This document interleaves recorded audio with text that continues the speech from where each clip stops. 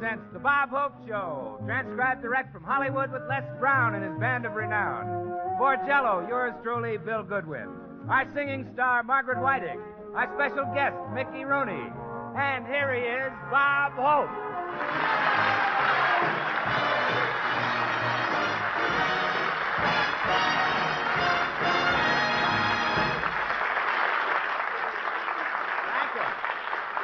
Thank you very, very much. Thank you, ladies and gentlemen. Here I am again for good old Jell-O. Isn't science wonderful? Now, with just a flick of your radio switch, you can get Bob Hope in 6 delicious flavors. I made that statement 2 months ago, and I received 6,000 letters asking, why is the top flavor always lemon?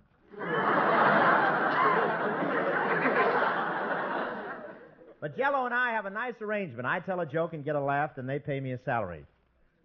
That gives them the last laugh. But I don't mind because you're really buying that ever-loving product. And don't forget the name, Jell-O. I know one woman who went in the grocery store and said, I want some of that stuff Bob Hope gives out with over the air. And the grocer sold her a bushel of eggplants.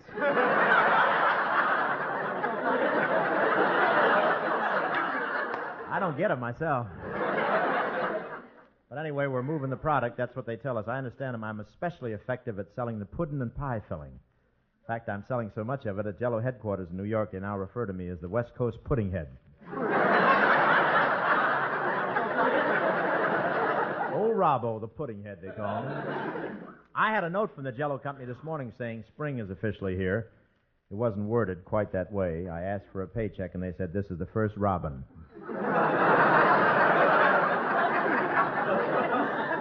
Now is the time of the year when housewives are thinking about spring cleaning. There's a wonderful new vacuum cleaner with every conceivable gadget to assist you. In fact, as soon as your wife buys it, a special arm comes out and grabs the salesman who sold it to her and throws him out of the house. It's spring cleaning time down in Washington, too. At the Treasury Department, they're getting rid of worn-out dollar bills. Some of that money is so old Washington's wig has a spit curl.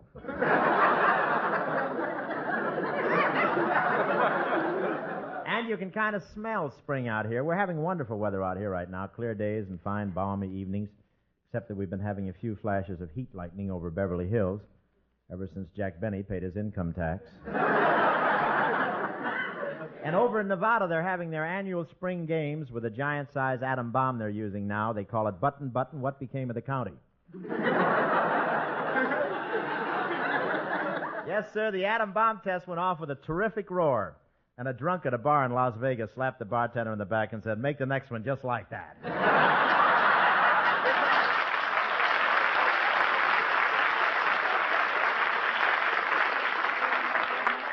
The atom test was top secret. A week before, the Army had MPs crawling around the desert blindfolding gophers. It was really secret. The evening before the test, the moon couldn't come over the mountain without an overnight pass. And the atom blasts are 400 miles away, but the way our houses are built in California, that's still not enough. The blasts have only started, and already half the drugstores here are out of Scotch tape. A government expert advises that every time the sky lights up, grab something solid. I've already had 4 dates with Marjorie Main.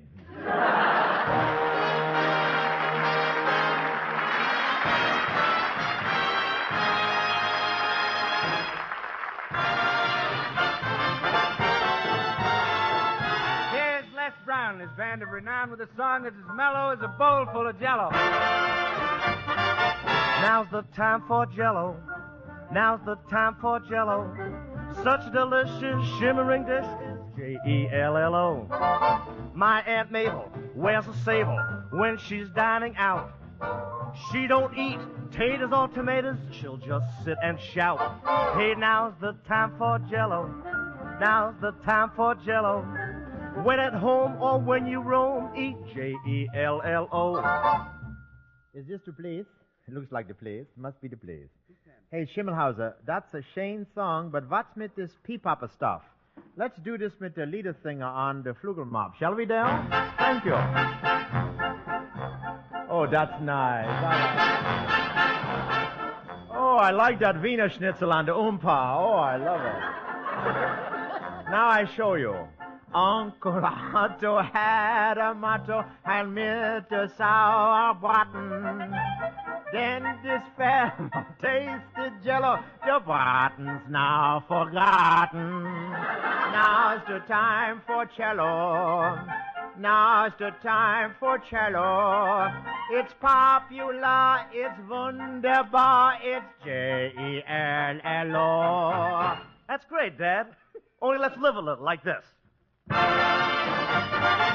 Little Willie was a silly, hit skip meals to play. But not today, he's on his way when he hears Mother say, now's the time for Jello, now's the time for Jello.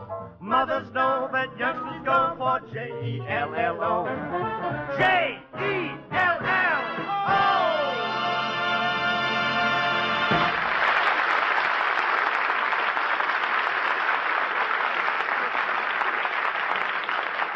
Well, sir, ladies and gentlemen, the new Paramount picture Off Limits, starring Bob Hope and Mickey Rooney, is about to have its world premiere in Washington, D.C. Now, of course, Bob is used to taking off for any place in the world at a moment's notice. And when I dropped in at his house in North Hollywood this morning, he was busy packing.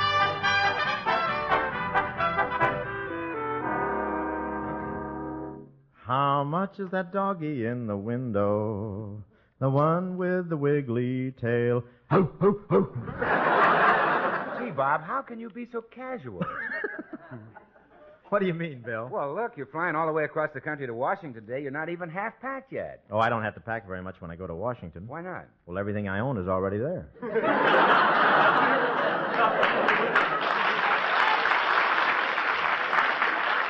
Hey, zip up that garment bag for me, will you, Bill? Oh, sure. Say, you're taking quite a few suits with you, Rob. Well, in Washington, you have to be prepared. You know, there's my business suit in case I meet a senator, my full dress suit in case I meet the president.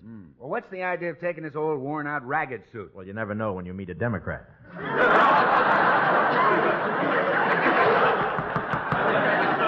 Come in. Say, Bob. Oh, come in, Colonel. Say, Bill, this is Colonel Harkins. He was technical advisor on our picture. Well, how do you do, Colonel? How do you do? Bob, it's 2300 hours. Time to start for the airport. I'm almost ready, sir. Now, here is the detailed schedule for your departure. We leave here at 11:38. Arrive International Airport 12:01. Proceed to ticket office at 12:03. Check baggage at 12:16. Buy magazines 12:22. Enter washroom at 12:23. Wash hands and police up. 12:25. Cross waiting room to exit gate and... Hold it. I'm not with you. What's the matter? I got my finger caught in the roller towel. To continue, you're booked on United Flight 27. Takeoff time, 12:29. Land El Paso, Texas, 2:51. Land at Waco, 4:23. Land at Mobile, Alabama, 5:17. Land at Washington Airport, 7:22. Correction, I meant 7:32. Well, watch it. I had my landing gear down.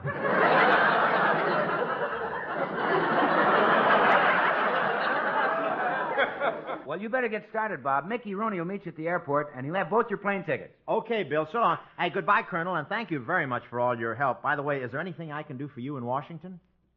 As a matter of fact, there is. I wish you'd take a message to my girlfriend in the Navy Department. She's a lieutenant in the Waves. Why, Colonel. You won't have any trouble locating her. Just go up to the 4th floor of Naval Operations and ask for Torpedo Mabel.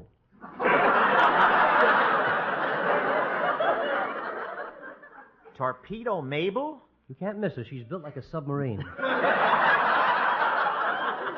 I'll say hello to her for you. So long, everybody.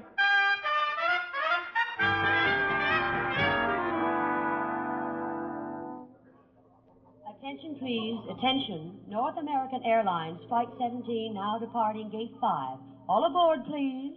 Gee, there's only 5 minutes till plane time. I'd better find Mickey with those tickets. Oh, there he is. Hey, Mickey!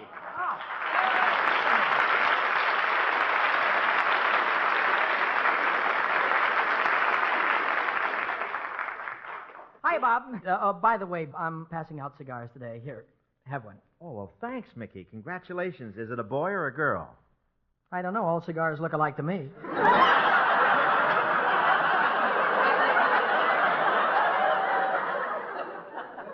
You mean you're not having... No, nothing like that. Oh. No. Then what's the occasion? We're just celebrating the opening of our new picture, Off Limits.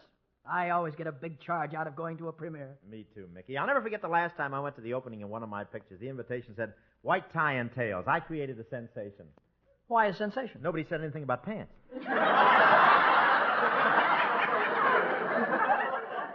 Gee, you know what, Bob? I can't tell you how good it is to see you. Oh, thanks. What have you been doing since you worked in my picture? Oh, Whose picture? Off Limits, you know, my picture. I thought I made a rather large contribution to that epic. Oh, you did. You did. You weren't bad at all. I may use you again sometime.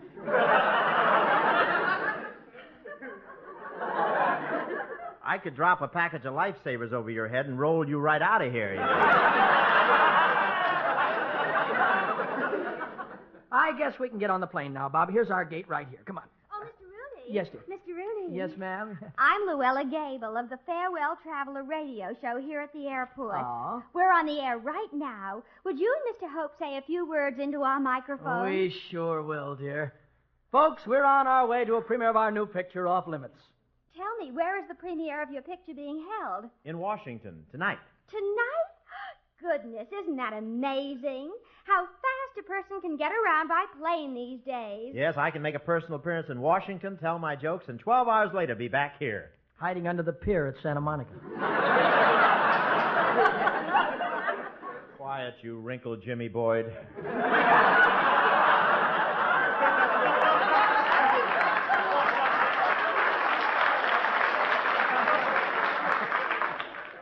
You know, Mr. Rooney, Yes. I think you're one of the most versatile people in Hollywood. You write songs, dance, sing, you're True. an expert mimic, True. and on top of all that, there's your picture career. You're right, Miss Gable.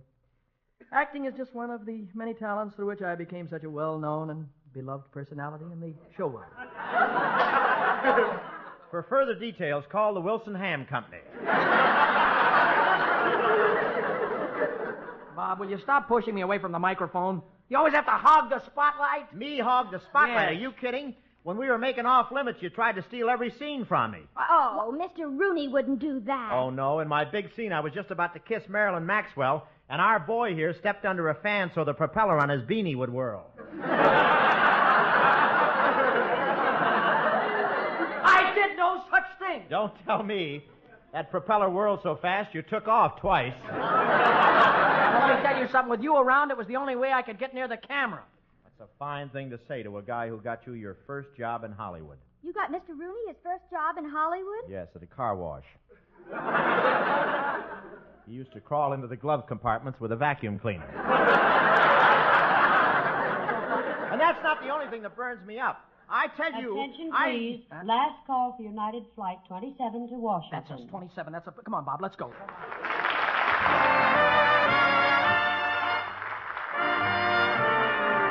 Here's Maggie Whiting with Les Brown and the boys doing Tell Me Your Mind. Come in, Maggie.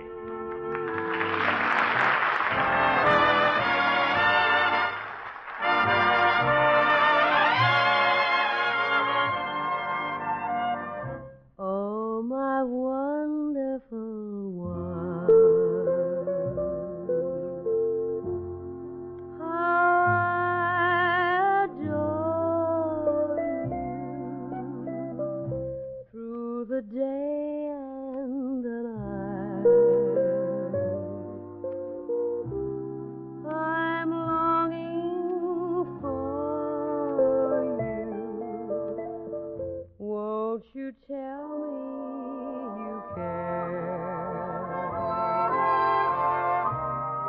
Oh, I implore you while the stars above shine.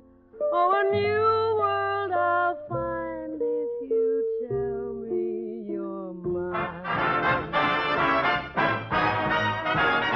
Oh, my wonderful one, how I adore you through the day and the night. I'm longing for you. Won't you tell me you care? Oh, I implore you while the stars above shine. Oh, a new world I'll find if you tell me you're mine.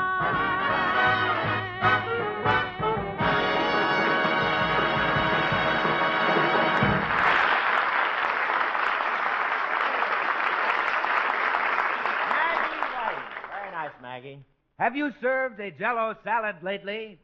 Please, Bill, don't shout. I've got a headache. Really? Well, maybe you're suffering from capillary dilatomatic fugititis.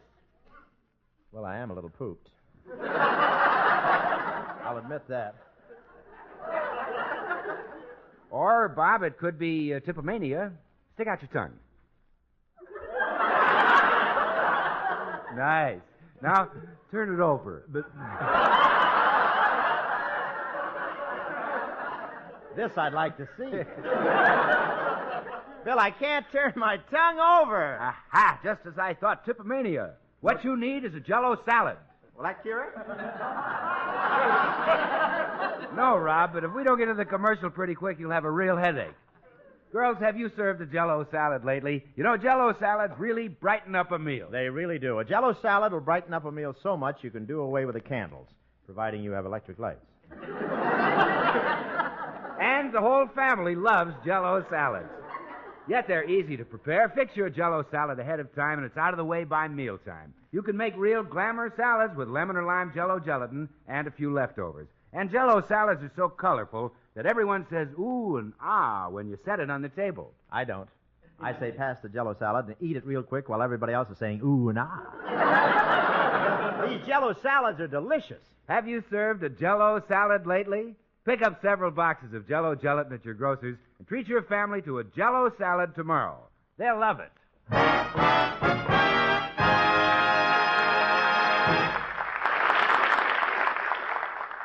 And now let's get back to Bob and Mickey Rooney on their way to Washington for the premiere of their new picture, Off Limits.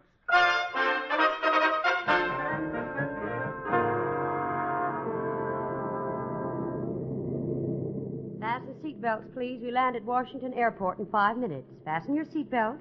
Oh, stewardess, would you help me fasten my seatbelt? Well, I'll be glad to. Mr. Hope. What's the matter? You're not supposed to fasten the belt around me, too.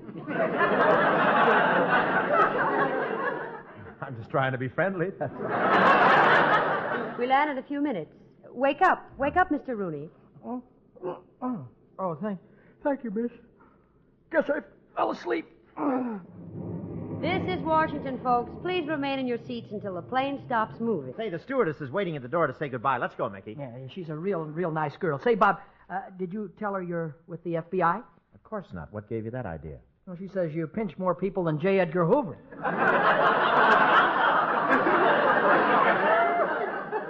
I just try to be friendly, that's all. Watch your step, please. Well, goodbye, my dear, and thank you very much for the nice service. Goodbye, Mr. Rooney. See you again, Mr. Rooney. Thank you, dear. It's been nice having you with us, Mr. Rooney. You're so sweet. It's a wonder you don't name the plane Mr. Rooney. Oh, no, Mr. Hope. I think it would be more appropriate to name the plane after you. Oh, you do? Why? One of the motors is missing. Just a minute. Nobody talks to me like that. You're lucky you're a girl. I've taken boxing lessons. Then I'm lucky you're a girl. Come on, Bob. Let's get a cab and get to the hotel. Come on. Let's go.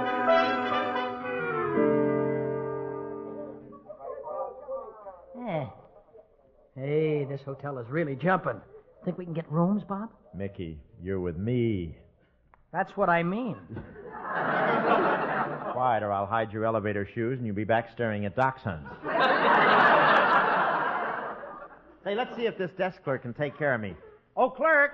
Yes, sir? Clerk, is there any way I can get a nice room here for about $6? Yes, sir, there's one way. What's that? By adding $20 to it.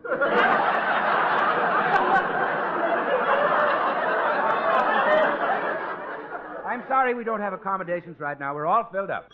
Front boy, front. Yes, sir? Show these gentlemen to the sidewalk. Now, wait a minute. Bob, just let me talk to the clerk for a moment, will you, please? Okay, take it. Yeah. Pardon me, sir, but we've flown all the way across the country today, and we're pretty done in. Why, it's Mickey Rooney. I'm sorry I didn't recognize you, Mr. Rooney. Quite all right, sir. I'll have a very nice suite prepared for you immediately. Thank you so much. Will you both occupy it, or do you want an adjoining room for your father?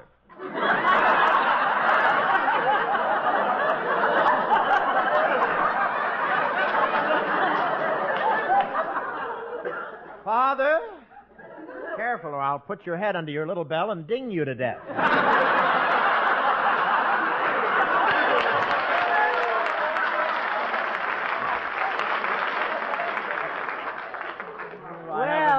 anybody lately. Well, Bob, look, it looks as though we've got rooms. Yeah. When that clerk recognized me, he really came through fast, didn't he, huh? Come on, let's Didn't go he? over to the elevator. Yeah, and how about that stewardess on the plane? I really knock 'em dead, don't I, huh, Come Bob? on, huh? let's go. Let's go. Even that woman who interviewed us way back in the airport in L.A., she thought I was pretty hot stuff, remember, huh? Step into the elevator, will you? Okay, I would... Hey, wait a minute! Wait a minute, the elevator isn't here yet.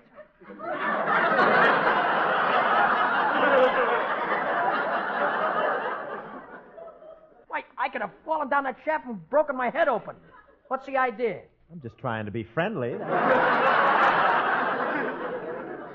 Bob. Bob, you're too big a man to be jealous.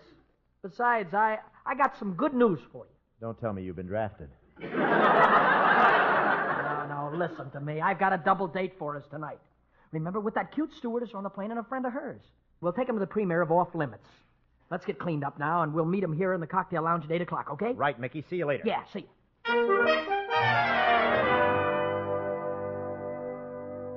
Where's Bob, Mickey? He ought to be here any minute, Maggie. Did you tell your girlfriend Melinda here about Bob? Uh-huh. I told her that Bob is tall and quite good-looking and very friendly. You think you're going to like him a lot, don't you, Melinda? Yes, indeed. He sounds real crazy.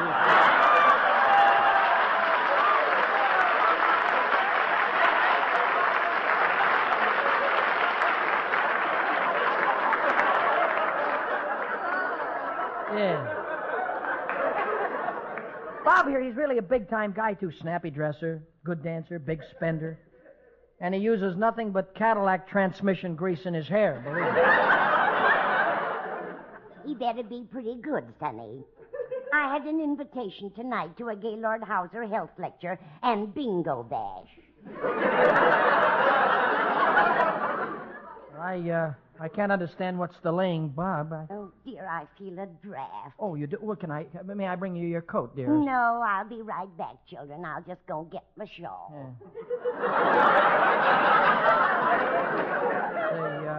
Say, Maggie, what's the idea of getting the Grandma Moses type for Bob?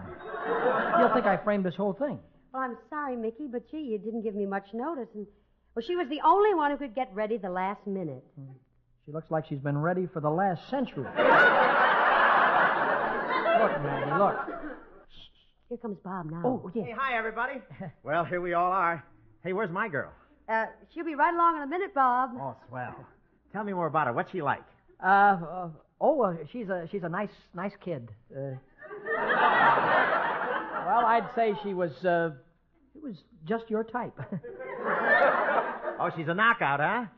Well, I'd say she's a knockout, sort of a knocked out knockout.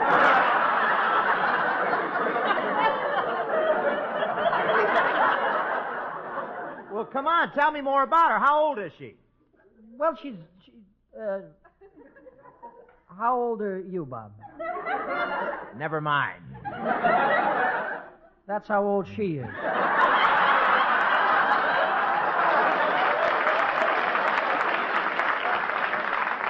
Listen, I'd like to know what's going... Well, here I am again, children. Who's this?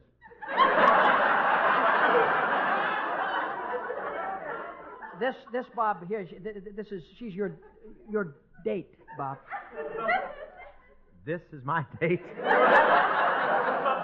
That's right, Dream Boy.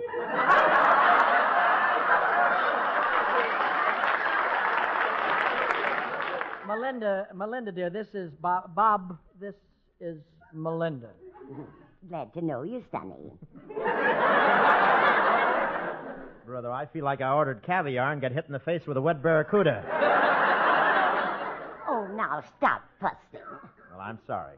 That's better. Now sit down and let's get acquainted, Satch.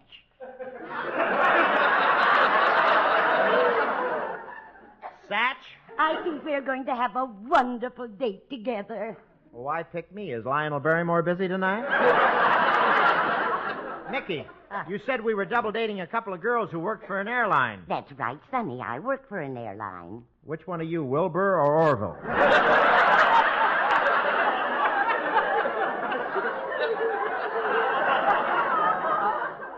Here's the lineup for the evening, girls.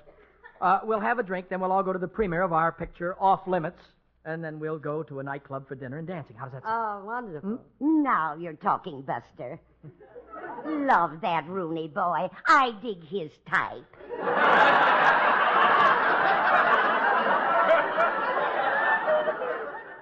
Well, what about my type?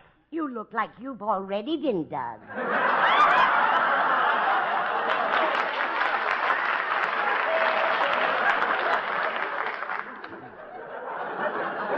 Excuse me, Melinda. Say, Mickey, can I have a word with you privately? Certainly. Look, I can't spend a whole evening with Mother McCree. I'm leaving. Oh, wait a minute. You can't walk out like this, Bob. What will I say? Well, tell him anything. Tell him I've gone up to my room to unpack my Jell-O. So long. Yeah, I'll see you later. Gee, it's great to be out here in the open air. I hope Melinda isn't offended, but after all, how can a woman of 72 have any fun with a man of 29?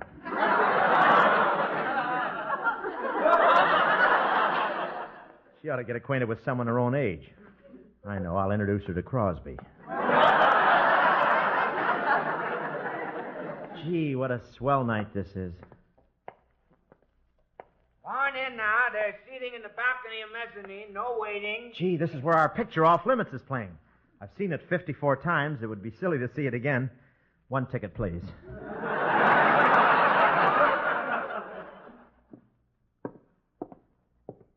How far down, please? Gee, the theater's crowded. About halfway, miss. Here you are. Fifth seat in. Oh, thank you. Excuse me. Excuse me. Pardon me. Pardon me. Please pardon me. Is this seat taken? No, sit right down, Sonny. I've been waiting for you.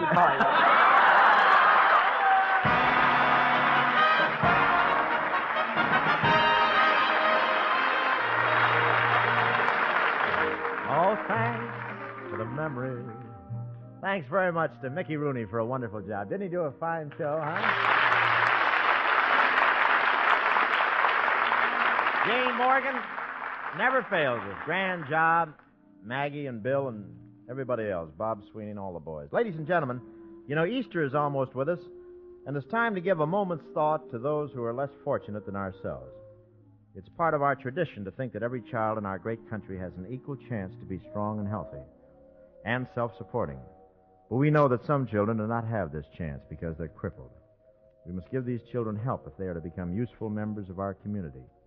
One of the ways we can offer them this chance is by giving generously to Easter Seals. Send your contribution to this wonderful cause to Crippled Children in care of your local post office. And remember, some child will thank you tomorrow for your help today. Good night.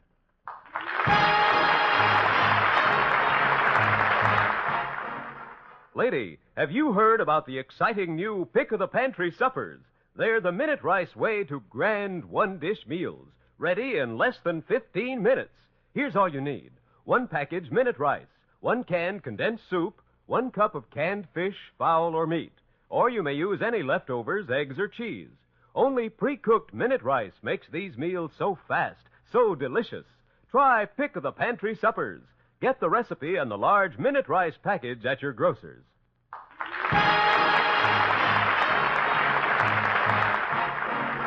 Be sure to listen to the Bob Hope Show next week from Hollywood with our special guest, Ann Baxter.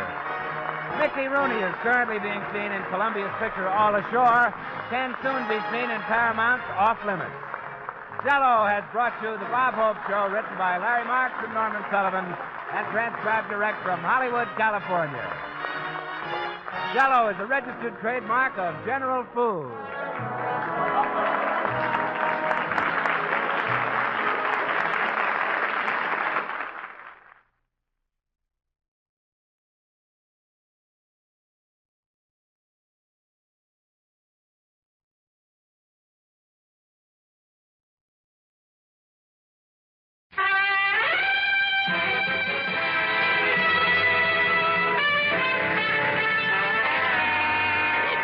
Hope Show. And now, here is Bob Hope.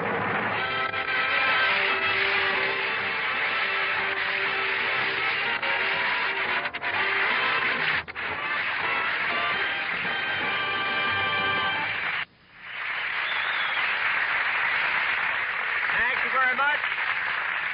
Not too much. It sounds phony. Say, did you read in the papers that the Hollywood stars are now putting their money into cattle ranches? Well, it's true. Gregory Peck, Jack Benny, Rosalind Russell, Gene Kelly, they all bought cattle ranches, and Jack Benny has already proved he's a natural-born farmer. He has his cows given milkshakes.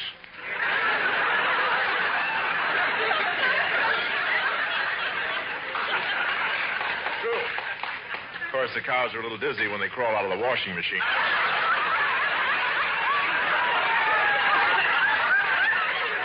But I wish Jack wouldn't mix his farming with his laundry business. Yesterday, my shorts came back not only clean, but homogenized.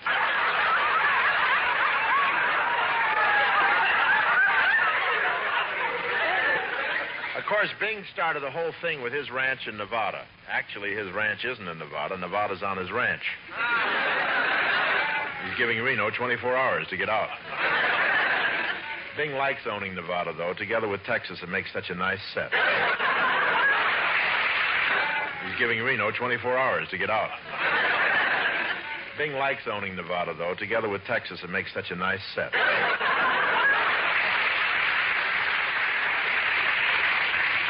And you'll find Bing on his ranch every summer, just sitting around branding his money.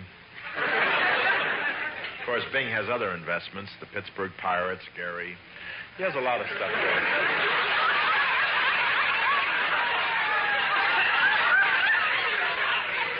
By the way, if any of you are wondering why I've left out the Crosby Foundation, that isn't really an investment. The way he's built, it's an absolute necessity. One day he forgot to wear one, and the price of blubber dropped 12 cents a pound. But you probably know that many movie personalities have outside investments. Phil Harris is starting a chain of supermarkets in Beverly Hills. Robert Cummings is going to manufacture men's gabardine jackets. Georgie Jester used to manufacture men's pants until the bottom fell out. And I have a piece of the Cleveland Indians, but the Indians had some tough breaks last year. In fact, if we hadn't sold some pottery in those blankets, we'd have lost money, believe me.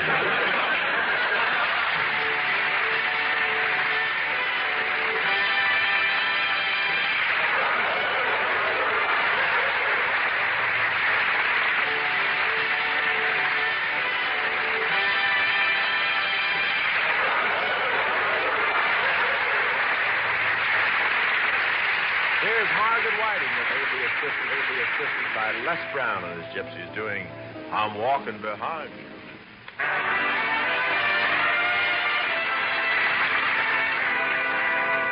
I'm walking behind you on your wedding day, and I'll hear you promise to love and obey. Though you may forget me,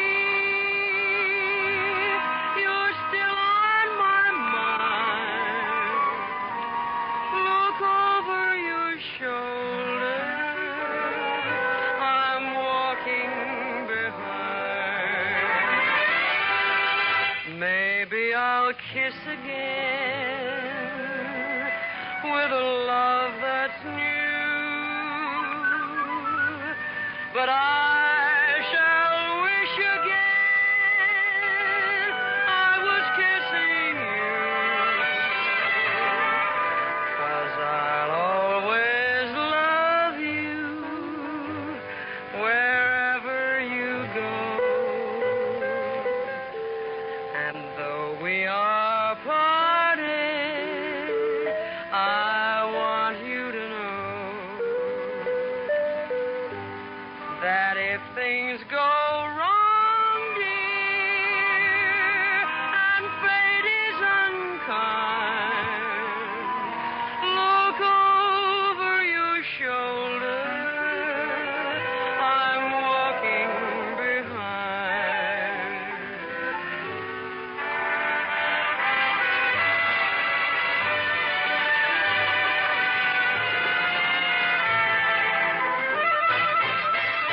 And though we are parted, I want you to know that if things go wrong, dear, and fate is unkind, look over your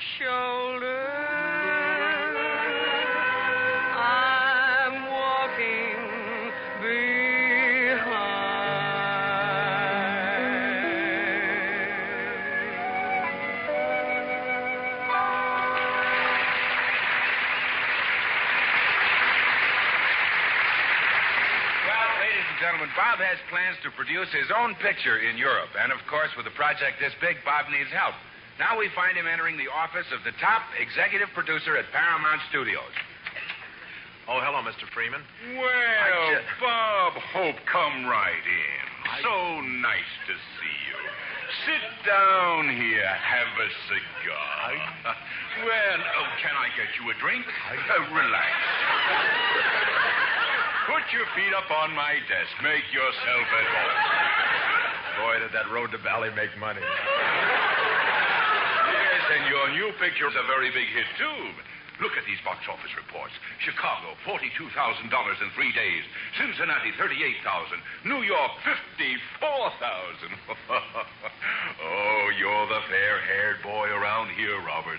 I'm the only one with hair. Say, Mr. Freeman, thank you very much for all those kind words. Now, tell me, is there anything we can do for you? Well, as a matter of fact, there is, Mr. Freeman. I'm going to make a picture in Europe, and I'd like to borrow some money from you. I want you to lend me $1.5 million. $1.5 million, eh?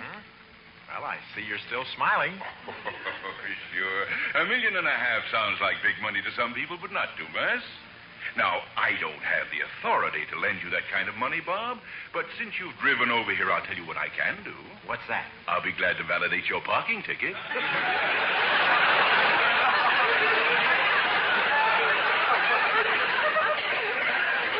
Gee, thanks. Say, what's the matter, Mr. Freeman? Don't you like the idea of me making an independent picture? Well, Bob, you've made a lot of pictures lately. Why go off to Europe to make another one? Now, take it easy. You deserve a rest. But I don't want to take it easy. Well, then think of your fans.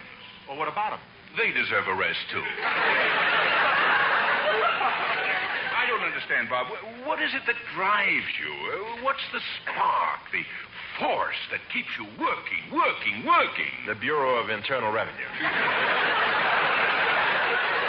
You see, Mr. Freeman, I've got to make a picture in Europe. You don't have anything scheduled for me here. Well, not right now, Bob. We're converting the studio to the three-dimension technique. Oh, I can't wait to see myself. Yes. This new process will do wonders for you, Bob. That nose of yours will have a whole dimension to itself. Thank you. Give up this idea. Making a picture in Europe can be very expensive. No, not the way I'm doing this picture. This is going to be a musical picture, and instead of taking the chorus girls from here, I'm going to stop in Paris and pick out 10 or 12 beautiful French girls. Well, there you are, Bob. That'll take you a week or two. It'll take me a month. A month? Why? I'm a slow picker. Well, Bob, I'm sorry we can't finance your picture, but good luck anyway. Oh, thanks, Mr. Freeman. See you later. Goodbye, Bob.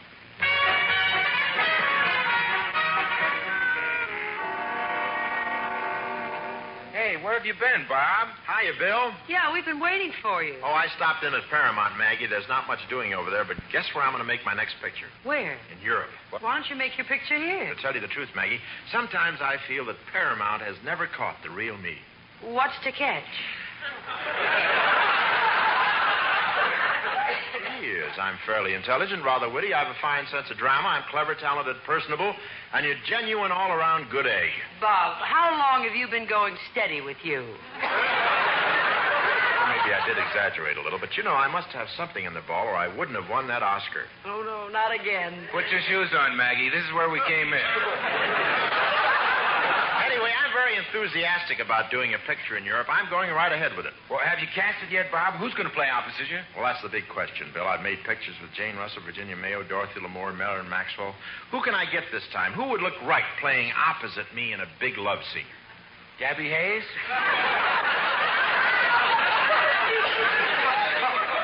You know, his beard tickles. No, I don't think so. Somebody who would make a wonderful leading lady for this picture. She's very talented. Who's that, Bob? Ann Baxter. Oh, she's a wonderful actress. Have you talked to Ann Baxter about it yet? No, but I think I'd better before someone else signs her for a picture. Bill, hand me that phone.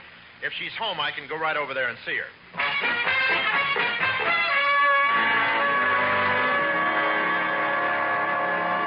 Gee, Ann, you certainly have a lovely home. Oh, thanks, Bob. I'm glad you like it.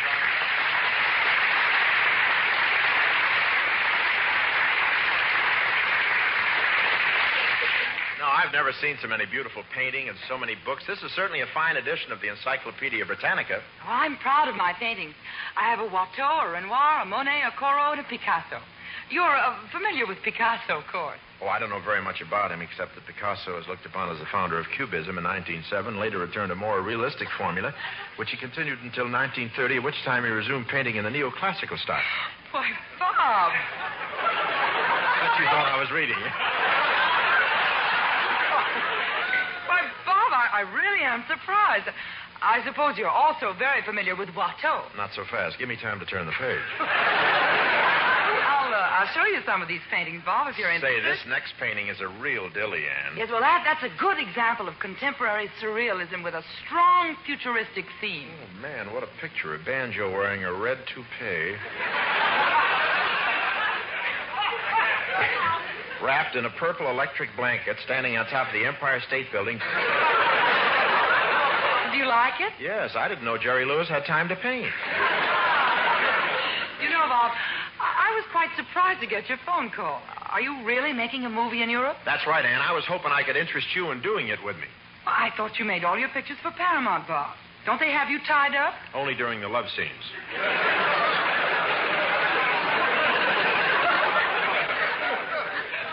What do you say, Ann? Do you think you could go abroad for a couple of months? Well, I'd have to know more about it before I make up my mind, Bob. Who's going to produce the picture? I am. And write it? Me. How about the director? I'll direct the picture, and of course I'll star in it. Oh, I can hardly wait till opening night. Why? I want to see you selling the popcorn in the lobby. What's the picture about, Bob? Oh, you'll love it. In the first big musical scene, 20 beautiful French chorus girls dance across the stage doing the can-can. In the next musical number, there's going to be 30 beautiful chorus girls. Well, what's the story, Bob? Oh, I won't know till I talk to the girls. No.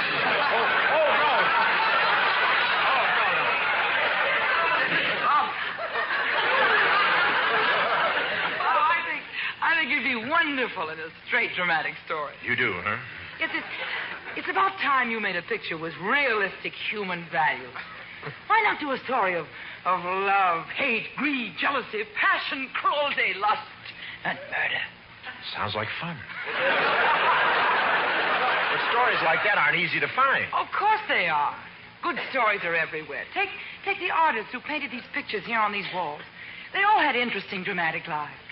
Say, maybe you've got something. Moulin Rouge was a big hit. Why couldn't I make a successful picture about an artist? Oh, it'd be exciting, Bob. Sure, it would have authenticity, power, drama. Wonderful. Real action, color, excitement. Great. And, of course, it would have me as the star. Well, no picture is perfect. And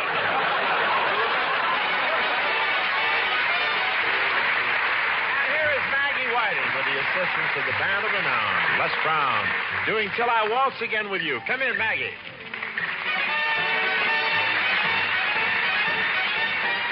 Till I waltz again with you. Let no other hold your charm. If my dreams should all come true, you'll be waiting for my arms. Till I kiss you once again. Keep my love locked in your heart. Darling, I'll return and then we will never have to part. Though it may break your heart and mine, the minute when it's time to go, remember, dear, each word divine that meant I love you so. Till I waltz again with you.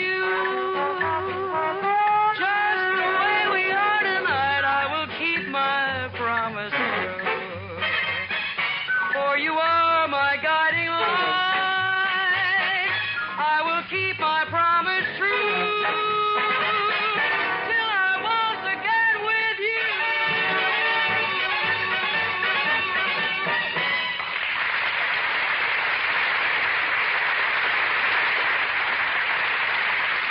Hey, Bob. Yeah, Bill. How did you make out with Ann Baxter? Is she going to do the picture with you in Europe? Yeah, the deal is almost all set, and it's going to be a very different picture. I'm going to do the life of a famous artist. Oh, sounds good, Bob. Yeah, I can just see myself as an artist, even someone as great as Vincent van Gogh. painting, studying, turning out great masterpieces.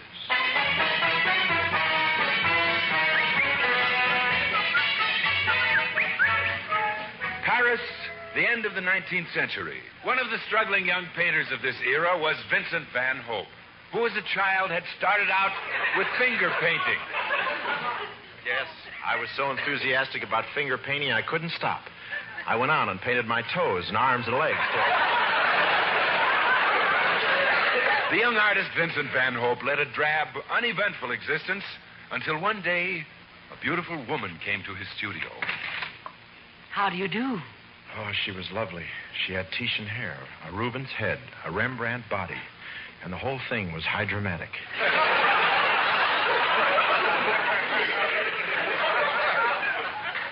She looked at me and said, Vincent van Gogh? That's right. You are a painter?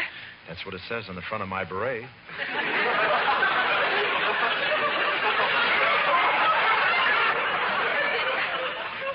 What is your pleasure, mademoiselle? Well, I'm an American. I've just bought a large home here in Paris, and I'd like to buy some painting. Indeed. How does this happen you came to me? Well, I heard that most of the painters in Paris are eccentric fools and idiots, and someone gave me your name and address. Merci. What type of painting do you do? Oh, I am a modern. I use only the colors strawberry, raspberry, cherry, orange, lemon, and lime.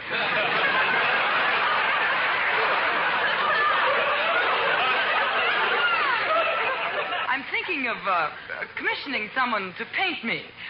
Do you also do portrait work? Oui. I would love to paint someone as beautiful as you. I have painted the Duchess of Shropshire, the Earl of Exbrook, Lord and Lady Carruthers, the Duke of Northumberland, and Melcher-Maid. What else do you have to show me? Oh, I have many other paintings, but what do you think of those you've seen so far? Shall I be frank? Of course.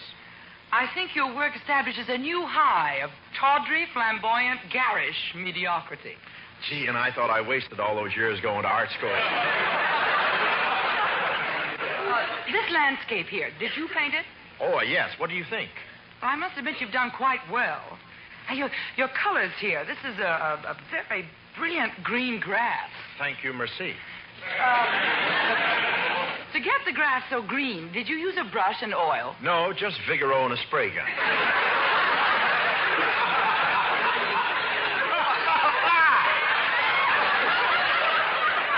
Quite a joke, get it? It made the grass grow. It made the corn grow, too. Well, mademoiselle, is there something here you would like for your home? I haven't decided yet. Do you have anything more to show me? Well, if you're looking for a bargain, I have a painting here that's damaged. A leak in the roof made the watercolors run.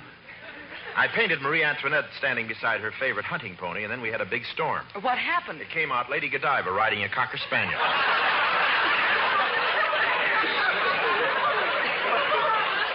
I think I have seen enough. Au revoir, monsieur. Vincent, I must talk to you. Go away, Andre. You must listen to me, Vincent. I am your best friend. You must paint again. It is 3 months now. I can't help it. I'm in love with the American girl. Whenever I look, I see her face. Oh, Vincent. In the fireplace, she looks at me from the flames. In the shadows, she is there. Today at lunch, I had some Swiss cheese, and her face was in every hole.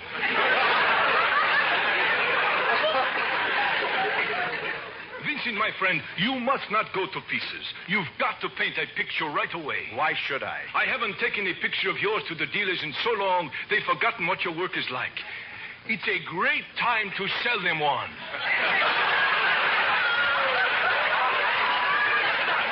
It's no use, Andre. I am too unlucky to sell a painting.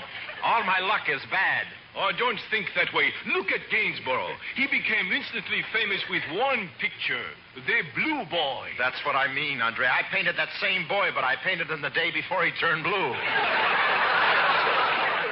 Oh, if only I were a rich, successful artist, I could go to the beautiful American girl and ask her to marry me. You can be famous, my friend. How? You could be a great success like Rubens, Boucher, Goya, if you painted women. That's what the public wants. Romance. Well, what's wrong with the things I'm painting now? Your subjects are too dull. Look at this painting here. pickled herring peeking through an onion ring.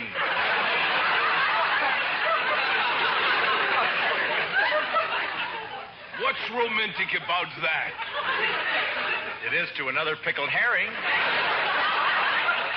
But why discuss it? Go away, Andre. Leave me alone. Oh, Vincent, are you so in love with this American girl? Oh, if I could only see her, talk to her. Well, why don't you go to her house? I tried that. The butler won't let me in the front door. And at the back door, there's a cook and 6 maids. Won't they let you in? Yeah, but after I'm inside, I can never remember what I went there for.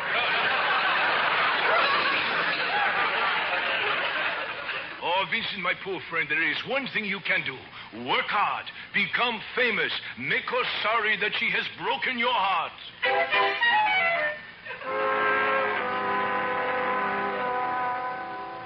Oh, I took Andre's advice. I painted day and night and day and night, until my hands trembled and my eyes were 2 burning coals. Every time I blinked, I started a brush fire in my eyebrows. But I succeeded beyond my fondest dreams. I bought the most magnificent home in Paris. It was on the left bank of the Seine and the right bank of the Seine. That saved me putting in a bathtub. During all these years, I never saw the American girl. Then one day I went to Maxine's for lunch.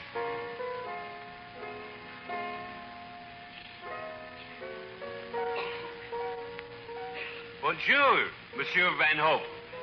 Bonjour, Francois. My usual table, please. Oui, monsieur. Follow me. Very well. Just a moment, Francois. I see someone I know at this table. Ah, so we meet again, mademoiselle, the beautiful American. Why, it's Vincent Van Hope. Oui, but I am no longer the struggling artist. Now I am one of the most famous men in the world, but I still feel the same way about you. Will you marry me? Me? Marry you? Fool, pest, idiot, moron, imbecile. You don't have to answer now. Think it over.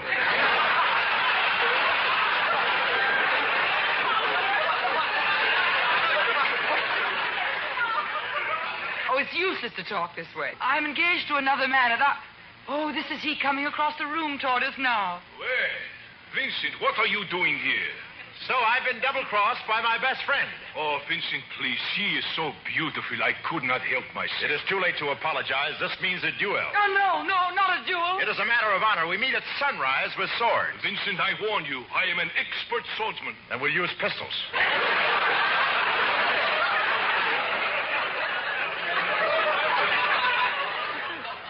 We meet at sunrise in the Bois du Ballon.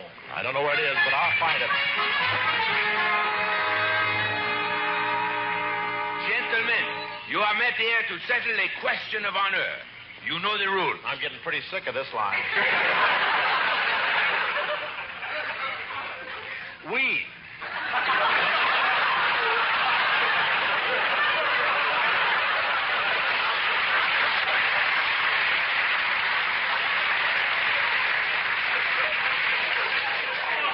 Now, you each have a pistol. You will stand back to back. Then take 10 paces, turn, and fire. Are you ready, Monsieur Andre? Oui. Vive la France! And you, Monsieur Hope, are you ready? Oui. Vive la Blue Cross plan.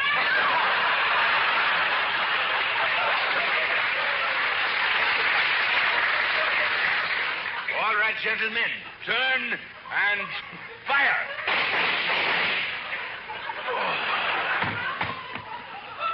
Monsieur Van Hope, I congratulate you. You have won the duel. Oh, you were magnificent. He shot so many bullets at you. Aren't you hurt? Not even a scratch. But how can that be? Is there something in your pocket that stopped the bullet? Sure there is. What is it? You don't think I'd leave my Oscar at home, do you?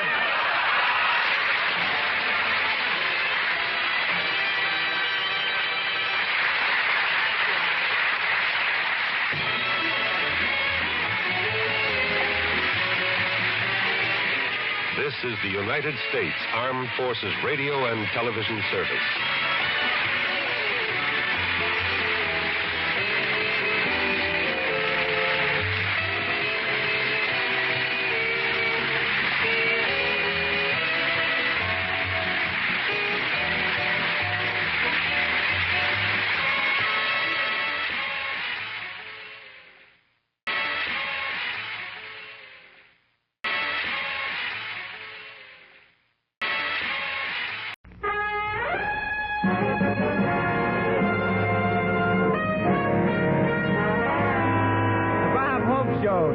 transcribed direct from Bakersfield with Les Brown and his band of renown. Our singing star, Margaret Whiting. Our special guest, Ida Lupino.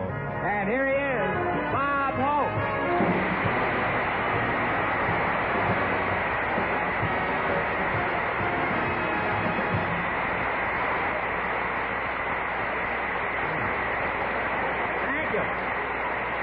Thank you very much. Tonight we're doing our show from Bakersfield, California, where everyone gets a fair shake.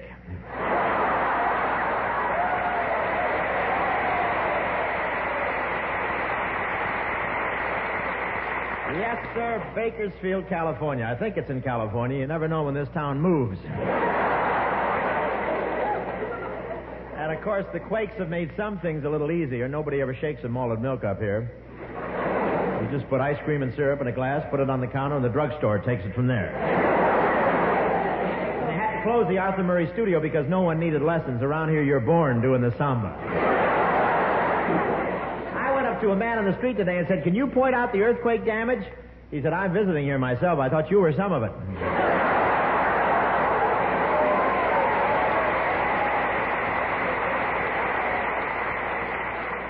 One of my pictures was playing here at the time, and the theater was really shaken up. After the quake, the marquee read, "Bob Hope and Marlon Bingo and a pale-face named Son of a Streetcar."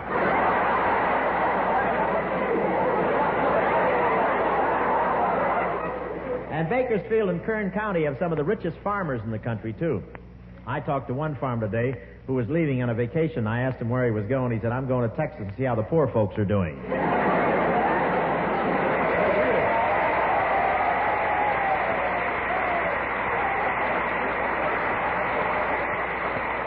They're really rich up here. This is the only place in the world where the tractors have Cadillac fins.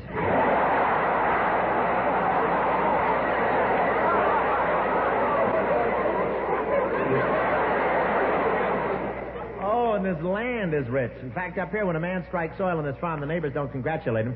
They just say, "Tough luck, old man. Those 3 square inches of ground would have made you a fortune planted in cotton."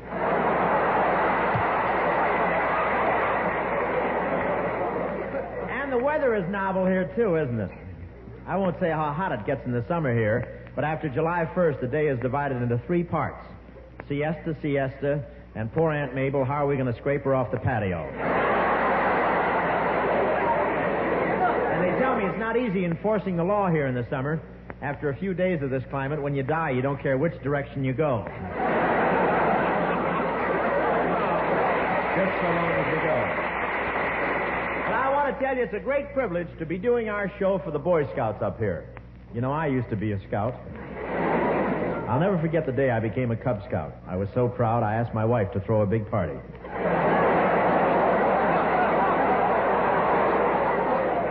No, truthfully, I was in the Scouts at the age of 10. Gee, would you believe 15 years has gone by since then? Would you believe 20 years have gone by? 25? You're not an audience, you're an investigating committee. The first thing I learned was how to rub 2 sticks together and make a fire. Then I rubbed 4 sticks together and made 2 fires. And in no time at all, my family was living in a tent next to the place where our house used to be.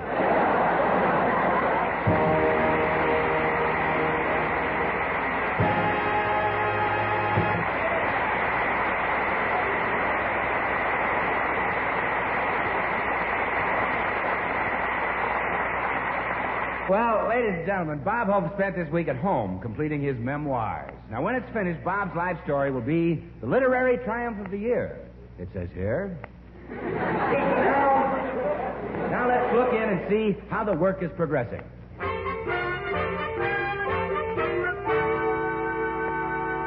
Now, where was I, Maggie? Well, you were at the point where you had your first taste of success in Hollywood. Oh, yes. At this stage of my career, I was the most eligible bachelor in Hollywood. During my bachelor days, I was very popular. You were? Maggie, so many glamour girls threw themselves at my feet, my argyles were soaked with taboo. Why, Robert, I had no idea. Well, maybe you didn't, but I had plenty. Now, shall we go right on? Shall we go right on, or would you like to take a few minutes off for lunch? Well, I certainly would, and I'd also like to point out, Bob, that I'm not supposed to be doing this work. What do you mean? Well, I'm not a secretary or a typist. My contract says Margaret Whiting, singer, and that's all it says. Well, you haven't read it under an ultraviolet lamp, have you? Well, I guess I really shouldn't complain. After all, how many girls get a chance to work with someone who's achieved the highest honor in Hollywood, an Academy Award?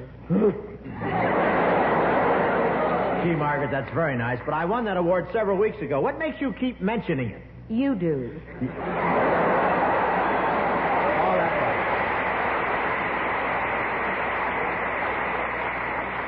right. You do read all the small type, don't you now?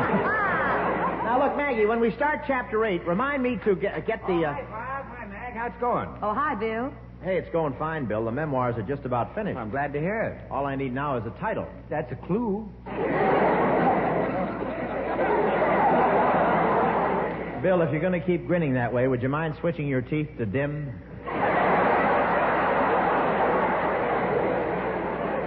Bob, I thought you were going to try and sell your memoirs to a picture company. Have you had any luck yet?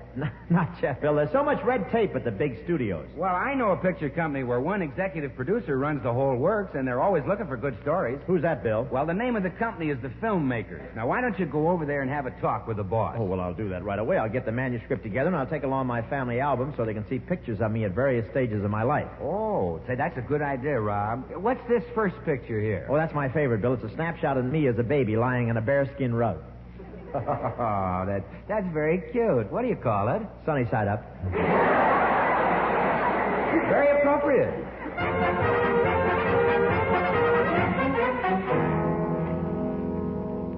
Say, miss, I've been waiting a couple of hours to see your boss. I haven't got all day. I'm sorry, Mr. Hope, but we're rather busy here at Filmmakers right now. I'll check and see if you can go in. Oh, thanks, honey. Oh, Miss Lupino.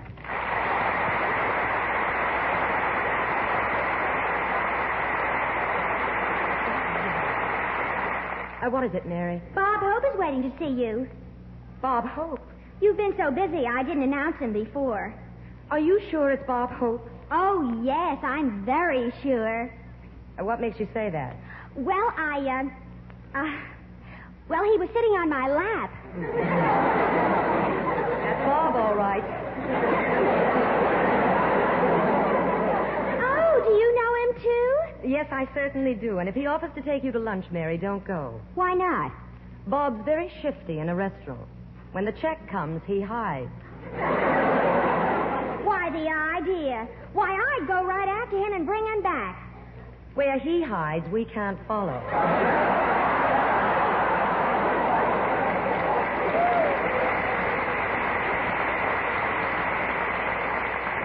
Shall I tell him you're too busy to see him, Miss Lupino? No, send him in. You can come in now, Mr. Hope. Well, it's about time. Well, hi, Ida. Nice to see you. Hello, Bob. Gee, it's been so long, I can't remember when I last saw you. It was that day we had lunch together at the Brown Derby. Oh, yeah. Hey, I meant to call you and explain about that. You see, the door jammed, and I have to climb out the back window. Gee, Ida, I wish I had more time to talk to you, but I'm here on very important business. I have an appointment with the executive producer. Well, keep on talking, Bob. I'm the executive producer. You? Yes, I'm the head of Filmmaker Studio. What's the matter? You seem surprised. Well, yes, I am. I came here to see the fellow in charge of... Well, what I mean is I never expected the man who owns this company to be a woman. Well, I don't know what you expected, Bob, but I am a woman, and let's leave it that way.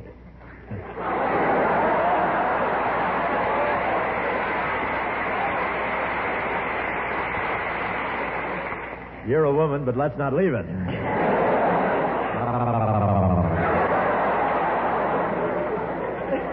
Now, what's on your mind, Bob? Oh, I have a very interesting book here, Ida, and I'm sure you can make a great picture out of it. Now, the title of the book is... No, wait a minute, Bob. If this book of yours is an autobiography or a book about yourself or your memoirs, I am definitely and finally not interested. You see, I have tons of that trash offered to me every year, and I have absolutely no use for any of it under any circumstances whatsoever. Now, what's the title of your book? It's called Inside Gabby Hayes.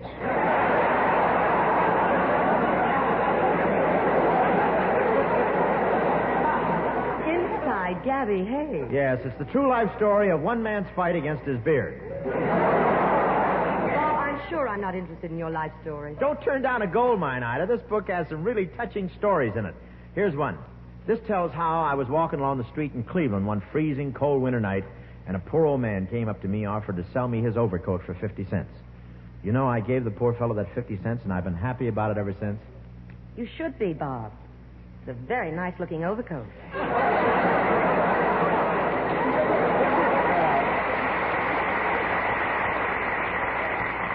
Well, it could fit a little better around the shoulders, but I'm not one to complain. Now, look, Ida, I know you so well, I'm going to let you have this book at a real bargain. You can buy the whole thing from me for $5,000. Bob, I've told you 3 times I don't want your book. It's just a hopeless mess of stupid, inane, moronic drivel. Well, how about $15 and I'll wash your car? Now, look, Bob, why don't you give up this idea of selling your memoirs? This writing business isn't your type of work. Well, I have to keep busy, and Paramount doesn't have a picture for me right now. I could use you over here. You could? Do you make comedies? No, mostly drama and mystery pictures. But it might be a nice change for you doing some acting. Acting? What do you think I got the Academy Award for? That and where elephants go to die is one of the mysteries of the universe.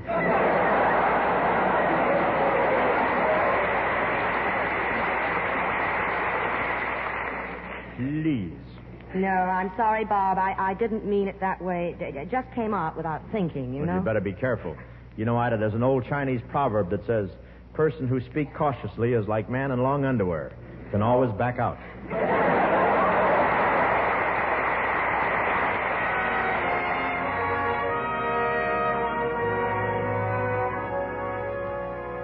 Here's Margaret Whiting, backed up by Les Brown and his Duke Band of Renown, doing a little thing called I Believe, a very beautiful number.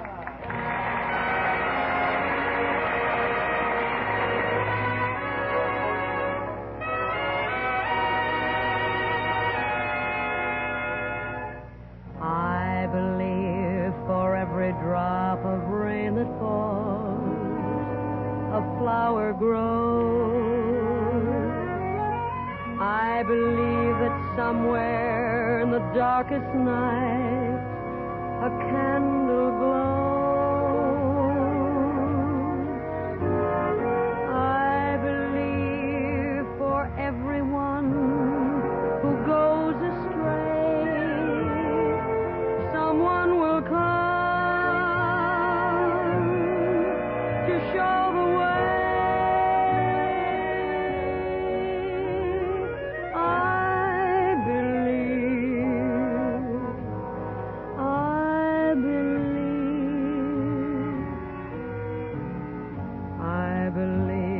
Above the storm, the smallest prayer will still be heard. I believe that someone in the great somewhere hears every word.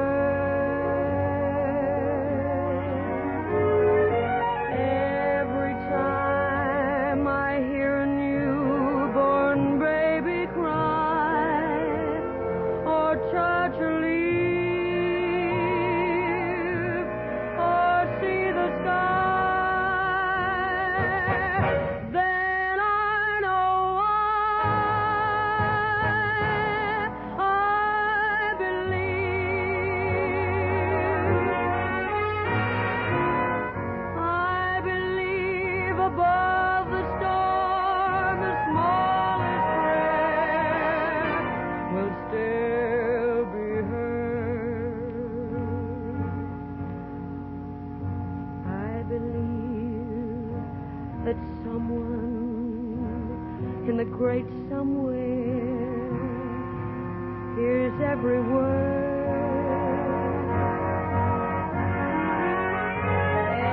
Every time I hear a newborn baby cry or touch a leaf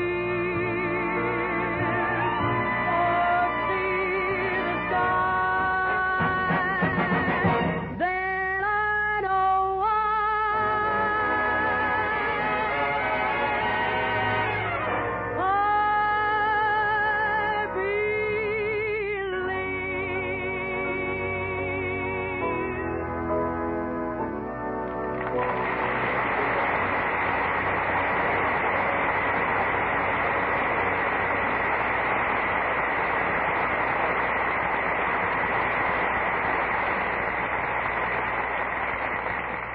Say, Bob. Yeah, Bill? How did you make out at Ida Lupino's office? Oh, fine, Bill. She wasn't interested in my memoirs. However, she wants me to make a picture for her. Gee, that sounds swell. Oh, I don't know, Bill. It would be so different for me. How do you mean different? Well, the pictures that Ida makes are anything but comedies. Well, then what are you worried about? You made a lot of pictures that were anything but comedy.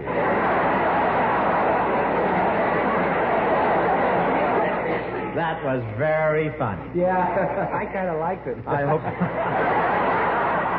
hope you're still laughing next season when you're working as a Vigoro spreader in the potato field.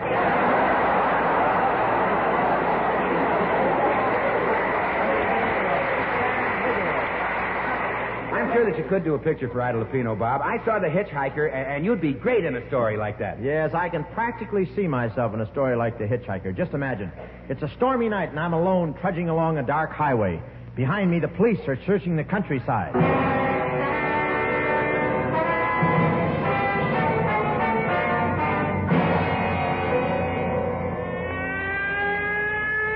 And here is a special bulletin, ladies and gentlemen. There has been a jailbreak at Greystone Prison. Citizens in this vicinity are warned to stay in their homes and keep doors and windows locked, as several dangerous convicts have escaped.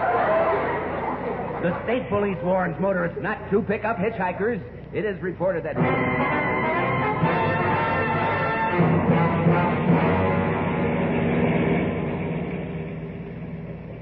Thanks for the lift, lady. You're welcome. But maybe I shouldn't have picked you up. Why not? The radio says there was a prison break tonight. Oh, you don't have to worry about me, babe. I'm a college boy. I'm hitchhiking back to UCLA. You're a college student. Why do you have that gun sticking out of your pocket? I'm on the football team. Some of them scrimmages is moiter. Hey, what are you slowing down for? I'm going to stop the car and let you out. Yeah, step on the gas, sister. If you want to keep breathing, keep... I should have known you were one of the convicts. I should have known that weak, mean-looking face. Those crooked, jagged teeth. And those deep, staring eyes. If you'd been through what I've been through, your eyes would be staring, too. What's that? 20 years in a cell, 6 feet long and 4 feet wide, with 200 Marilyn Monroe calendars on the walls.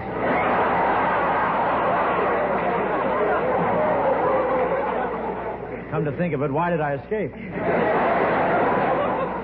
What did they put you in prison for? Well, I killed a man, but it wasn't my fault. It was an accident. An accident? Yeah, he ran right in front of my machine gun.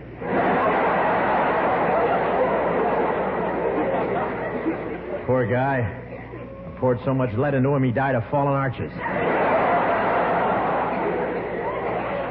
Hey, when you get up here, take the road to the left, Highway 99. Where are we going? I'm headed for Los Angeles. Why Los Angeles? If I commit 3 more crimes, I'll be on Dragnet. Look, there's a roadblock ahead. The police have a barrier across the highway. Yeah, we'll drive right through it. Yeah, but You heard me. Step on it. Stop that car! State police! There. A little excitement ain't nothing to faint about. Only a yellow belly passes out cold like that. Yes, I know. Would you care for another sniff of the smelling salts? No, I'm all right now. You know something? I'm sorry for you. You're just throwing your life away. You must have spent an awful lot of time in prison. I just done a 30-year stretch. Oh, how terrible. Nah, the first 20 years went by like that. And all of a sudden it got rough. Why? The novelty wore off. It wasn't easy being out of the world all that time. Did you have a girlfriend? Yeah. Did she write to you? Only the first 10 or 15 years. That's the way dames are, fickle. Slow down. We're getting close to where we're going. Slow down. Pull over. Stop the car under those trees there. What's the idea of stopping here? The guy I broke out a stir with is waiting in those woods. I'll signal to him.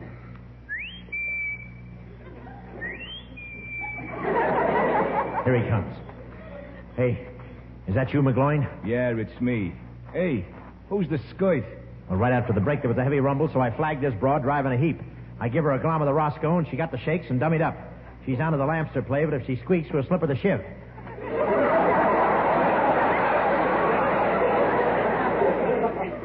All I asked you was, who's the skirts?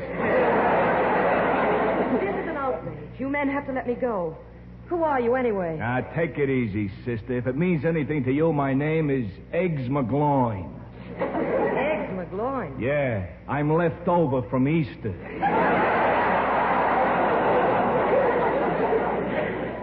They call him Eggs because his brains are scrambled. I'm asking you for the last time. Now let me go.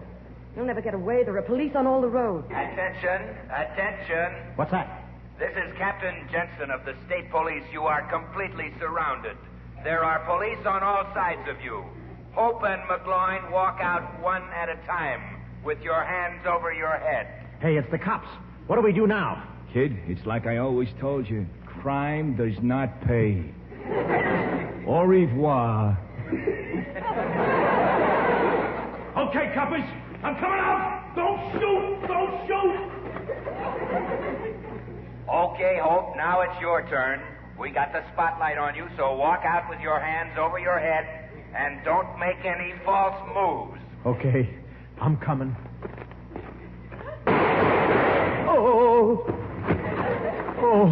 Oh, they got me. They shot you because you moved. Why did you bend over? Well, it was my own fault. What do you mean? They put the spotlight on me and I couldn't resist taking a bow.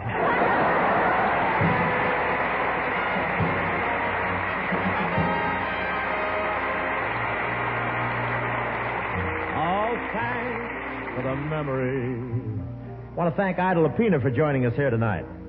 Ladies and gentlemen, our show here in Bakersfield, California, is to boost a great idea started by the Junior Chamber of Commerce 4 years ago.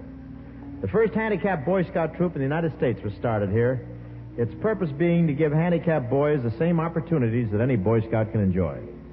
The idea has been a success, and other communities across the nation have followed the example set by Bakersfield citizens and started troops of their own. You know, the future of any nation is only as bright as its youth, ladies and gentlemen.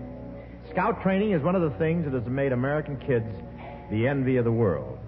There's no greater example of democracy in action than making it possible for handicapped boys to be better scouts and better citizens. Thank you very much.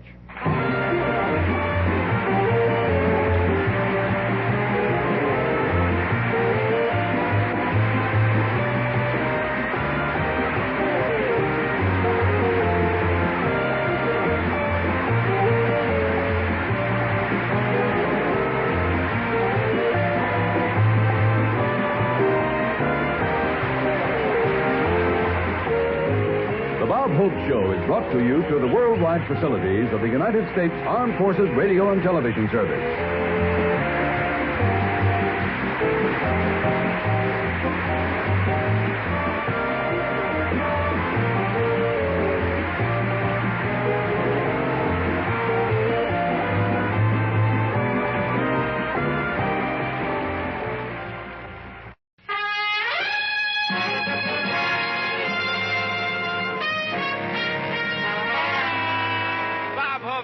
Transcribed direct from Los Alamitos Naval Air Station with Les Brown and his band of renown. Our special guest, Rosemary Clooney. And here he is, Bob Hope.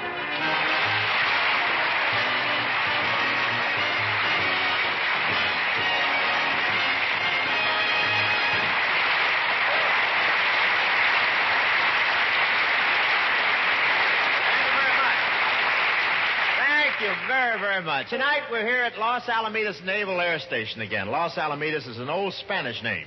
Freely translated, it means, well, you can't translate it freely enough to use it on the air, I guess.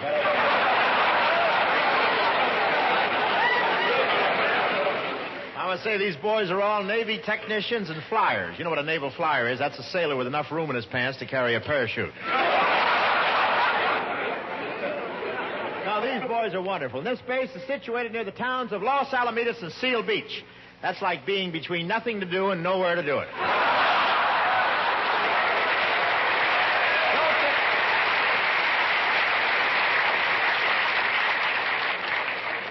Don't get me wrong. They're both beautiful towns. They're just small, that's all. Los Alamitos is so small, it's the only place in America where the draft board had to draft the draft board.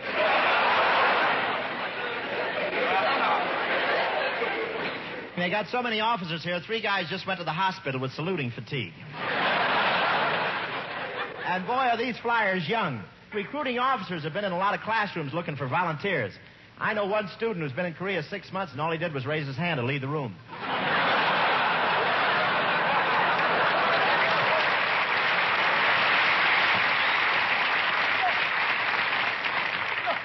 But I was proud to be invited here till I saw a sign that said, Bob Hope Show tonight at 6 o'clock. Be there. It's part of your training.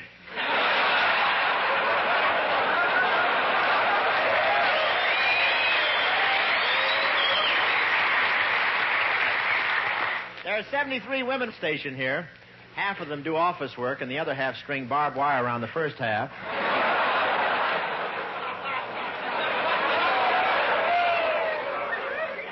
But it's all right. I brought my clippers. It's wonderful here in Los Alamitos. On a clear day, you can see Los Alamitos.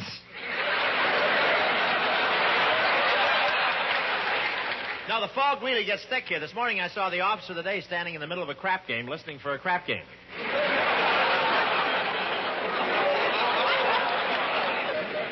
They have fog and dust both here. In fact, it's the only place where you can whistle at a girl and give her a free mud pack at the same time.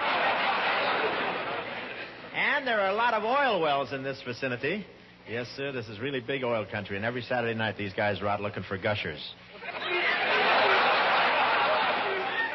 But I want to tell you, these Navy technicians picked up a lot of knowledge in the service, and one radar man with a lot of experience in detecting the approach of an enemy object really leads a happy home life now. He's out of the house 3 hours before his mother-in-law arrives. And an ex-Navy aircraft mechanic opened a garage in North Hollywood, and the other day he overhauled my car, and he did a wonderful job except for one thing. Every time I shift in a second, the wheels fold up into the fender.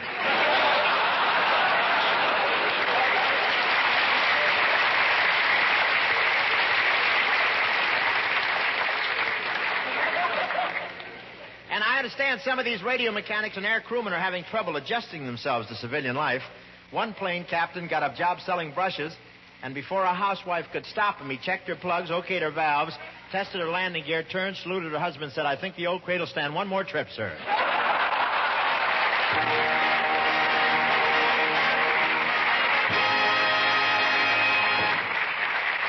Ladies and gentlemen, you know, we've all seen Bob Hope in the movies and on TV and heard him on the radio. To achieve these things, it takes a huge amount of work. Now, at home, Bob doesn't sleep all day. No, he doesn't sleep all day like other movie stars. In fact, every morning at 7:30, he springs out of bed the instant the alarm clock goes off.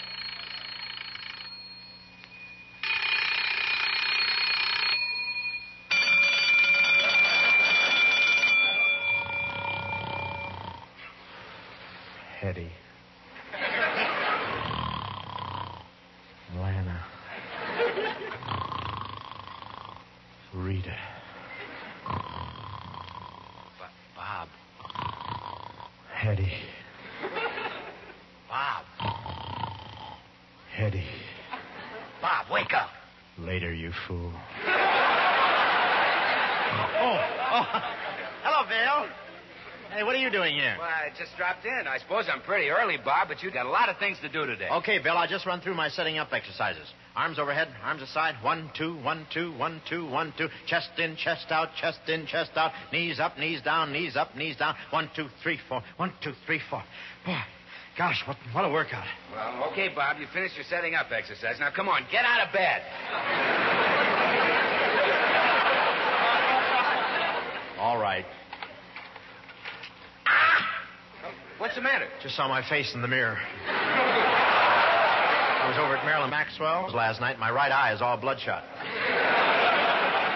Just your right eye? Yeah, there's only one keyhole.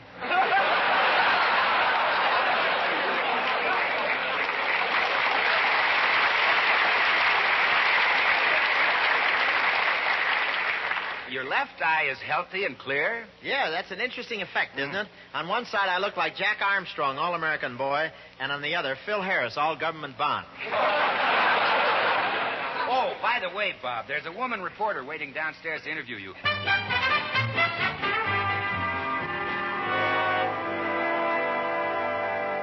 Oh, Bob, this is Miss Green of Modern Fan Magazine. Oh, how do you do? Oh, Mr. Hope, I know how busy you are, but could you possibly spare me some time for an interview? Oh, of course, Miss Green. Sit down. Thank you.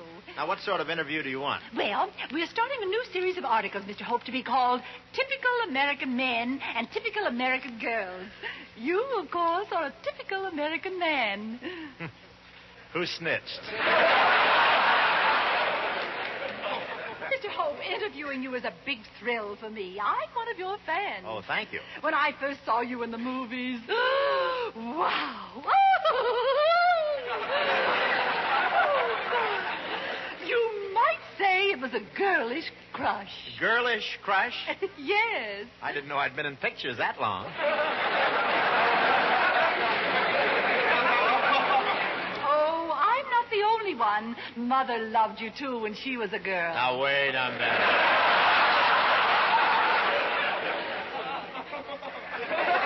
I don't go back to the gay 90s, you know. Exactly how old are you, Mr. Hope? It'll be an interesting fact for my article. Well, Bob's a little shy about giving his age, Miss Green, but I can tell you he's exactly... Oh, never mind, Bill. Never mind. Miss Green, I'm 32. Oh, now the truth, Mr. Hope. Okay, I'm 33. When were you born? May 12th, 1907. I mean, 1912. 1913, 19... What's your real age? When he comes around to 1907 again, yell bingo. Say, Bill, William G. Yes, Bob. You like my house here, don't you? Sure, I like your house. Why? Well, go get in your car, start the motor, and see how it looks in your rearview mirror, will you? Now, Miss Green, I suppose you'll want some pictures. Well, where do you want to take them? Well, this interview is to feature both you and Rosemary Clooney. Rosemary, yeah, but that's swell. So I thought we'd take the pictures over at Miss Clooney's house. I'll go over there now. Could you come along after you've had your breakfast? Oh, I'll be glad to. Well, I'll see you later, Dollface. Dollface?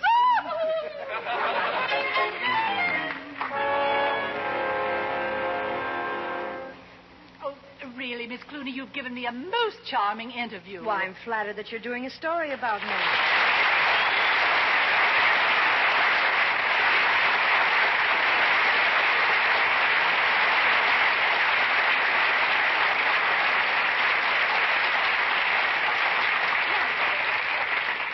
Getting back to Mr. Hope, you say that in your next picture you'd rather have some other leading man? That's right. Well, tell me, what's wrong with Bob? Oh, nothing really. It's like having an automobile. If you can have a new model, why go around with an old jalopy? I see. So I figure if I can have fluid drive, why bother with Bob and his old-fashioned clutch?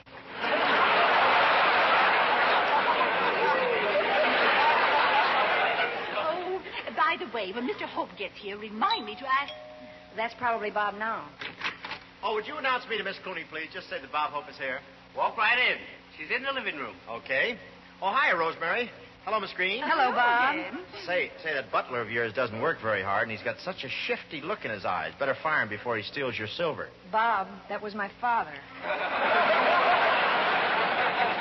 Oh, well, he's really very nice looking, isn't he?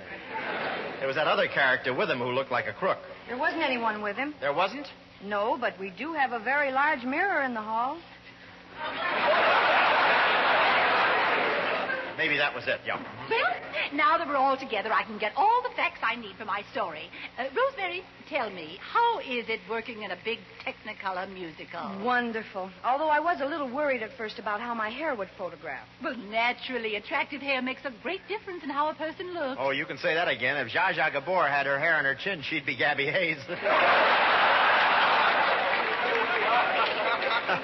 Rosemary, I know you must have been excited when you got the news that you were to be starred in a big musical. I suppose you were very happy. On the contrary, Miss Green, I used to wake up at night trembling and shaking for fear the studio would change their minds and take me out of the picture. Really? Oh, it was awful. I became so absent-minded that one morning I got on the Hollywood Boulevard streetcar and sat right on a fat man's lap. Oh, well, you don't have to worry about that anymore, dear. Of course not. Bing's in Europe now.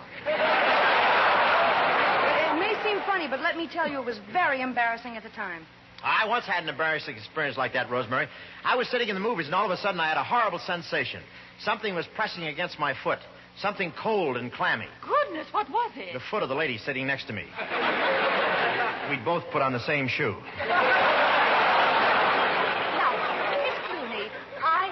question that may embarrass you, but I'm going to ask it anyway. What's that? Well, Mr. Hope mentioned Bing Crosby a moment ago. You've worked with Bing, haven't you? Yes, I have. And you've also worked with Bob. I think my readers would be very interested in knowing which of the two you prefer. Well, Bing is very nice, he's very talented, and very considerate, but I like Bob better. You do? Yes, for one wonderful reason that you very seldom find these days. Bob is a man a girl can absolutely trust. What'd you say? That's right, Bob. At any time, any place, a girl can always trust you. Well, that's the nicest thing anyone ever said about me, and I hope I can live it down.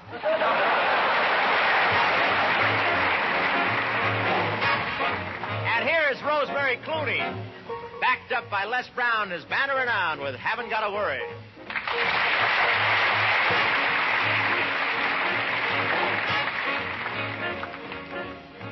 Birds can fly, so can I. I'm so happy I'm flying high. Haven't got a worry to my name. She's my friend, he's my pal. Everybody's my guy and gal. Haven't got a worry to my name. I do everything I do with brand new rhythm.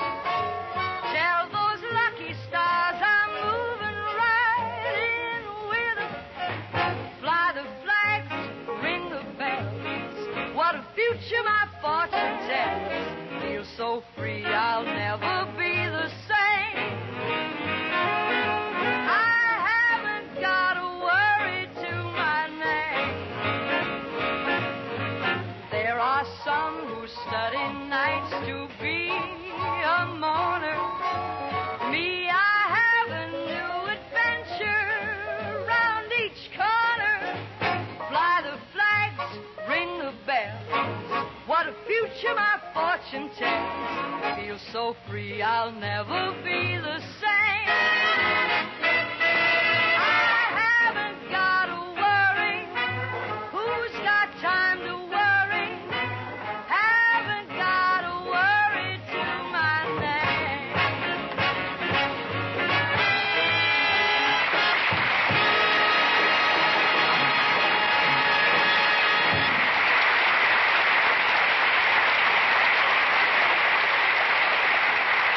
Thank you very much, Rosemary.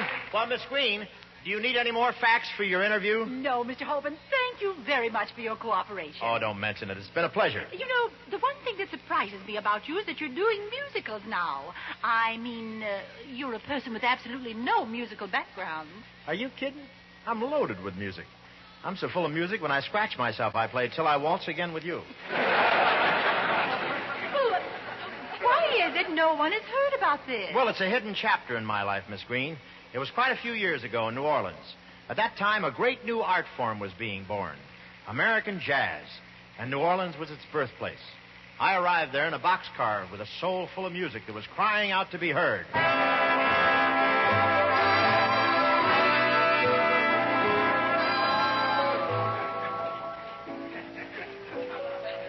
That's me playing, folks. My name is Dizzy Hope. I'm famous here in New Orleans for noodling on the piano. Every night for years now, I've been noodling on the piano. Wish I could do it with my hands. My noodle's getting tired. I own this joint. We call it the Green Hat Cafe. When you taste the food here, you turn green and ask for your hat. But it's all for kicks. This little joint is a place for real music here in New Orleans. The greatest musicians in this business all come from here. Bix, Wingy, Fats, Pop, Stumpy, Slim, Slam, Ziggy, Cozy, and John. We have to let John in. He's the only one that can read music. When the joint is crowded like it is now, I get that hot feeling in my fingers, and I can play anything. Hey, Diz, how about Melancholy Baby? Okay, Charlie.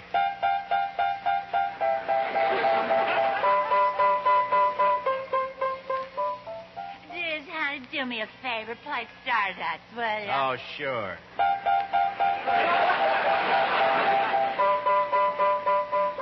When I'm hot, I can play anything. Excuse me. Yeah? Are you the owner of this place? That's right. Hey, you're beautiful, sister. Thanks. I'm glad you're not my sister. What can I do for you, honey? I'm a singer. I'm looking for a job. Well, your hair is gorgeous. Your eyes are gorgeous. Your lips are gorgeous. Let me hear you sing. Your tonsils are gorgeous, too. All right, kid, you're hired. Oh, thanks. Thanks a lot. Never mind that. What's your name? Rosemary Clooney. That's no good. You want a name that'll get people right where they live. A name that'll hit them in the pit of the stomach. I got it. What? From now on, you'll be known as Mel Termaid. Thanks for giving me this chance, Dizzy. I'll try to make you proud of me. Just remember, kid, this is New Orleans. To be good here, you got to be extra good. New Orleans is the birthplace of real music. New Orleans is where music grew up. So when you sing here, you got to sing for New Orleans like this. Way down yonder in New Orleans, in a land of dreamy dreams. Well? Where are you from? Philadelphia. I'm going to like having you around here, baby. Do you think so? Yeah, I don't see why you and I shouldn't get better acquainted. I don't see why not. After all, I'm a man and you're a woman. That's right. Yeah, I'd like to see the Republicans change that.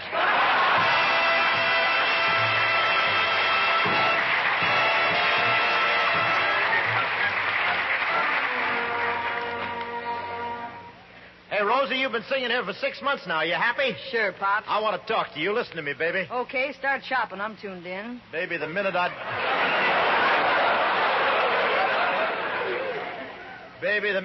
dug you, I flipped. Me too, Jack. Ever since I got you in focus, I've been stoned. Oh, you're real gone. She's nervous, isn't you? You're groove. You're salad. You know it, Daddy-O. We're so hep that even we don't know what we're talking about. I feel like some music. Yeah? Yeah, put a slug in the jukebox. Okay.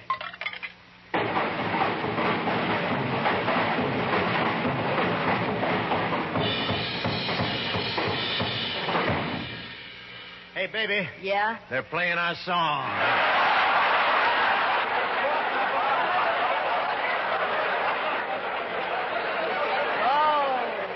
Oh, you crazy mixed-up kid. I'm nuts about you, Dizzy. Cool, crazy. I love you madly. Cool, crazy. Take me in your arms and kiss me. Cool, crazy. What are you talking about? If I don't get cool, I'll go crazy.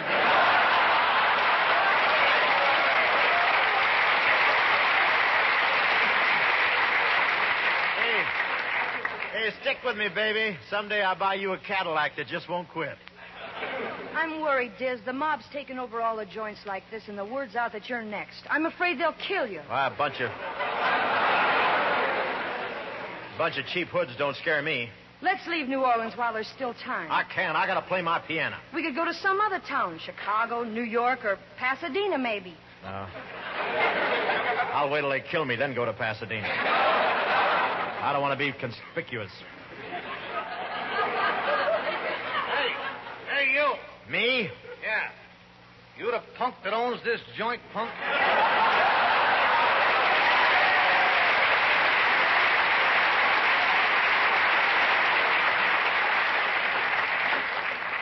Yeah, I own this place. Who are you?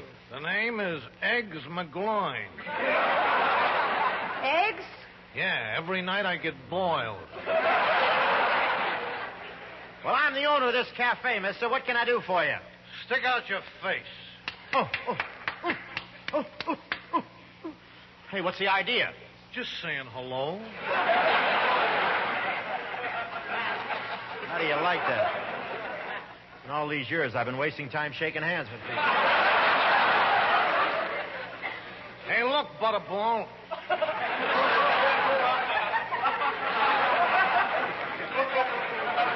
You, come down off your heels and listen to me, will you? I got a message for you. What is it? I come to tell you that I'm taking over the joint lock, stock, and barrel. What about me? And cheesecake. Come here, honey. Come here. I like your style. Now, wait a minute. You can take this club away from me if you want, but not my girl. You can't do this. It isn't right. Sister, tell your boyfriend to back up, or he's going to look like Kirk Douglas, because he'll have a hole in his chin. You think I'm scared of you? You think I'm scared of that gun in your hand? Well, I'm not, because you haven't got what it takes to use it. I'm going right to that phone and call the... What'd you say, Kike?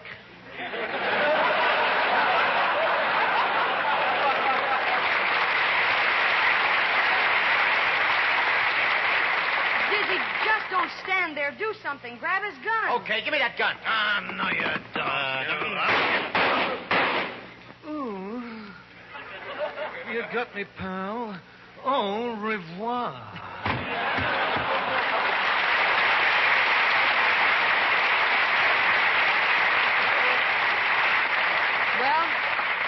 Well, he's done for. Yeah, I had to kill him. It's a shame, too. Why? Well, he's not the type. He'll never be happy in Pasadena.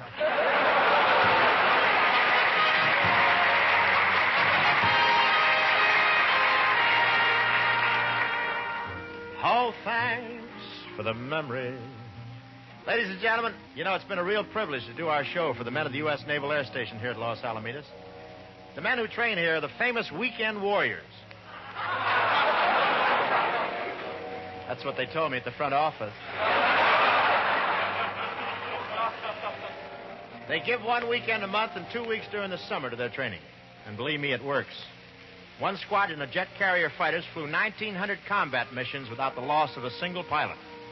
Ladies and gentlemen, there's no greater tradition in the armed forces of our country than that established by the reserves, the men who leave the factory and the farm and the office to train and then to fight when the call comes. That tradition is carried on and strengthened here at Los Alamitos every day of every year. These are the men who help keep America free. Thank you very much.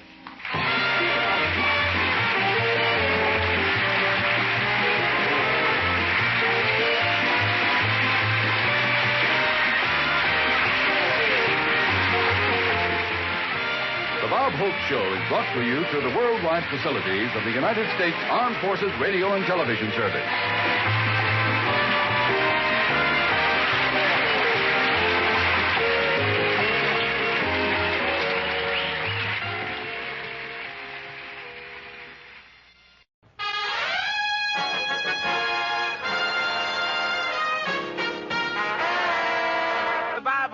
Transcribed direct from Hollywood with Les Brown and his band of renown. Our singing star, Margaret Whiting. Our special guest, Richard Widmark. And here he is, Bob Hope.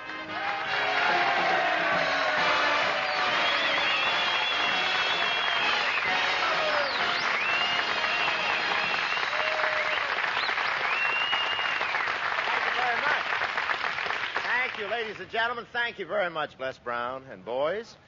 Ladies and gentlemen, we've been having a lot of excitement out here on the coast this week. The whole California Chamber of Commerce has been standing on top of Mount Wilson looking up at the sky and saying, "Do anything else you want, Lord, but don't let it rain on Palm Springs."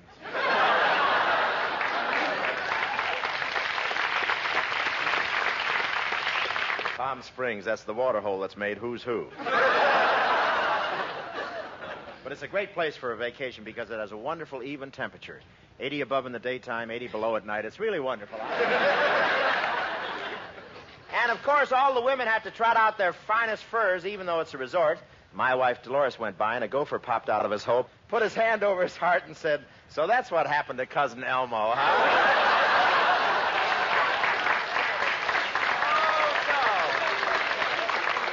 Anyway, and the town is so crowded down there in Palm Springs, it's a bonanza for hotel owners. I won't say they've jacked up the prices, but at the Desert Inn, one fella got a bill for $50, and he wasn't even staying there.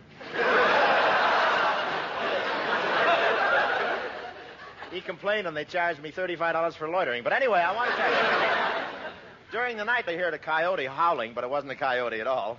Jack Benny lives next door, and he was making out his income tax. Jack's very good at making out income tax, you know. When he saw the rate he'd have to pay, he was beside himself with rage, so he put himself down as 2 dependents.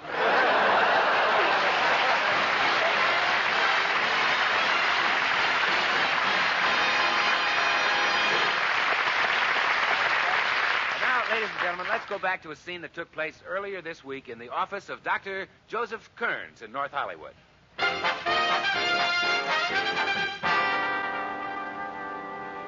Well, you can get dressed now, Bob. Put your shirt back on. Well, how am I, Doc? Everything normal?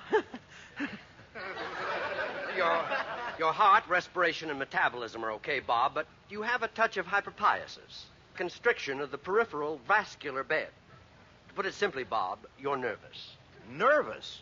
Well, why didn't you say that in the first place? Well, if I did, I couldn't charge you $50 for this visit. Have you been working especially hard lately, Bob? Yes, Doc. I've been helping Pete Martin write my life story. You see, everywhere I went, I brought a secretary along and dictated to her constantly. That went on for 3 months. I'll bet you were glad when you finished. Yeah, it sure took a load off my knees. Well, anyway, read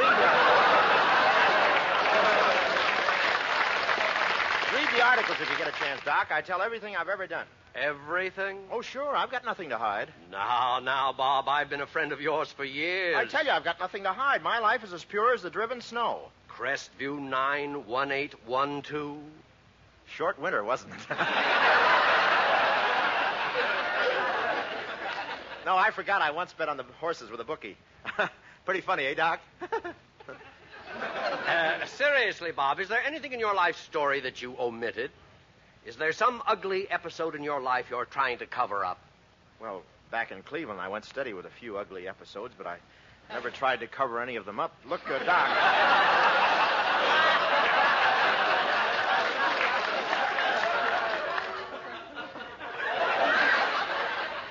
Honest, Doc, I'm not nervous. Sit down in this chair, Bob. I'll just draw the blinds and switch on this light. Now, Bob, tell me about it. You mean the kid that was always beating me up? Well, someone was beating you? Yeah, he lived near me in Cleveland. Whenever I left the house, he socked me and beat me and punched me. Well, how come this boy was so much stronger than you? I don't know. I guess he drank more milk than I did. This was in your childhood? Yeah. When I first met Muggs Widmark, I was just a kid. I was walking along the street, and I...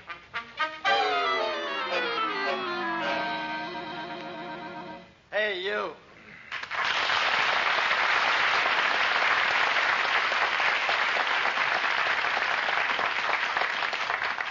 Hey, you. Who, me? Yeah, you. Where you going, punk? Oh, I am going to school to study real hard and prepare myself to be a useful citizen and a credit to my parents and my country. Oh. I feel like I just stepped on something squishy.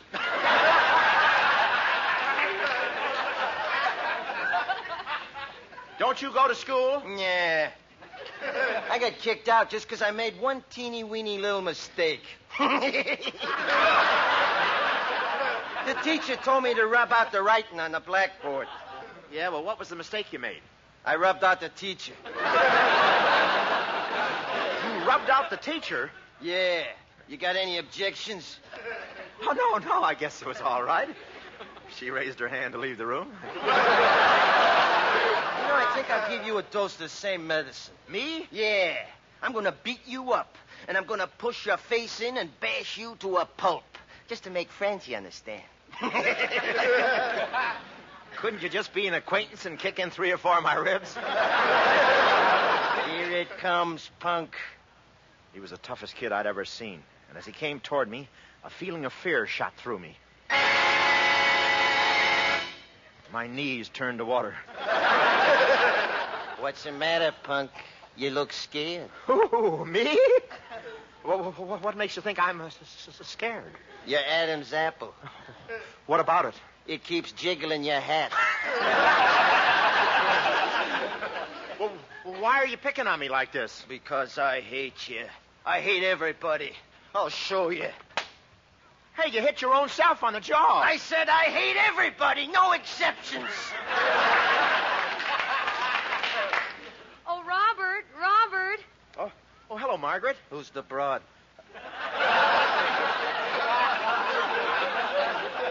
Well, what's a broad? Who's the chick? Chick? The skirt. Oh, the skirt. That belongs to Margaret. That's her, isn't it?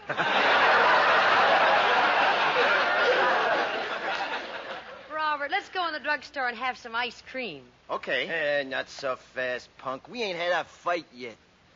In front of my girlfriend. I had to fight, so I did.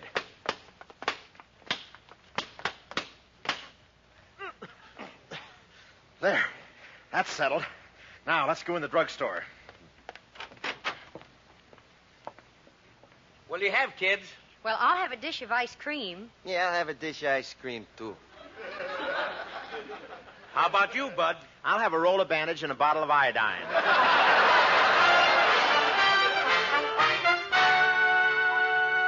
Say, that youngster was a tough little mug, wasn't he? Yeah, he looked just like Richard Widmark. You should have seen him in school, Doc. All day long, he'd just sit there taking swigs out of his thermos bottle. Taking swigs? What did he have in his thermos bottle? I don't know, but every once in a while he'd get up, kick over the desk, and holler, all the arithmetic problems are on me.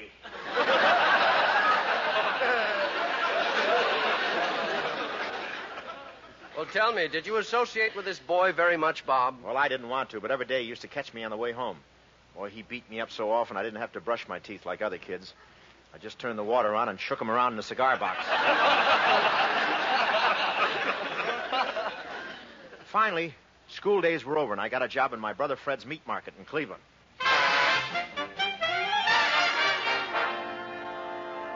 There you are, Mrs. McGillicuddy. 1 pound of ground round, 24 cents. Thank you. Who's next? Hiya, punk.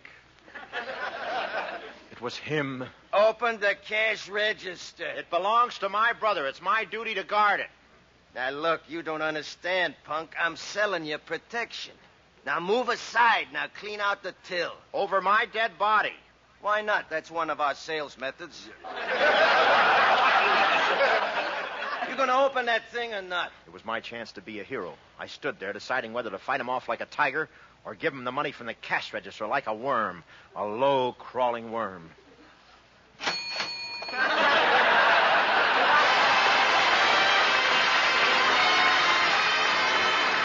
Here's Margaret Whiting doing a song from Sadie Thompson, the Blue Pacific Blues. Come in, Maggie.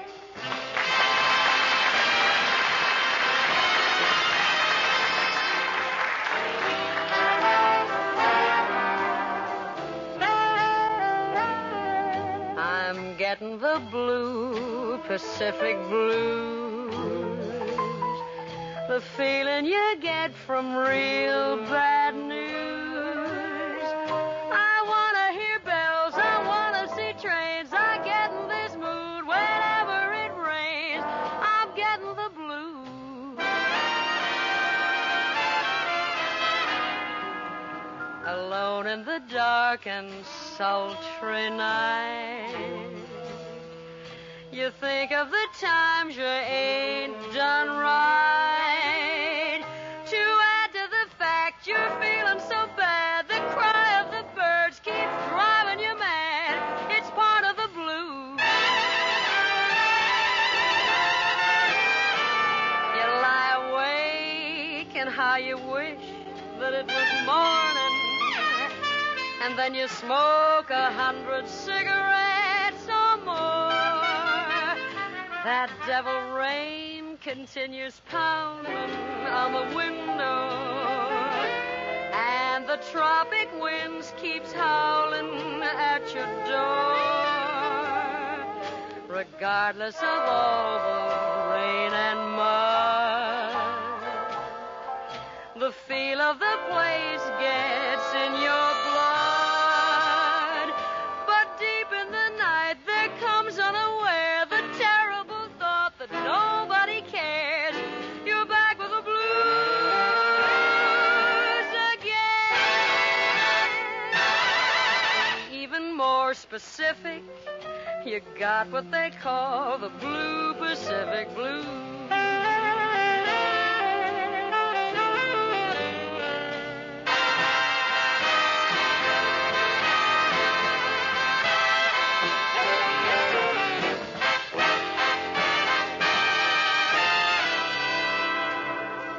That devil rain continues pounding on your window, and the tropic winds keeps howling at your door. Regardless of all the rain and mud, the feel of the place gets in your blood. But deep in the night there comes unaware that terrible thought that nobody cares. You're back with the blues again. Even more specific, You got what they call the blue Pacific blues.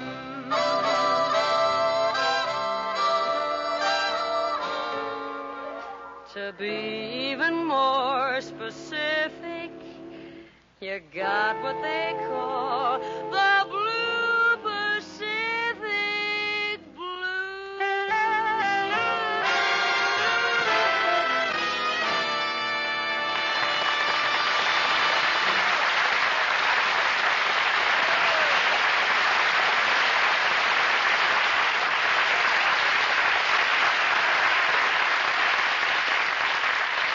You know, ladies and gentlemen, someone once said humor's the true democracy. The history of our Navy lists many great heroes, but perhaps the greatest of them all was Alfred Bullrod Stormalong. Where he was born doesn't really matter, but he was first heard of in Boston Harbor, where he signed on as a crew member of the Lady of the Sea. The captain of that good ship took one look at his new man, who stood 30 feet tall and had muscles in his arms like powder kegs, and said to the rest of the crew, "Here's an able-bodied seaman for you." Old Stormalong was a great sailor, and it wasn't many years before he captained his own ship, the Courser, one of the biggest afloat. The masts were hinged so the sun and moon could go by, and when a hurricane appeared on the horizon, Stormalong had to give the order to man the topsails a week in advance, because it took his men that long to climb the rigging. Stormalong's skill as a sailing man was known throughout the seven seas, but his greatest feat was taking the Courser through the English Channel. When he discovered the channel was less than 2 inches wider than his ship at high tide, old Stormalong bought all the soap in Holland and had his men grease the sides of the Courser. Got through the channel without any damage, but so much of the soap rubbed off on the English coast that to this day the cliffs of Dover are white. Old Stormalong was a great sailor, all right, but more than that, he was the spirit of the greatest navy in the world. Yes, it is a democracy which lets us tell stories of our industries, institutions, and legendary heroes with a twinkle in our eyes and a chuckle in our throats. And so long as we continue to laugh together as a people, we will live together as a nation. Thank you very much. And now, ladies and gentlemen, back to our story. Or rather, back to Bob's story.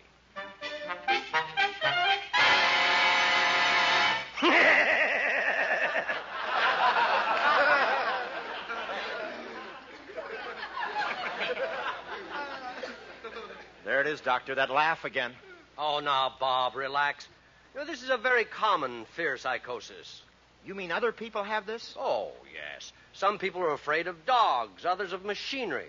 Why, one man was actually convinced his wife was going to kill him. But I analyzed the situation, and I arrived at a very simple solution. What was it? I canceled my life insurance. But go on with your story, Bob. Well, Doctor, the years went by and the Depression came along. My brother Fred couldn't afford a clerk in his meat market and let me go. I hunted week after week, but there were no jobs. I was so poor, I painted a belt around my long underwear to make people think I was wearing pants. If anyone looked closely, I pretended I had a very large back pocket. I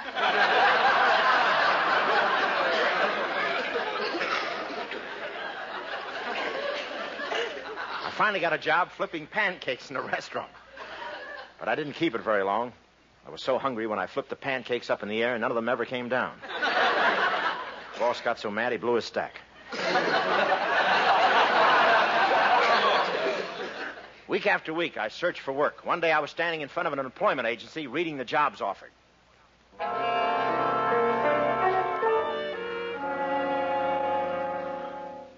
Wanted. Men to harvest crops in Imperial Valley. Wetbacks only. Bring your own towel. I was just going into the agency to inquire when all... Hey, you. Punk. He was sitting at the wheel of an expensive convertible. He wore flashy clothes of the latest cut. His fingers were loaded with diamond rings, and he was puffing a big cigar. Come here, punk. Hold out your hand. Okay. There. That's for you. I looked in my hand, and I could tell what a neat guy he was. He wouldn't flick his cigar ashes on the sidewalk.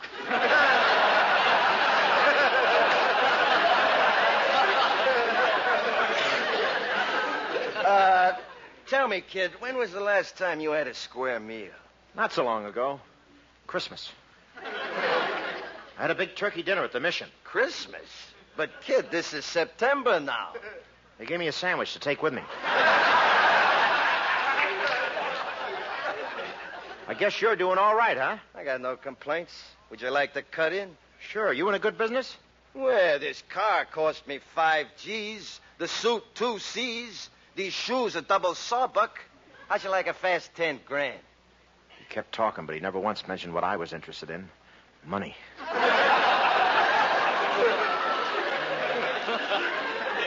Now, you're a half-smart punk. You want to grab some easy dough? Doing what? Stick-ups, heist jobs, hijacking. Well, what do you say? Sure, I'll do anything as long as it's honest. Hop in the car. Let's go over to my place and talk.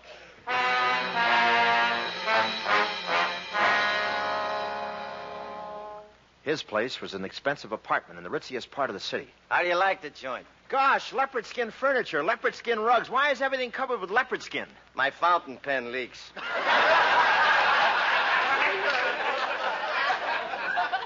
Like you to meet my girl. Hey, Maggie, come in here. Coming. She came swaying into the room. The most beautiful girl I'd ever seen.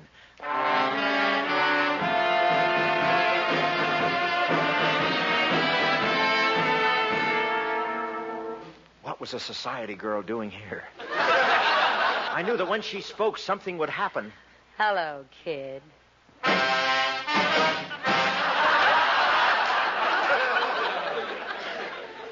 What's the matter? Don't you know me, Robert? I looked at her again, then I recognized her. She was a little girl who used to wear gingham and pigtails, my childhood sweetheart. Crestview 91812. Lay off, punk. She's my chick now. Your chick? Yeah.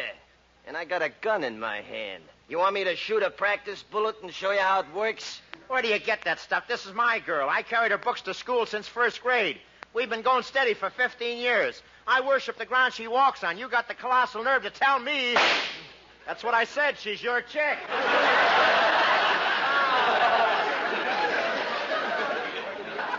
Well, come on in the bar. Meet the boys. Oh, sure. Now, you see, all my boys are the clean-cut type.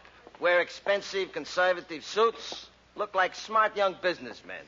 For instance, meet Joe here. Haja, haja, haja, haja, haja.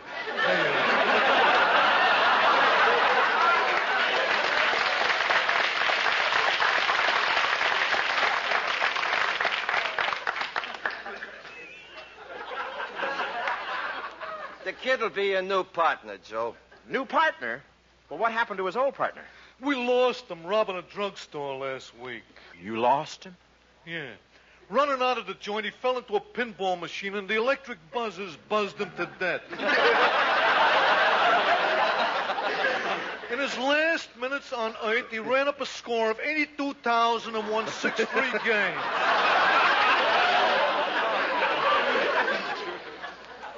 I hope his epitaph doesn't read tilted.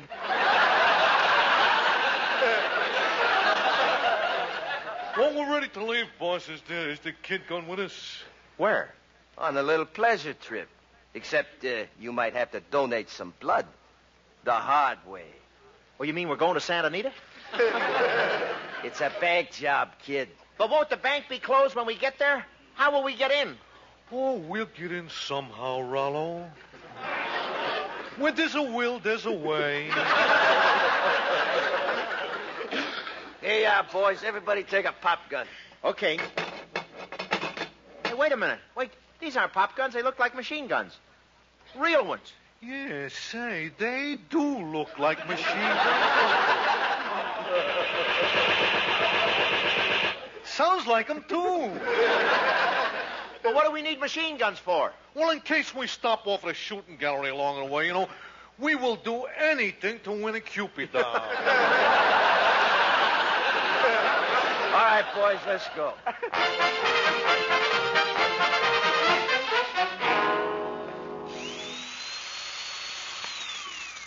There. Now a stick of dynamite. Boom. We walk in, we pick up the dough. Fellas, I don't understand this whole thing. I wish you'd explain to me again why this bank won't let you make a withdrawal during the daytime.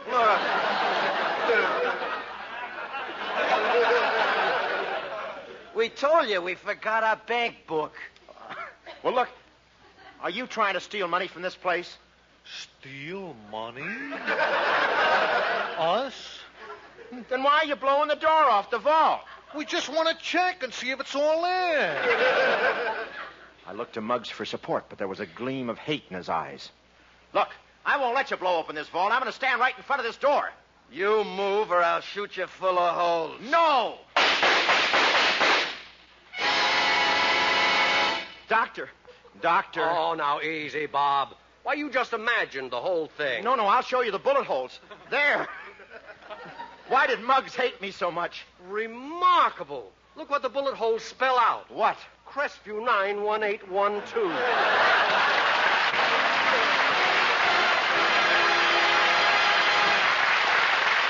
This is the United States Armed Forces Radio and Television Service.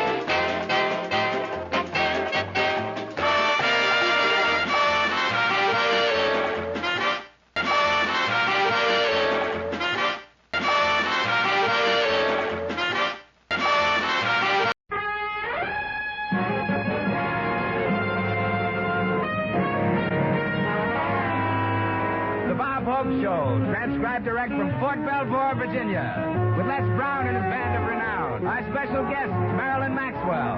And here he is, Bob Hope.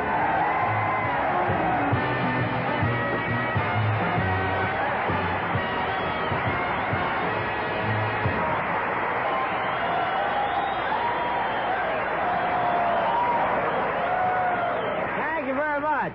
Thank you very, very much. Tonight we're at Fort Belvoir, Virginia, doing a show for the Army Engineers. I want to tell you that this outfit was founded 200 years ago by George Washington, and he's still with it. The draft boards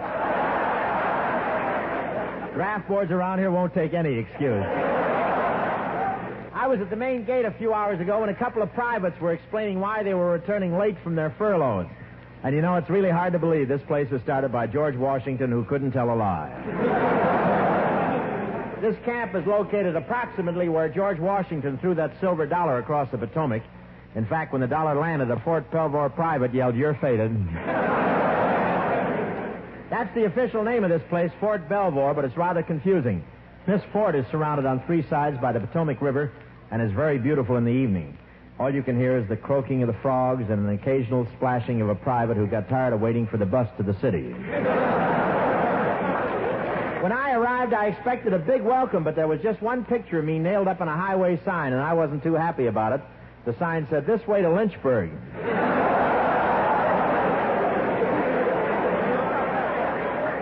This whole fort is really a big school for engineers, you know. I asked the commanding officer how many of these engineers are surveyors. He said, on Saturday night, all of them. Wait, I'll get my slide rule and go with you. While I'm here, I'm going to attend a dinner for the White House press correspondents. I love these Washington dinners. The Republicans sit in one group, the Independents sit in another group, and the Democrats sit under the table and beg for bones.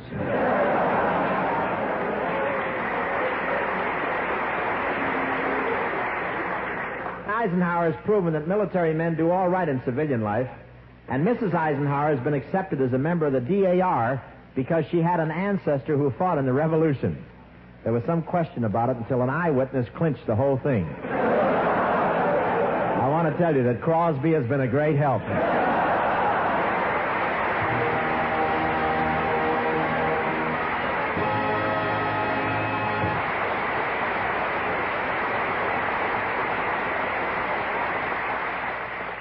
Right now, ladies and gentlemen, I'd like to have you meet glamorous Marilyn Maxwell right here.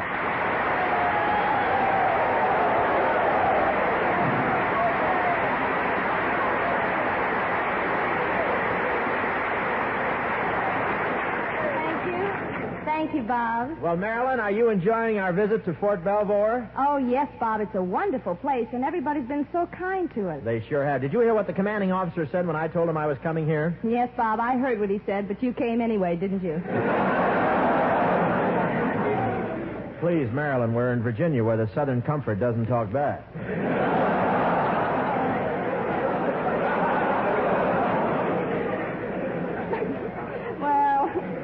Doesn't matter anyway. I'm enjoying it very, very much. Yeah, it's a great place. Isn't this a healthy-looking bunch of boys? Oh, yes, Bob. Doesn't it make you wish you were one?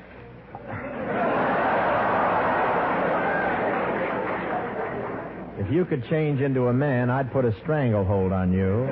And then what would you do? Wait for you to change back into a girl.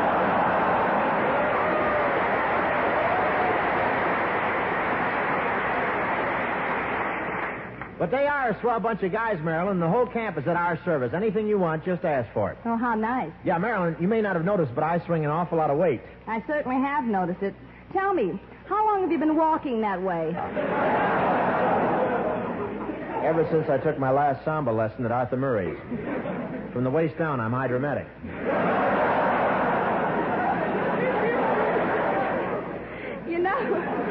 You know, Bob, the thing that particularly impressed me about this place is the way the men here act toward a girl. Well, how do you mean? Well, they have such good manners. When they're introduced, they take your hand and smile and bow. They show that real Southern courtesy. Well, that's to be expected, Marilyn. We're in Virginia now, and every one of these boys is a Southerner. Some of them come from as far down as South Dakota and Idaho. I'm not joking, Bob. One soldier was wonderful to me today. Who's that? The sentry at the main gate. For a kiss, he let me in free. Why, Marilyn, there's no admission charge to... Oh, I see. Yeah. Oh, there's a kid that's going to be general someday. While we're here, Bob, I wish somebody would give me a good recipe for Southern fried chicken. For Southern fried chicken? Well, it's easy to prepare, Marilyn. You just fry the chicken in batter, stick it in the oven, and keep basting it with mint juleps. You keep basting it with mint juleps? For how long? Well, you don't have to time it. When the oven door opens and it walks out whistling Dixie, that's Southern fried.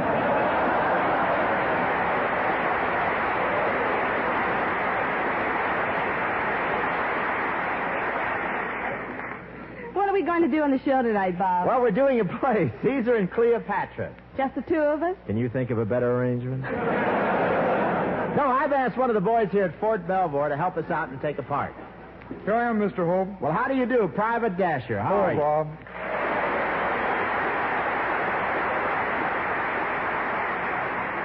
Say, do you know who that is standing next to you, Private Dasher? It happens to be Marilyn Maxwell. Hello, Dasher. Hello, Miss Maxwell. Now, Private Dasher, as I said, we're doing a play tonight. Hello, Miss Maxwell. And you have a part in it. Hello, Miss Maxwell. So I'm counting on you to do a good job. Hello, Miss Maxwell. Why do you keep saying hello, Miss Maxwell? I can't help it. My balls are stuck.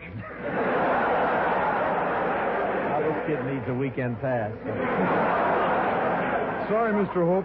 I'm not used to this. Guess I'm a little flustered. I know how it is. Just relax, Dasher. Now, to put you at your ease, I won't talk about myself. I'll talk about you for a while. Have you seen my new picture? Yeah, I saw that picture. How'd you like it? Swell. And Miss Maxwell, I guess you enjoyed making those love scenes with Bob. Oh, I did. I enjoyed every bruise of it. You always complain about the way I do love scenes. What's wrong with my lovemaking?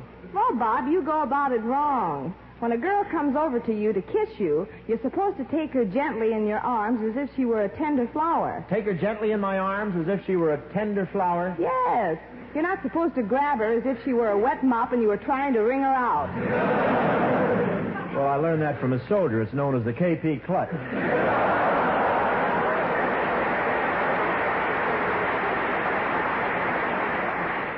Now, look, Private Dasher, let's concentrate on the play we're doing tonight. Do you think you can handle an acting part? Well, I've had a little experience. When I was a kid in grammar school, I was the only boy in a drama class of 60 girls. No kidding. Well, how could a guy get in there with all those girls? Even in those days, I was an engineer.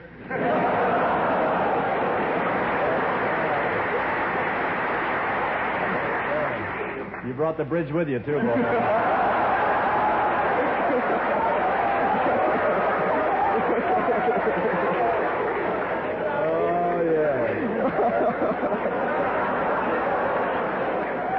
I can just see you chasing a girl with a mine detector, but I want to tell you, Private Dasher, good acting is just a matter of practice. I even practice reading scenes aloud when I take a bath.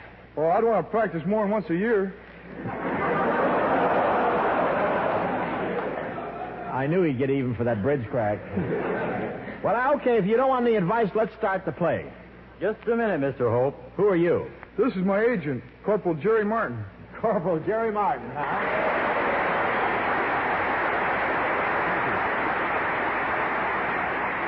Now, wait a minute. You're Private Dasher's agent? That's right. I handle all his business affairs, and I get a percentage of everything he does. You get a percentage, huh? Well, what happens when he goes out on a date? Well, he buys the girl flowers, takes her to dinner, takes her to a show, buys her a midnight snack, and then pays for the cab ride home.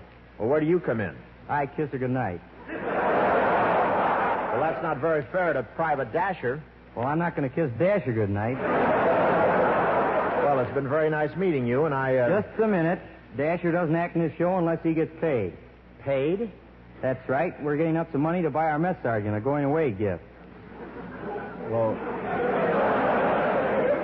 where's he going? No place, but we thought he might take the hint. Well,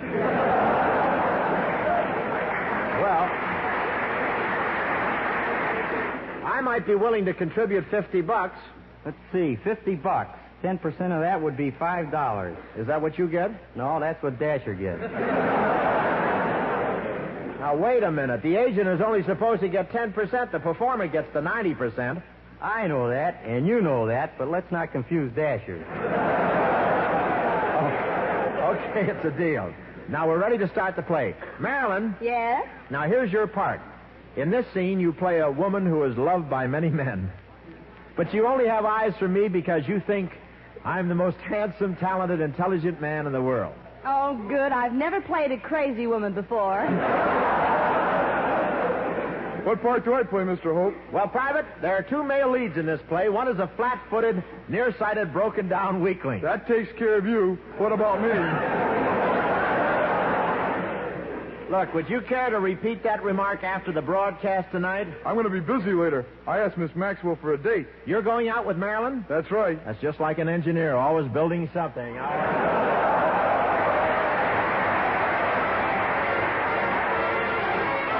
Here's a little number done by Marilyn Maxwell and yours truly in the Paramount picture Off Limits. Number written by Evans and Livingston, All About Love. Come in, Marilyn.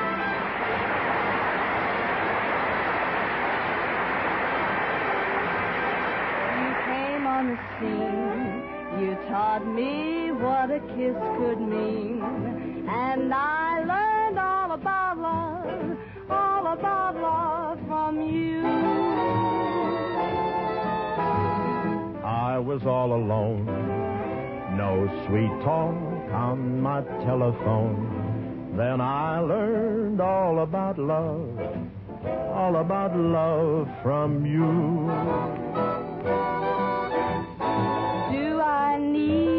Kiss. Do I live for this? Well, unless I miss my guess, if you should lose me, blues would choose me. Here in your embrace, I found the thrill I can't replace.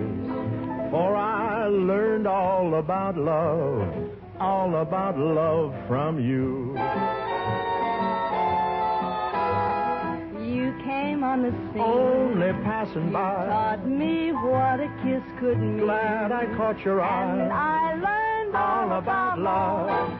All about love from you.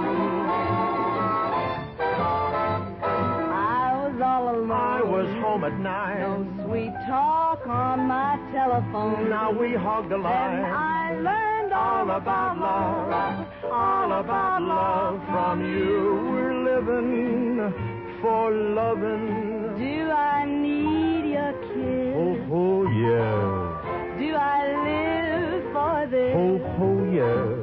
Well, unless I miss my guess, if you should lose me, blues would choose me here in your embrace. Baby, you're so real. I found the thrill I can't That's display. the way I feel. For I learned all about love. All about love from you.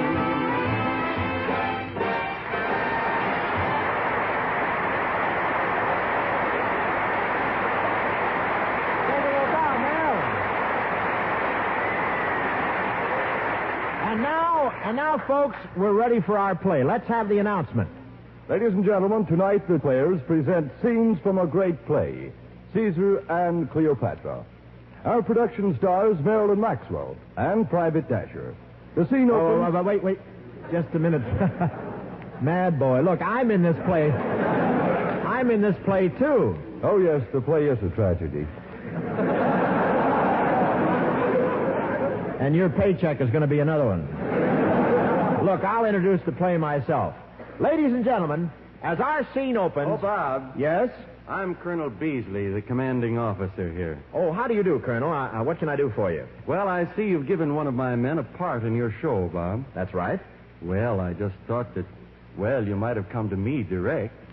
Colonel, you mean you'd like to appear with me? Well, there's a little ham in all of us, Bob. And this would be a wonderful chance to take a lesson from the master.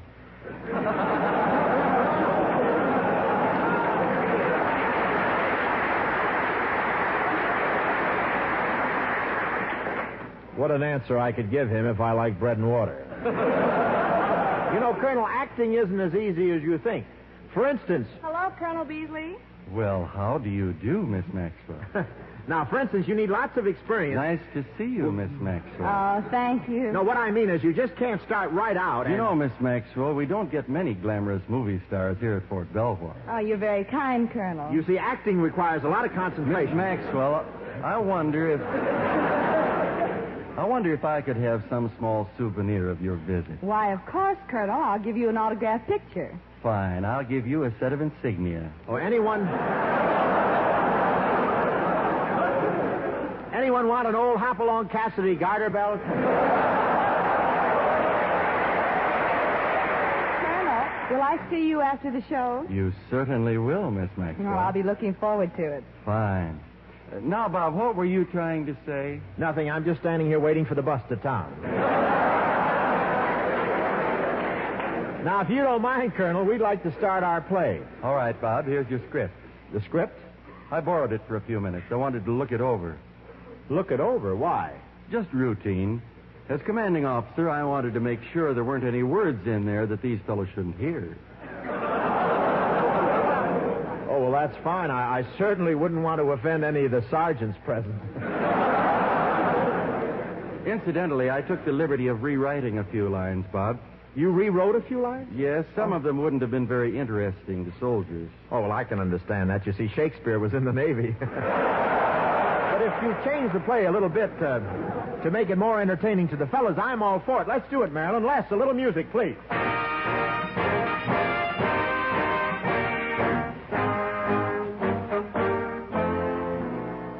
And now, one of the great love stories of all time, Caesar and Cleopatra.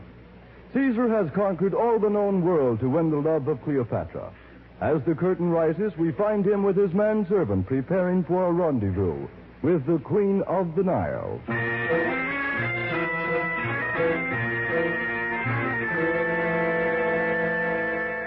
Regard me, knave. Am I not the handsomest man in all Egypt? Ah, the beautiful women who have thrown themselves at my feet. What women, sire?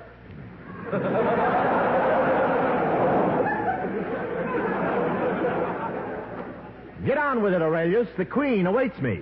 I shall make all haste, sire. I have rubbed thy head with oil of balm, thy chest with oil of lotus, thy feet and thy limbs with oil of pine. What can I do for thee now, sire? Crank me down and get me off the grease rack.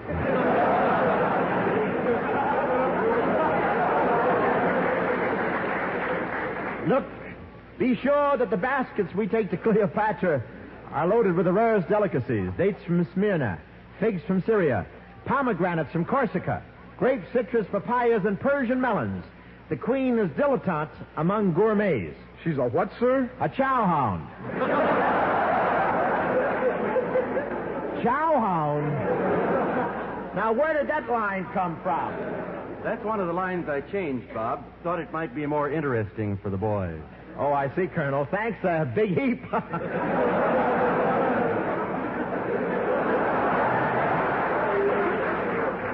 I go now, Cleopatra. The flower of the Nile awaits me.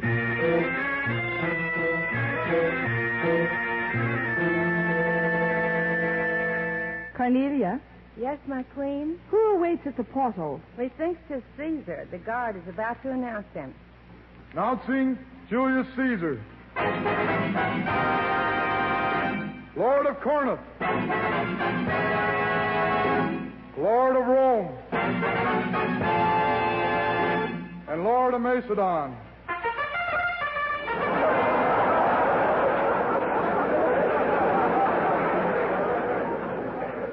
I'm also Lord of Pimlico. You did very well, Private Dasher. Now, I'll do everything I can to help your re-enlistment there. Thank you.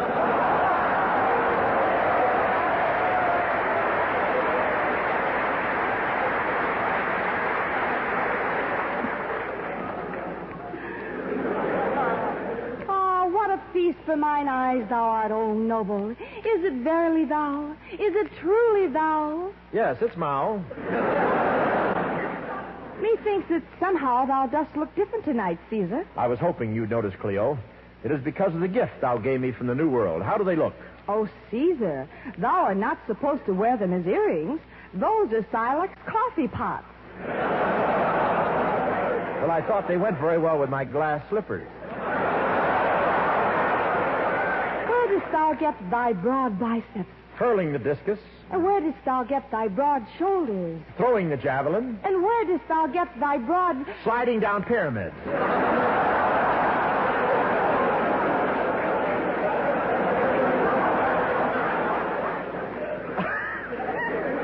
Ah, Cleo, how lovely thou art tonight. How silken thy tresses, how red thy lips. And thine eyes. Ah, thine eyes shine like a mess kit on inspection day. A mess kit on inspection day. That's another line I changed, Bob. Oh, I never would have known.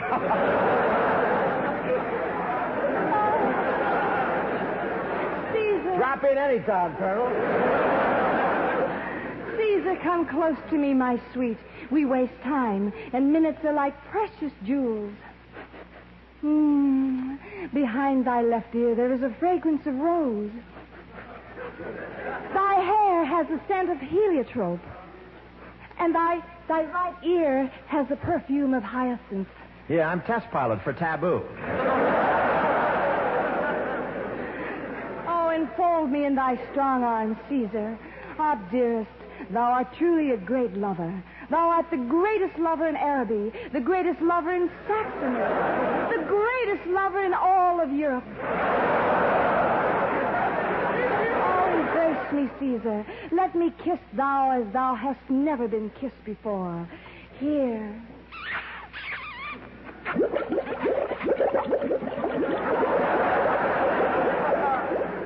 What's that sound? The coffee in the Silex percolating.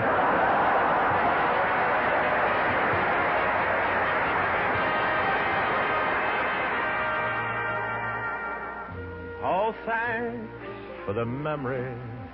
I want to thank Commanding Officer General Stanley Scott, Lieutenant Colonel Frank Clark, Captain Richard Lewis, SFC Sally Belote, Corporal Jerry Martin, Corporal John Wilson, the announcer, PFC Tom Dasher, all of them, a wonderful guy, PFC Horace Drew, PFC Merle Garner, also Commander Bishop, our project officer, and Captain Francis Gilbert for helping us out here at Fort Belvoir. Without these people, I don't think we could have made it. You know, ladies and gentlemen, in June 1778, an order was issued from General Headquarters, Valley Forge, setting up a school of engineering in the Army of the United States. From that beginning, 175 years ago, the School of Engineers here at Fort Belvoir has become one of the most efficient, respected military organizations in the world.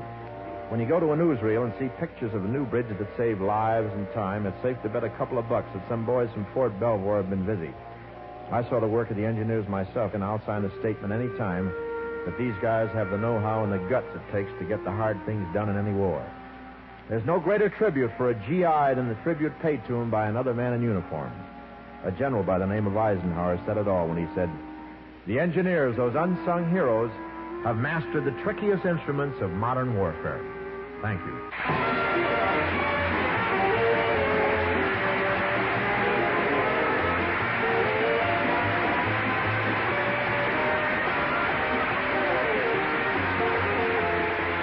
The Bob Hope Show is brought to you through the worldwide facilities of the United States Armed Forces Radio and Television Service.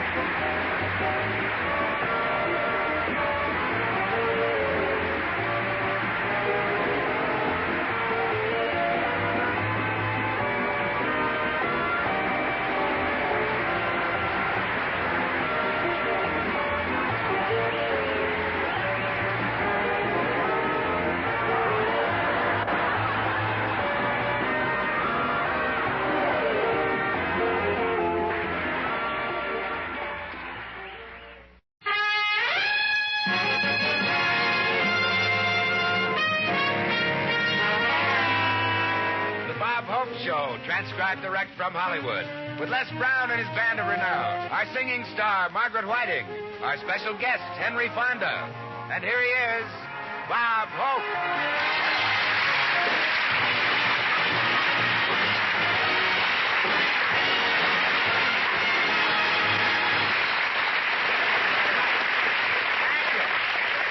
Thank you very, very much. Thank you, Bill. Very happy to be back here. And out here in California, we're having some wonderful weather.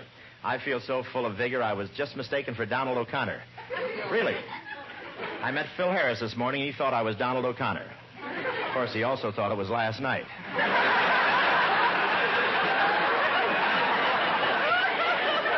I really was mistaken for Donald O'Connor the other day. Two women passed me on Vine Street, and one said, "Hello, Donald." She must have thought I was really young and fresh-looking, because then she turned to her friend and said, "Isn't that Donald Crisp?"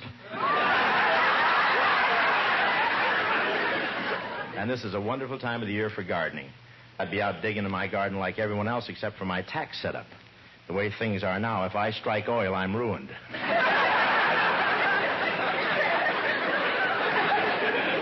This is the time of the year when gardeners plant things. Of course, Jack Benny does his planting all year round. I started a garden 3 weeks ago, but I haven't done much with it. Zsa Zsa Gabor's swimming pool is on the other side of the hedge. And you'd be surprised how little you can plant when you're standing on tiptoe.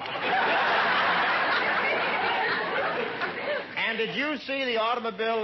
The manufacturers brought out their new cars, you know. You can see them in any used car lot in town. One new car even has a television set in the rear window. It's very convenient for motorcycle cops. While they're chasing you, they can watch Dragnet. And the new models are so automatic that pretty soon we'll have cars running around without drivers. Of course, we've had that in California for years.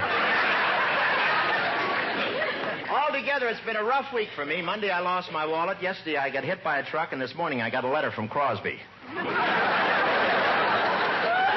you can always tell when Bing has left Hollywood. The Bank of America looks like a saloon in a ghost town. It's a very nice letter. I'll read some of it to you. Bing says he's staying a week in Ireland, a week in England, a week in Scotland, and 4 hours in Paris. I know people get old, but this is ridiculous. Bing King has plenty of company in Europe. So many movies are being filmed over there. There's nobody left in Hollywood except Francis, the Mule, and Lassie. The three of us had lunch together yesterday at the Brown Derby. And you know, foreign films are becoming very popular over here. I saw an Italian picture at a drive-in movie last night, and it was very entertaining. It was wonderful to be able to hear Italians speaking the Romance language and at the same time look around and see Americans acting it out.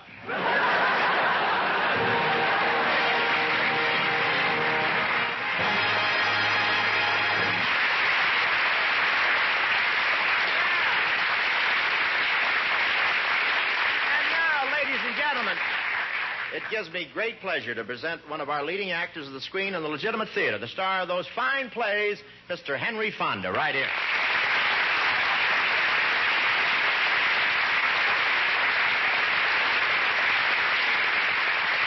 Thank you. Say, it's nice to have you with us, Henry.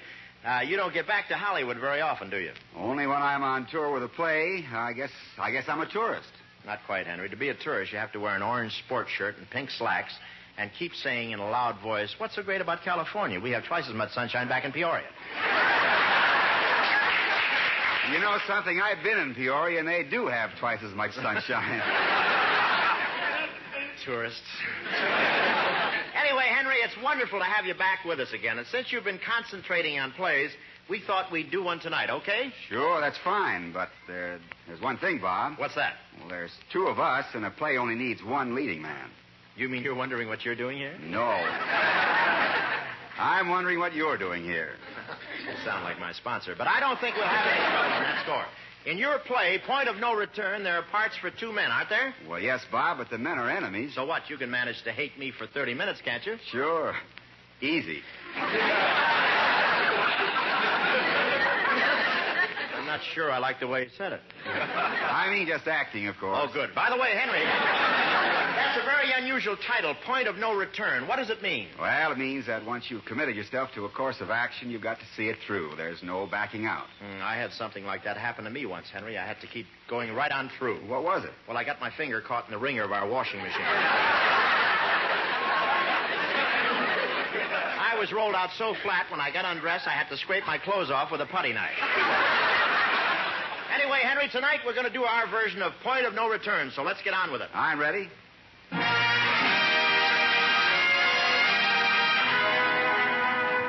This is the story of two men who work in a bank.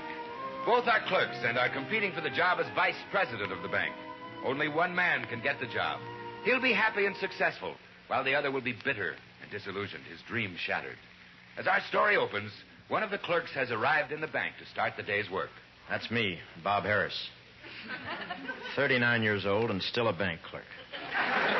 And in my class yearbook, it said Magna Cum Triumphum Magnifico, which is Latin for once a jerk, always a jerk. In my job, I handle thousands of dollars every day, but I never have any money for myself. Piles of money all around me, and I'm broke. It's like living next door to Jane Russell and going steady.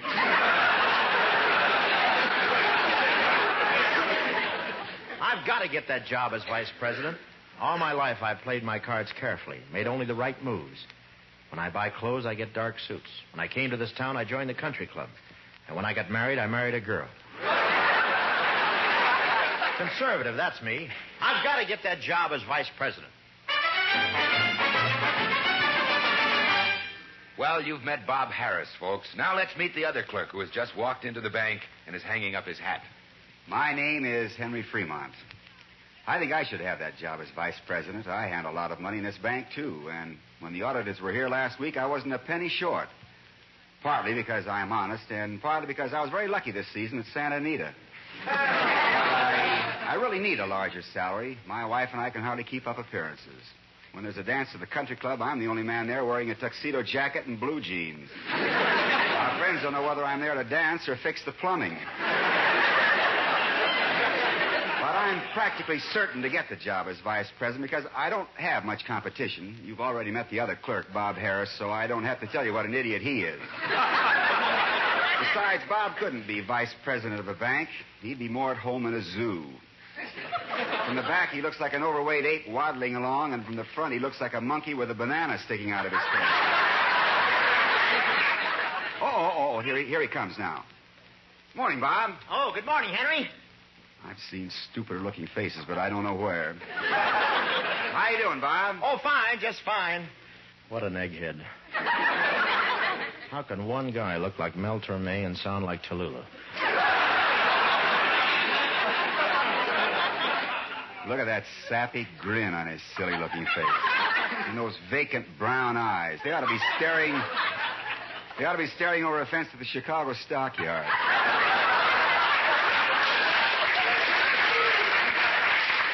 Say, stupid, I mean, Bob. Yeah, Henry. What's on your mind? Mind. I'm flattering him. He hasn't got anything in that skull except the empty places where his marbles used to be. You'll see. Mr. Harkins will pick me to be vice president. How can you possibly expect to win out over me? What do you mean? Well, it stands to reason. I'm more intelligent than you are. I had to be smart to get out of Harvard Law School. Yes, Harvard got a stone wall around it and guards with machine guns? No. Then I had to be even smarter to get out of my school. What school did you go to? The Cleveland House of Correction for juvenile delinquents, criminal types, and human misfits. I majored in all three categories. Bob, we're silly to argue about the promotion. Hey, look out. Here comes the boss. Bob! Henry! He's in a better mood than usual. He's only in a rage. What's the matter, Mr. Harkins? I'll tell you what's the matter. Harris, did you okay this loan for $10 million? Oh, that? Well, the company I loaned it to sounded like a reliable firm, sir. A reliable firm. It says here they call themselves the Society for the Care and Feeding of Motherless Pollywogs in the Asiatic Sea.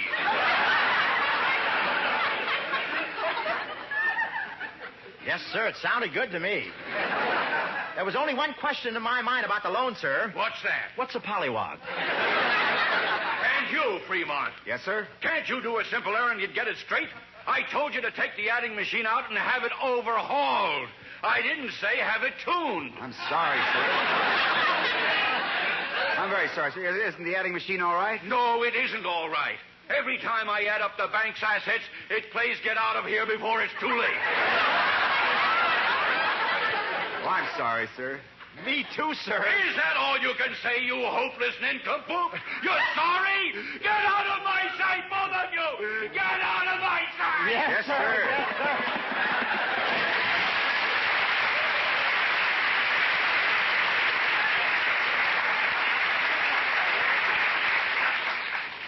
Well, he's gone. He didn't scare me a bit. He didn't scare me either. You sure he's gone? Yeah.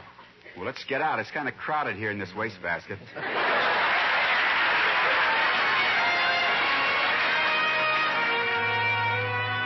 That songbird, Margaret Whiting, now sings I Believe, backed up by Les Brown and his Palladium Boys. Come in, Maggie.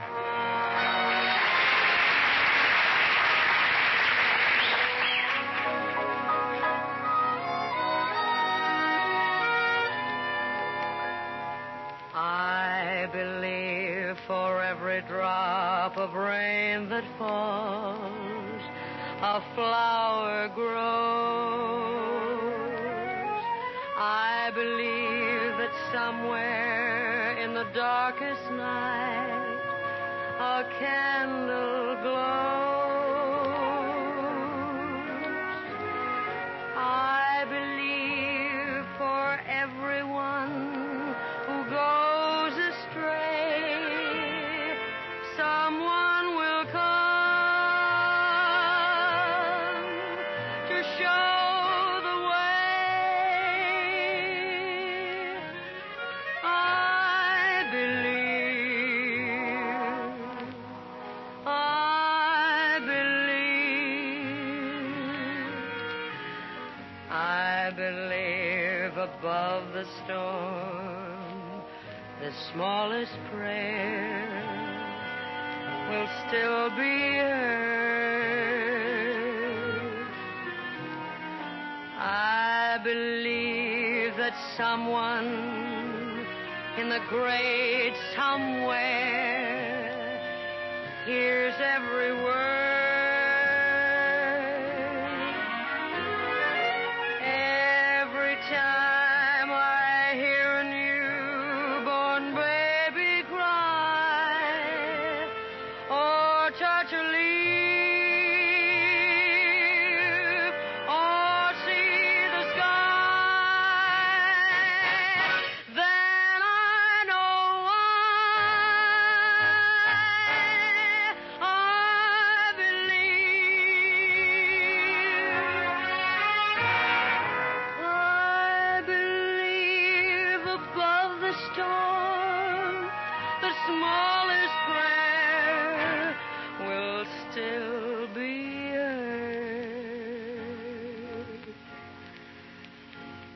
I believe that someone in the great somewhere hears every word. Every time I hear a newborn baby cry or touch a leaf or see the sky, then I know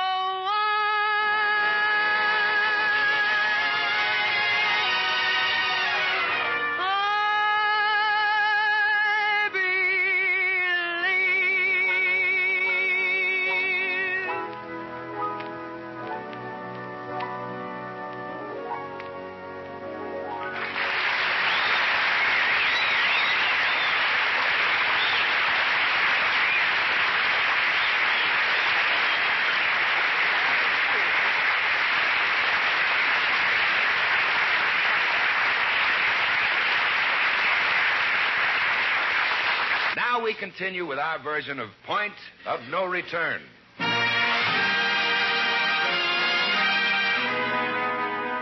As the weeks go by, the rivalry between the two bank clerks, Robert Harris and Henry Fremont, grows stronger.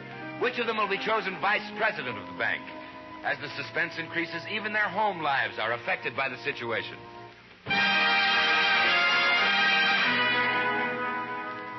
I don't understand it, Robert. I don't know why you don't walk right in and ask Mr. Harkins who's going to get the vice president's job. But, baby lamb, that's not the way things are done in the bank. Well, I don't care how things are done at the bank. Now, we need more money, and, oh, Robert, you ought to be ashamed of yourself, letting your wife scrub floors. Yeah, well, lots of wives scrub floors. Yeah, but not other people's. Don't worry, dollhead. If I get this job, I'll dress you in the finest. You'll be the only scrub woman on the block with mink knee pads. Little lamb fuzz, you. Why don't you go to the boss and tell him how stupid that Henry Fremont really is? Oh, I couldn't do that. Well, why not? Well, no matter what happens, I want to be as square as possible. I think you've got a great start. Robert, you know what's wrong with you? You don't assert yourself. That's why they don't appreciate you down there. Oh, Mr. Harkins ought to know how hard I work by this time. I keep 3 secretaries busy. You do? Yeah, 2 of them with office work. Well, I like that. Exactly what goes on with you and the 3rd secretary. She shoots a great game of pool. Now, stop nagging me, will you? If I don't get the promotion, so what? I can always go back to my old job. Some job. Chicken massager in a poultry market. Well, it wasn't such a bad job. After they plucked the chickens, I used to smooth out the goose pimples with lotion. Robert, haven't you got any ambition at all? Don't you want to take care of your family? Look at poor Junior. He's got to have braces for those big buck teeth. Well, I don't mind those buck teeth. It gives him character. He's the only kid in the neighborhood who looks like he swallowed a pitchfork.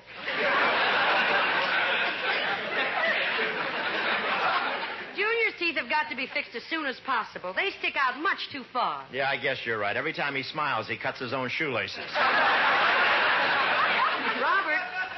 Robert, I'm warning you for the last time. Tomorrow morning, I want you to walk into that bank, and I want you... Nag. That's all you ever do, Mag. That's all you ever do. I'll bet Henry Fremont isn't going through this with his wife.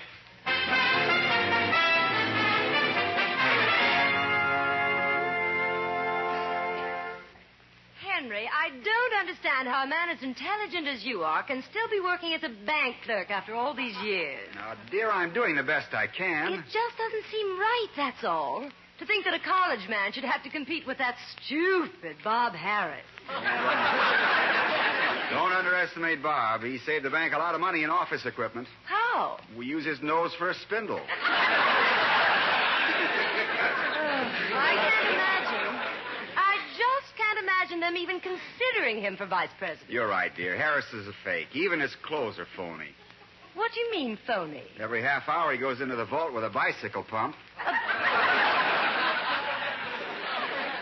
bicycle pump? Yeah, he has a leaky valve in his shoulder pad. Yesterday, he pumped him up too high. What happened? His left shoulder exploded and blew him into the powder room. It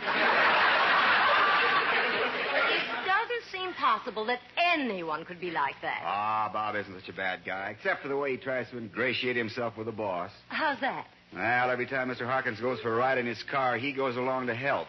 To help? Yeah. Bob sits on the front bumper and yells, "Out of the way, you peasants." That sounds exactly like him. Ah, Bob has his good points, if you look for them. I think he's vulgar, cheap, moronic, stupid, dishonest, crafty, hateful, obnoxious, and a general all-around pest. See, I told you he had his good points. Well, anyway, the whole thing's going to be decided tomorrow. Mr. Harkins is going to give us his decision then. You don't think he'd ever pick Bob for the vice president's job, do you? Ah, he'd never fit in with that board of directors. They're just a bunch of stodgy old men who sit around all day and tell dull stories and bum jokes and... Say, maybe he'd fit in after all. Well, anyway, we'll know the answer tomorrow.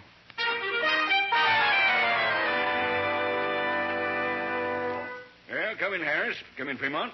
Sit down. Help yourselves to the cigars. Yes, sir. Thank you, sir. Well, boys, this is the big moment. The bank will soon have a new vice president. I hope you'll choose me, Mr. Harkins. I have some great ideas to increase our business. Really? But really, I've got a lot of good ideas. I've got a lot of good ideas myself, Mr. Harkins. The man I pick for vice president has to be absolutely reliable in every respect. Completely trustworthy. Well, I'm trustworthy, Mr. Harkins. I know how to handle large sums of money, millions. Ha ha, that's funny. I bet you've never even seen $1 million. Yes, I have. I was with Jack Benny once when he took off his shoes. He was wearing uranium argyles and platinum Dr. Scholl's foot pads. This is a serious matter, Harris. I want my vice president to be a man of unimpeachable character. And because of his high position, he must know the best people, go to the best places. Well, I go to the best places. New York for the theater season, Long Island for the yachting season, Fresno for the grape crushing season. Fresno for the grape crushing season? Yeah, they're paying $2 a bushel if you have flat feet. Well, men, I think it's time for me to announce my decision. Naturally, we need a vice president who can do a lot for our bank. Well, I've already done a lot of things for the bank, Mr. Harkins. After that hold-up scare, didn't I completely redesign the lock in the main vault? That's true. Yeah, now it won't open unless you get 3 cherries straight across. If you give me the job, Mr. Harkins, I'll devote all my time to the bank. I won't be like Harris here, a scatterbrain who's always running off in all directions. Don't listen to him, Mr. Harkins. I'm heart and soul in banking. Lots of men dream about Rita Hayworth and Lana Turner, not me. Now, what do you dream about? A safety deposit box and a tight sweater. See, Mr. Harkins, Harris doesn't know what he's talking about, but I do. Well, I've got a plan that'd improve the operation of the whole bank. Yeah, what's that? Well, I'd start by shifting all the personnel. I'd move Johnson to new accounts. I'd put Wilkins in trust department. I'd move Simpson to the supply room and Green to the stock room. Wait, you haven't mentioned me. What room would I be in? You think you could operate a roller towel? Well, I could give it a whirl. Well, tell us, Mr. Harkins, who's the new vice president? Is it me or Henry? I won't keep you in suspense any longer. Here's our new vice president. He's just joining the bank. Mr. William Grant. Come in, Grant. Hello, gentlemen. What? You pass us up for an outsider? Well, now, I know I'm a new man, but I think we can all get along together. Where's he from? The International Correspondence School? No, sir. I'm not going to take orders from a guy who walks in off the street after I've worked here all my life. I don't kowtow to anybody. I don't lick anybody's boots. I'm not a stooge. That goes for me, too. Don't try to push us around, buddy. Now, I've tried to be pleasant about this. Now, wait a minute. But I can be tough, too. Now, look at him. I'm in charge. So I've just got this to say. Get out of here. Get out of here immediately. Say, Henry, have you put on some weight? Yeah, why do you ask? There used to be plenty of room for both of us in this wastebasket.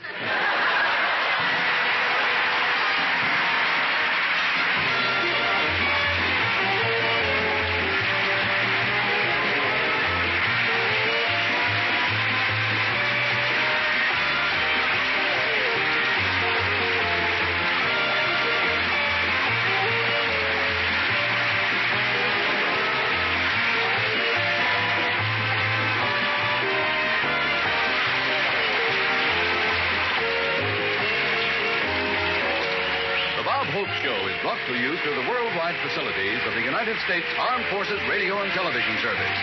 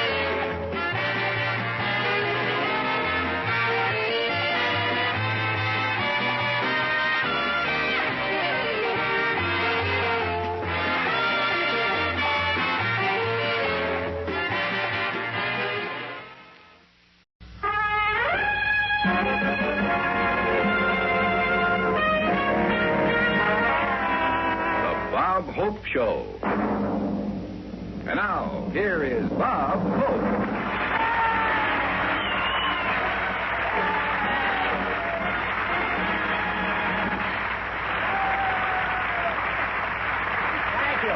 Thank you very, very much, ladies and gentlemen. I'm broadcasting from Walter Reed Army Hospital. Of course, there's romance in the air. One patient thought he was feeling the pangs of love. Then he discovered his nurse was giving him a hypodermic with his back rub. But there's a very new type of hypodermic needle here. It makes the hole so small the doctor can hardly put his foot in it. And the guys here, the patients here, certainly aren't to return to service, really. One of them was talking to a cute blonde nurse, and I heard him say, "Meet me tonight, honey. I'm ready for active duty."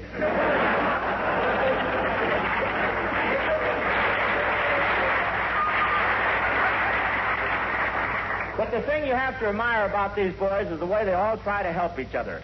As I walked into the hospital this morning, one GI stopped me and said, "Don't worry, buddy. You'll be amazed at what plastic surgery can do for that nose."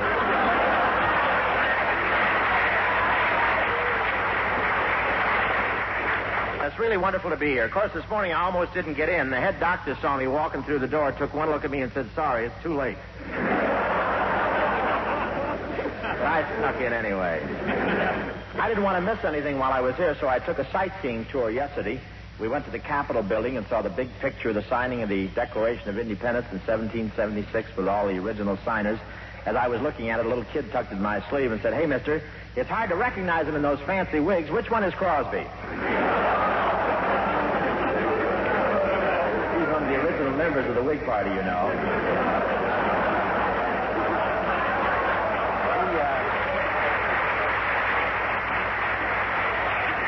He wishes he could save a lot of money. But anyway, we were driving along in the sightseeing bus, and the guide said, "To your right is the United States Mint." And a guy from the South sitting next to me said, "Well, sure enough, that's nice. Now, where do we go for the julep?" And I have never seen so many statues. Everywhere you look, there's a statue of some politician. We saw a statue of Napoleon. Of course, it's easy to tell he wasn't a politician. He had his hand in his own pocket.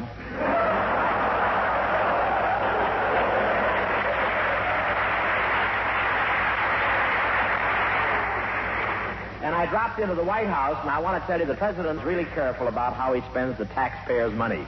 He doesn't have a lot of butlers and servants hanging around. I know. He came to the door himself and told me he was out.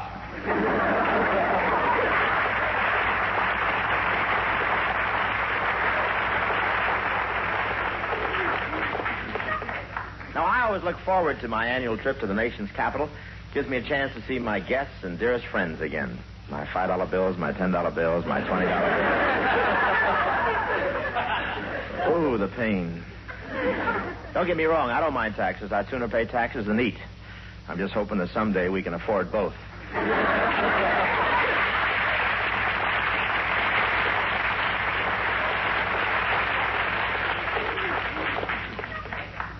read in the papers that they're going to lower taxes. That's the best thing I've had to look forward to since Paramount patched up the knothole in Jane Russell's dressing room.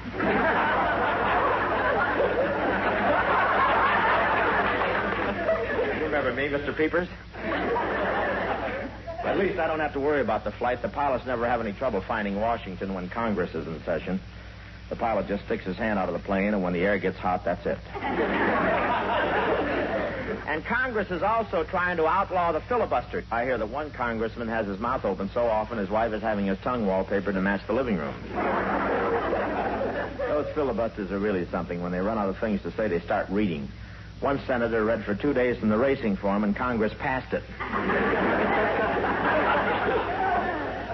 The real reason for my visit is to entertain at the annual dinner for the news correspondents.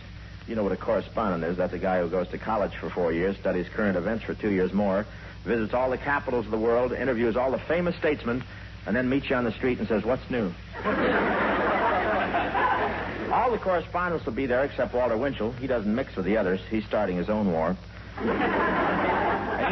you know how Walter Winchell rattles that telegraph key when he broadcasts? You should sit next to him when he's got a soup spoon in his hand. By the time he says hello, you've got an eyeball full of chicken broth and an ear full of noodles.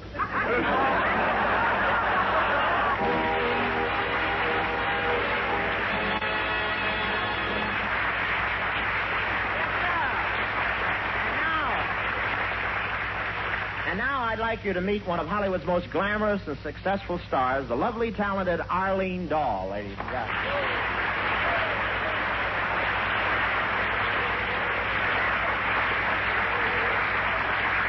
Say, you know, Arlene, we're lucky to have you on our show tonight. You're just about the busiest girl in town, aren't you? Well, I have been rather busy, Bob. You certainly are. You make movies, write a beauty column, and design lingerie. Well, I get lots of ideas.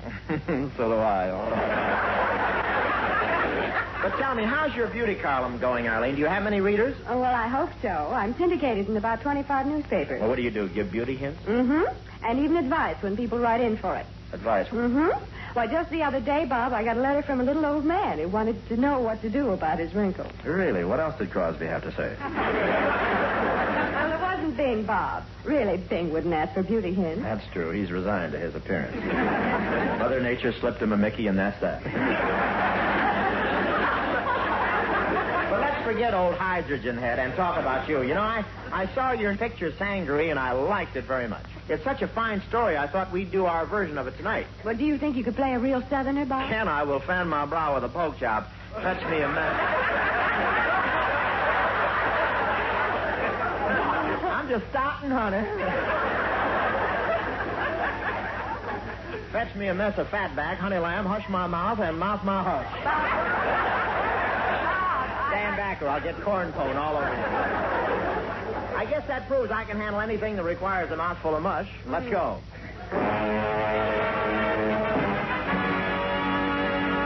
Tonight, the players present their version of Sangaree, a story of the Old South.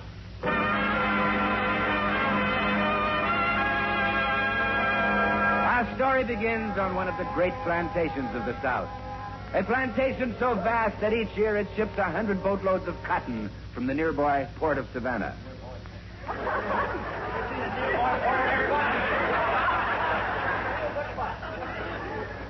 But failing crops and the pirate raids on their ships have brought the plantation to the verge of bankruptcy. Now we find the owner, Arlene Culpepper, talking to a friend.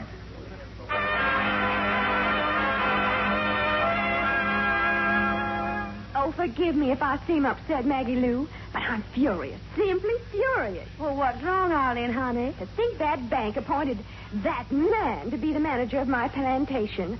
The man I hate most in the world. The man I despise. Well, how you do go on, Arlene. There just isn't anybody that hateful. Who are you talking about? Robert Beauregard Hope. Oh, that dirty rat. Yes. Why is the bank sending him? Well, every time we send out a shipload of our cotton from Savannah Harbor, the pirates capture it. They're ruining us. We've got to have someone to help us, so the bank is sending Beauregard. Oh, that's fine. Yes. Now, why couldn't the bank send somebody else to take over my affairs? Well, don't worry. Don't worry, honey. He won't be around long when the pirates get through with him. I hate to see bloodshed. Well, you won't. Beauregard hasn't got any.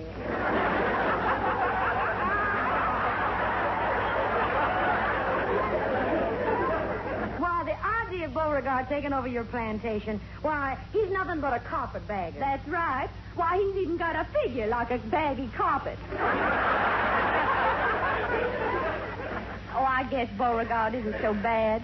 You know, he was real sweet on me before he went up north. Oh, has he been up north? Way up north. Well, how far north? Clean up to New Orleans. Why, just look at the time. He'll be here less than an hour.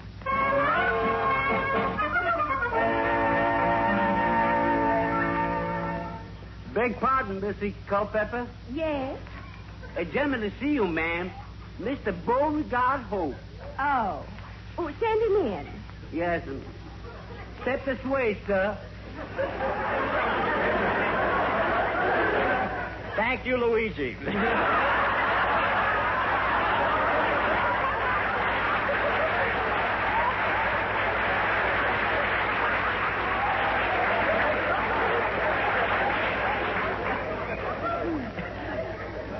That's the Southern pizza pusher. Hey. Hello, Arlene, honey. Why, Beauregard Hope. Let me look at you. You're just like a picture. Oh, now, Beauregard. No, I mean it, honey. You're prettier than a mess of possum liver simmering in a bucket of hog fat. Well, Beauregard. Is it nice to be back? Oh, I'll sure enough is. It's sure enough nice to be back. That is, yowsome. Sure enough, sure enough. With a pork chop on the side. Why, you've been away so long, you've lost your southern accent.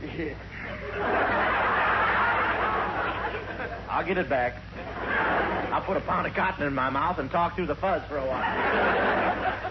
Now that you're master of the plantation, when are you fixing to move in? Well, right now. What have you got for dinner? I've been traveling a long way. What would you like for dinner, Beauregard? Oh, some real southern cooking. Black-eyed peas, candied yams, some turnip greens, and a slice of ham. A slice of ham. And what would you like for a second course? Now, I tell you, hey, say, who's this walking up here toward the house? Why, he's the owner of the next plantation. He drops in to visit me once in a while. Come in, Colonel. Afternoon, Miss Culpepper. Afternoon. Oh, have you two met? No, I don't believe we have. Permit me to introduce myself, sir. Shake hands with Colonel William J. Goodwin, 7th Alabama Raiders. Oh, shake hands with Colonel Robert B. Hope. My goodness, you're a fellow Southerner, eh? Oh, don't you believe him, Colonel. He's a no good come to take my plantation away from me. Oh, not while I'm here to help you, Miss Arlene. Colonel, I'm running this plantation. Get off this property or I'll fetch my bullwhip, and I'll whip you till you're a cherry red. Sir, if you was any kind of a man, instead of forcing yourself on this defenseless woman, you'd enlist in the army and help us fight the Civil War. Yeah, I got news for you. The Civil War is over and the South lost. No. We lost? How did that happen? The loan from Phil Harris didn't come through.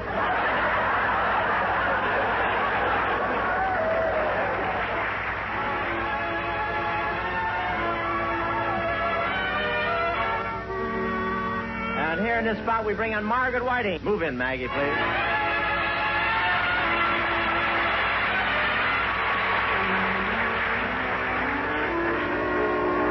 When my arms caress you, something wonderful happens. I can feel a thrill so heavenly. When my lips possess you, something wonderful happens. Though it rains, it's beautiful to see. Even the showers can bring a thrilling refrain. A street without flowers becomes a garden in Spain. Strange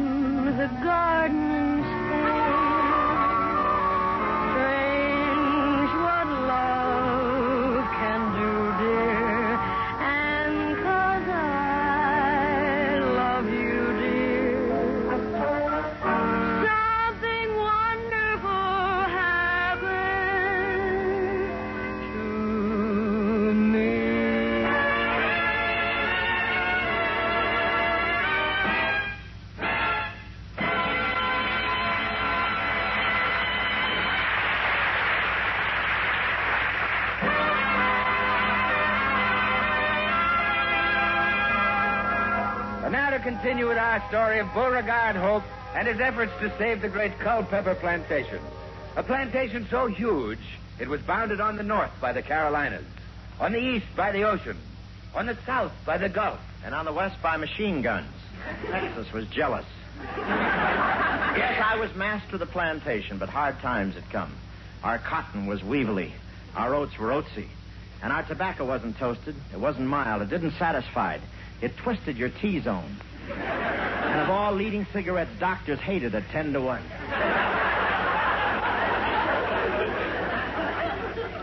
As the months passed, things went from bad to worse. The field hands deserted, the servants quit.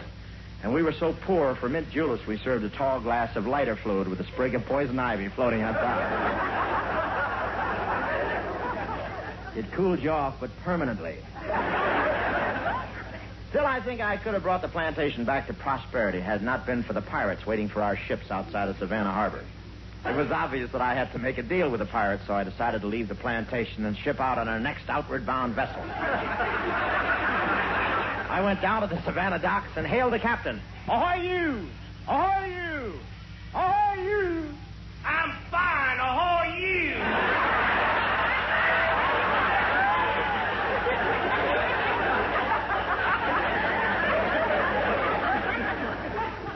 I knew I should have gotten an actor.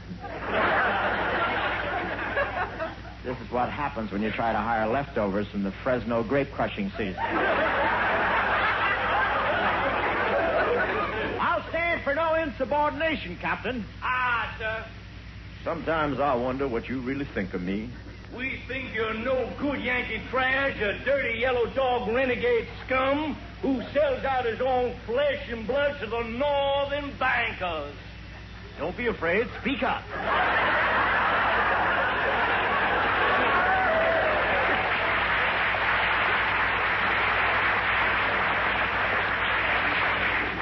I'm coming aboard, Captain. The way the pirates have been raiding, I think our ships need the supervision of the owner. As you like, sir, but the real owner is already on board. Yeah? Why, Beauregard, are you all making this voyage, too? In your interest, ma'am.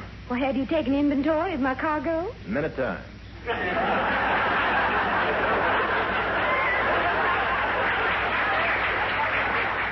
Is everything all right? Crazy, ma'am, crazy. In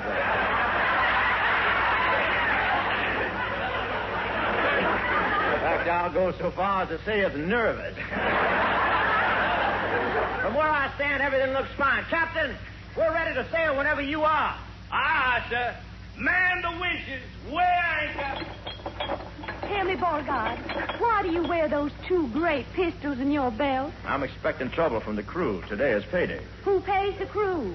Nobody. That's why I'm expecting trouble. Sir. Yeah? We're shipped anchor. We're ready to sail. Oh, good. I'll give the orders. But, sir, Savannah Harbor is very... I know what I'm doing. Cast off the bow line. Cast off the stern line. Now starboard the helm. No, port the helm. I said starboard the helm. And when I say starboard, I mean starboard. Why is the ship going so slow? We're sailing up Main Street. You take over, Captain, and don't go through any red light.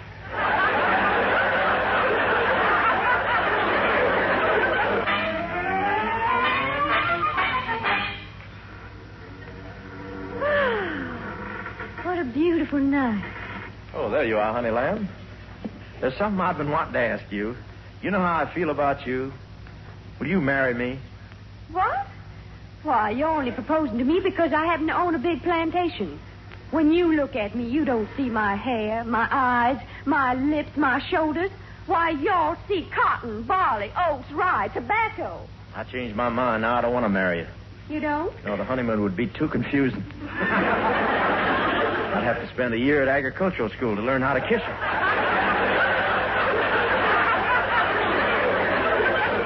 Well, I guess my plantation isn't worth very much now anyway. Don't give up. I have an idea that may save us from bankruptcy. What's that? From now on, I'm going to plant the cotton and the tobacco in the same field. How will that save us? I'm going to raise filter-tip cigarettes.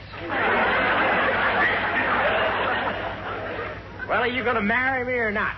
Well, to tell you the truth, Beauregard, I can't make up my mind between you and Colonel Goodwin. I'm warning you. If you don't marry me, I'm in a position to ruin your plantation and spend all your money. Why, Beauregard, would you take unfair advantage of a woman? That, I'm happy to say, is the story of my life.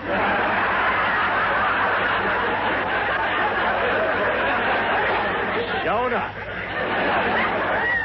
But if we get through this voyage... Now watch on deck and keep your muskets handy, man. Sail off the starboard bow. Sail home. It's the pirates. At your post, men. Prepare for action. Oh, this is just awful.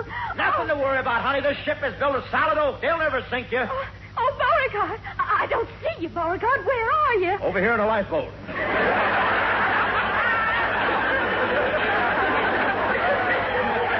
The pirate ship is twice the size of ours, and she's armed with cannon. The only sensible thing to do is surrender. Well, I couldn't think of it. We got to fight now. Stand by to repel boarders. All able-bodied men on deck to fight the pirates. So long. If anyone wants me, I'll be in my cabin. Oh, look, Beauregard. The pirates have guns and knives and swords. I know. I'll see you later.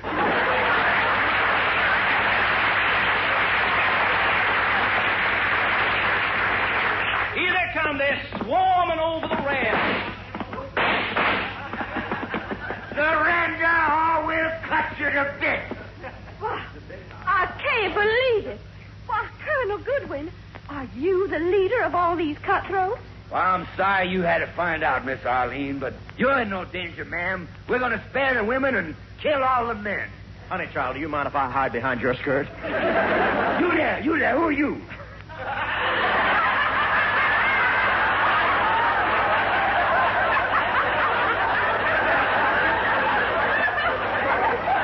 Who that there? What did you say there? Who that out there? Who there where? You hiding over there. Who are you? Call me Tallulah, that's all. So it's you, Beauregard Hope. I knew all along you was a coward. Yeah, I'm not afraid of you, Colonel Goodwin. You're not, huh? No, you're asking for it, Beauregard.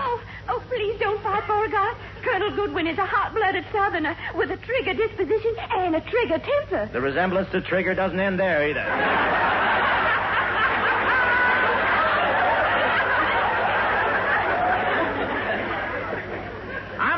You were the pirate leader. What else can we Southerners do? Our plantations have been taken from us. Our lands are gone. We're penniless. The South is shot to pieces. Don't come whining to me. Draw your gun and start shooting. Very well, sir. You asked for it. Oh, he got me. Oh, Beauregard. Are you badly wounded? Where are you hurt? I can't tell you, but now the South is really shot to pieces.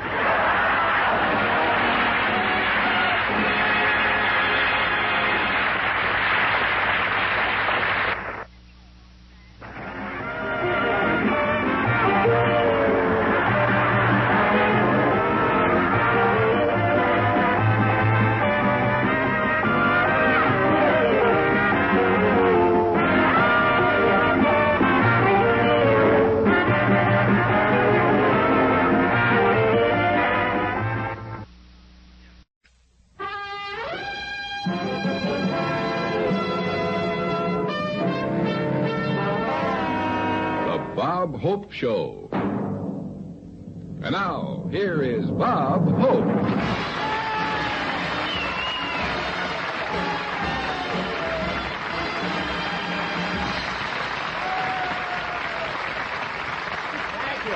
Thank you very, very much, ladies and gentlemen. Well, this is Kentucky Week in a big way. Saturday is Kentucky Derby Day in Louisville. And I'll be at the Derby or my middle name isn't Sucker. Of course, you know why they call it the Derby. By the time you're through betting, that's all you have to wear home.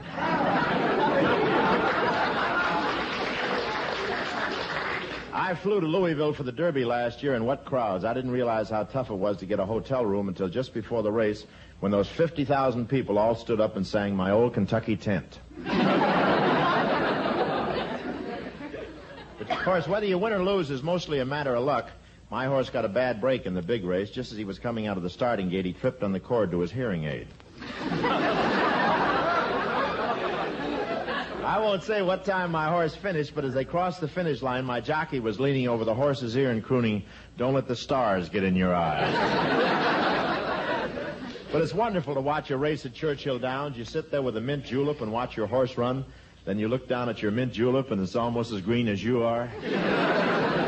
But anyway, here it is, graduation time, ladies and gentlemen. And seeing all those square hats reminds me. When does Crosby get back from Europe? Do you know? I'd be a college graduate myself, only I quit a month too soon. If I'd just kept going 4 more weeks, I'd have finished kindergarten, and the rest would have been easy. I was a kindergarten teacher's favorite pupil. She liked having me in her class. It gave someone her own age to talk to. But there was quite a scene on the day of my class graduation. Mother and Dad were there crying their eyes out. But the principal still wouldn't give me a diploma. At the graduation exercises, they introduced me as the boy who would go far in life. Then, just to make sure, they took up a collection and bought me a railroad ticket. And right after graduation, my dad took me aside for a little advice, so I gave it to him.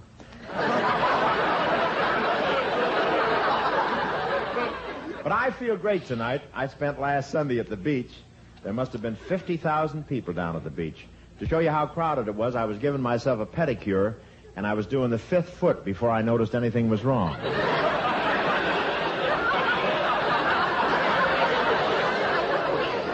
I think I made a mistake buying a pair of flesh-colored bathing trunks. They fit me fine, but people keep running up and wrapping blankets around me. Have any of you folks been at the beach this year? 2-piece bathing suits are all the rage this season, but they're really not 2-piece suits, just 1 piece and an IOU.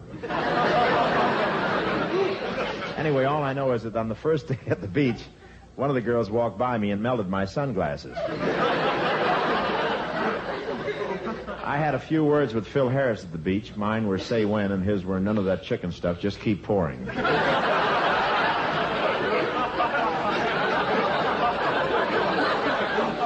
And if the bunch of kids is listening that buried me in the sand and then piled rocks on me, I want to say thanks for coming back and digging me up again. For the first 2 days, I was worried.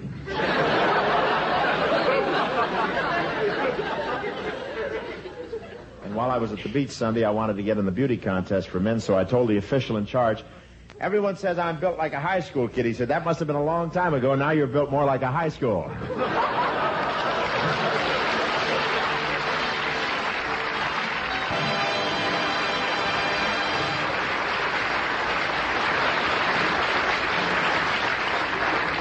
Oh, yes. You were good considering the amount of rehearsal you gave it.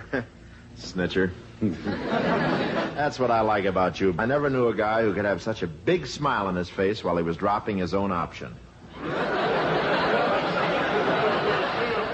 But for your information, I was late for rehearsal because I happen to be very busy right now. I'm starting a new picture. Oh, yeah? Is this another picture where you're a great lover? That's right. They never give up, do they?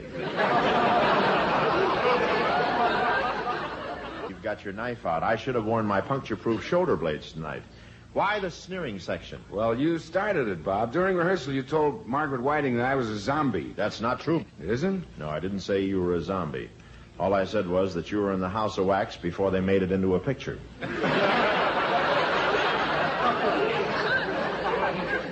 Anyway, regardless of your opinion, I think I'll be pretty good as Mr. Casanova. With my experience, I can't miss. Yeah, since when did you become an authority on love? Since last week.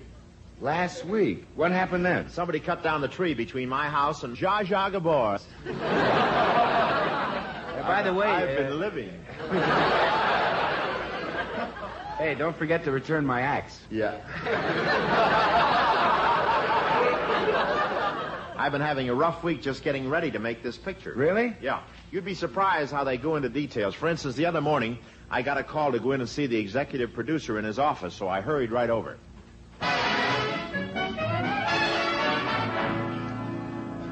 Bob, I called you in because we're up against some peculiar problems with this picture. What do you mean, peculiar problems? Well, the script calls for the leading man to wear long silk tights. So he must have good legs and an attractive physique. Oh, don't worry about that. My physique got me my first job out here. Really? What was that? At the May Company. I used to stroll around in the men's department modeling long underwear. Now, there's a job that required brains. Yes. I had to have all my buttons. You're so...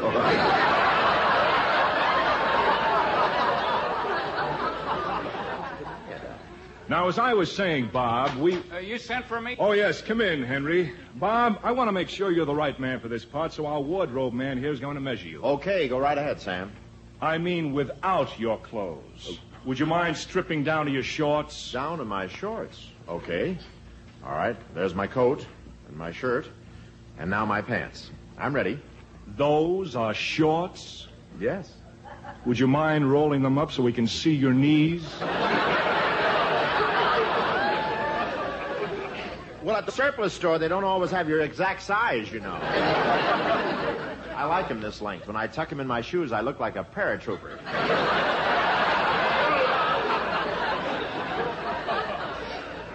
Just extend your arm so I can measure it. Okay. I haven't heard your show lately, Mr. Hope. Who you working for? What quivers and trembles and shakes all the time? I've already measured that. Who you working for?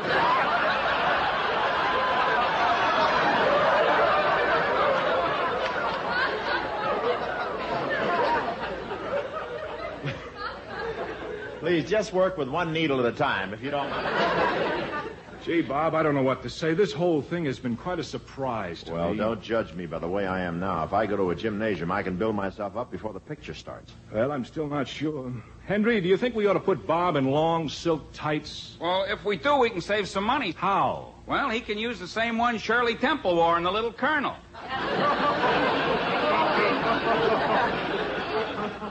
Well, you heard him, Bob. I'm sorry, but Look, don't make any hasty decisions. I can get in shape in time for the picture. I'll build myself up. How? Well, exercise. I'll go down to the gymnasium and start working out right now. See you later.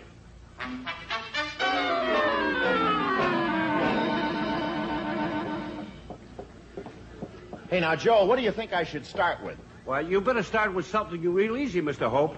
Pick up that 20-pound barbell and hold it over your head. Okay. There. I've got it up over my head. Now lower it down to the floor again. Okay. Gee, Mr. Hope, you're not very limber.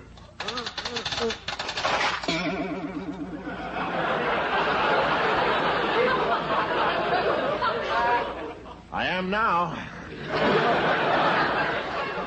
You just keep doing that for a while. I'll check you later. All right. Gee, that guy punching the bag over there looks familiar. Why, it's Victor Mature. Hey, hi, Vic.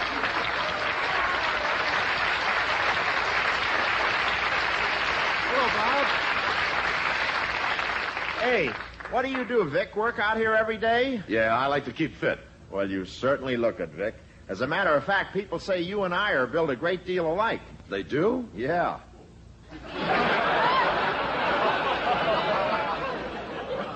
This is what I hate, a guest star with muscles.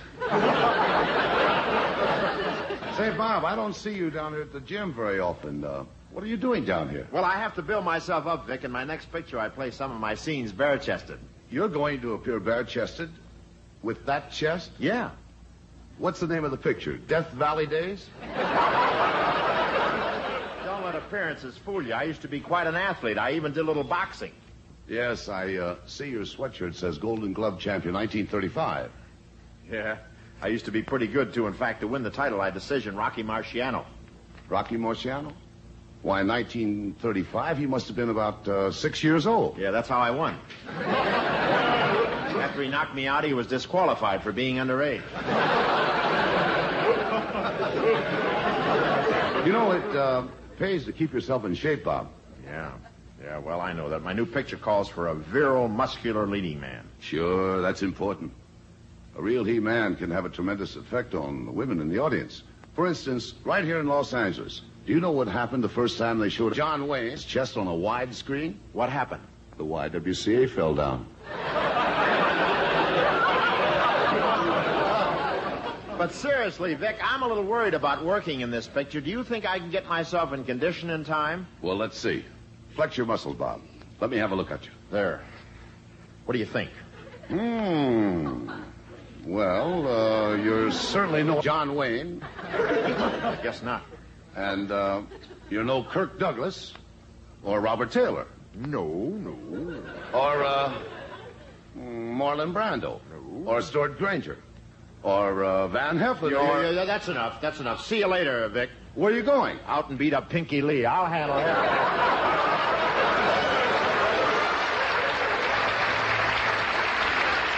Here's Margaret Whiting, ably assisted by Les Brown and his gypsies, doing I'm Walking Behind You.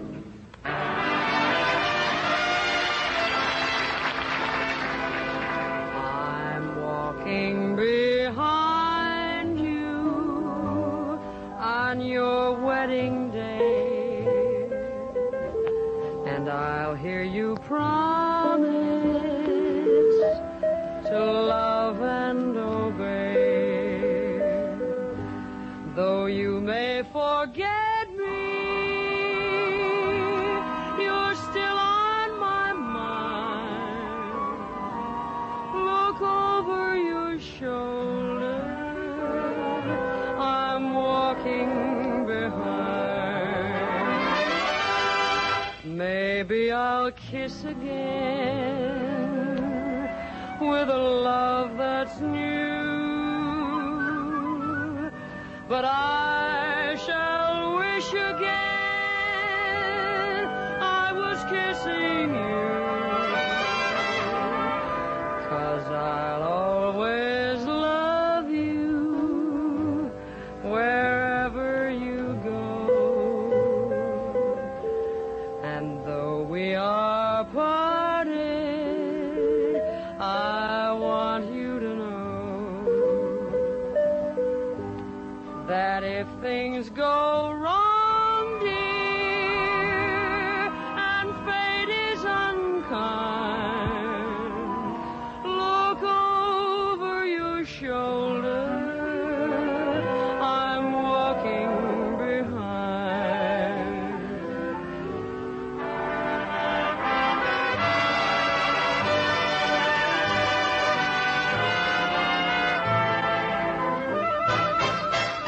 And though we are parted, I want you to know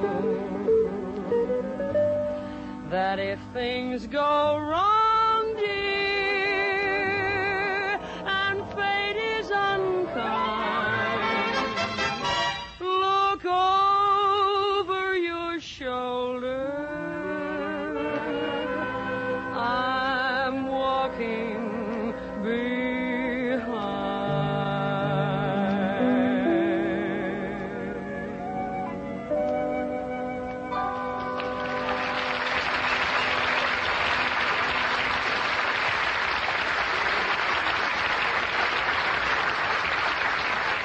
Now shall we return to Bob Hope and Victor Mature at the gymnasium. They've had a workout. We now find them in the steam room. Oh, boy, this sure feels good. It sure does, Bob. Hey, what's that hissing noise? That's the steam. For a minute, I thought it was the audience. Well, man, it's really hot in here.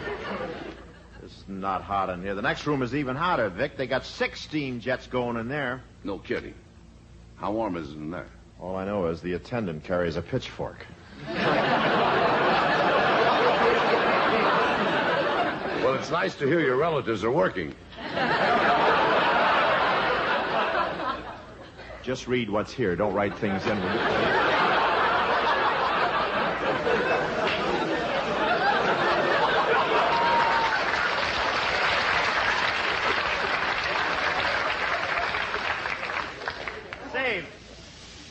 Say, I've had about enough of this. I'm done on one side.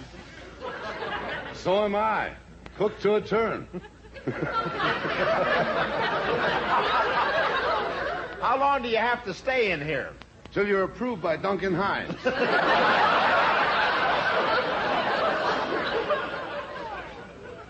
How do you feel, Bob? Oh, great. To get cooled off, I'll have to gargle with Tabasco sauce. Yeah, but this heat is wonderful. You know, you'd be surprised what it can do for people. Yeah, I know. Gabby Hayes comes in here all the time to steam the sparrows out of his beard. Gabby Hayes? Yeah, you know, the tumbleweed Clifton Webb. Gee, Vic.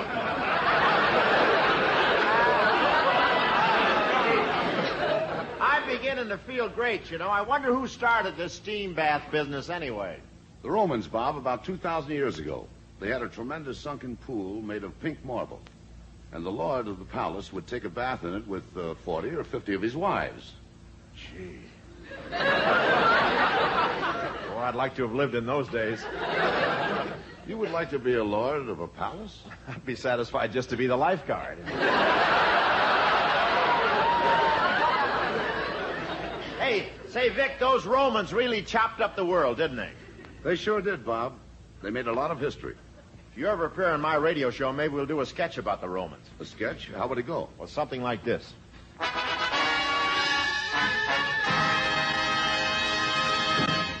2,000 years ago, the legions of Imperial Rome had conquered most of the civilized world.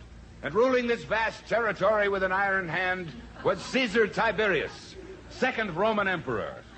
Our story begins in the year 10 BC. The Romans have swept through Egypt and now return to the imperial city. Among their prisoners, they have brought a young Egyptian prince.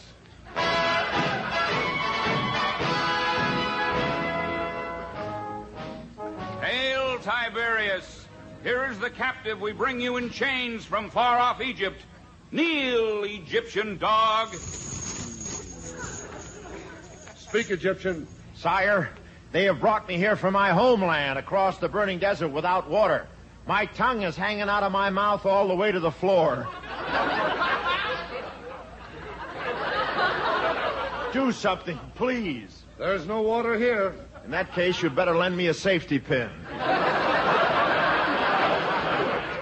I'll just tuck it in a bit.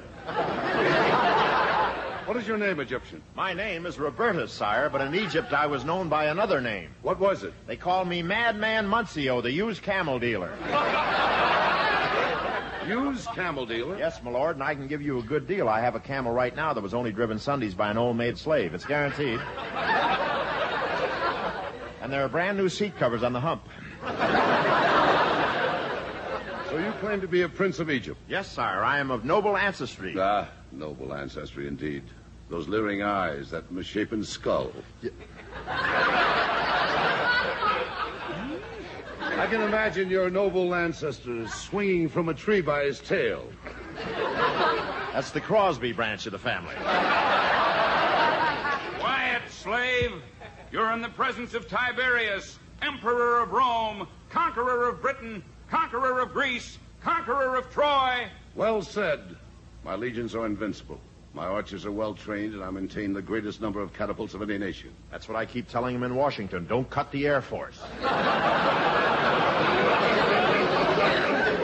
What can you tell me of Egypt, Robertus? Oh, it's a fine country, sire. We have built pyramids in Egypt. These pyramids of yours, they interest me. What purpose do you put them to? Well, they are shrines to our forefathers, and in them we bury gold, silver, precious stones, and money. And pray, who designed these vaults? A man named Jack Bennius. And do you build roads as we Romans do? Yes, my lord. We have a road in Egypt that we have been building for 1,000 years. What do you call this road? A freeway. Please, your majesty, you must release me. Hail, Tiberius. Ah, the beautiful Mesita. My favorite. Approaches. Well, what have we here, Tiberius? An Egyptian prince, my dear. He was captured near Alexandria and brought here in chains. But look at him. He's so ragged. His clothes are in tatters. He has no shoes. We came by way of Hollywood Park. Egyptian, have you ever seen a woman of such beauty? Just once. I peeked into King Farouk's freezer. Boy, and I thought the pyramids were stacked. I'm bored with this Egyptian. Take him away. Wait. I find him fascinating.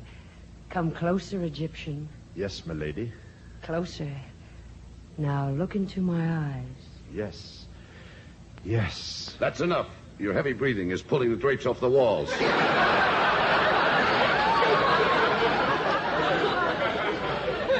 Our Egyptian prince seems a bit shy, Tiberius. Have you never been this close to a woman? Well, in Egypt, the most gorgeous creatures throw themselves at me. Women of beautiful face and figure with willing lips. But I have nothing to do with them. Why not? Besides being a prince, I'm also the village idiot. I'm displeased. Claudius, Yes, master. take this Egyptian dog to the cellars beneath the Colosseum. Confine him there until tomorrow. And then feed him to the lions. Yes, Your Majesty.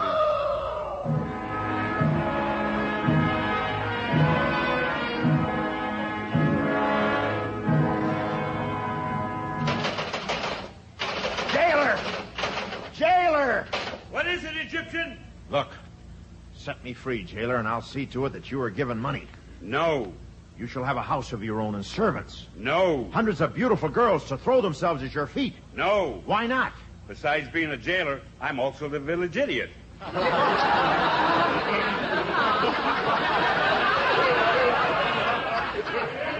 Robertus. Yes? Robertus, It's Messina. I've come to say goodbye. I have but 1 minute. Kiss me, Egyptian. Come closer.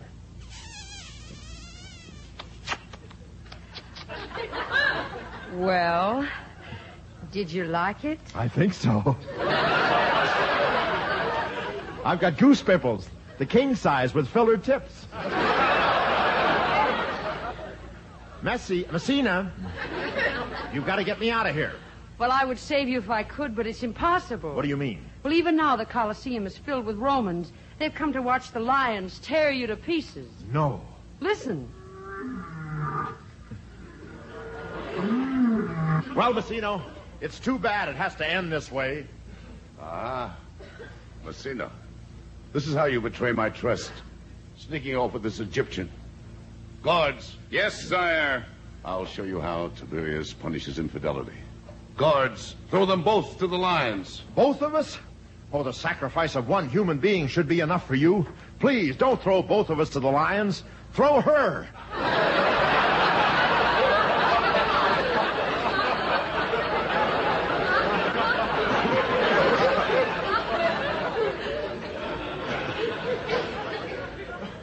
The lions are waiting on the other side of that door. Shove them through, guards.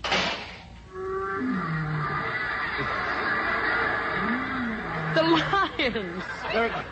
They're coming right at us. Quick, both of you, follow me. This way. Looks like an MGM picture.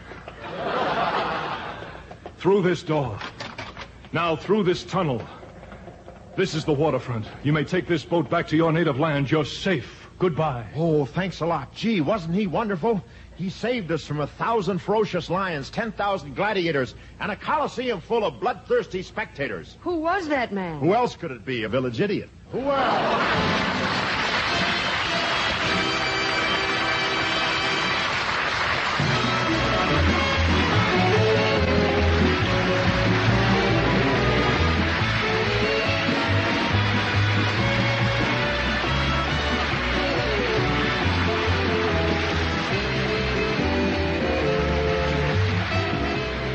This is the United States Armed Forces Radio and Television Service.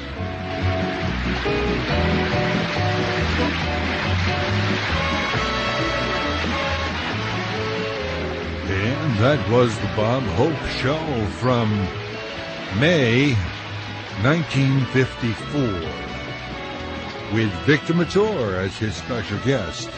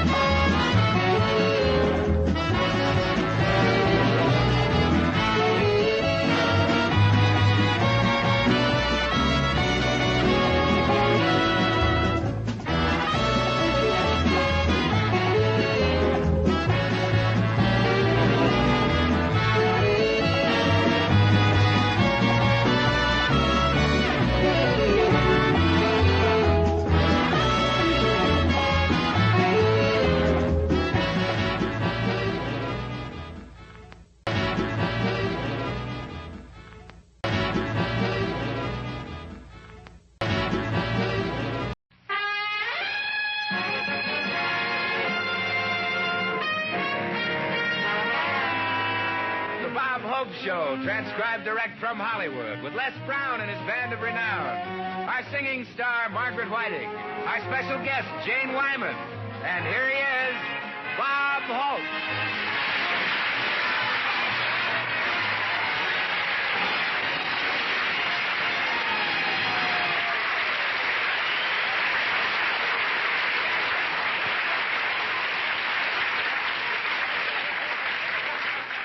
Thank you very much. I don't know what my sponsor really thinks, but every time I get near him, he looks at me and starts singing, "Your Cheatin' Heart." And this has been my biggest year for fan mail. My fan mail has been so heavy, I had to hire a man to help me carry it down to the post office.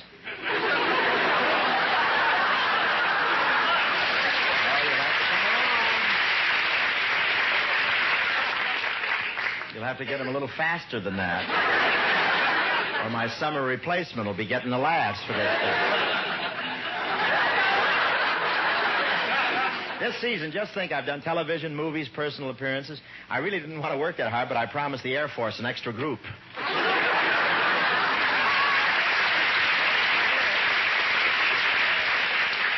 And you won't escape me, I guarantee you, because I'll be in every medium. I've even made a deal with Las Vegas. When you get 3 cherries straight across in the slot machines, I'll be the middle cherry. I'm going to take a vacation, and I need it. Other years, I've been a little tired, but this year I'm really worried. It's the spots in front of my eyes. They're not just spots. They're audiences laughing at other comedians. You know, there's a certain amount of jealousy among comedians, you know. I used to go to sleep hating Jack Benny and Milton Berle and Jerry Lewis. Now I can't even get to sleep. I lay awake all night sneering. I didn't realize how tired and nervous I was till this morning when my son Tony insisted on walking to the studio with me. I said, "What for?" He said, "This way people on the street will think you're talking to me."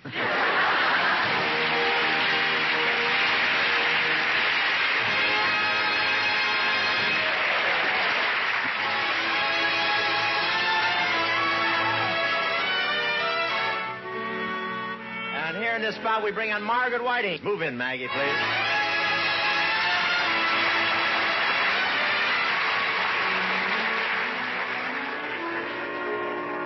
When my arms caress you, something wonderful happens.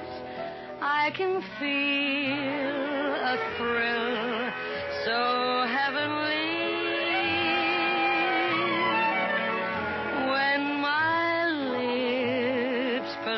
You. Something wonderful happens, though it rains. It's beautiful to see. Even the showers can bring a thrilling refrain. A street without flowers becomes a garden in Spain. Strange what love can do, dear. And 'cause I love you, dear, something wonderful happens to me.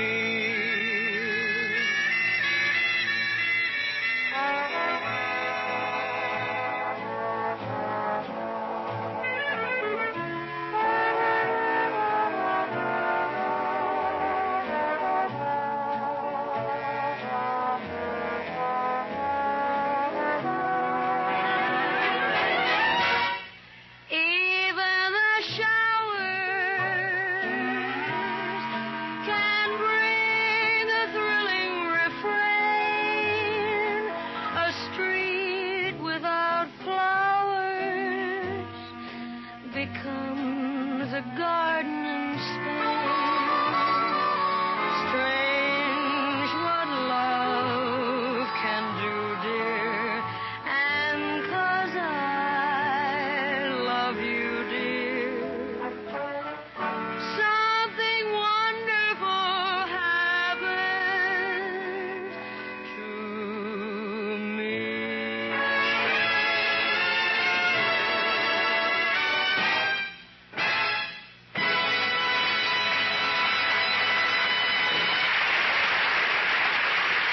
ladies and gentlemen. Like all of us, Bob is looking forward to his vacation.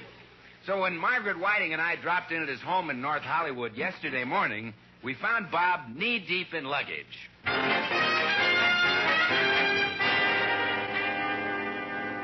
Oh, come in, Maggie. Come in, Bill. Gosh, Bob, what is all this? Did someone die and leave you the sporting goods department of the May Company? Or have you been playing gin rummy with Esther Williams? You just heard from nothing. I'm just getting ready to go on my vacation, Bill. With all this junk? Where are you going, Timbuktu? No, Maggie, I'm going to Santa Monica. Is that all? Well, I can't go just anywhere. I have to take my vacation to a place within 20 miles of Hollywood. Yeah? Why? Well, if he goes any further than that, he gets outside the radius of his book of phone numbers. Careful, Bill, or I'll hide your electric floor polisher and your teeth will look just like everyone else's.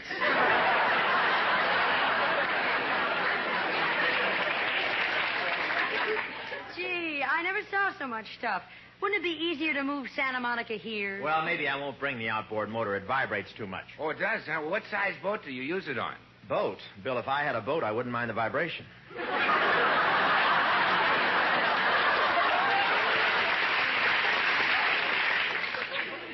Bob, where are you staying in Santa Monica? Oh, I'm staying at a place called the Surf and Sand Motel. It's on the American plan. Oh, the American plan? Yeah, they have to charge you 4 times as much because they're supporting all the other hotels in the area. Gee, I've seen that place, Bob. It's just a huge barn for tourists. I like it. But there's nothing charming or exclusive about it. I like it. There's so many people that it's like Grand Central Station. Gee, in the summer, there's even a man in the lobby selling hot dogs. I like it. I don't get it. I like it. What do you like about a place like that? He's the man who sells the hot dog.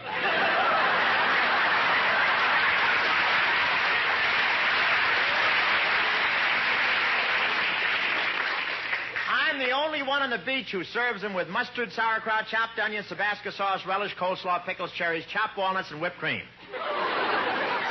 That sounds pretty messy. It is. You don't get a bun.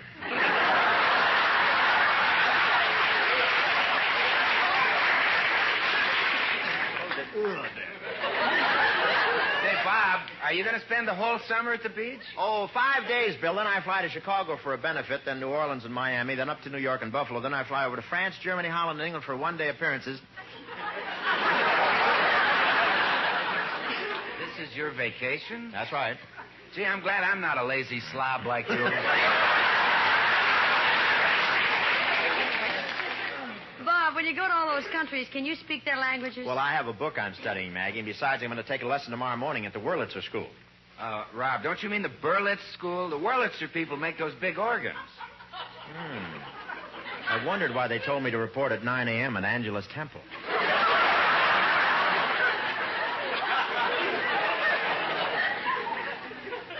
I'm getting so punchy, I'm glad the season's almost over. Oh, that reminds me, Bob. You know, on every program at the end of the season, the performers get a very nice gift. They do? Oh, sure they do, Bob. An appreciation for working hard all season. Well, what about it, Bob? Why don't you say something? Well, it's a wonderful thought, but you shouldn't do it, really. I don't expect a thing. I told you it wouldn't work, Maggie.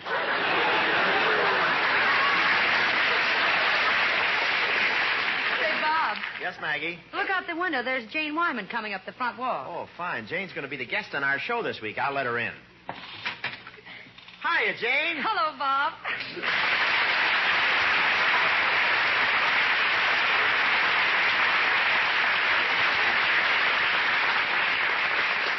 Come in, Jane. Entree, s'il vous plaît. Entre usted de mi casa and das Blumenbrett haben de Garten zu. Well, that's jolly. Can anybody play, or do you have to belong to the United Nations? Well, you don't mind my showing off my knowledge of languages, do you, Jane? Oh, not at all, Bob. Languages are my hobby. Oh, then you understood what I said. Certainly. In French, you said, come in, please. In Spanish, enter my house. And in German, you said, the flower pot has got a geranium in it.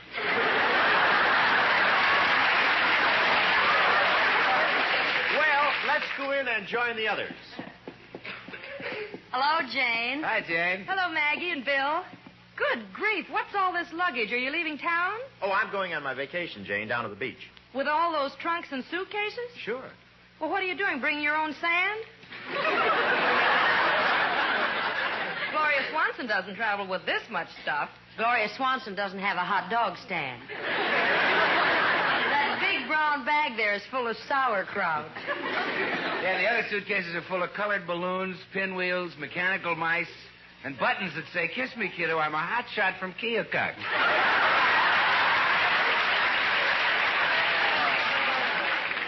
Easy, Bill, easy. When it's too late in the season to fire him, he gets mad with power. Well, yes, it is the end of the season, isn't it? That's right, Jane. That means you're going to be the guest on my last show. Wonderful, Bob. I can't think of anyone in Hollywood I'd rather say goodbye to. Well, that's the nicest compliment I ever had stuck in my back.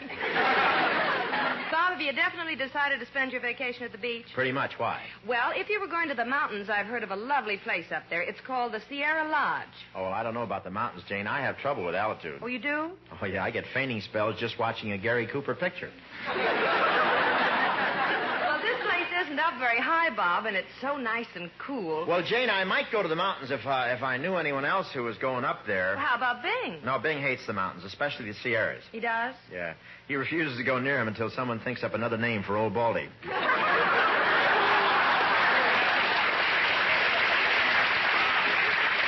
But I'm not enthusiastic about the mountains, Jane. Maybe I'll go there some other time. I knew you wouldn't get Bob to change his mind, Janie. He goes to the seashore every year. Well, I don't get it. Why are you so set on spending your vacation at the beach? Well, it's just a difference of opinion. Maybe I see a lot of things at the beach that appeal to me that you wouldn't even notice.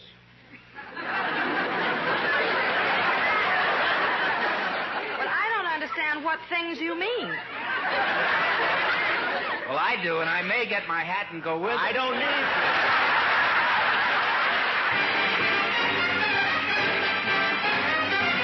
Here's Margaret Whiting doing Big Mamu, backed up by Les Brown and the boys. Come in, Maggie.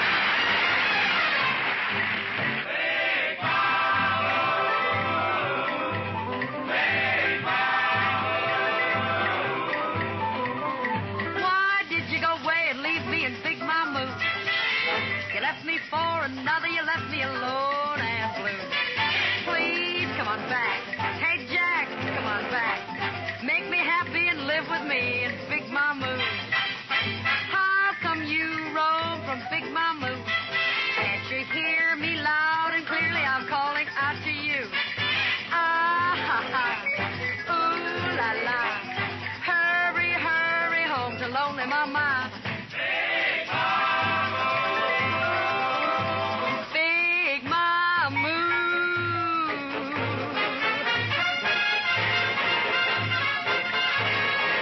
You left me for another, you left me alone and blue.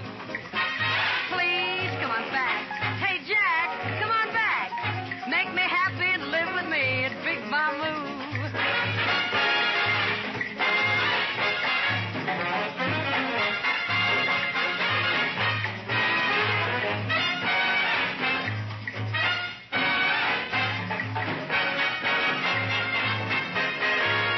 Ah, why did you go away and leave me at Big Mamu? You left me for another, you left me alone and blue. Please, come on back. Hey, Jack, come on back. Make me happy and live with me at Big Mamu. You Big Mamu. Big Mamu.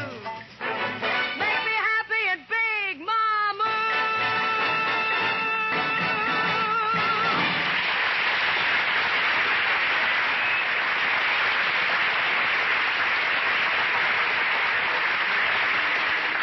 Well, ladies and gentlemen, Bob was going to the beach for vacation, but Jane Wyman has sold him on the idea of trying the mountains instead. Right now, Bob and Jane are in Bob's car on their way to look over a place called Sierra Lodge.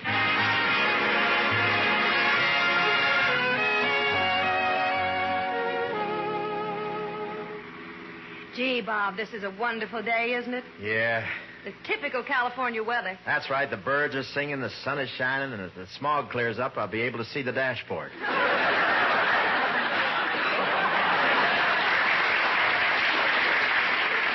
See, it's certainly a pleasure to ride in a car like this, Bob. Yeah, I bought it because it's got power steering, power brakes, hydraulic windows, dual injector carburetor, and super torque converter body suspension. What kind of a car is it? I forgot to ask.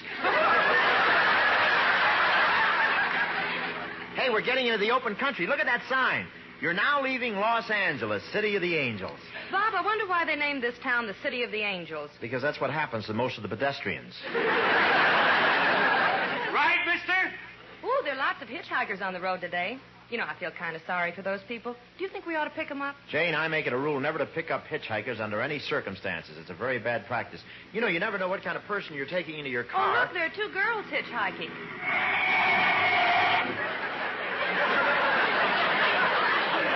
Chummy here in the glove compartment, isn't it? I hope I didn't stop too suddenly for you. Oh, not at all. If you need the cigarette lighter, you'll find it in the middle of my forehead.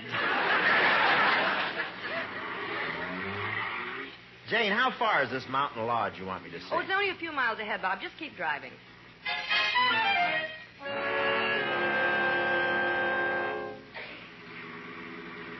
Oh, look, Bob. There's a forest ranger standing in the road holding his hand up. I think he wants us to stop.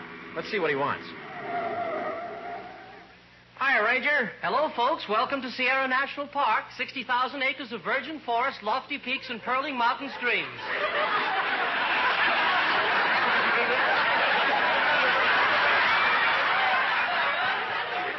Purling mountain stream? Sierra National Park has every facility for the tourist. Its own gas station, restaurant, laundromat, and the lodge. Well, that sounds great. Is there a drive-in theater, too? No, in these woods, we don't permit people to do anything that might start a fire. Yes. Besides, it could set a bad example for the animals, couldn't it? I must say it's very nice of you to welcome us to the park so cordially. Well, this is a special occasion. You two are the first visitors of the season. You'll be the only people in 60,000 acres of mountain scenery. We're the first visitors? That's right. I wish you'd let me know yesterday you were coming. I'd have tidied the place up. Yeah, some of those pine trees look as though they haven't been dusted in weeks. Well, I've only got two hands, you know.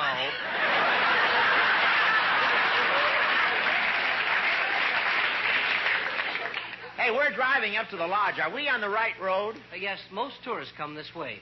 You know, I haven't seen your license plates, but I can guess just what part of the country you're from. You can? Yeah, just by looking at your faces. Now, don't tell me. I'd say that you're a retired farmer from Iowa.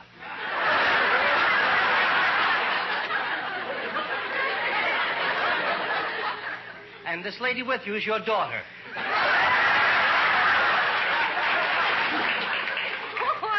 You're way off. Mr. Hope certainly isn't a retired farmer. He isn't? No, but don't feel badly. I can see how you'd make a mistake judging by his clothes. Thanks a heap for the help. Can't help it. This suit fooled me, too, and it looked so good on the fellow sitting in the tractor in the catalog. So the lodge is straight ahead, huh? Yes, you can't miss it. Goodbye, folks. Goodbye, Ranger. Oh, and before you go, let me say again, welcome to Sierra National Park. Thank you. No hunting, no fishing, no swimming, no picnics, no open fires, no parking, no loud noise. Remember, this is your national park. Have a good time.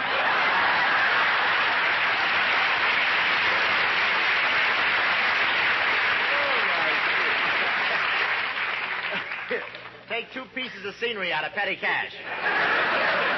And eat those, too. Oh, come on, Bob, let's go. No, I don't think I'm allowed in here. I'm a heavy breather.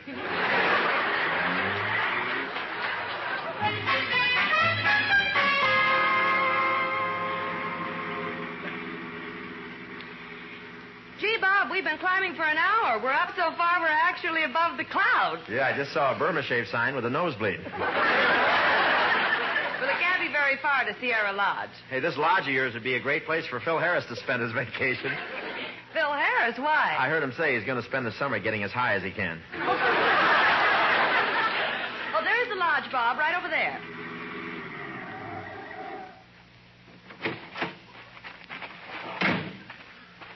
Gee, it certainly is a beautiful place, Jane. That's the prettiest mountain lodge I've ever seen. I thought you'd like it.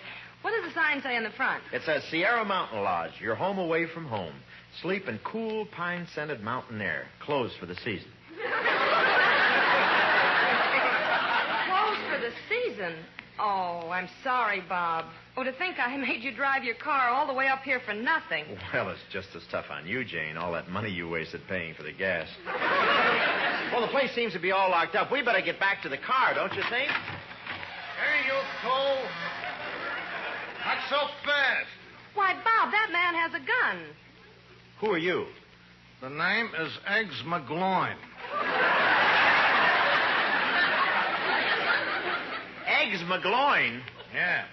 They call me Eggs because I just got out of cold storage. What are you characters doing snooping around here? We weren't snooping, and you stopped pointing that gun at us. Lady, I will point my gun at whomsoever I please.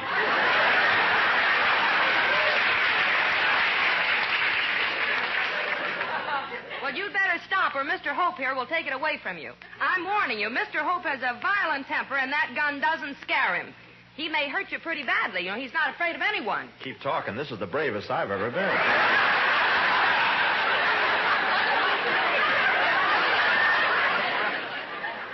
Shut up, you. I know your type. You ain't gonna do nothing. I can tell just by looking at you that you're chicken. You're a punk.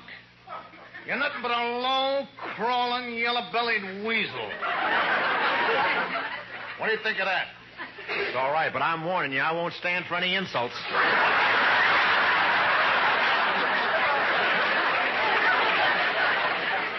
Now, please, mister, whatever your name is, won't you let us go? We don't want any trouble. Well, you don't know the score, sister. Me and my boys, we're using this place for a hideout. You see, I just knocked over a gas station, a supermarket, and a bank.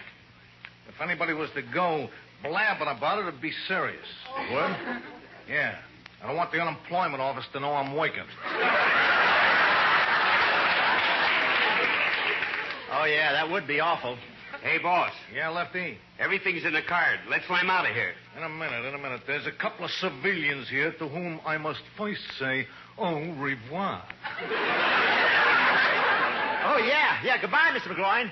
See you around sometime. We'll watch for you on Gangbusters. Goodbye. Hold it down. Second thought, I think I'll take the skirt with me. Take the skirt with you? What for? It's not your size. Come on, sister. You're coming with me. Oh, no, you don't. Take your hands off her. I am warning you, Pudgy. Stand back. I'm not afraid of you or your gun either. Oh, you're not, eh? Well, then I'll play a little tune on it for you.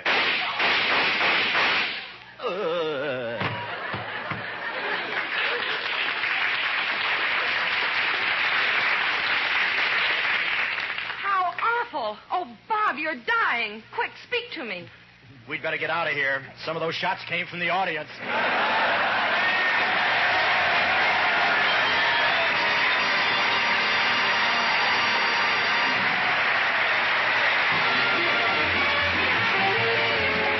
The Bob Hope Show is brought to you through the worldwide facilities of the United States Armed Forces Radio and Television Service.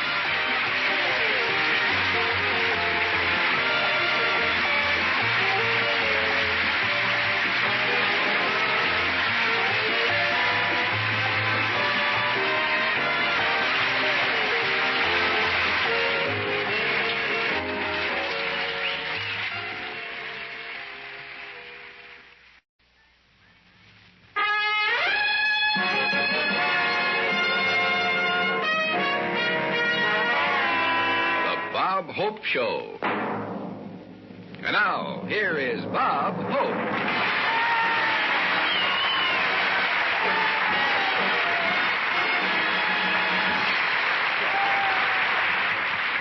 Thank you very much. Thank you. I'm very happy to be back here in England, ladies and gentlemen. I know I'm in England this morning. My stomach got up 2 hours before I did and had a cup of tea. I feel much safer over here.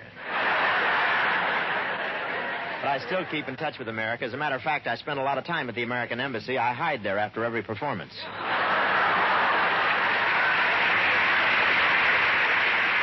And I had a wonderful trip over. I flew over this trip. I've flown a lot, but I still get nervous about it.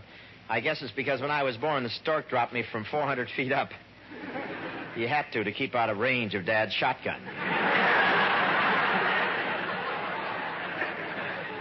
You see, he'd already had my brothers, eeny, meeny, miny, and he didn't want no mo. And on this flight, I got so jittery that the stewardess had to slap me to bring me to. Anyway, that's my story.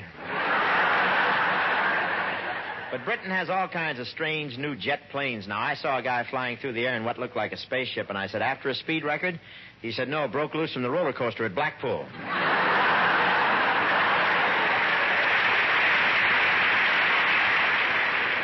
But I'm known as quite a sportsman over here. When I get off the plane, one reporter pointed at my nose and said, look, he brought his own cricket bat. But I'm appearing at the Palladium Theater, London's best theater. Frankie Lane appeared here last week. Frankie Lane, that's the guy who sings like he's got his head caught in the garbage disposal.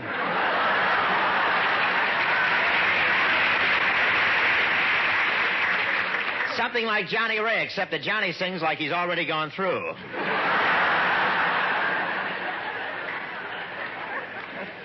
And I've met some wonderful people over here at big parties. For instance, Lady Astor had one of her famous teas, and it's quite an honor to attend because not everyone is invited. And I'd like to tell you about it, but like I say, not everyone is invited. And I love the continent. I made a fast trip over to Monte Carlo, by the way. Monte Carlo, that's Las Vegas with a monocle. But you know, people are such suckers when it comes to gambling. Some of them are so stupid they lose everything they have and then go out and shoot themselves. But not me. I was lucky. The gun didn't go off.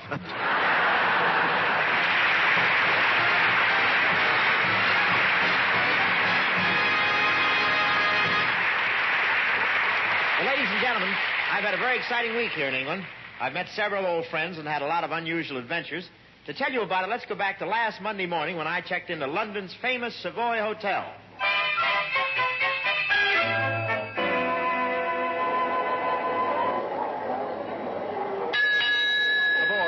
Take up Lord Fulham's bags, Mrs. Smythe Wellington's bags, and the Maharaja's grips. Oh, clerk, would you mind having my luggage taken up, too? Why, certainly, Mr. Hope. Which are yours? Well, do you see that set of matched alligator suitcases over there in the row of white leather bags? Oh, yes, indeed, sir. Well, mine are the 2 gunny sacks and the orange crate right between them. It's the last time I'll borrow luggage from Jack Benny, I'll tell you that. Now, I want the very best service, and here's a £5 note. Oh, thank you very much, sir. Have it changed and keep threepence for yourself.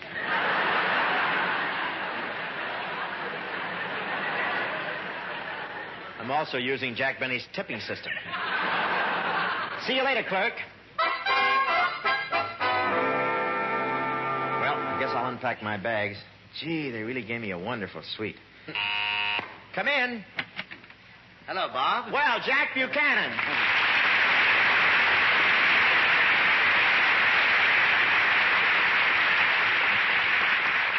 Well, this is a very pleasant surprise, Jack. How did you know I was in England? Oh, it was in the Morning Times, Bob. I saw your name among the passengers landing at London Airport. How was your trip? Oh, awful. I was in one of those planes with the reclining seats that tilt way back. Oh, what's wrong with that? Nothing at first. Then the woman in front of me started feeding her baby.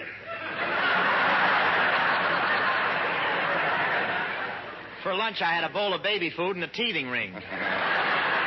Well, I've had a few unfortunate experiences in those flights myself, Bob. You have? Yes. So much of the pleasure of your trip depends on who you're sitting next to. And I've been having miserable luck. Last time I flew over from America, Ava Gardner sat next to me. The time before that, it was Lana Turner. And the time before that, it was Rita Hayworth. Gee, why don't those catastrophes ever happen to me? Tell me, Jack, what's wrong with sitting next to Ava and Lana and Rita? Oh, you don't understand, old boy. You see, I always take my chessboard along and none of them knew how to play, you know. They all know how to play, Jack, but chess isn't their game.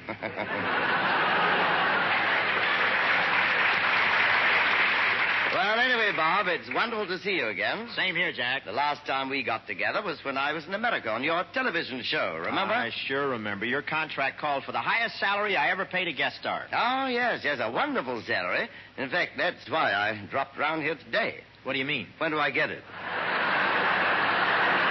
Jack, I distinctly remember giving you a check right after the show. Don't tell me it wasn't any good. I never found out. How come? Before I could get to the bank, the writing faded away. I'm sorry. I must have used the same ink I used to write fan letters to Red Skelton. But, Jack, I want to tell you something. You know, I went to see your picture before I left the States. It's a big smash. Oh, thank you very much, but I can't take all the credit. Fred Astaire's in the picture, too, you know, and he's the greatest dancer in the world. Second greatest. The second greatest? I taught Fred everything he knows. I used to be his dancing partner. Now, wait a minute, Bob. I thought his sister Adele was his dancing partner. We took turns. I'd still be dancing with Fred, but one night my wig unraveled and I lassoed everybody in the first 4 rows. Well, that's one time you captivated your audience. I like to get off a little joke. You better get off that when it's beginning to hatch. But, Jack, I'm awfully glad you dropped around to see me because I want you to be on the radio show I'm doing here in London. Well, I'd be delighted, Bob. Fine. I'm leaving for the studio right now, and I... Oh, pardon me, Jack. Come in. I say, are you Mr. Hope? Yes, I am. What can I do for you? I'm Pamela Harcourt Sizenby, representing 10,000 girls of the Bob Hope Fan Club of Britain. 10,000 girls? And every one of us adores you, Mr. Hope. Do you mind if I say you're the greatest comedian in the world today? Well, why should he mind? He often says the same thing himself. Who's been spiking your trifle? We girls never miss one of your cinemas, Mr. Hope, and we hold regular meetings to discuss how wonderful you are. Gee, I didn't realize how much you cared. Oh, but we do, Mr. Hope. We even have tea bags with your picture on. We think of you. We think of you every time we dunk. Sounds romantic, but messy. Imagine, Jack, putting my face on their tea bags. Oh, clever idea. Saves buying lemon.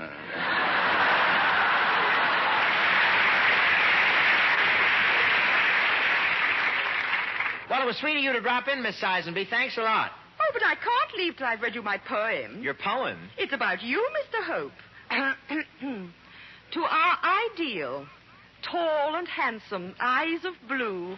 Oh, Mr. Hope, that's you, that's you.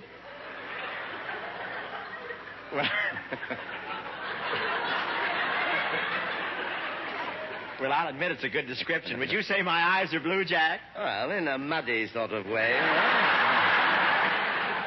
About as blue as the Thames estuary at low tide. Thank you. Go on, Miss Sizenby. Oh, you'll like this part, Mr. Hope. Like a romantic hero in a book, you have a mysterious, faraway look. How'd you get a faraway look? The people in the next apartment always leave their shades up. And now for the closing stanza. Ready? Let her rip. So in parting, let us say, Mr. Hope, we girls think you're just okay. And your noble character we'll always defend. There may be those who say you're a donkey, but we think you're just the end.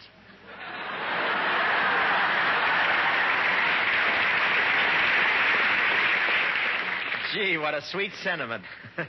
Except I hate to be so far from the feed bag. Well, goodbye, Mr. Hope. We girls of your fan club will be eagerly awaiting your next cinema. Goodbye.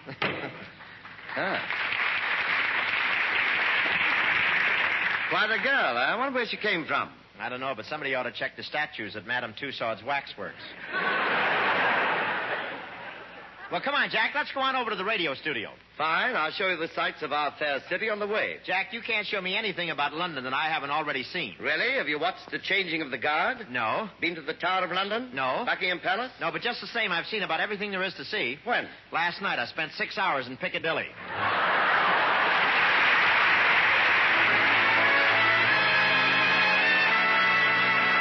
Here's Maggie Whiting to sing for you, ladies and gentlemen. Her song is P.S. I Love You.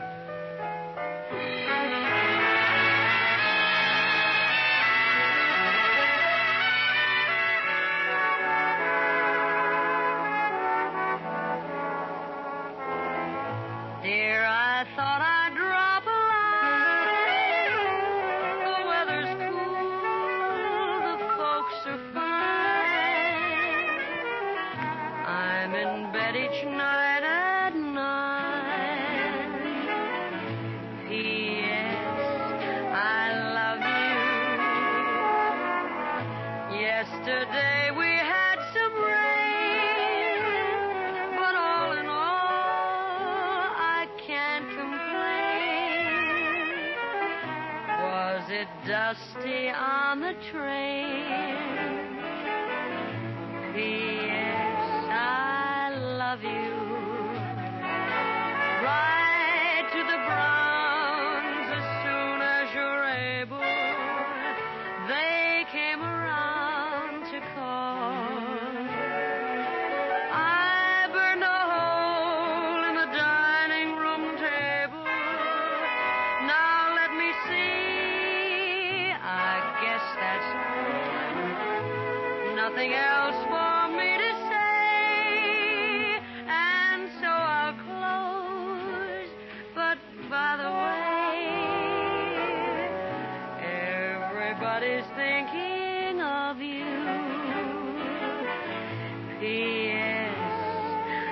I love you.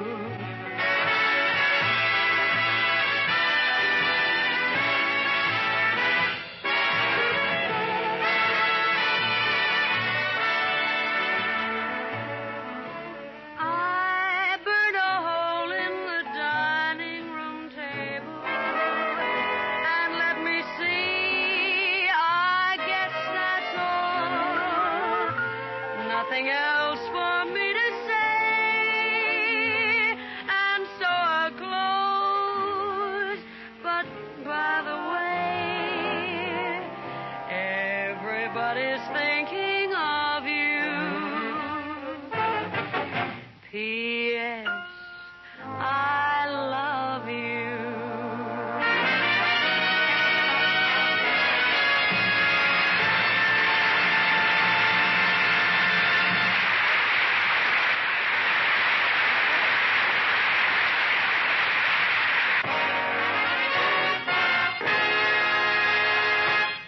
Ladies and gentlemen, while I'm over here in London, I'm putting my radio show on tape for you from the stage of the famous Palladium Theater, Val Parnell's garage. And now I'd like to introduce an old friend of mine and one of our really great actors, Mr. Douglas Fairbanks, Jr., right here.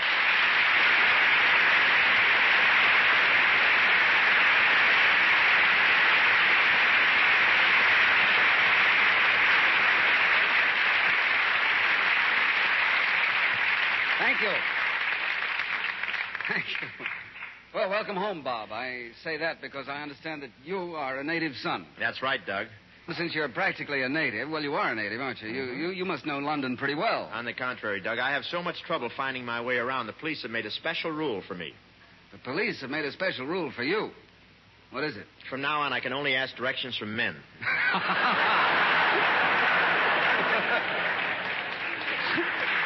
Well, I can understand how it's easy for a visitor to become confused, Bob. Have you noticed how crooked the streets are? Crooked. The last time I was here, I started following a blonde, and after 2 blocks, she was following me. You should have been here during the blackouts. I was.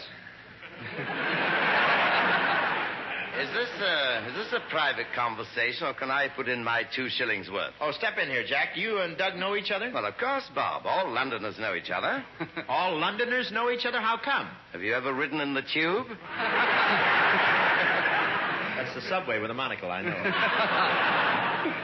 Jack and I caught your show at the Palladium together, Bob. We were there last night, you know. You were? Well, what did you think of my performance?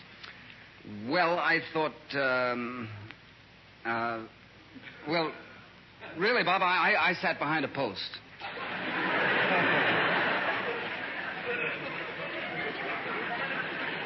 Jack, what did you think of my performance? Well, really, Bob, I sat behind Doug. You know, while you're here, Bob, I'd be glad to put you up. Oh, thanks, Jack, but I'm staying with relatives in one of the suburbs. Twiddling on the Thames. Twiddling on the Thames? Yeah, my folks founded it 300 years ago. They were the original Twiddles. They've been twiddling ever since. Surprised, Bob. I never heard you mention before that you came from one of the old English families. Well, they weren't very patriotic, Doug. In fact, they took part in both of the successful invasions of England. Oh, I didn't know there were 2. Oh, yes, my ancestor, Samuel Hope, was with William the Conqueror. Uh-huh. And what was the other invasion? Ben Hogan. My brother George was his caddy. Seriously, though, our family history tells that before William the Conqueror, there was Robert the Invader. Now, if you fellas will help out, I'll show you how it was. Carry on. The time was 760 B.C. England was split into feudal states, and the armies of Robert the Invader scattered them like chaff before the wind. In less than a week, he was camped on a hill overlooking London.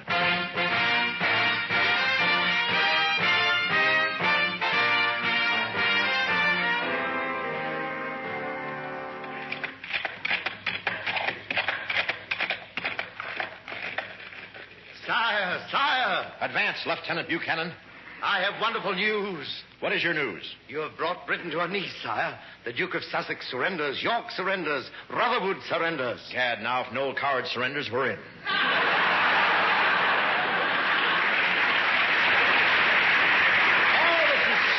This is splendid, Buchanan. Soon we'll have all those cities. Manchester, Liverpool, London, Naples, Rome. Naples and Rome aren't in England, sire. Who cares? I'm drunk with power. I myself shall lead our phalanxes into London, sire. Have a care, Buchanan. The first attack went badly. Our men were repulsed? Not exactly. They broke into Selfridge's export department, and 2 whole regiments were shipped to America. And tax-free yet. 4 armies of archers and pikemen await your command, my lord. Then we march on to London at once. The city is helpless, but death to any soldier who forgets the motto of Robert the Invader. In hoc Romanorum Romanus Romanorum. What does that mean, sire? Save the pretty ones for me. Rumor has it you invade these isles for one purpose, sire. To woo the fairest flower of the known world, Diane, Princess of Brittany. I'll be at her feet within the hour. But, sire, her beauty drives men mad. She has golden hair, soft, rounded shoulders, the figure of a goddess. That's why I'll be at her feet. I can't trust myself with the rest of her. I'll venture the princess is fretting in her palace awaiting my arrival. Let us not tarry. Forward to the attack!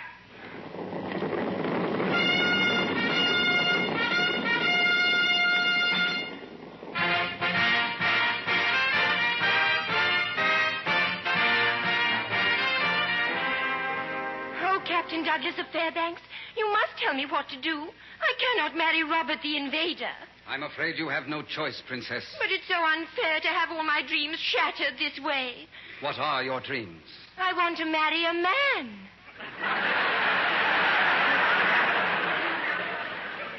Well, Robert is a man. Speaking very loosely, of course. He must be entering the palace now. All hail Robert the Invader. The tiger of France, the lion of Brittany.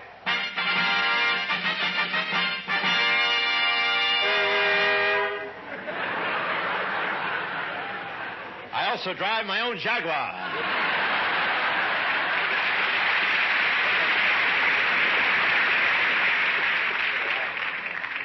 I bid you welcome to Brittany, sire. You will address me as your majesty. I am the conqueror of these isles, the leader of 10 Norman armies and the admiral of the Spanish fleet.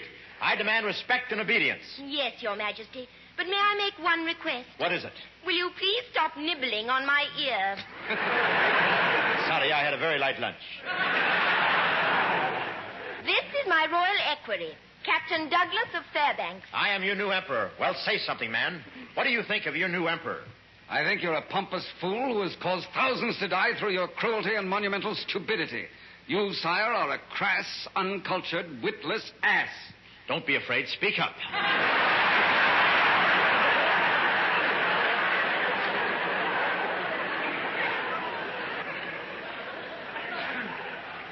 You see? Captain Douglas is a brave man. Too brave. You dare insult the Prince of Normandy?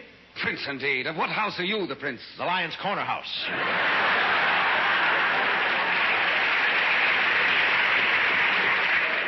We lived under the third table from the crumpet counter.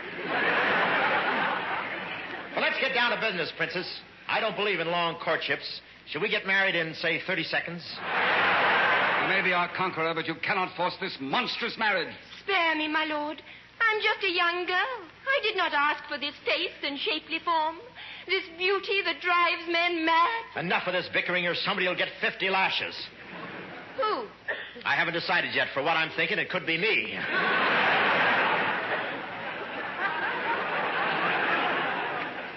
What if I refuse to marry you? I have decreed for each day of delay, 1,000 hostages will die a violent, terrible death.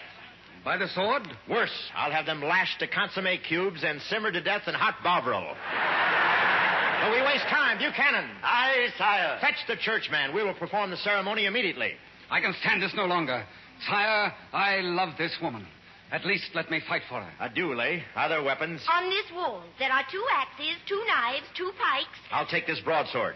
Why a broadsword? There's only one of them. I'll have a better chance.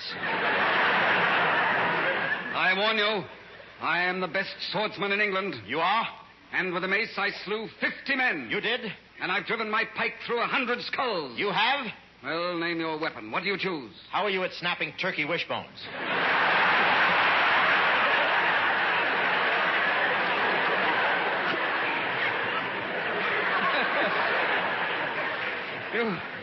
You have your sword and I have mine. Prepare to defend yourself. Sire, you better take this shield. Only cowards use shields. I know. Hold still while I buckle it on.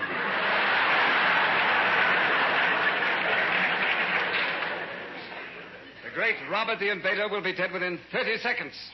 You need a lesson, and I shall be your teacher. Can I ask one question, teacher? What is it?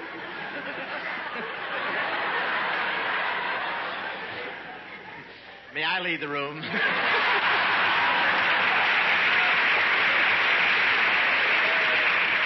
It's too late, Robert the Invader.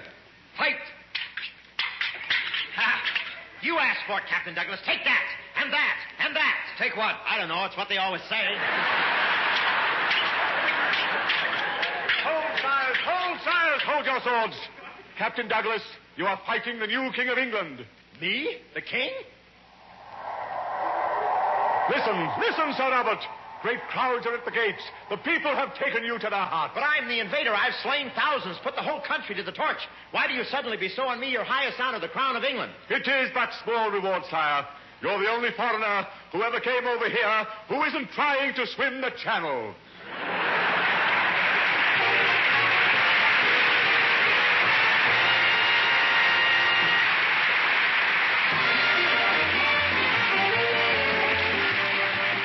The Bob Hope Show is brought to you through the worldwide facilities of the United States Armed Forces Radio and Television Service.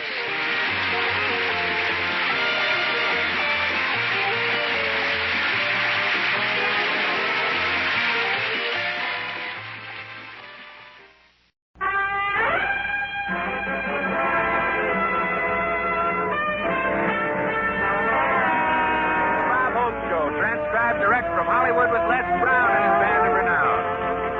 Our singing star, Margaret Whiting. Our special guest, Ann Baxter. And here he is, Bob Hope.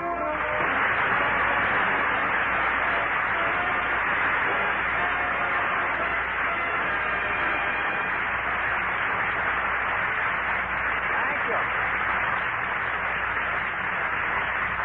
Thank you very much. Well, thank you, ladies and gentlemen. You know, I've just come back from England. And it was a wonderful trip, and you wouldn't believe the size of those ships. A person can be lost for days and never be missed. But, of course, I wasn't worried. I always carry identification with me.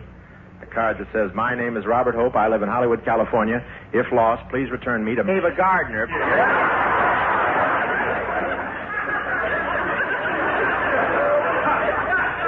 But the trip home was fine, except the captain told everyone I was Bob Hope. I said, "You shouldn't have done that." He said, "I know. From now on, sleep with this life belt on."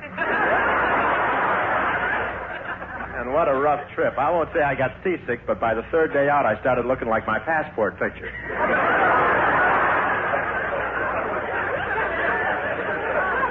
And that is a beautiful thing. It looks like Boris Karloff standing on his hands. Those English sailors take everything so casually. One man fell overboard and he cried, "Drop me a line." And the steward said, "Yes, old boy, and you must write to us now and then."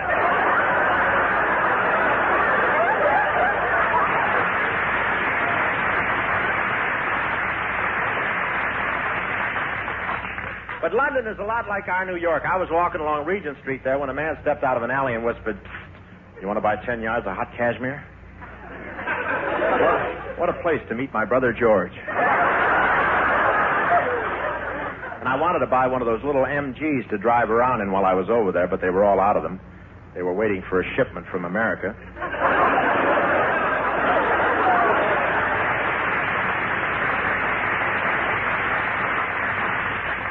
And I met one poor fellow who's been living on nothing but carrots. When you meet him, he just looks up with his pink eyes and says, "What's up, Doc?" And some places they've forgotten what meat looks like. In one small village, the waiter couldn't understand what I wanted when I ordered steak and mushrooms, so I drew a picture of a cow and a lot of big mushrooms. So he brought me a Bull Durham sign and an umbrella. But they do serve a lot of fish over there. They eat fish over there as fast as they can catch it. In fact, one place I got a halibut so fresh that when I picked up my fork, he looked up and said, "Hold it, bud. Give me a chance to spit out the bait first."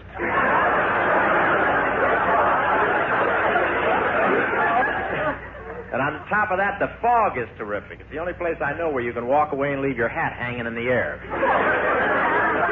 That is very penetrating. One morning I was having breakfast near an open window, and I complained that the coffee was very weak. The waiter said, don't be silly. I haven't put any in your cup yet. You've been drinking the fog.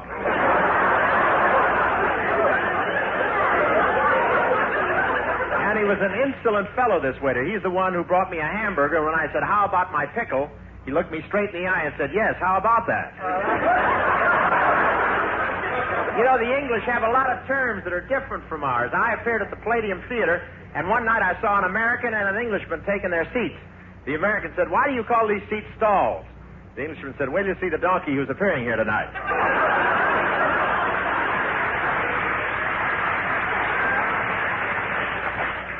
We'll tell you when.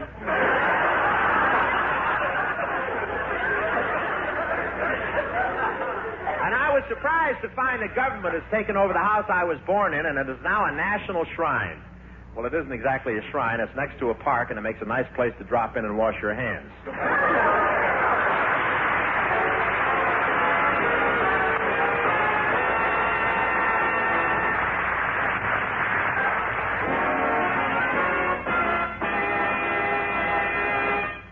Ladies and gentlemen, Bob has just returned from Europe. I went along with him, and we had a wonderful time, especially on our trip home aboard the Queen Mary. So let's go back. The Queen Mary had just set sail from Southampton, and Bob and I were unpacking in our cabin.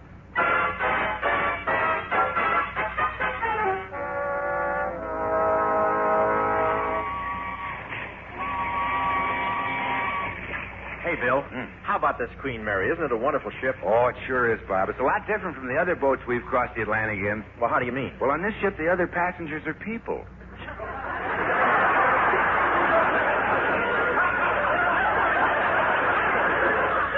Well, at least we always had fresh milk. Well, see you later, Bill. I'm going up on the deck and enjoy some of this ocean air. Okay, Bob.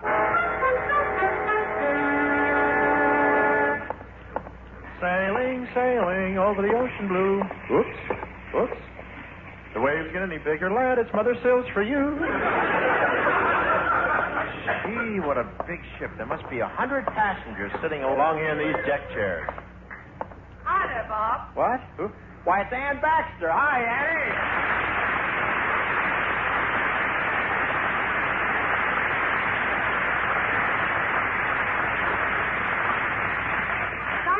Bob. No one's using this deck chair. Oh, thanks, Ann. Well, this is a pleasant surprise. I didn't know you were on this ship. Well, I didn't know you were aboard either, Bob. Your name doesn't appear on the passenger list. And it's very inconvenient. For breakfast, all the steward would bring me was a bowl of borscht and a knockwurst sunny side up. You'll have to hurry if you want to get in. You'll have to.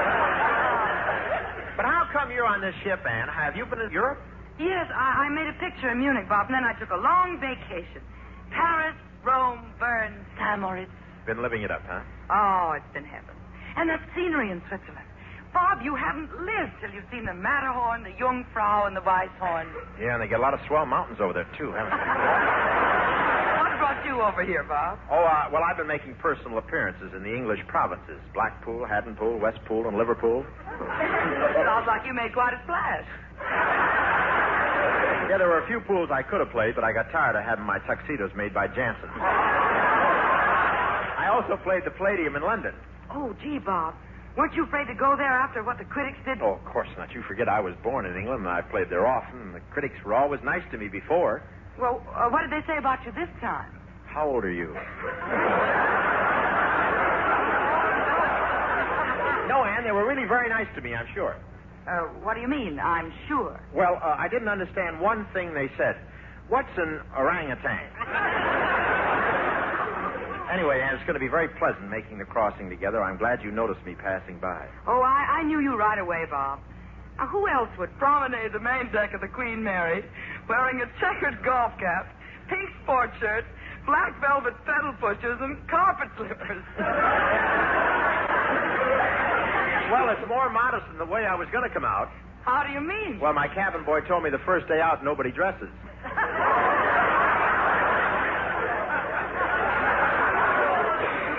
Beg pardon, Miss Baxter. Oh, yes, Stewart.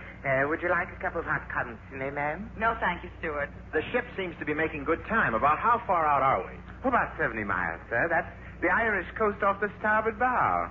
The Irish coast? Oh, I don't see anything over there. Off the starboard bow, sir. You're looking to port. Oh, yes, I'm always mistaking starboard for port. I once went into a wine shop and drank 3 glasses of starboard before I noticed the difference. Well, actually, it's quite easy to remember. When you're heading west, starboards to the north, ports to south. Heading east, starboards to south, ports to north. But when you're heading north, starboards to east, ports to west. And, when you're heading south, ports to east and starboards to west.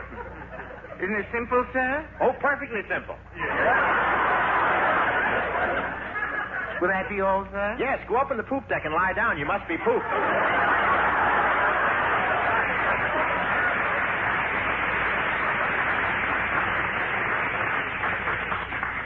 Aye, sir. Oh, pip, cheerio. And take 2 key bags out of petty cash. Thank you. Oh, gee, Bob, wasn't he cute? I love traveling on English ships. Oh, so do I. Come on, I'll show you around. Have you been up on the captain's bridge yet? Well, no, Bob. The signs say passengers aren't allowed up there. Oh, signs don't mean anything. Come on.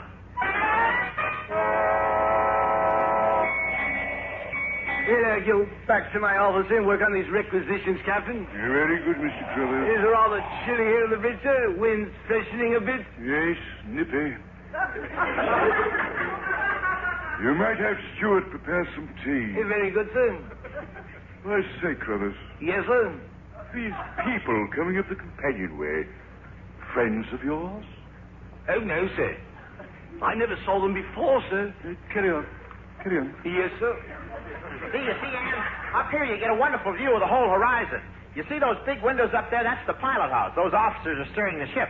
Well, why does it take 2 of them, Bob? Well, one of them handles the steering wheel and the other one shifts the gear. Some of these waves are pretty steep, you know.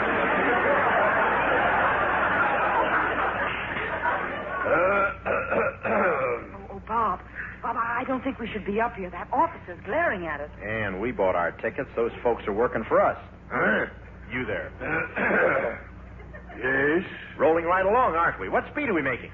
30 knots. Oh, fine. Keep going. Well, we plan to. Attaboy, Shorty. Come on, Bob, let's get out of here.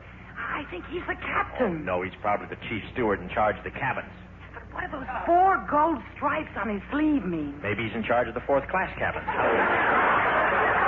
Sir, I happen to be the captain of the ship. Oh. And this is the captain's bridge. Oh? And the sign says no passengers allowed. Did you read it? Well, yes, but I have this card here. I thought it would entitle us to special consideration. Huh? What is it? I don't have my glasses with me. Well, I'm an honorary Commodore on the Echo Park electric boat. Well, I say now. Oh, no, Captain, please don't get angry. We're leaving. Come on, Bob. Let's go back down to our own deck. Okay. So long, Captain. Follow me, Ann. Let's go down on this side over here. Oh, no, Bob. No, not over there. Oh.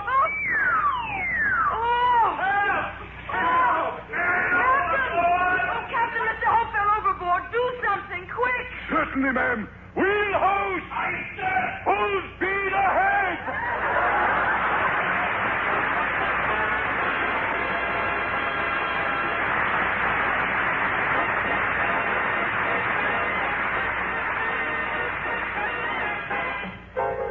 And here's Maggie Whiting singing Z.O.D.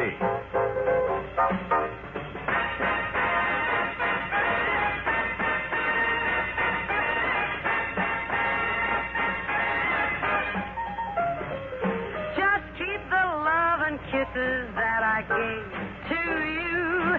Somehow I knew I'd lose them from the start.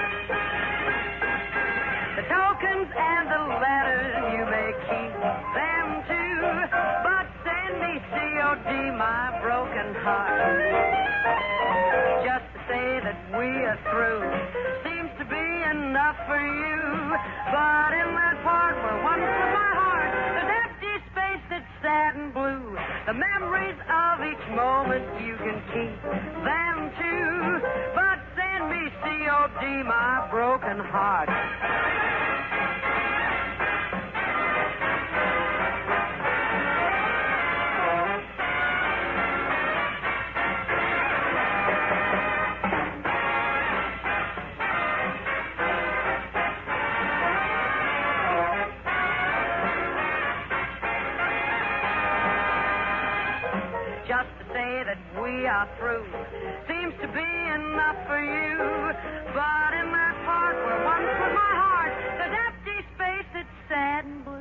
The memories of each moment you can keep them too.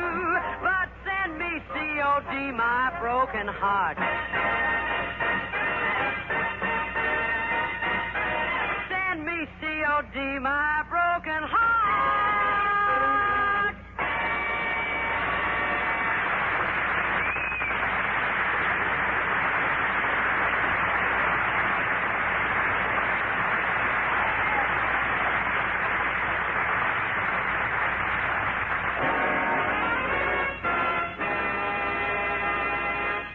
Well, ladies and gentlemen, let's go back a few days and return to Bob coming home from England on the liner the Queen Mary.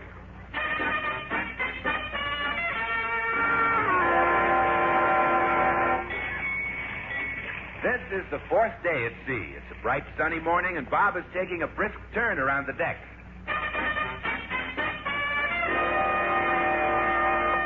Up, 2, 3, 4. Morning, sir. Oh, good morning, Mr. Crothers. Taking a constitutional Yes, sir. Boy, but after you've lived in Los Angeles, this ocean air is disappointing.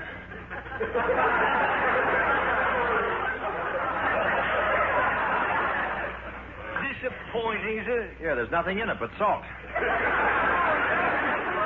I'm afraid I don't quite But what does your Los Angeles air have in it, sir? Oh, everything. Gas, oil, ashes, horse blankets, oil.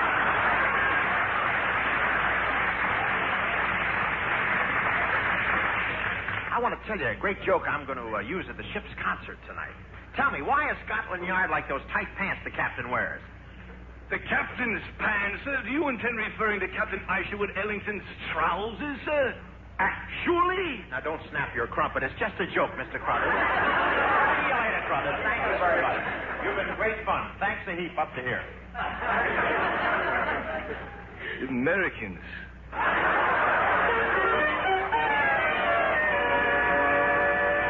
Come on, Ann, let's go out on the deck and see what kind of a day it is. I'm looking for that book Bob loaned me. I'll bring it along and return it to him. Bob seems to be around all the time. I just don't know what you're seeing him. Well, I always considered Bob gay, witty, amusing, suave, sophisticated, intelligent. Really? Yes. Then I met him. Well, maybe he isn't all those things, but Bob has something else. Yeah? What? Well, as the French say, Bob is un homme du monde, un brave homme. What does that mean in English? Somebody goofed. well, let's go. Oh, come in? May I have a word with you, Miss Baxter? Why, of course, Mr. Crothers. What is it? Well, it's that Mr. Hope, miss. You see, I'm the one who booked him for the trip, and it's put me in bad with the captain. Everything Mr. Hope does, the captain blames me. Well, what's Bob done? Well, you see, miss, here on the Queen Mary, we frown on a passenger washing his clothes by lowering them out the porthole and letting them drag behind the ship. How did that? Oh, it was worse after the clothes got dry. The Ile-de-France passed us and wired the Coast Guard. She thought we were flying distress signals.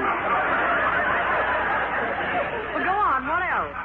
Well, Mr. Hope was fishing yesterday, and he fell overboard again. Oh, well, Bob caught a shark and it pulled him in. No, it wasn't a shark. Well, what was it then? He hooked a lady passenger down on C deck, and her girdle snapped him over the rail. Well, all this is nothing compared with what Mr. Hope plans to do at the ship's concert tonight. I'll get sacked for sure. He's going to tell a nasty joke about the captain. Mr. Hope's going to say, why is a pair of pants as big as Scotland Yard? I give up. Why is a pair of pants as big as Scotland Yard? Because the captain's in them.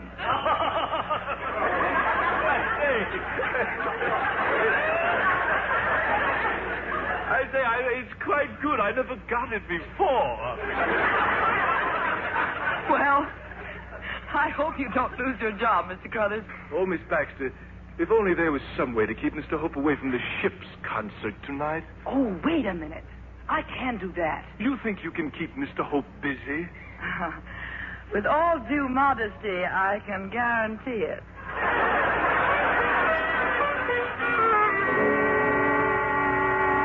Gee, Ann, it's nice sitting here in your cabin and chatting like this, but the ship's concert must be half over. Oh, so what? Well, shouldn't we go up and join the others?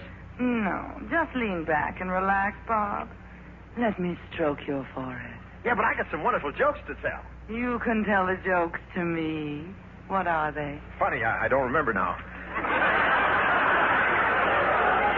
Ann, I don't get it. What is all this, anyway? Don't you know what it means when a girl wants to keep you all to herself? No, I don't. My father told me about the birds and the bees, but he never got around to girls. Can't you see what's making me act like this, Bob? It's you. You. Me? It's always been you, Bob. Put your arms around me. Gee. Now, don't you want to press my lips? Why, are they wrinkled?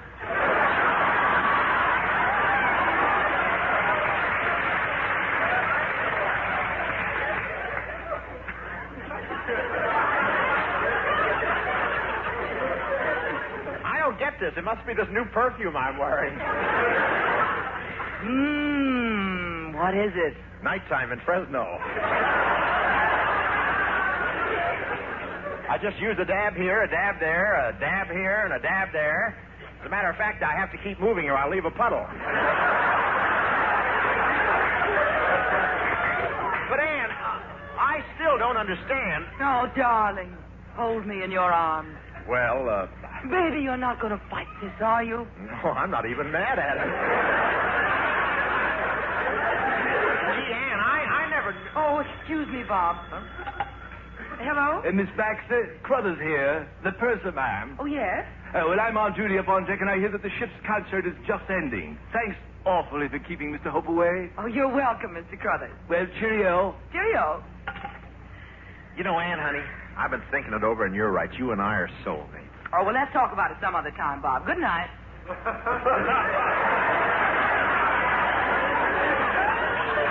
Good night. I'm just getting warmed up. Come here to Daddy, honey. Oh, what for? Honey, I'm not puckered up like this just to wet a thread or anything. No. Please go, Bob. Don't be a nuisance. Nuisance? A minute ago, I was your stick of dynamite. Who cut the fuse? No, Bob. No, please. Oh, pardon me. Hello? Hey, Crothers here again. Oh, yes, Mr. Crothers. I'm terribly sorry to keep ringing you up like this, Miss Baxter, but I'm afraid I made an error. The ship's concert hasn't ended yet after all. Uh-oh. Is it still going on? Oh, yes, Miss Baxter. And I wonder if you would continue... Yes, I'll do it. Goodbye, Mr. Crothers. Bob. Good night, Ann. I'll be seeing you around sometime. Well, what's the matter? Well, I'm leaving. I don't have to have a house fall on me, you know. Oh, honey lamb. Baby.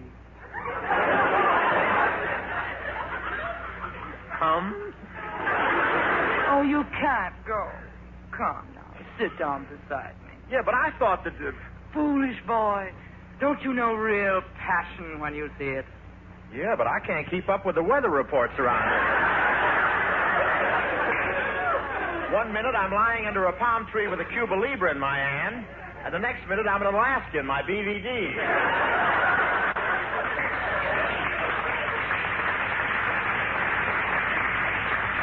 What's the matter, honey? I'm sending. Aren't you receiving? Yes, but this alternating current throws me. Oh, excuse me, Bob. Oh, Mr. Crothers. Oh, I just popped around to tell you the ship's concert really is all over this time. Oh, what a pity, Bob. And you didn't get to tell your joke. Oh, I wasn't going to tell him at the ship's concert.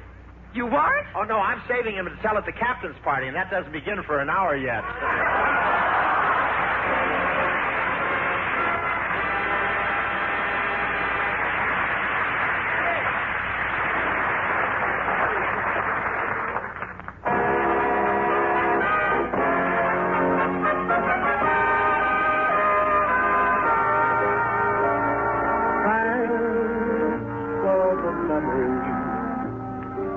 Say thank you, Phil. Folks, I had the chance of being with our Boy Scouts at that big jamboree. You know, these boys are from every nation in the world, and I want to tell you it was really thrilling.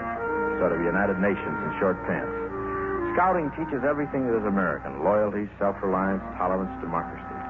Yes, sir, the Boy Scouts of America, the Boy Scouts the world over, will have the opportunity to help make or break this crazy planet of ours. And I feel certain they'll succeed as a force for good in developing better relationships, more universal understanding. If we would all live up to the Scout laws to be trustworthy, loyal, helpful, friendly, courteous, kind, obedient, cheerful, thrifty, brave, clean, and reverent, I'd guarantee the very best prospects for a brighter future. Peace and harmony throughout the world. All this I promise gladly if we put our trust where it can well be placed in the Boy Scouts of America. Bob Hope's message was delivered on the occasion of this Boy Scout Week. Stay tuned for more from Bob as tonight he's featured on the Golden Days of Radio, coming up next.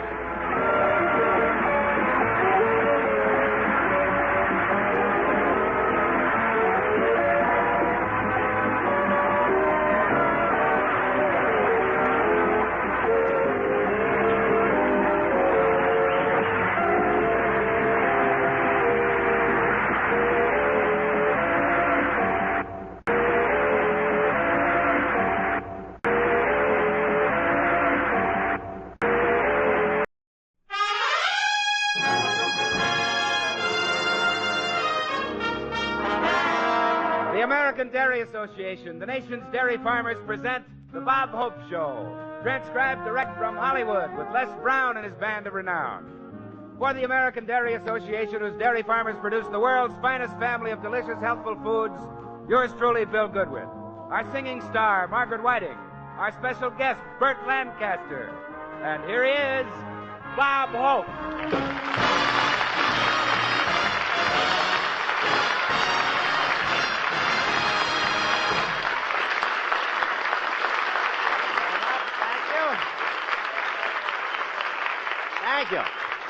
Thank you very, very much, ladies and gentlemen. Here I am again for my new sponsor, the American Dairy Association. You know, it's nice working for someone in the dairy business. If you lay an egg, they put it in a milkshake and sell it. Yes, sir, and today is Friday the 13th. And if nothing unlucky has happened to you so far, here I am. Personally, I don't believe in superstition, not since the time a fortune teller told me I was going to meet someone who was tall, dark, and musical. Then I found out Liberace was coming to dinner.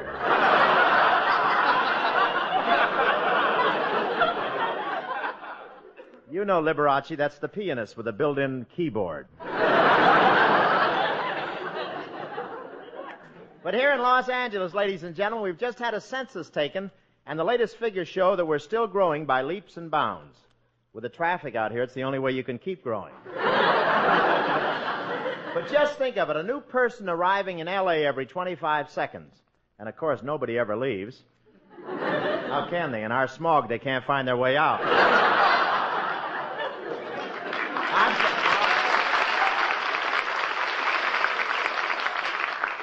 I guess that's pretty good for an audience on instruments, but I'm sorry. I really shouldn't have said that because the Chamber of Commerce says there's no such thing as smog here. It's just smoke that refuses to leave because there's no better place to go. But they've got to admit it does get a little thick sometimes. A little thick. One couple came out here from Iowa, had a baby, and had to move back there to see what it looked like.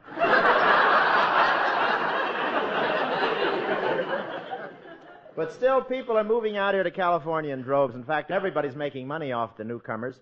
Remember how the early wagon trains fought the Indians?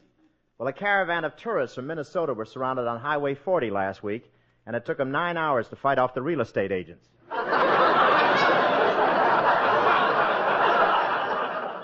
Real estate agent, that's a well-dressed octopus. The minute he smells a down payment, he starts squirting ink in all directions.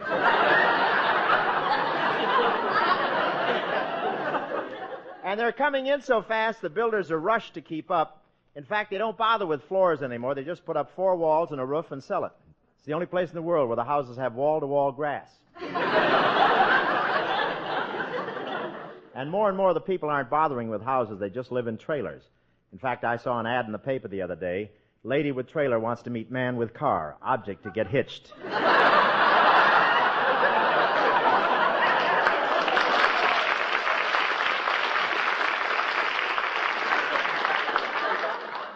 We have communities out here to fit almost every taste. For instance, if you want to be exclusive, there's Beverly Hills, where all the movie stars live. In fact, I know one actor out there who is so exclusive that he has an unlisted wife.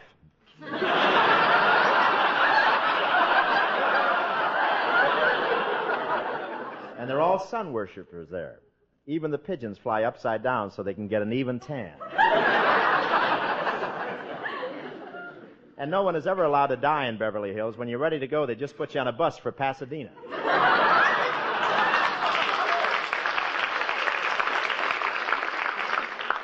But in spite of all the people who've come here, we're still trying to get more. All our latest advertising stunt. The latest stunt is to put pictures of movie stars on all the oranges that are shipped out of here. But I don't know how that's going to work. Can't you just imagine a henpecked husband squeezing Marilyn Monroe, Lana Turner, and Jane Russell for breakfast?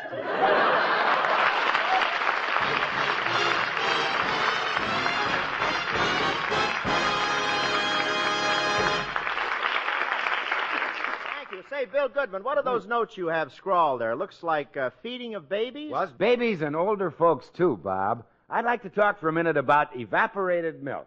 For years, most every mother has known how valuable evaporated milk is for babies and for old people, too. But I'd like to point out that evaporated milk has an outstanding advantage in making so many wonderful foods. Things like homemade candy, pumpkin pie, cake frosting, for instance.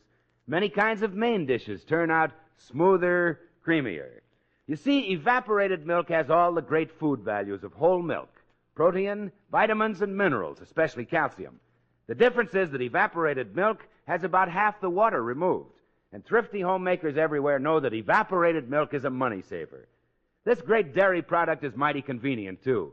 You'll want to keep evaporated milk on your pantry shelf to use when you need extra milk for cooking, and when you've unexpected guests to feed. Discover what wonderful, smooth, delicious eating your family can enjoy when you cook with evaporated milk.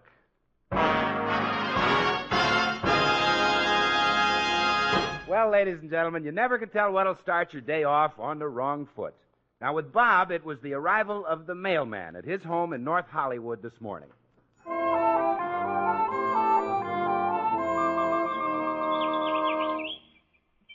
Here's a couple letters for you, Mr. Hope. Oh, thanks, Charlie. Yeah, and here's your magazines. Screen Romances, Movie Parade, Silver Screen, Hollywood Star Review, Film Fan Magazine, Hollywood Movie Idols, and Hollywood Glamour Marriage Stories. Boy, you sure go for highbrow reading, Mr. Hope. Well, somebody has to keep score for Rita.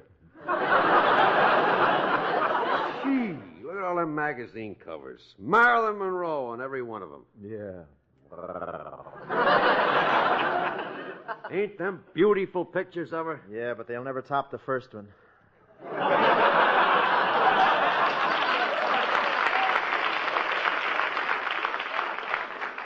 Anything else for me, Charlie? No, that's a load. Coming out on a bus, I was reading a swell article in one of them magazines about you. An article about me? Yeah, I'll show you. Let's see. Yeah, here it is. It's called Bob Hope, Kind, Generous, Humble, and Full of Humility. You're sure it's an article about me? Sounds like an application to get on the Arthur Godfrey show.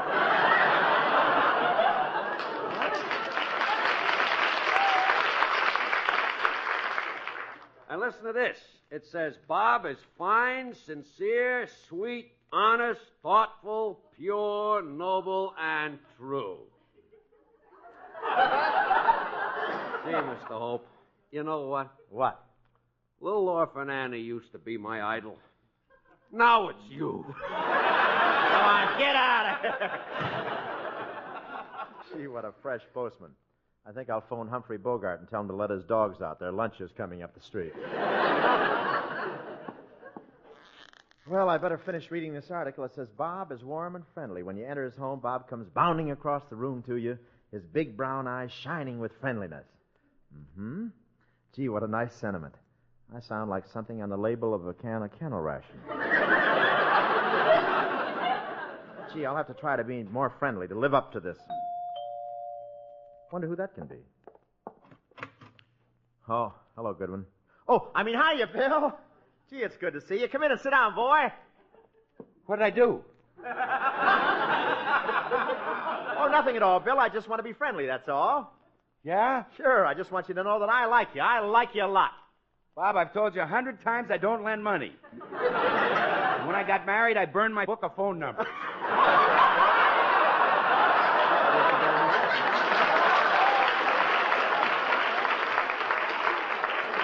Look, Bill, I don't want a thing from you. I just want to know how you're getting along. Are you happy on the radio show? Say, what are you driving at? I'm just asking, that's all. Because I can get other jobs, you know. 20 of shows want a first-class announcer with a good voice and glorious rippling hair. And teeth to match. Look, Bill, I'm just trying to be friendly. I don't see why you should get sore at me. Oh, you don't, huh? Well, at rehearsal yesterday, didn't you tell the sponsor that I have the face of a low-grade moron? Of course not, Bill. I never told the sponsor anything like that about your face. You didn't? No, all I said was you can find a more intelligent expression on any mushmallow at farmer's market. Well, that does it. Goodbye. What do you mean, goodbye? I knew when you started that sweet talk what you were leading up to. What I'm leading up to? That's right, and I'm not going to give you the chance to fire me. I quit. Now, wait a minute. What about our contract? Well, I don't know about your copy, but I haven't got mine anymore. What became of it? We ran out of paper in our towel machine. Goodbye.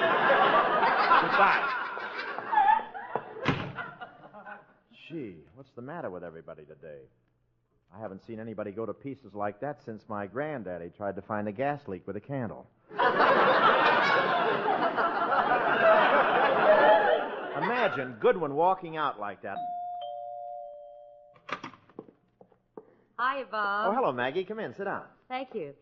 Gee, you're certainly loaded with fan magazines. Yeah, well, the kids like to look through them, but there's a marvelous article in this magazine that says, I ooze charm, I ooze graciousness, I ooze personality. Say, that's nice oozing. Don't get any on you. Who wrote all this about you, Bob? I don't know. The writer. The name is Pamela St. Clair. You might know it would be a woman. Oh, yes, I guess so. Listen, Bob, what about doing some work? Are we going to rehearse this morning? No, we'll have to postpone rehearsal for a while till Bill Goodwin gets over a fit of temperament. Bill Goodwin? Yeah. Temperament? Bill got out of line. There isn't room for a bull-headed, stubborn guy in this show. Not while I'm here. Well, if there's no rehearsal, that leaves me with nothing to do, so I think I'll go shopping. I'll go with you, Maggie. I want to drop in at Woolworth's and pick out Crosby's Christmas present. Let's go.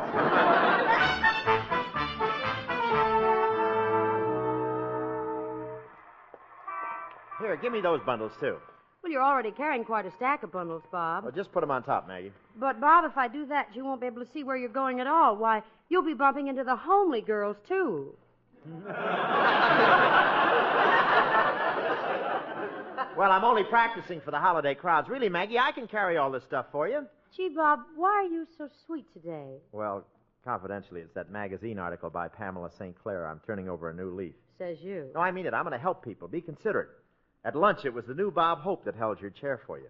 When you dropped your napkin, it was the new Bob Hope who picked it up for you. Yeah, and then the check came, and the old Bob Hope made me pay my half. Well, I left the tip. I never did care much for the asparagus anyway.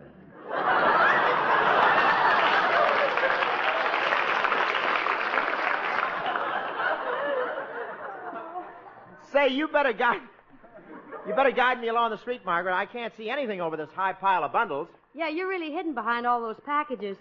Oh, look, there's Burt Lancaster. Hiya, Burt.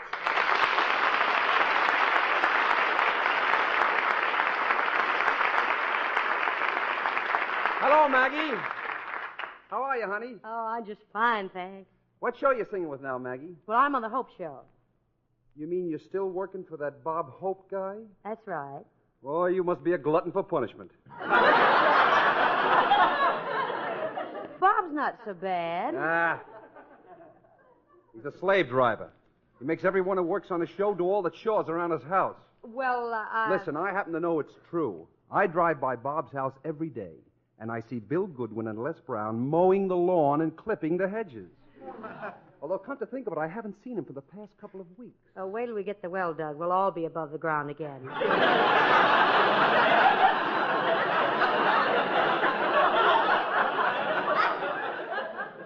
Well, maybe I shouldn't talk about Hope this way, because I really don't know him very well. I used to see him around the country club once in a while, till he got thrown out for cheating at poker. Bob was cheating? No, we're pretty sure of it. Well, what made you think so? Oh, little things, the way he handled the cards, the way he shuffled them. One night, the spring in his coat went haywire, and his left sleeve rained aces for 10 minutes. Gee, I didn't know Bob would do anything like that. Yeah, that boss of yours is full of tricks. Bob is a snake in the grass, a real snake in the grass. And by the way, Maggie, who's the gentleman behind with all the bundles? Aren't you going to introduce me to him? She doesn't have to. You know me better than she does. Bob! I didn't realize that was you standing there. Yeah, this is me, the old dartboard. How are you? Well, for goodness sakes, why didn't you say something? Well, if you'd given me the chance, I'd have shaken my rattles.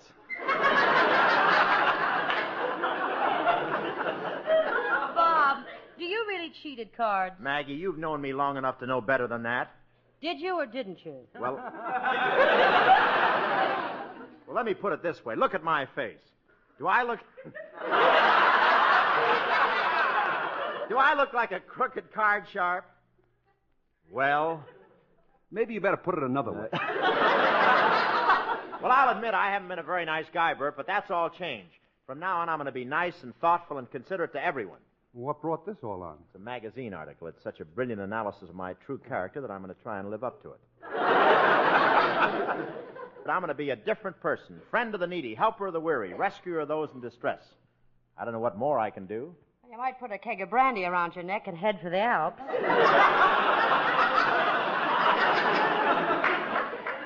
Come on, Bob. I got to finish my shopping. Okay, so long, Bert. So long, folks. Oh, by the way, Bert.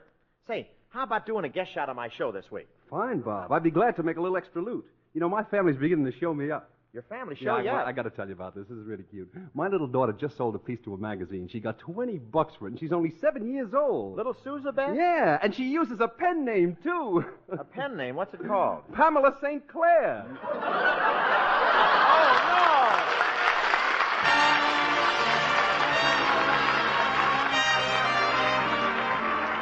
And here's the singing lady from Detroit and Capitol Platters, Margaret Whiting, singing My Love, My Love. Sounds like...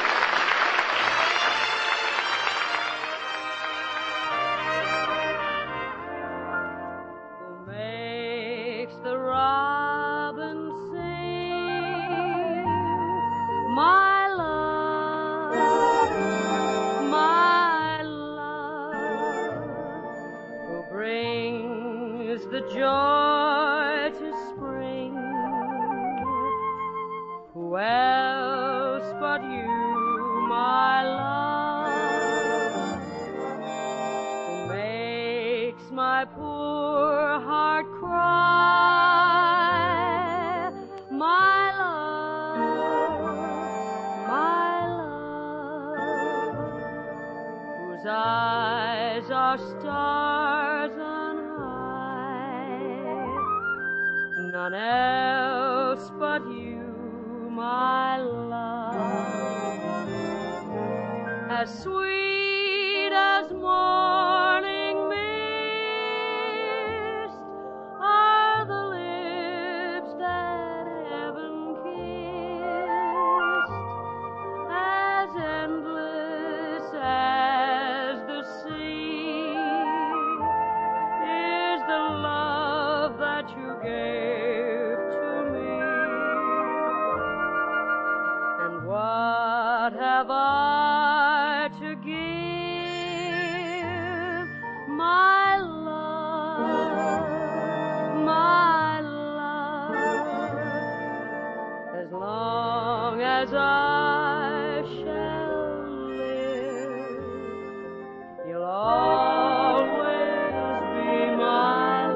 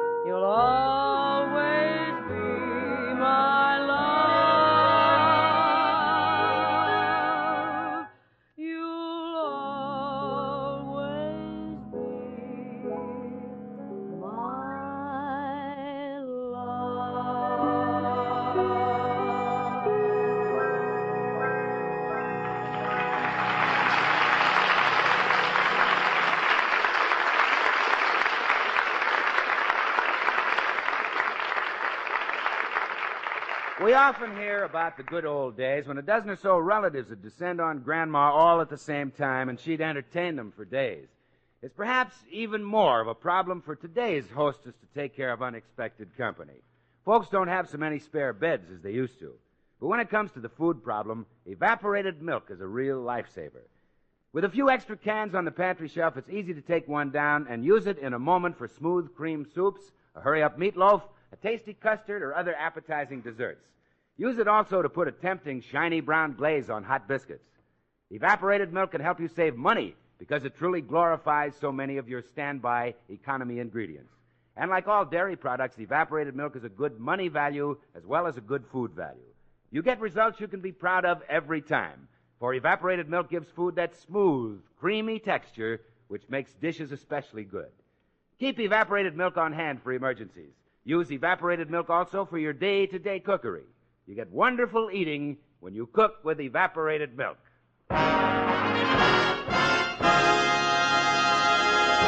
Hey, that's well done, Bill. You really live those commercials, don't you? Thanks. Well, have you gotten over your little flare-up? Oh, yes, sure. I feel fine now. Why should I have feelings about anything on this show? I'm only the announcer.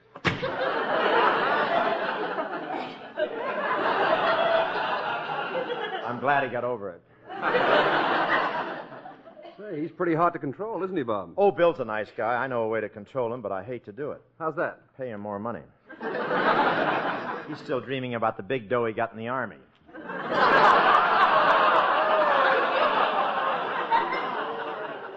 In the Army, you're kidding. Yeah, but that leads us into talking about your picture, Bert, about Army life from here to eternity. Oh, have you seen it, Bob? Oh, boy, I caught it the other night at a drive-in theater. It was a wonderful double feature. Say, wait a minute. That picture's playing all alone. I know. The other feature was in my car. I see. I happened to take Jane Russell, but don't get the wrong idea. It was just a matter of having someone to talk to. Now, wait a minute. Wait a minute. You spent an evening in a drive-in theater with Jane Russell, and you talked to her? Yeah, it's a wonderful place to play 20 questions. And Jane Russell's such a nice partner, too. Well, tell me, Bob, how did you like From Here to Eternity, huh? Oh, wonderful, Bert. What power, what impact. I was breathless, shaken, dazed, lifted right out of my seat. You mean the picture affected you that much? What picture? Waterfield caught us.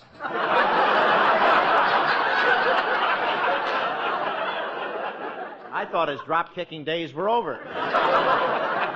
Bob, I think you made the whole thing up. In fact, I don't think Jane Russell would even go out with you. Are you kidding? Bert, that girl is out of her mind over me. Well, that could explain it. Hey, that's very clever.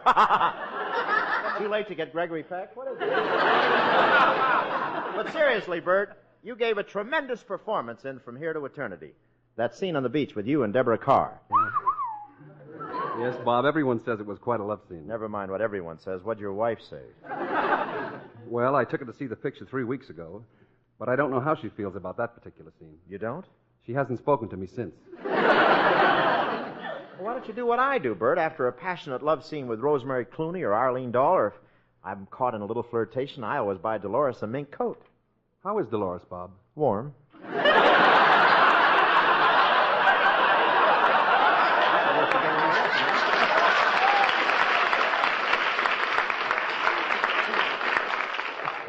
Anyway, Bert, I sure enjoyed From Here to Eternity. How are you going to follow such a terrific part? Well, I've got a picture in the works now about an outlaw Apache. I'm an Indian who won't play ball with the rest of the tribe. I got a whole team of Indians like that back in Cleveland.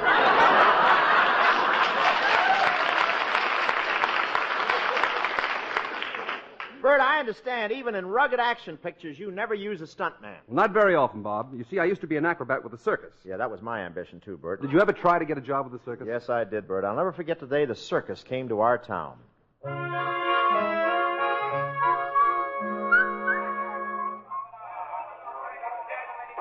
Here you are, folks. See the Indian rubber man. They're hoochie-coochie dancers. Yeah, I was just a kid, and I was thrilled by the crowds, the noise, the big tents. And then I saw a sign on one of the wagons. Acrobat wanted.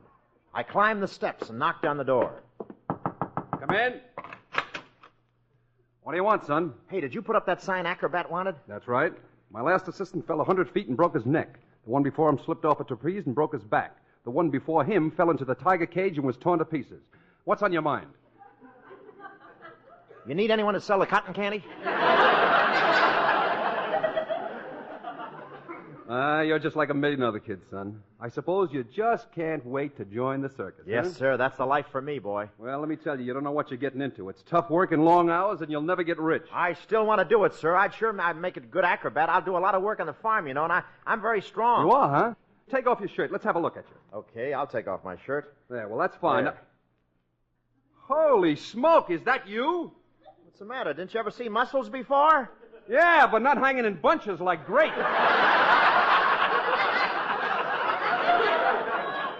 When I flex them, they get bigger.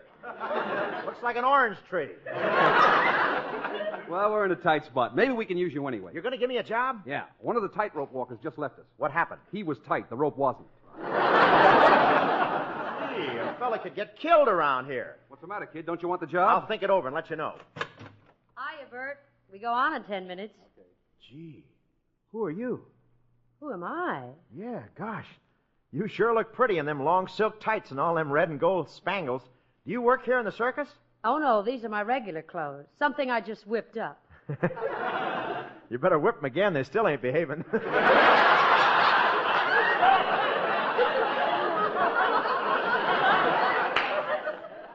Hey, Bert, who is this kid? I don't know. He come in and asked for a job, but he's going to think it over and let me know. Are you, honey?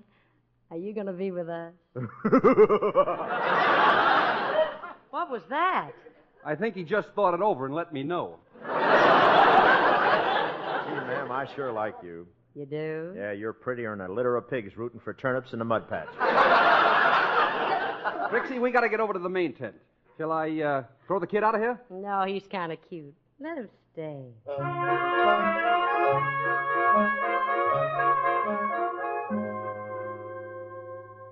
Gee, Trixie, this last 6 months has been wonderful, working in the circus and being with you. I like being with you, too. Hey, you. Trixie's my girl. So what? Every time I see her, you're hugging her, squeezing her, kissing her.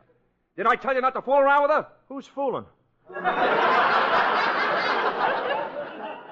Come on, the ringmaster's announcing our act. And, kid, we're through. I'm going to send you back to your ma on the farm. I'm never going back to ma on the farm. Attention, ladies and gentlemen, in the main top above the center ring, the flying Lancasters.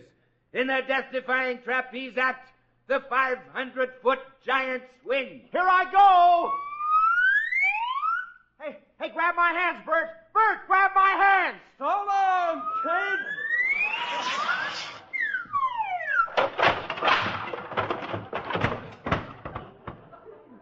Oh.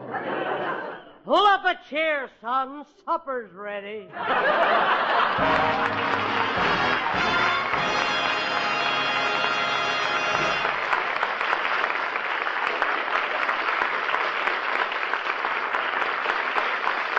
Say, you listeners who eat out a great deal know that little things often tell you a lot about the quality of the food you'll get.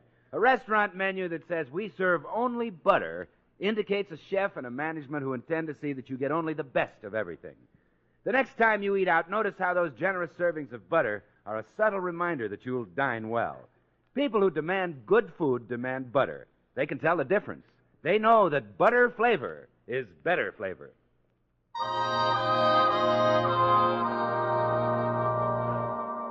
Oh, thanks for the memories. I want to thank Burt Lancaster very much for adding talent to this show. Congratulations on a wonderful performance and a wonderful picture from here to eternity. You know, ladies and gentlemen, I just want to take a minute to salute the Red Feather Workers, volunteers all, who finish up their house-to-house canvass tomorrow. We're all well acquainted with the many activities of the community chest and know of its work with our youngsters, the Boy Scouts, Girl Scouts, Ys, and other groups, as well as about its work in family welfare, national emergencies, and with our boys overseas.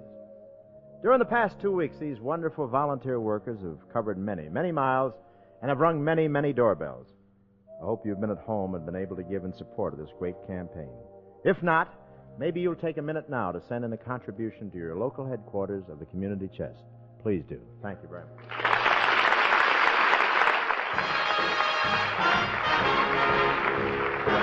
Be sure to listen to the Bob Hope Show next week from Hollywood with our special guest, Paul Douglas. Burt Lancaster can soon be seen in Warner Brothers' production, His Majesty O'Keefe. The American Dairy Association, the nation's dairy farmers have brought you The Bob Hope Show, an NBC Radio Network production, written by Norman Sullivan and Charles Stewart, and transcribed direct from Hollywood, California. Remember, butter flavor is better flavor.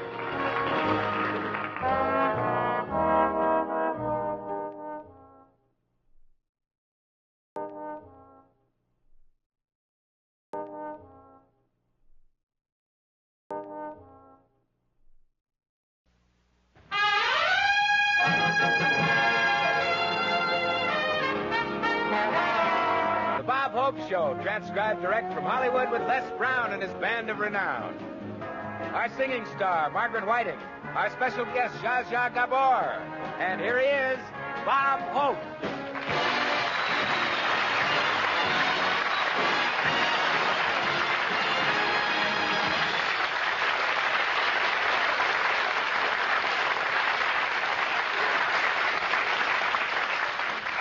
Thank you. Thank you very much. Pardon my throat, ladies and gentlemen. Have a little smog in it tonight. You know, a glass of milk a day keeps the doctor away. 2 glasses a day keeps the dentist away. And 3 glasses of milk a day and you're a hermit, but a healthy one. But I want to tell you that...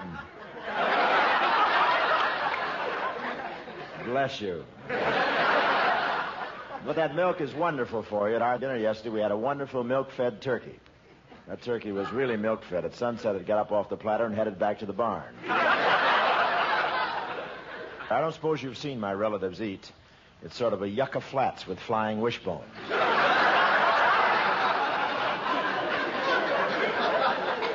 No, it was a close affair. At one point in the meal, they had gravy on me, and my brother Jack was putting salt and pepper on my leg. I happened to be in New York last week when they were having their smog. I'm sure it was just a coincidence. In New York, they had a smaze. That's sort of a sissy smog. Thick enough to slow you down, but you can't lean against it.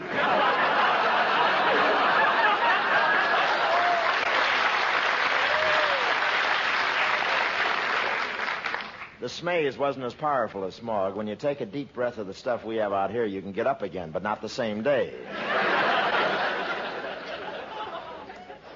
The mayor of New York wired the Los Angeles City Hall asking what to do about it, and we're going to let him know as soon as we find the City Hall.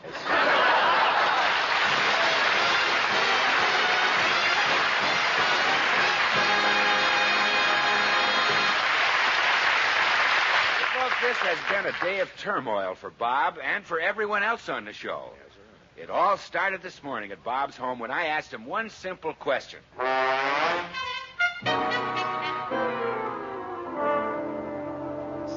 Say, Bob. Yeah, Bill? Can I be excused from appearing on the show tonight?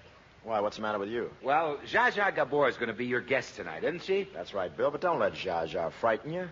Just be calm and cool like I am. It's too late, Rob. I don't want to be on the show with Zsa Zsa tonight because I've fallen for her. You've fallen for Zsa Zsa? Yes. Well, if you gotta go, I can't think of a nicer way. When did this all happen? Yesterday when you sent me over to her place with a script. I could tell Zsa Zsa liked me the minute she saw me. You know what she did? She actually invited me to stay for tea. Maybe she likes tea with lemon. Then what happened, Bill? Well, while we were drinking it, Zsa Zsa looked in my eyes and said, "I'm so thrilled to know a big, strong man like you." And bing, I got all choked up. With love? No, I swallowed my tea bag. That's very romantic, Bill. As a lover, you'd make a wonderful garbage disposal. But I don't see why you have to have the evening off just because you've taken a fancy to Zsa Zsa. After all, you didn't ask her to marry you. You want a bed? Well, that's very clever of you, Bill. If she accepts, you'll be sure of a crowd at the wedding. How do you mean? Well, there'll be you and Zsa Zsa and your wife and your 4 kids. You won't need a minister. You'll need a referee. Well, gee, you see the jam I'm in, don't you, Bob? Well, why didn't you ask my advice about this, Bill? I could give you advice in this kind of a matter. After all, you can't fall for every pretty face you see. You'd have 5 or 6 different girls around town. You'd always be kissing one girl and rushing to the other and trying to keep them from finding out about each other. You never get any rest. You wind up tired, exhausted. A nervous wreck, completely worn out. Only one word describes a life like that. What is it? Sensational. Well, gee, Bob, what'll I do? Relax, Bill. I'll run over to Zsa Zsa's right now. I'll bring her some candy and flowers and straighten the whole thing out. Oh, thanks, Bob. But from now on, I'm swearing off girls. Forever. Good. Oh, by the way, put a card in the flowers, will you? To Honey Cheeks from Sugar Lips.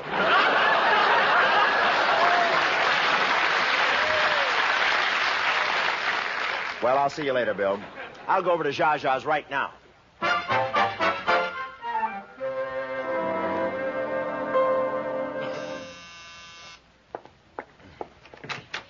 Oui, monsieur? Oh, I'd like to see Miss Gabor. Entrez, s'il vous plaît. Thank you. Asseyez-vous un moment, monsieur. Votre nom? Yes, it has been rather chilly. Comprenez français? Oh, sure, I speak French fluently. C'est si bon, cherchez la femme, Chevrolet Coupé, and Oui, Oui, Marie. I have 3 or 4 others, but I don't want to get arrested. Anyway, I'll just wait here till Miss Gabor can see me, huh? Hello, Bob. Hello, Zsa Zsa.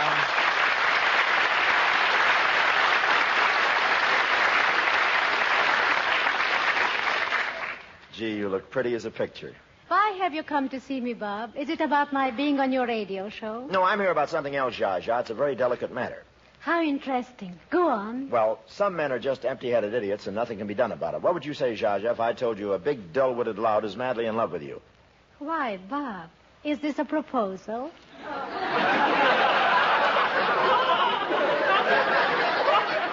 No, I didn't mean myself, Zsa Zsa. I'm talking about Bill Goodman. You see, Bill is just an unsophisticated guy. He falls for any pretty face. Then you wouldn't waste time on me. You don't think I could make you fall in love with me? No, Zsa Zsa, you couldn't make me fall in love with you because I'm a man of the world, sophisticated, suave, blasé.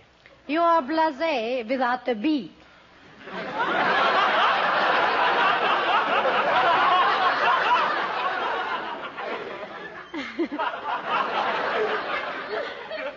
Where did you get all these ideas that you're so great and hard to get? Well, I read a wonderful book that tells how to handle these situations, Zsa Zsa. It's called Man, Ruler of the Sexes. Tells all about how men have ruled women all through the ages, from Socrates right up through Rock Hudson.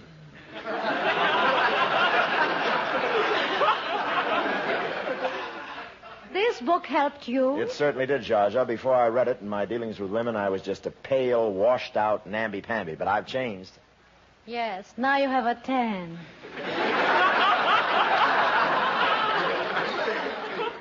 Well, take it easy on Goodwin anyway, as a favor to me, Zsa Zsa. I'll be running along now. But I want you to have a cup of tea with me. Well, that worked with Bill, but I'm a sophisticated man of the world. You can't pierce my shell. Really? Are you sure that I cannot pierce your shell? You trying to pierce it or melt it? Don't try it, honey. I'm too tough for you. You'll only smash yourself in the Rock of Gibraltar. Oh, you think so? Lie back in this chair. Let Zsa Zsa look in your eyes. Okay? Now, do you feel romance? No. Let Zsa Zsa stroke your forehead. Now, do you feel romance? No. Nothing coming through yet?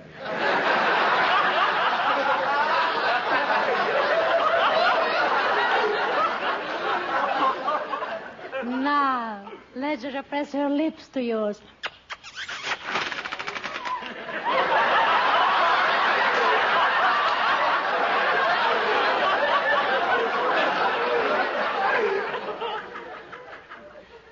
What was that? It was either romance or one of my garters busted.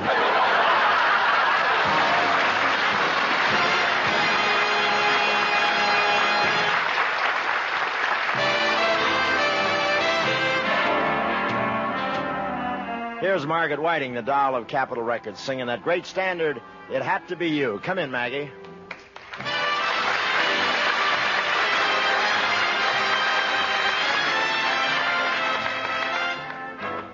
It had to be you. It had to be you. I wandered around and finally found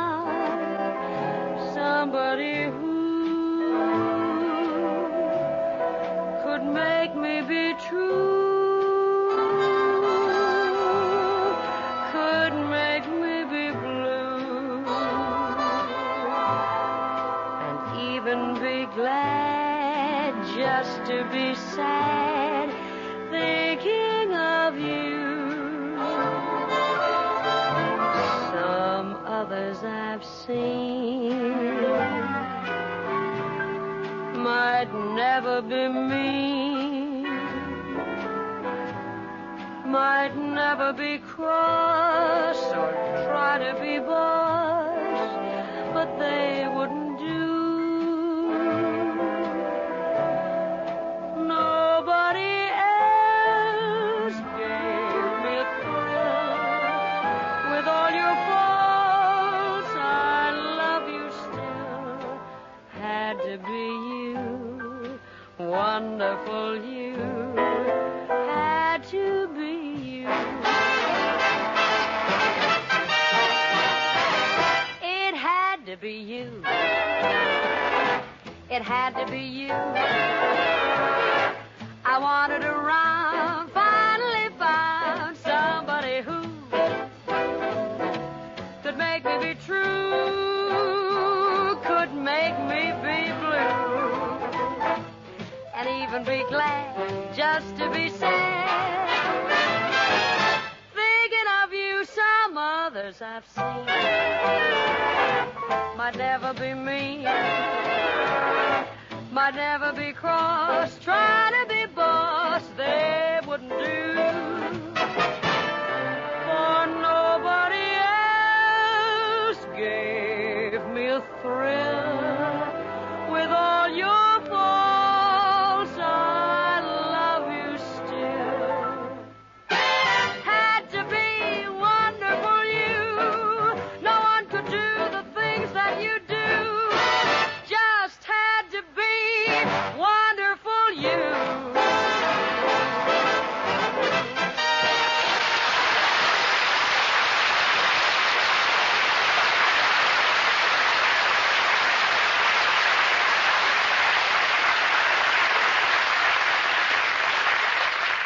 Ladies and gentlemen, someone once said humor is the true democracy. That's why we in America can smile when we tell the stories of the legendary heroes who helped build our country's great industries and institutions. Take steel, for example. What made us the greatest steel manufacturers in the world? Ask any worker at the open hearth of any Pennsylvania steel mill, and the answer will be the same. Joe Mazurak, the giant whose body was made of pure steel. They'll tell you Joe invented the riveting machine by punching rivets with his fists, and cannonballs by rolling the hot steel in his hands like he was making butterballs. They'll tell you Joe Mazurak made steel rails by squeezing molten steel between his fingers. A legend? Sure, Joe Mazurak is only a legend, someone who existed only in the minds of those who have handed down our American folklore. But Joe Mazurak is also a spirit, the spirit of those men who work and sweat before the open hearths of the Alleghenies. Yes, it is democracy which lets us tell stories of our industries, institutions, and legendary heroes with a twinkle in our eyes and a chuckle in our throats. And so long as we continue to laugh together as a people, we will live together as a nation. Thank you very much. When Bob returned home from visiting Zsa Zsa this afternoon, he had a rather glazed look in his eyes.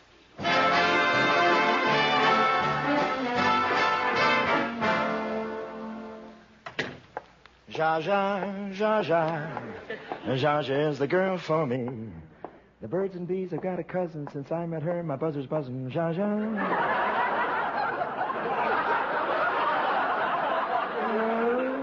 Zsa Zsa, Zsa Zsa is the girl for me. Razzle-dazzle. Hello, Bob. We're waiting to start rehearsal. How'd it go, Bob? How'd it go? Yeah, did you smooth things over with Zsa Zsa? Are you kidding? Bill, a whole new situation has developed. What do you mean? It is now Bob and Zsa Zsa. Zsa Zsa Gabor and you? Oh, you're kidding. Zsa Zsa didn't really fall for you, did she? Why not? She's human, isn't she? That's what makes it so hard to understand. That was very cute, Maggie. We'll be watching for your ad in Variety under Situations Wanted.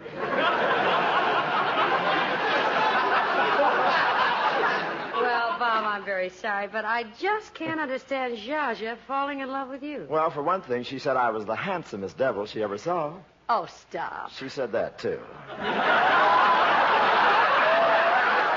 Well, come on, Bob. Let's start rehearsal. Okay, but Zsa Zsa will be over here in a few minutes, and I want you all to help me. Help you? How? Well, I want to make a good impression on Zsa Zsa. I want to make her think I'm sophisticated and worldly, handsome and noble. What do we do, slip her a Mickey?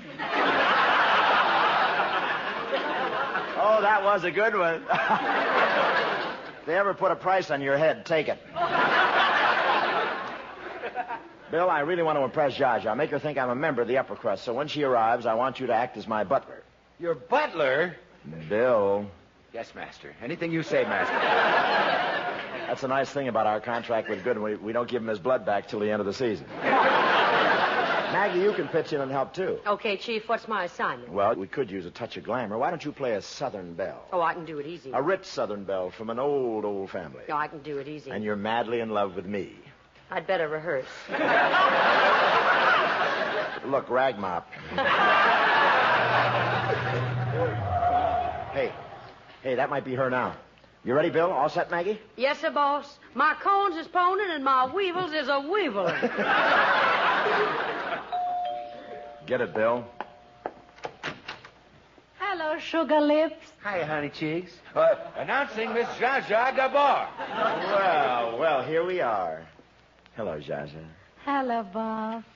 Oh, hello, Zsa. Hello, Bob. Hello, Zsa. Hello, Bob. Gee, this girl's got an answer for everything. Oh, Bob, what's the matter with you? What do you mean? You act so strange. You look like a sick cow. Well, that's how I always look when I see a healthy calf.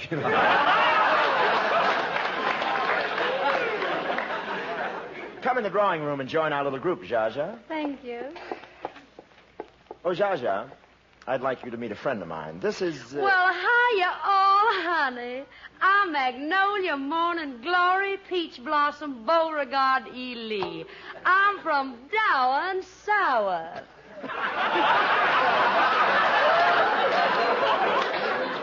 Take it easy. One step further south, and you'll be a Mexican.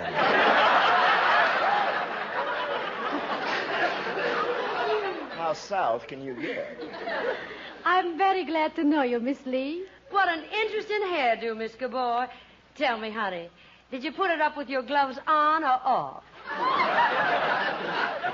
Oh, that's kind, eh? No, dear. I have my hair done by a very exclusive stylist. Why don't you slip yours off and send it over to him? What a charming comb you have here, Bob. Oh, yes, I'm loaded, you know, although I am cutting down this year. In the servants' swimming pool, we're just using plain water this year. What do you use in your own pool? Taboo. We don't have a diving board. We just jump off of Liberace's candlesticks.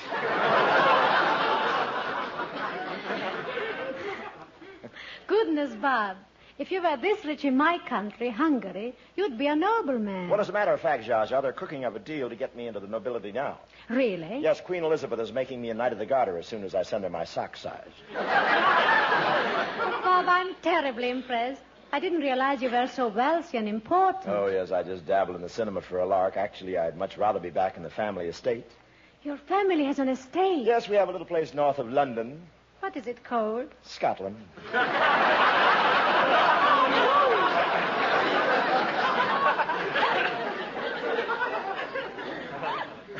How thrilling. And are all your family noblemen? Oh, yes, all kings and dukes. In fact, if anything as low as an earl came to our castle, we couldn't let them in the front way. They'd have to go around to the back moats.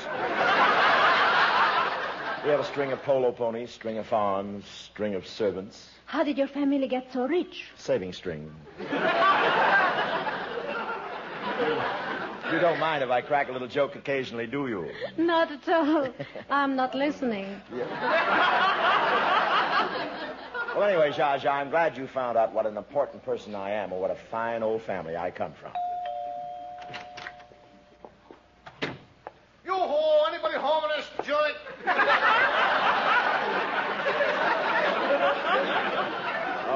Pardon me, Zsa. Someone must have the wrong house here. What do you mean a wrong house? Don't you know your Uncle Mort when I come all the way from Cleveland to visit you? Hiya, Ratsy.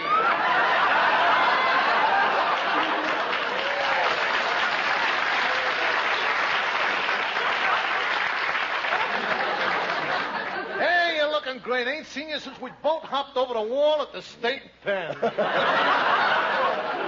Those were the days, eh, Rat? Hello, Uncle Mort.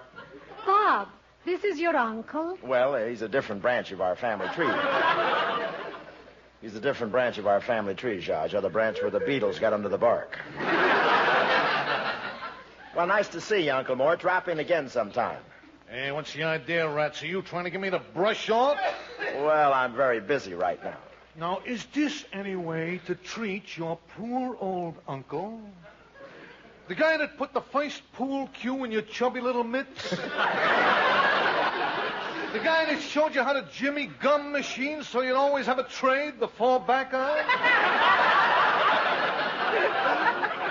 The guy that helped you earn your first buck slugging campfire girls and selling the marshmallows? Now, wait.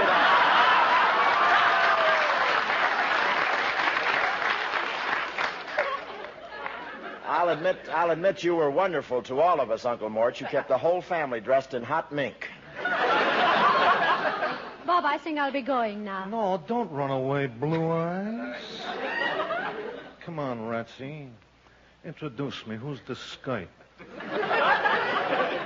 Oh, this is Miss Zsa Gabor. How do you do?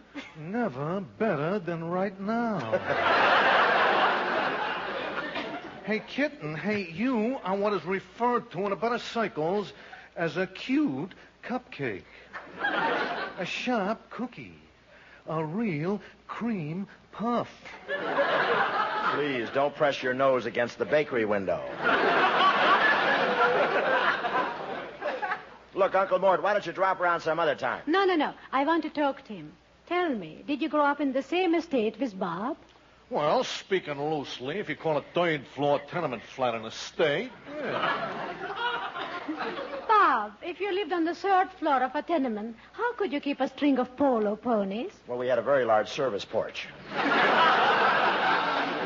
Look, Zsa, I may have exaggerated a little bit, but most of what I told you was true.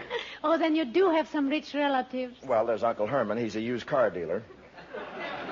He only deals in Nashes. That way he can either sell it to you or rent you a bed for the night. Well, I meant to tell you, Ratsy, Cousin George is doing another stretch up the river. Up the river? He means that Cousin George is sojourning in his large home in the Hudson. It's a wonderful place up there. In fact, it's a famous landmark. Yeah, practically an institution. But what is this, doing a stretch? Well, he's a girdle demonstrator. Look, I don't want to... Look, why should I try to kid you any longer, Zsa? This whole thing is a big story I've made up. What do you mean? Well, I grew up in the streets of Cleveland. I haven't got any big, fine family. Oh, poor Bob. Don't feel bad. Let me give you a kiss. And I haven't got any big estate in Scotland. There. I'll give you another kiss. And I haven't got any castle. Or any polo ponies. I'll give you another kiss. Boy, this is awful. This is terrible. What is the matter? I've run out of things I haven't got any of.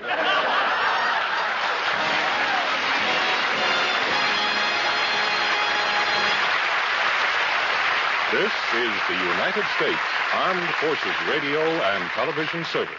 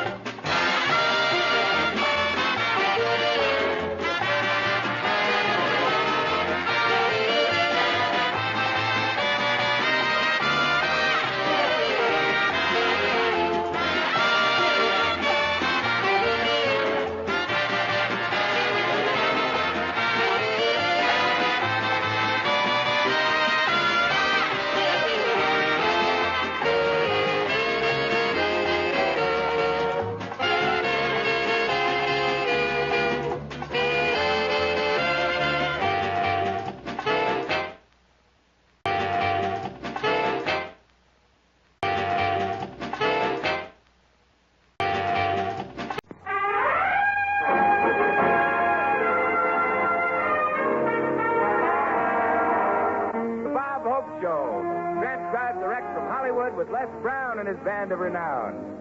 Yours truly, Bill Goodwin. Our special guest, Frank Sinatra. And here he is, Bob Hope.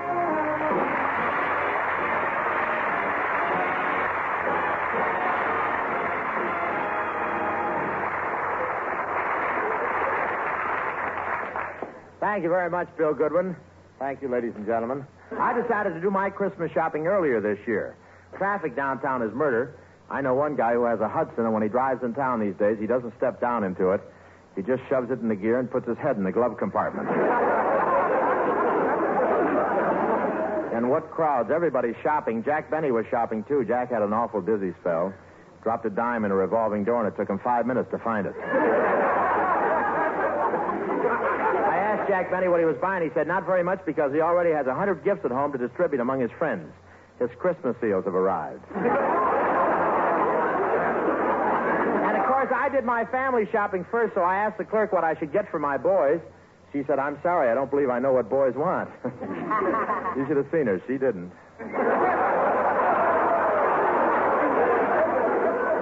Wouldn't have helped anyway. She didn't have it. But I did get a great buy.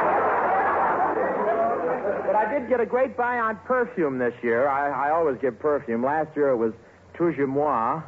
The year before it was Toujours Toy. This year I got a lovely scent. It's called Toujours Smog. Don't laugh at these jokes. They may catch on.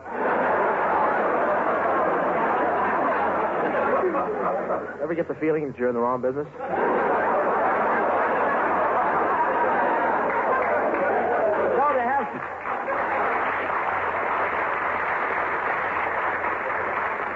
Now they have some wonderful presents this year. The newest washing machine not only washes and rinses and dries the clothes, it waddles next door and borrows the soap powder. But this year my family's getting gifts from my den that'll help me relax more. Contour chair, a dressing room gown, large can of Ovaltine. They're even changing the calendar on the wall to a hunting scene. But everybody was shopping. I saw Jack Dempsey looking around. He thought his shopping was done, but it turned out he didn't get anything.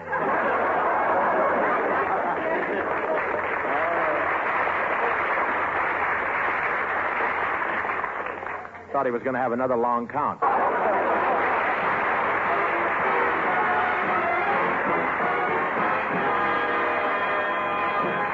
Well, ladies and gentlemen, our guest tonight is Frank Sinatra.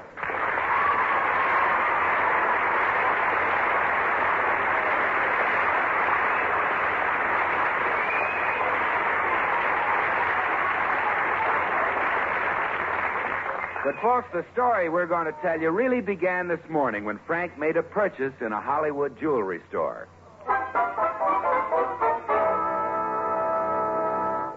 These pearl cufflinks will be fine. I think I'll take 12 pairs of them, huh? Oh, thank you, Mr. Sinatra. But do you think you'll need 12 pairs? Yes, they're going to be Christmas presents for the crew on my picture.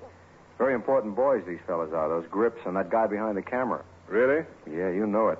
Last Christmas, I slipped up and didn't send them anything, but never again. Why? What did they do? I don't know, but for the rest of the picture, I looked like I was walking around in Sidney Greenstreet's skin.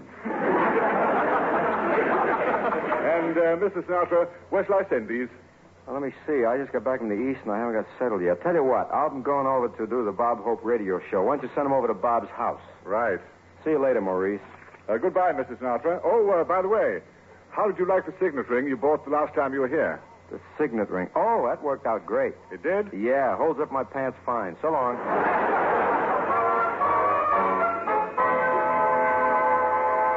Say, Bob. Yeah, Bill? This package just arrived for you. Oh, fine. And you know something? It's insured for $800. You're kidding. No, that's what it says. Gee, Bob, who'd send you a Christmas present that cost $800? You better unwrap it and find out who it's from. Well, I can't. It says do not open till Christmas. Well, yeah, but this could be somebody who needs medical attention right now. Say, I've got an idea. Yeah, Bob. It says on the package it's from Maurice Jewelers. Call them and find out who sent this. Okay. Now, why would Frank Sinatra send such an expensive gift? Oh, hey, Bob, that present was sent to you by... Oh, don't tell me, Bill. Let me guess. Is it from somebody that has a slim, graceful figure and soft, wavy hair?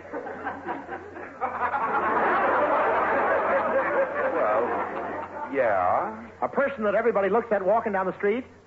Yeah. Someone whose voice is low and musical and gives everyone a thrill? Oh, yeah. And is it someone I'd like to take a trip through the tunnel of love with? Well, you could, but it'd cause a lot of talk. Wow.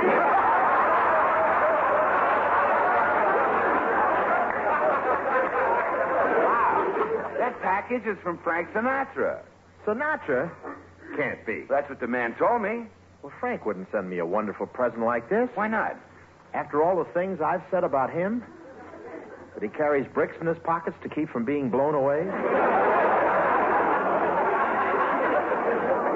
And when he makes a picture, they use a string of spaghetti as a stand-in. That he's the only guy in town that can pull his shorts on from either end.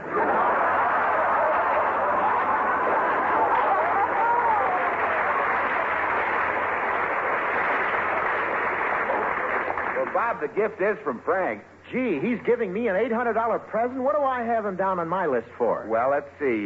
You were going to give him a $2 tie clip, and then you decided a 50-cent pen would be enough.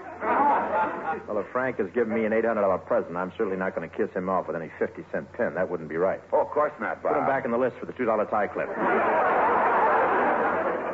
Okay, Winthrop. Down, Liberace's mother. Look at those teeth. I'm only kidding. I'll get Frank a nice gift. I'll get it. Hi, Bob. Frank, we were just talking about you. Come on in. Sit down, Frank. Thanks. Hi, Bill. Hi, Frank. Gee, Frank, it's a real thrill to have you drop in. A thrill? Yeah. Gee, you're looking great. You're looking swell. You know, Frank, you're just tops. Yes, that's the way I feel about you. Well, I didn't know. Should we pick out the ring? What'll you be, the confetti? Say, Frank, I'm sincere about this. I'm proud to have you on the show, boy. You're the greatest performer, greatest personality, greatest singer, greatest talent. Bob. Yeah? It's no use. You still got to pay me. Don't get too many laughs. I can always finish this program with Eddie Fisher, you know. You deserve it.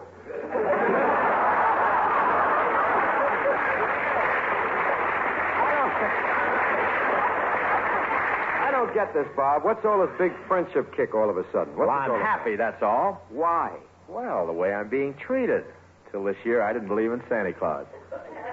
You sound like a Republican. Now, you'll understand in a minute. Pardon me while I go in the other room and get a certain package. All right. Say, when'd you get back from the East, Frank? Just arrived, Bill. I wanted to be here for the holiday. Oh, naturally. How about you, Will?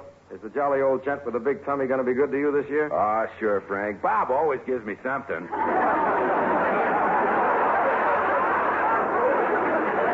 By the way, what goes on with Robert? He's treating me so great, you think I just shot Red Skelton or one of those other guys. No, Bob likes you, Frank. As a matter of fact, he's going to spend a chunk of dough on your Christmas present. $400 or $500. Old Happy Hips likes you.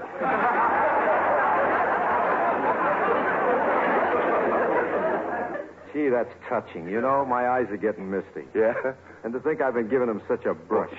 Here he comes, Frank.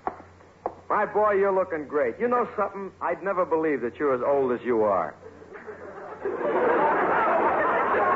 You don't know how old I am. It doesn't matter. I'd never believe it. Now, look, I'm leveling with you. Till tonight, I never realized how young and how handsome you are. Well, Frank, if Bob's so young and handsome, how come there are all those lines in his face? Those are not lines, Bill. That's right. It's just that I have so much good looks, I have to pleat my face to get it all in.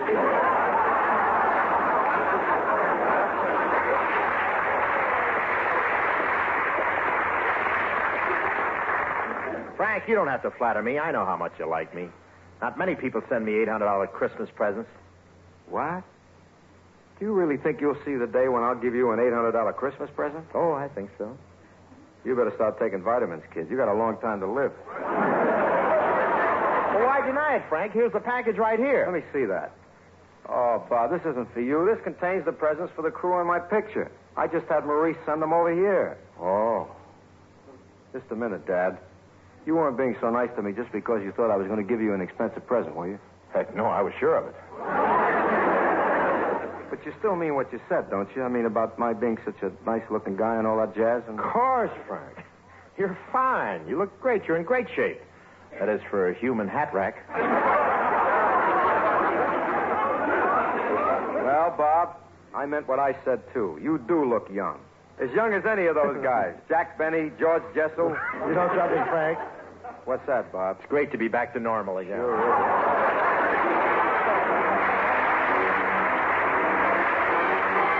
And here is Frank singing South of the Border.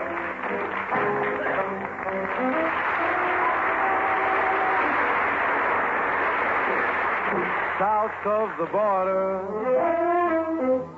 down Mexico way. That's where I fell in love when the stars above came out to play. Now as I wander, my thoughts ever stray. South of the border, down Mexico way. She was a picture in that old Spanish lace. Just for a tender while, I kissed the smile upon her face. 'Cause it was fiesta, and we were so gay. South of the border, Mexico way. Then she sighed as she whispered mañana, never dreaming that we were parting. And I lied as I whispered mañana, 'cause our tomorrow, it never came. South of the border, I jumped back one day. There in the veil, white by the candlelight, she knelt to pray. The mission bells told me she must not stay. South of the border, Mexico way.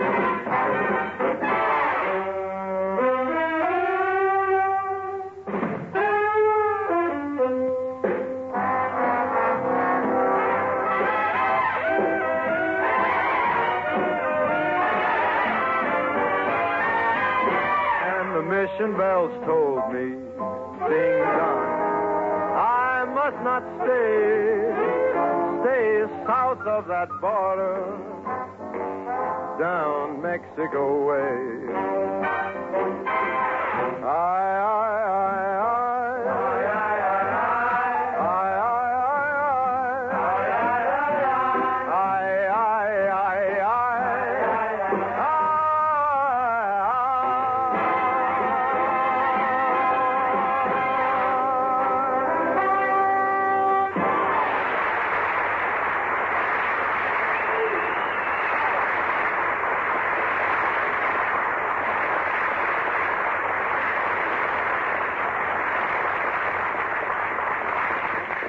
Very nice, Frank. Say, Frank. Yes, Robert. Do you recall a little experience we shared years ago during the holiday season? If you are referring to the outstanding fiasco of my career, I certainly do remember it, old man. Pretty grim, wasn't it? It should have happened to Como. Would you mind if we tell the folks about it now that the audience is dying of curiosity? Oh, is that what they're dying of? One of these days. Pow! Down, Maggio. He should talk. He looks like eternity got here before he did. Well, anyway, here we go, folks. A Yuletide incident in the lives of Sinatra and Hope.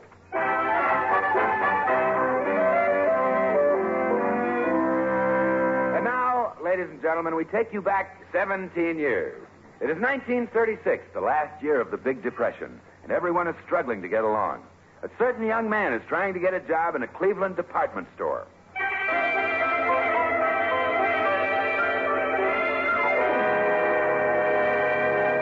Well, young fellow, what can I do for you? Oh, your ad in the paper says you want extra clerks for the Christmas rush? I thought you'd give me a job because I'm a Cleveland boy, and you know my family. You knew my father before me and his father before him. All right, Hope, I'll hire you. On one condition. What's that? Like you say, I know your family. Stay away from the cash register.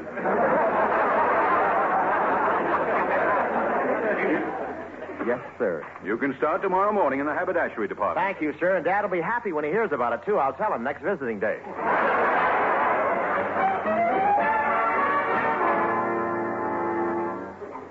I want a present for my husband. Are you the clerk in charge of this counter? Yes, ma'am. Well, tell me, do you have nice, warm woolen socks that go almost up to the knees? No, I don't. Oh, that's too bad. Well, I really don't need them. I have very hairy legs.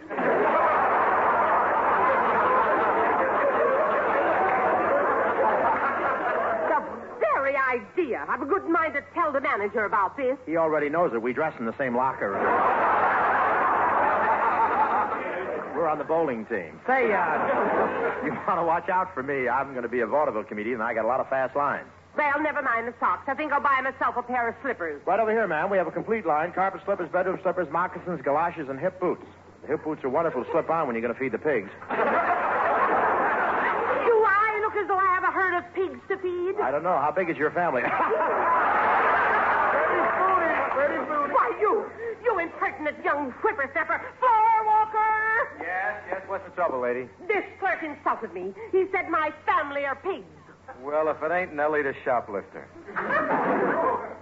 Beat it, honey. Go on down to the silverware section and put the snatch in some of the sterling. All right, I'll go. But you tell Beaglebeak here, be more polite to us shoplifters. We got a union, you know.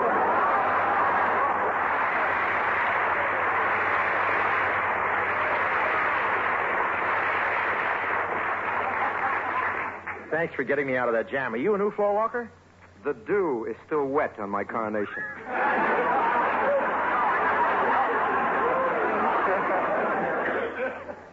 I haven't even got my striped pants yet. What are those you're wearing? I drew some ink lines on my long underwear. But it's a little embarrassing, you know, when I go up to the front of the store. Yeah, and it must be chilly around the bargain basement. Well, I better get back to work. Not so fast. I got a bone to pick with you. Who is it, you?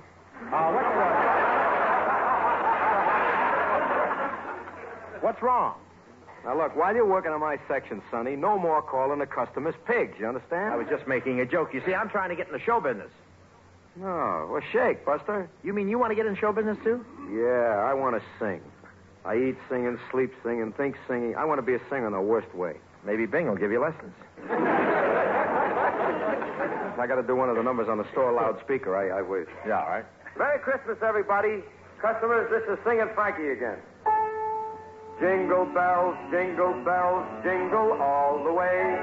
Go up to the second floor, there's a girdle sale today. Hey, let me help you sell those girdles, will you? Back it right in here. Oh, pick your size, pay no cash, put it on your tab.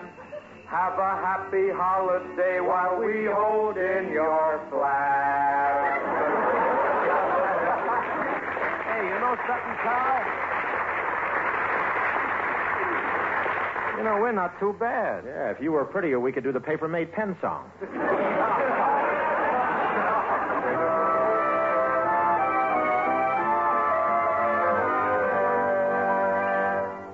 Hey, Frank, tonight's Christmas Eve. What do you say? After work, we live it up a little.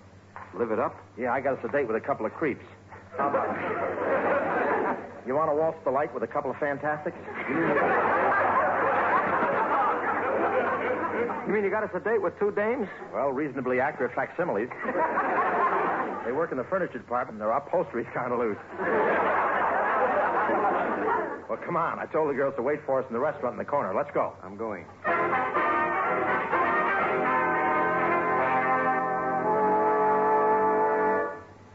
Say Esperanza. What is it, Cobina? Oh, those boys ought to be here by now. What department of the store did you say they work in? The haberdashery department. Why? Oh, I'm just getting nervous, that's all. Once I had a blind date with a fellow from the floor covering section. And when he saw what I look like, he wrapped me in a tube of linoleum. Well, these fellas won't be like that. What sort of guys are they? Well, they'll think we're pretty. Oh, Stoops. Hey, here comes one fellow in the door now. There's two fellas. Oh, yeah. For a minute, it looked like one fellow with a toothpick. Well, here we are. Oh, hello, Hello, girls.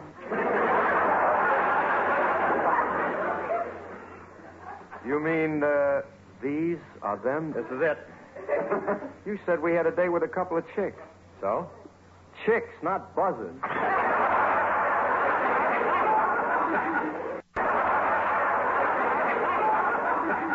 Take it easy, Frank. They may not look like much, but they grow on you. They do, eh? Yeah, I've only known them 5 minutes, and already I'm sick. Sit down, boys. Okay. Oh, you sit right here beside me, honey. You're cute. Thanks, Grandma. Now, I'm not so old. I'm just pressing 30. You're pressing 30. In what, your memory book?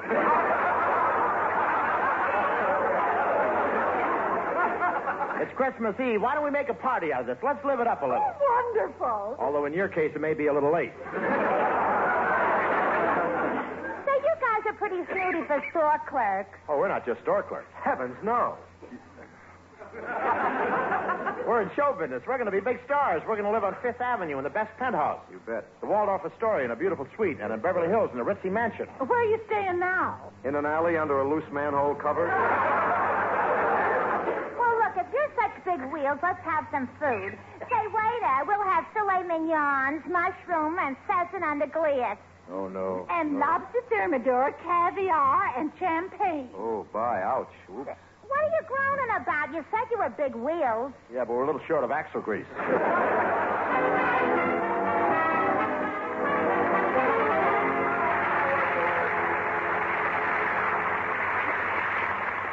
Well, we've all had a fine dinner. I wonder how much the bill is.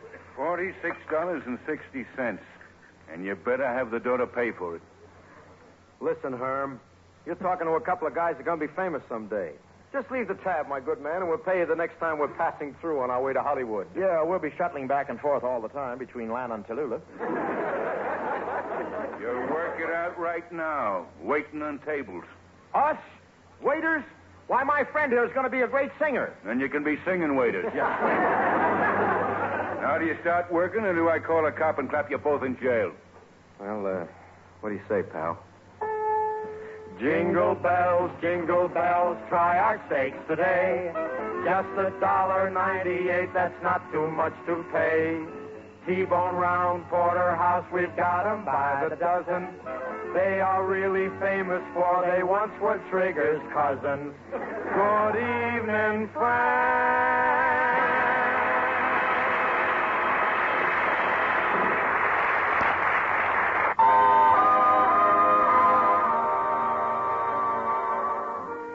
All thanks for the memory. I want to thank Frank Sinatra for coming out and doing a fine show tonight. Thank you.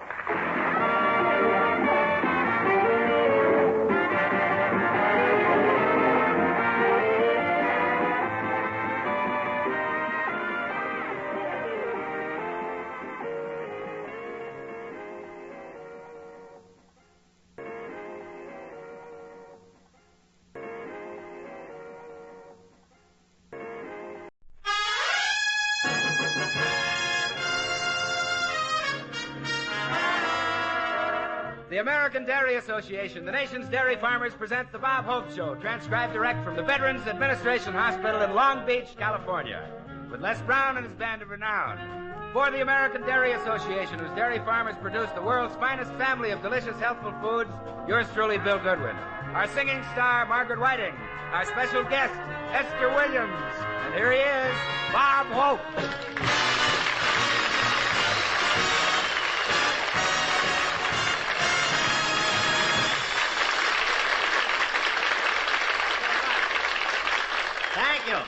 Thank you very much. Here I am, ladies and gentlemen, for the American Dairy Association, which sends you Christmas greetings for the entire year and me for 30 minutes. Yes, sir. The dairy farmers of America are really grateful to the American public for their support, and they've asked me to tell you that as long as you keep consuming milk, they'll be in there pulling for you.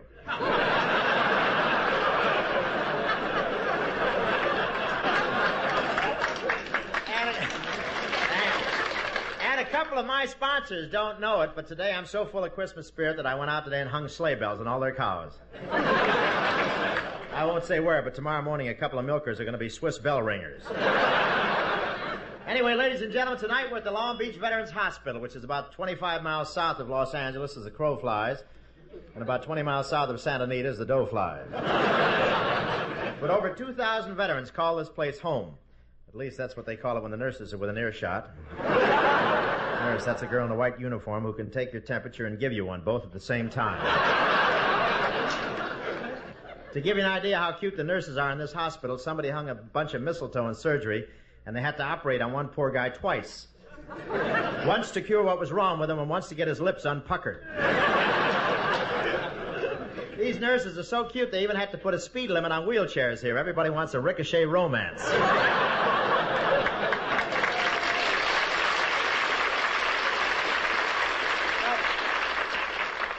But really, this is a great place, and I wish you could all see this gorgeous auditorium we have here.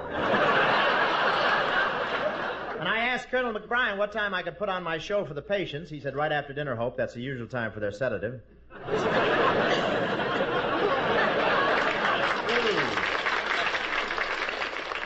Anyway, it's wonderful to be down here on Christmas and sharing the fun. The cooks here went all out for Christmas. They wanted to give the boys a white Christmas, so they bleached the beans. I'm kidding.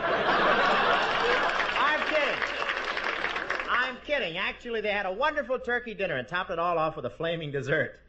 Flaming dessert. That's better set fire to it, Max. Somebody goofed. But it's Christmas time, and all Hollywood has gotten into the Christmas spirit. Lauren Bacall and Humphrey Bogart hung a light in their window. Gracie Allen and Georgie Burns hung a light in their window, and Alice Faye hung Phil Harris in their window. And naturally, Santa came to Hollywood. He went to Red Skelton's house and left the joke book. Then he went to Les Brown's house and left a clarinet. Then he went to Marilyn Monroe's house and never left.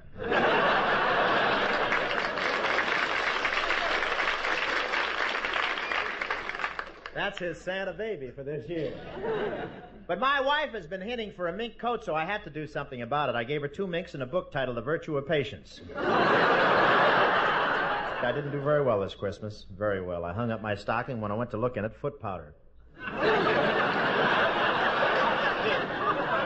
But I got a few gifts. The boys in the band gave me some cologne. You've heard of Taboo. This is called Babaloo. You don't sprinkle it on. Desi Arnaz comes around, sprays you with a perforated maracas. I won't say it has a powerful scent, but as I was driving past Griffith Park, 2 skunks came out of the trees and yoo-hooed at me.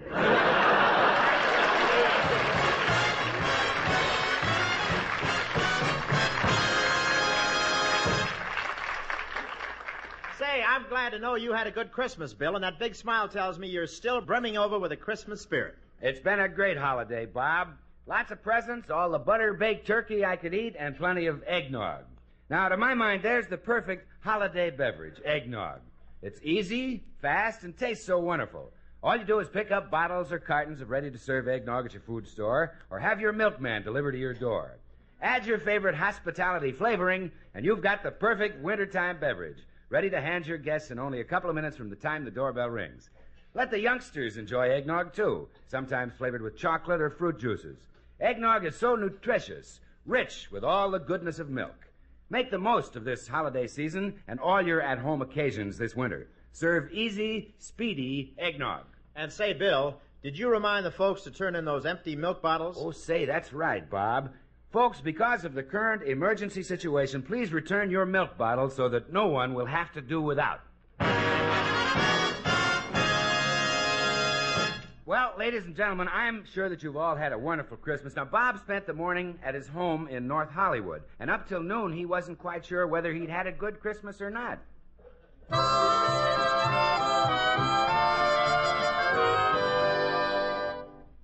Let's see. Carry the 1 plus 9 plus 8 plus 5. Total adds up to $112.19. What a cheap bunch of relatives I've got. They spent exactly the same amount on presents for me as I spent on theirs. Well, Bob, have you got it figured out yet? Yeah, Bill, adding up all the presents I received and all the presents I gave out on the whole deal, I lost 72 cents. You lost 72 cents? Yeah, if I hadn't given Crosby a present, I'd have broken even. Well, gee, you certainly didn't plunge on Bing's gift, did you? What'd you get for him? Oh, it was very nice, Bill. I gave him an apparently gold watch with 6 apparently genuine diamonds. Now, just a moment. Is that the kind of stuff you give Bing? Something that's apparently genuine? Well, it matches his hair.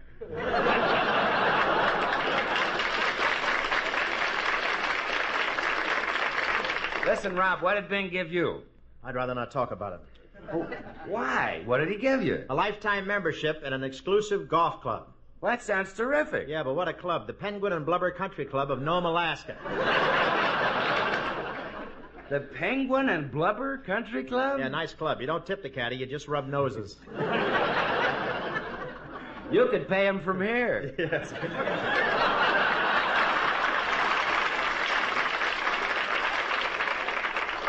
Careful, Bill. You can be replaced with a slice of Don Wilson, you know. Say, Bob. Yeah, Maggie? I thought we were going to the Veterans Hospital, Long Beach. Hadn't we better be leaving pretty soon? Yeah, Maggie. We'll leave as soon as Esther Williams gets here. Oh, is she going to be in our program tonight? Yeah. Esther Williams. Yep. You like her? Yep. Her husband is 6'6" and weighs 220. Yipe. Why do the prettiest flowers always have the biggest fence around them? Well, gee, Bob, what if Esther's husband were just a little undernourished shrimp? Yeah. You wouldn't try to take advantage of the situation, would you? That, I'm happy to say, is the story of my life. Anyway, Esther will be along in any minute. Just sit down and make yourselves at home, huh? Hey, Bob, I see you've got some Christmas cards you haven't even opened yet. Oh, I don't have to open these, Bill. I can tell who they are just by the fragrance. I'll show you. This one's from Ava Gardner. Oh. Well, who's this one from? This is Betty Grable. Well, how about this one? Roy Rogers.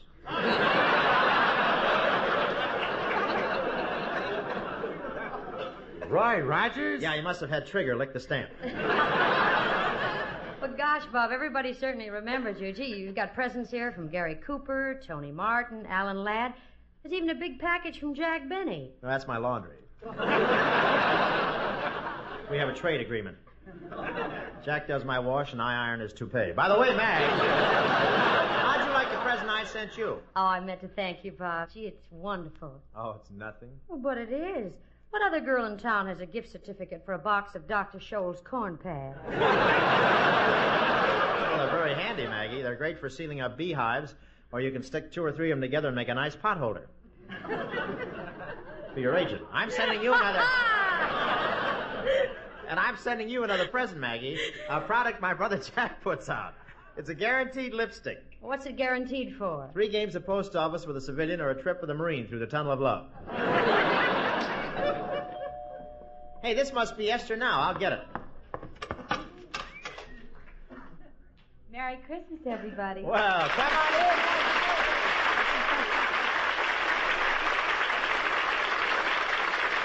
Esther, way down. Gee, honey, you look terrific. Well, thank you, Bob. No, I mean it. You're the answer to every guy's dream. You know you're a natural beauty? Aren't you taking a lot for granted? How do you know I'm a natural beauty? Honey, when I see a body by Fisher, I don't ask who made the hubcaps.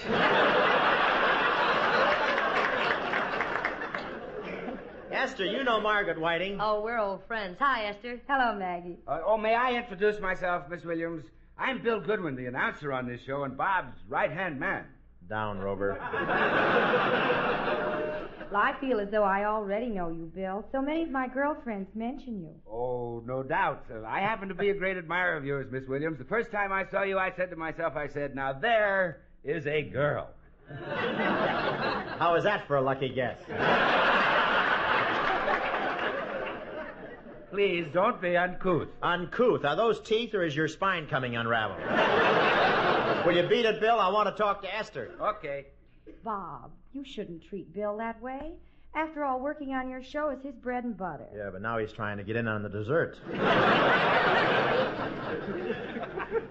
Anyway, Esther, I'm glad... That's all. Anyway, Esther, I'm glad you can be on the program tonight. I'm glad you invited me. Well, I'm glad you came. Well, I'm glad I'm here. I'm glad you're glad. We're beginning to sound like Liberace looks.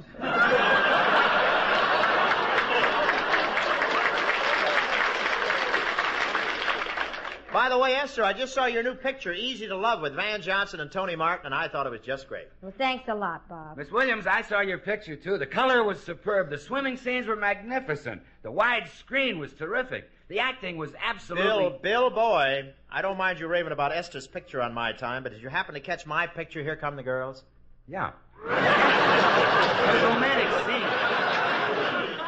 Those romantic scenes with Van and Tony were sensational. Gosh, even now I can feel a chill running up and down my spine. You should. I'm holding a knife at your back. You know, Esther, I'm surprised you didn't have me as your leading man in your picture. We could have made some wonderful love scenes together. Well, I was very happy working with Van Johnson. Why should I switch to you? Well, why not? Well, Bob, when you're riding the Super Chief, who transfers to the Glendale bus?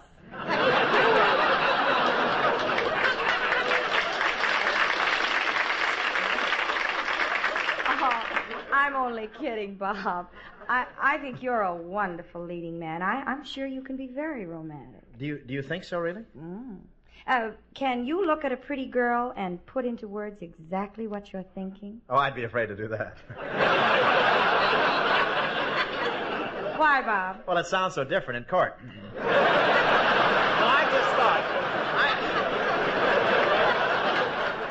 I just thought you'd like to make a picture with me, Esther, because I happen to be a champion swimmer, too. You're a champion swimmer? Oh, yes. In fact, I once swam from here to Catalina in 22 hours and back in 2.5 minutes.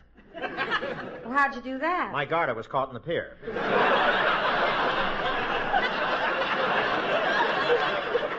And you should see me do a high dive. I have, Bob. You have, really? Mm-hmm. I saw you do a high dive in a pool at Palm Springs last week, and I'll never forget it. You dove with your arms spread out, and a little old lady said, "Look, Lockheed is making them without motors." Say, Bob, we better get started for Long Beach. Yeah, come on, everybody. Say, my car's in the shop, so I'll ride with you, Esther. Oh, I didn't bring my car, Bob. My husband dropped me off. Oh, Big Ben? Well, we can both ride with Maggie or Bill, huh? Oh, I didn't bring my car. Me neither. Well, never mind. Here comes a cab. Oh, taxi! Gee, Bob, it's 30 miles to Long Beach, and cabs are very expensive. Oh, well, don't give it a second thought, Esther. You're with Bob Hope now. Pile in, everybody. Oh, driver. Yes, sir? Take us to the nearest bus stop.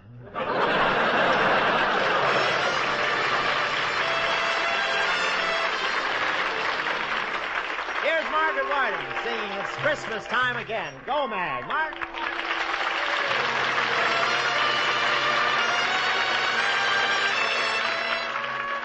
Snowflakes falling, church bells calling, it's Christmas time again. Fires lighted, kids excited, it's Christmas time again. Now Santa's sleigh is on its way with candy canes and toys and wonderful things that Santa Claus brings to good little girls and boys. Candle glow and mistletoe, it's Christmas time again. Carols sung and stockings hung, it's Christmas time again. There's a tree to trim, our glasses brim with love and joy and cheer. To all a Merry Christmas and a Happy New Year.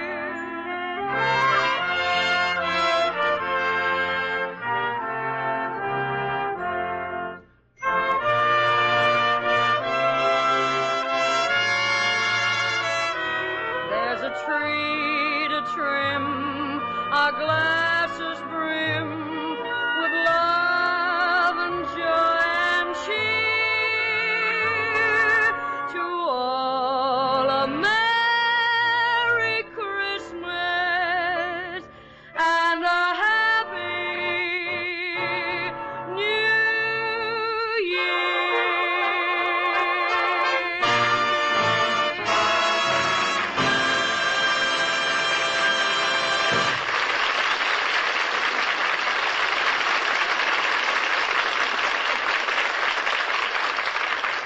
during the holiday week, Mom likes to take some time off, too. And believe me, she's entitled to it.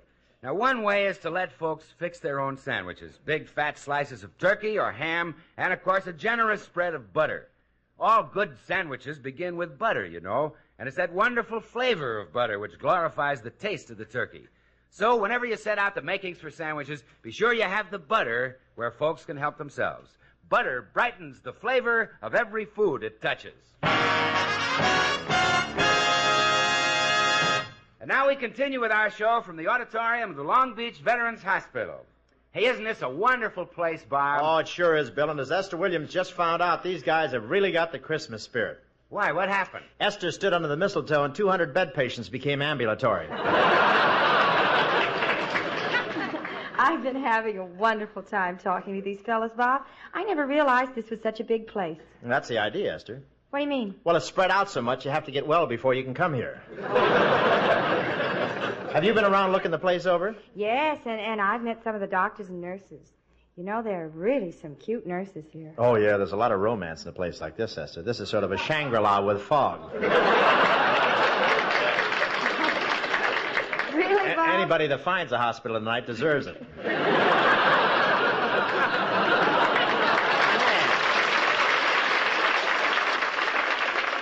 The whole town's on instruments. But anyway, I want to say, you know, Esther, the boys recuperating in this hospital come from all parts of the country. Why don't we take them on a quick trip and show them what's going on in other places on Christmas Day? That's a wonderful idea, Bob. Let's do it.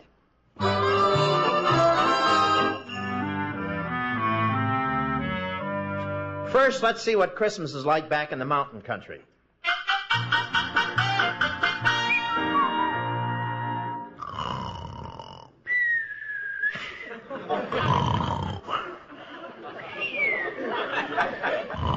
Paul!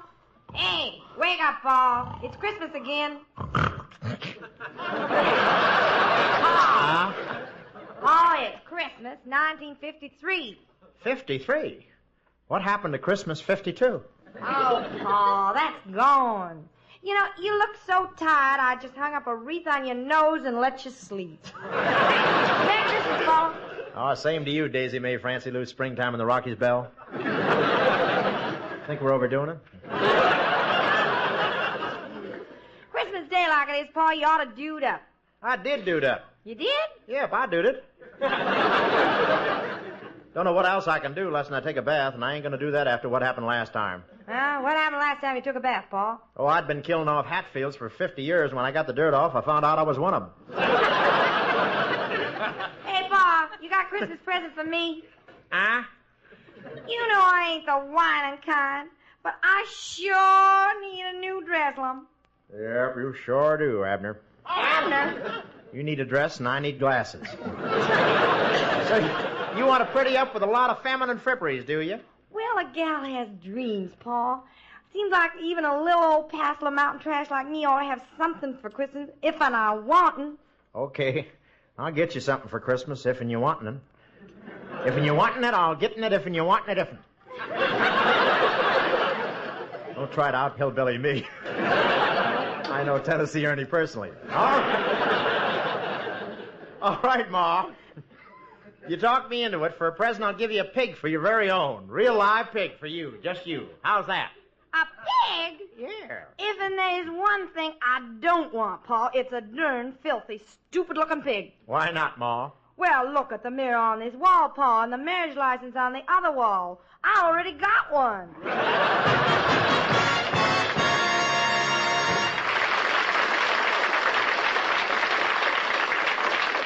And now let's go to the nation's capital and the White House and look in to see how the President and Mrs. Eisenhower spent Christmas.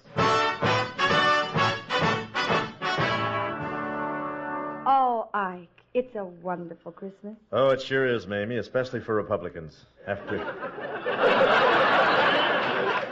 about it, isn't it, huh? After 20 years, we're finally in the White House. How does it feel, dear? I can't tell you, but Tony Bennett isn't the only stranger in paradise.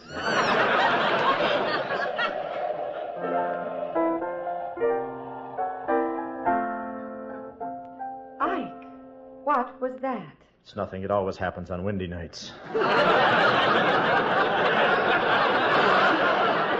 Well, anyway, Ike, it's been a lovely Christmas. We got some beautiful cards and telegrams. Yes, except this one strikes a sad note. He felt so sure he was going to be elected, then he lost out. Oh. Who's it from? Adelaide? No, Jack Dempsey.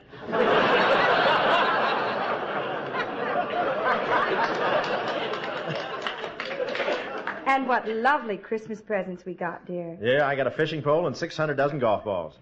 600 dozen golf balls? Oh, it's not too many. I have plans. Oh. Well, what are you going to do with them all? Well, I'll keep a couple of dozen to play with. Yes? And I'm going to scatter the rest on Senator McCarthy's front porch.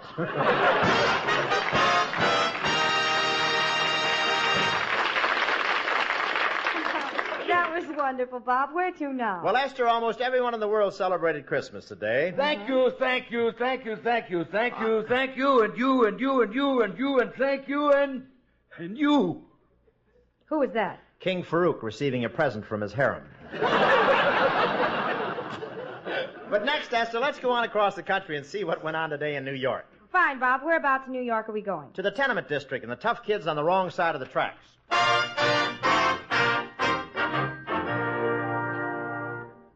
Hey, Moit. Yeah, Hyman. Ain't Christmas wonderful, Moit? Yeah, it's swell, Hyman. Gee, it makes me feel so good and so warm inside I could slug you. Yeah? In fact, I think I will slug you. Merry Christmas to you, Moit. Gee, thanks. And a Merry Christmas to you, Hyman.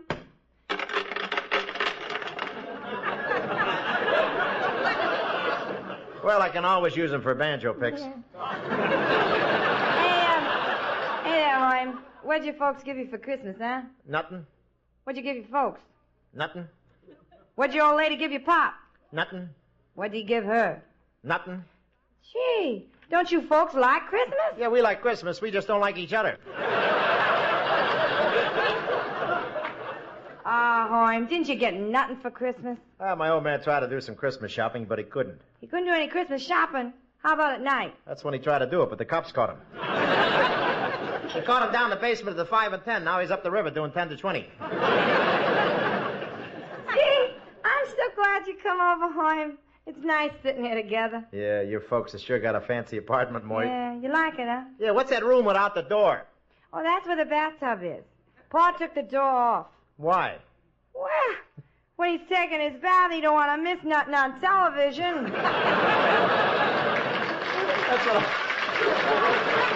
That's what I like about your folks, Moit. They're ritzy. Hey, Moit.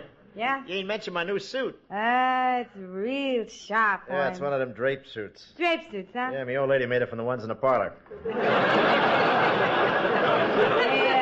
Hoym, I got some news for you. Yeah? She should have taken the curtain rods out. I'd slug you again if I could spare the teeth. You know, Moit, being all dressed up makes me feel like that song, Rags to Riches. Rags to Riches? Ain't you heard it? Nah. I'll sing it to you. This suit is kind of tight for singing in, but I guess I can do it. Listen. I know I'd go from rags to riches. Hey, what do you know, Hoym? You're back to rags again. Yeah, now I got a split personality. Hey, shh, Hoym. I didn't tell my father we had a date tonight, and I think I hear him moving around upstairs. Daughter, what is that down there? Mice? No, Pa. It's Hoym and Hope. Oh, rats. Hey, Hoym. Here he comes. He's coming downstairs. What does he want with me, that old coot? Hey, what'd you say, young man? I said your daughter's a beaut. I want to speak to you about that, young man. You've been calling on my daughter for 8 years now, and I don't know what your intentions are, but I doubt it. Pa, come on already. Please leave Hyman alone. You hide her. Maybe you better go home, huh, Hoym? Okay, but you come out in the hall with me, huh? Gosh, it's dark out here, Moit. Hold still, I'll kiss you goodnight. Hey, that didn't feel like I kissed you, Moit. It felt like somebody else.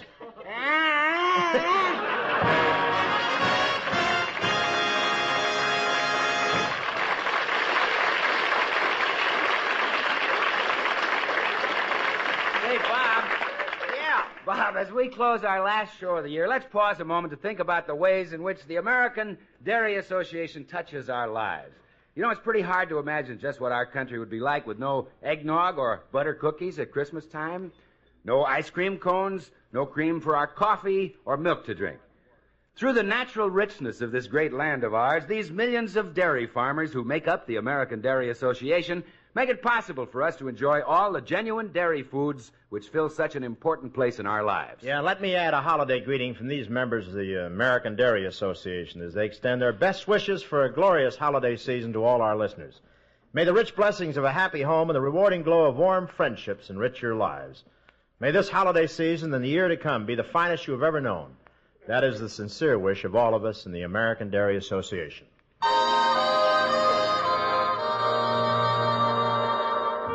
Oh, thanks for the memory of Christmas here today in the good old USA.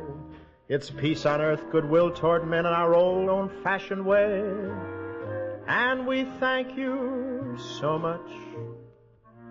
I want to thank Esther Williams very much for bringing these boys a lot of happiness out here. Also, Les Brown and his band, Margaret Whiting, Jimmy Wakely, Guy Mitchell, Taylor Maids, Bobby Brand, David Dyer, Joe Graydon. They're all out here with us today, along with a lot of Paramount starlets, Joan Taylor, Marla English, Francie Higgins, Rita Sullivan, Marion Ross, Gene Shores, Randy Farr, Joni Paris, Pat Blake, all these people out here, Long Beach Hospital, along with Bill Goodwin, to just sort of bring these boys a little laugh here and there.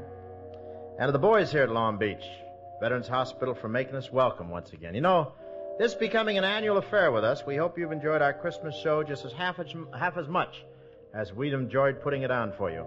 Got a little of that turkey in my eye tooth. I couldn't see what I was talking about.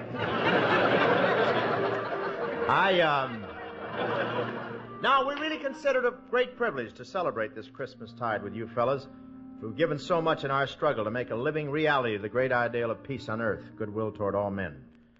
We haven't attained our goal as yet, but with the example of courage and strength set by men like you, we will surely carry on until we do. Merry Christmas and good night. Be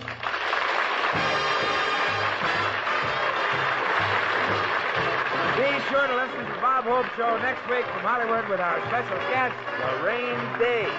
Esther Williams can soon be seen in MGM's Easy to Love. The American Dairy Association, the nation's dairy farmers, have brought you the Bob Hope Show, an NBC Radio Network production, written by Norman Sullivan and Charles Stewart, transcribed direct from the Veterans Administration Hospital in Long Beach, California. Remember, butter brightens the flavor of every food it touches.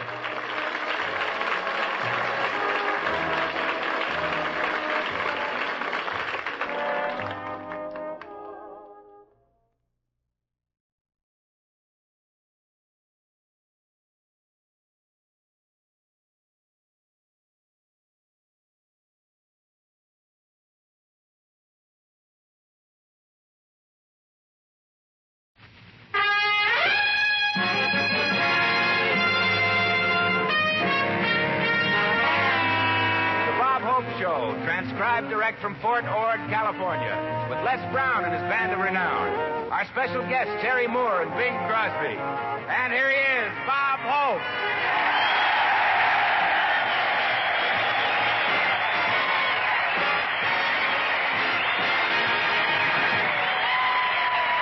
Thank you very much.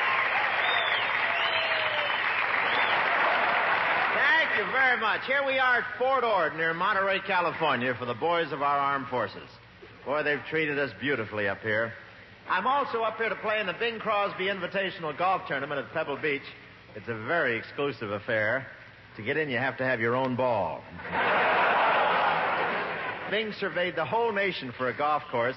Then he selected the Pebble Beach Golf Course at Cypress Point on the Pacific Ocean. He owns all three.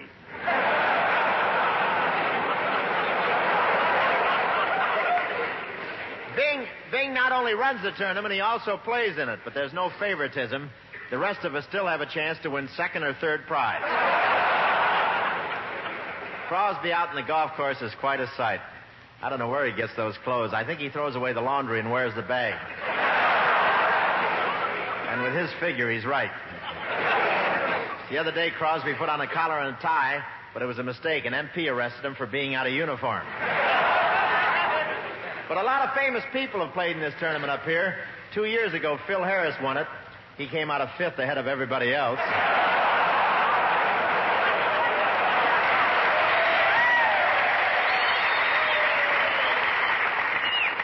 And last year, I would have won the tournament except for one stroke. They caught me erasing it. But I can't tell you how wonderful it is to be up here at Fort Ord. That's what I say, and if you were wearing this type of suit, you could say it too.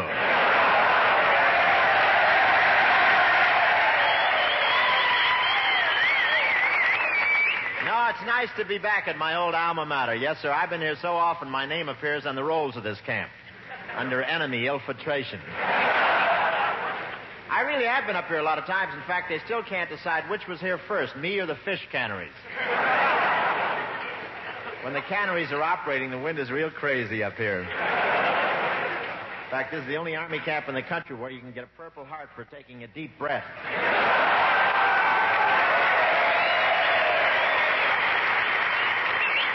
I was up here 10 years ago for a physical, but I was rejected. Doctors couldn't figure out why. When they tapped my left knee, my right leg flew up. I had my garters crossed.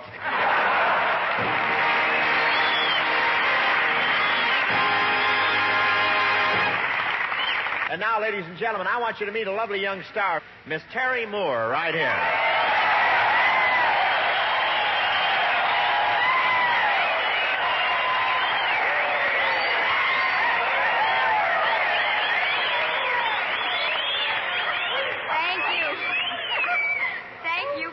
Welcome to the show, Terry. I'm glad you were able to make the trip up here with us. Tell me, do you like this part of California? Well, what I could see as we flew in was very impressive. Rugged cliffs, rolling hills, miles and miles of sand dunes. Yeah, it all adds up to a wonderful place to live if you're forced into it. Oh,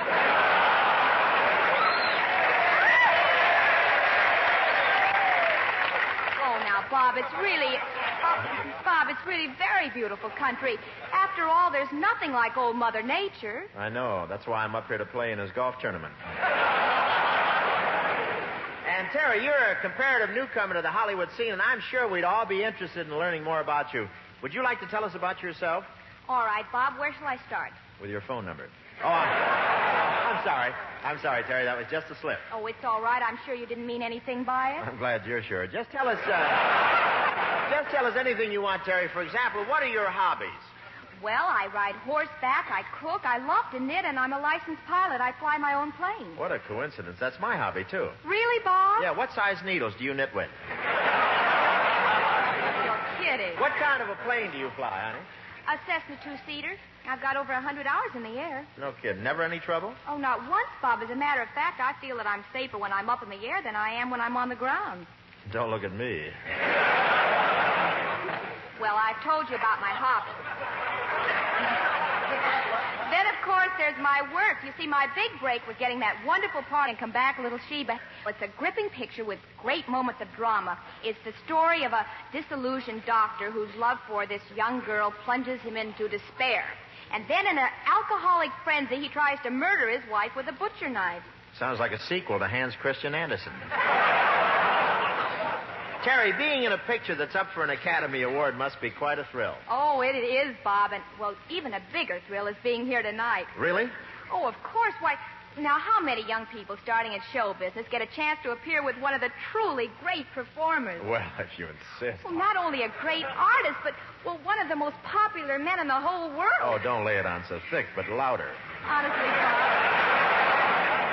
Honestly, Bob, this is one of the great thrills of my life. To think I'm actually going to meet Bing Crosby.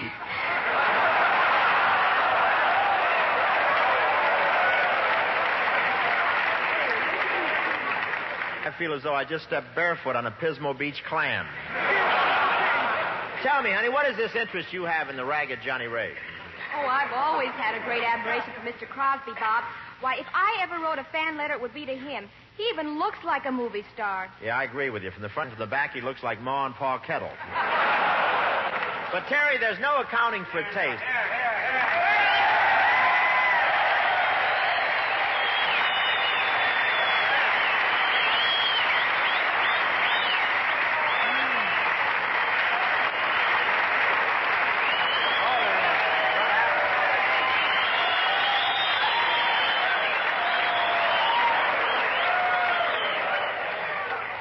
good. Now hold everything. Shut the door. Everybody's getting in here. Say, just deliver the sandwiches and get lost. What do you care? I really hate to interrupt this little father and daughter talk, but can I put in my 2 cents worth? When did the price go up? Now, Robin, I'm a guest of yours here. You must extend yourself. Be a little more gracious. Oh, I'm sorry, Cheddarhead. I just said that for a laugh. Bob, are you going to introduce me, or am I going to have to do it myself here? Oh, I'm sorry. Terry, this is Bing Crosby, if you'll excuse the expression. Certainly nice meeting you. I happen to be one of your many fans. There's 3 altogether, you and 2 old ladies in Glendale.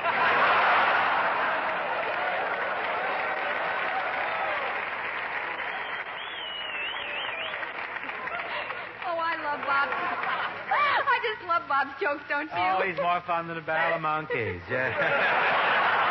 There's a striking resemblance. Bing, you surprised me when you called and said you were coming over tonight. What's the occasion? Well, it's rather important, Bob. Well, it must be. After dark, you seldom get this far from your money. Oh, this is a serious matter. I heard this program last week, and you dramatized a very fine moving picture, which I created, and... Wait. I was in it, too. I was about to say that. A picture which I created against overwhelming odds. But my grievance is not that you worked in that picture. You have to live, too. Although that line is likely to start a nationwide controversy, I'm sure. Look, you tubby Tallulah. What is you've got something... You shrewish Shelley, what is it? If you've got something to say it. I've been swindled, that's all. And instead of having me playing the part I created, you'd go out and hire an old, broken-down, third-rate actor. That was no actor. That was Jack Benny. Well, I was available. Why get Jack Benny to play my part? Well, you have to expect that sort of thing from here in, Bing. You're getting to the place where you have to step aside for the younger fellows, you know. Just nature did it to you. I wished you wouldn't kid about this, Bob, because you've hurt me. You know, there's a code of ethics between friends. Partners should always be square with each other. There are things that one pal doesn't do to another pal. I'm sorry, old paint. If you want, I'll turn in my Roy Rogers silver bullet. I've tried desperately to hold up my end of this friendship, but, Bob, this little incident has served its purpose. Now I know your opinion of me, and I also know what you've been saying behind my back over there at Paramount. Well, what have I been saying? What? I believe you told the head of the studio that I'm a lousy actor. I never said that. You didn't? No, the only thing I said was, if they ever publish a who's who of talent, you'll be listed under F, father of Gary.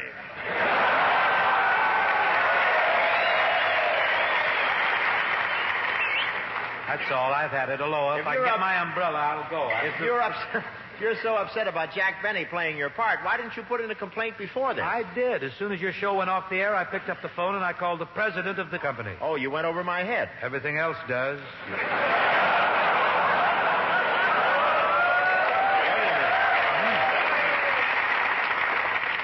Let's not talk about intelligence. You didn't get a full issue of equipment either. Thanks for trying to knock me out of my job. You don't have to worry about that, Bob. I would like to suggest a few changes. Oh, now, wait a minute, Dad. Hold on here. Let's get this straight. On this show, I'm the boss. The only orders I take are from the chief at headquarters. Oh, yes, and that reminds me. Your chief and I engaged in a gay foray about the golf links yesterday. Yeah, he's a mean man with a 9-iron, Plays isn't he? well, yes. Took me for 75 cents the other day. 75 cents? My, you bet like a Republican, don't you? Say, come to think of it, your superior and I locked up for a few bucks also. No kidding. He took you too, huh? No. As a matter of fact, he didn't. No, you beat the sponsor? Yes. To lapse into the vernacular of the pool room robber, I clobbered the boy.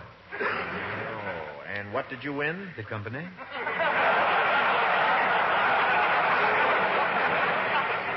Oh, no, Bing. Careful. I mean chief. Yes, better. Of course, if you'd rather not, that vacancy on the laundry truck is still open, lad. Oh, no, not that again.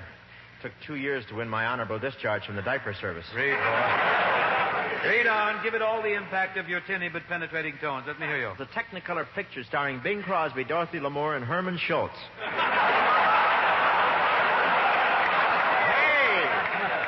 Hey, what is this? What? Wait, there's no Herman Schultz in the picture. I'm the third star. Check the latest release, chum. We had a new head dubbed in. Oh, didn't you?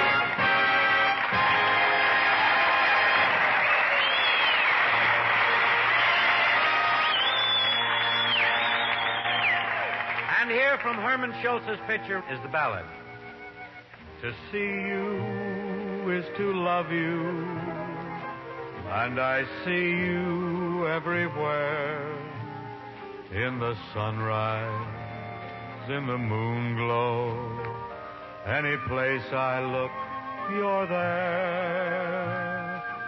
To see you is to want you, and I see you all the time. On a sidewalk, in a doorway, on the lonely stairs I climb. Someday, let me show you how happy endings start. You'll find how well I know you, 'cause to know you at all is to know you by heart. To see you is to love you, and you're never out of sight. And I love you, and I'll see you in the same old dream tonight.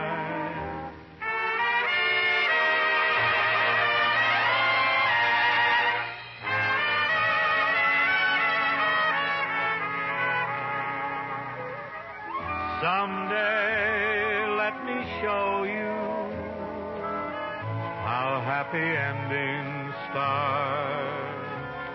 You'll find how well I know you, 'cause to know you at all is to know you by heart.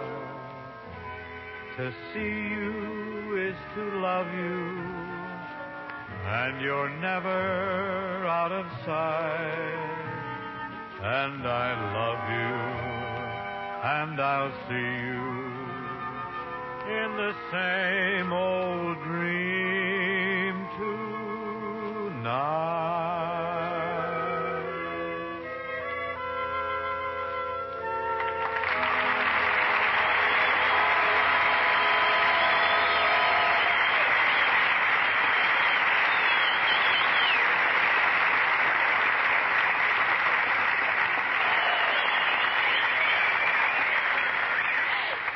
Bob, doesn't Big sing beautifully? The music just pours out of him. No effort at all. Oh, he doesn't have to make an effort, Terry. Why not? Well, 2 years ago, when they took out Bing's appendix, they installed a recording machine.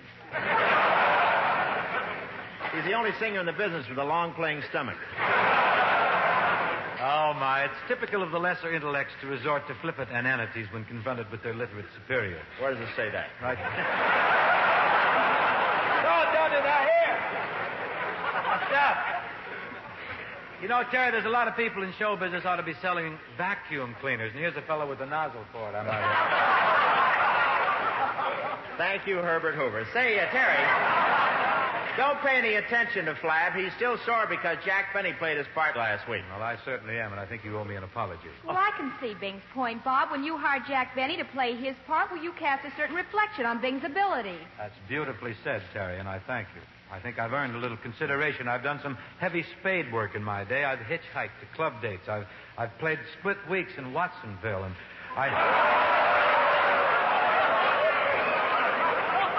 has some local connotation. Yes, painters. I think it's an artist colony, isn't it? I even sang in the localing watering spa place, I think.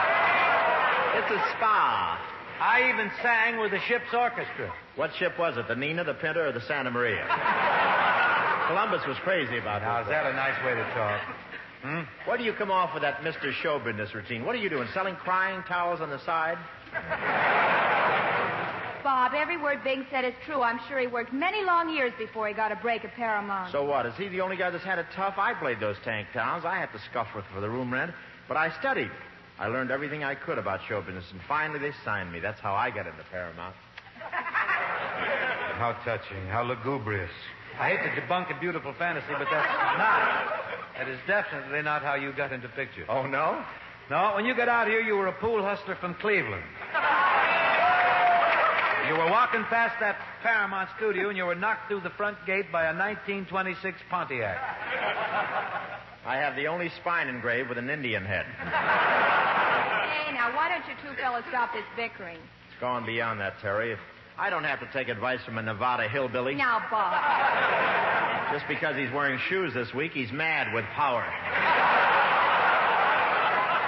Oh, you're satisfied, I suppose. Satisfied that you're 100% perfect. Well, I do all right, Gramps. My schedule includes pictures, Gramps? television, radio.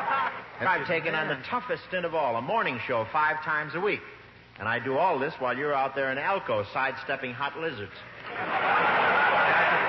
I think I can handle anything you can handle, Pinky. That morning program, now, that sounds like it might be my type of work. Oh, I'm sure the women would love you, Bing. I know I'd like to hear you on a morning show. Oh, Terry, you've given me all the encouragement I need. Shall we dip into the matutinal kilocycles, huh? Matutinal? Yes, the morning. Well, no smoking. Fasten your safety belts. There we go. I don't even know what it means. And now, ladies, it's time for another visit with your old friend, Just Plain Bing. Yes, it's time to meet the friendly philosopher whose wise words and homely sayings have endeared him to the hearts of millions. Here he is, the sage of Cedarville. How are you, neighbors? This is Just Plain Bing. Leaning over the barnyard fence to have a chat with you. So far, this thing could stand a shot of chlorophyll. And now for today's story.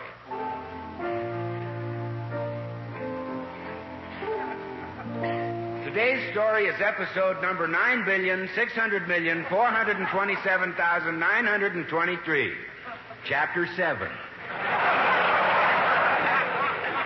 Several months ago, a young couple moved to Cedarville, and so far they've had trouble fitting themselves into the life of the community. This disturbs our friendly philosopher very deeply, and right now we find him approaching the young couple's door. Come in. Yes? Hi, you neighbors. I'm Just Plain Bing. Oh, glad to know you, Just Plain Bing. I'm Just Plain Bob. And this is my wife, Just Plain Terry. And this whole thing is just plain disgusting. Very nice of you to drop in, sir. Thank you, Mom. I'm just being right neighborly. You mind if I come in and set a spell? Of course. Sure, come on in. I'll try and find a spell big enough for your setter. Now, I'll get right to the point. I understand you folks are having trouble getting acquainted with our Cedarville ways. Yes, we are. Well, now, Cedarville's a mighty fine place. You folks will find that most of the folks in this town are just plain folksy folks. Oh, you won't find folks anywhere that are any more folksy than we folks. I'm glad we laid in the supply of folks before the price went up. Now, what seems to be a trouble in you youngsters? Well, the whole town seems to be against us. No. Nobody will speak to us. Nobody invites us anywhere. We haven't any friends. We're so lonely, we're getting care packages from Democrats. Well, maybe I can help you young folks. My motto is, a good turn a day makes friendship hold sway. Oh, gee, that's keen, Lum. I can't wait to finger paint that on my sweatshirt.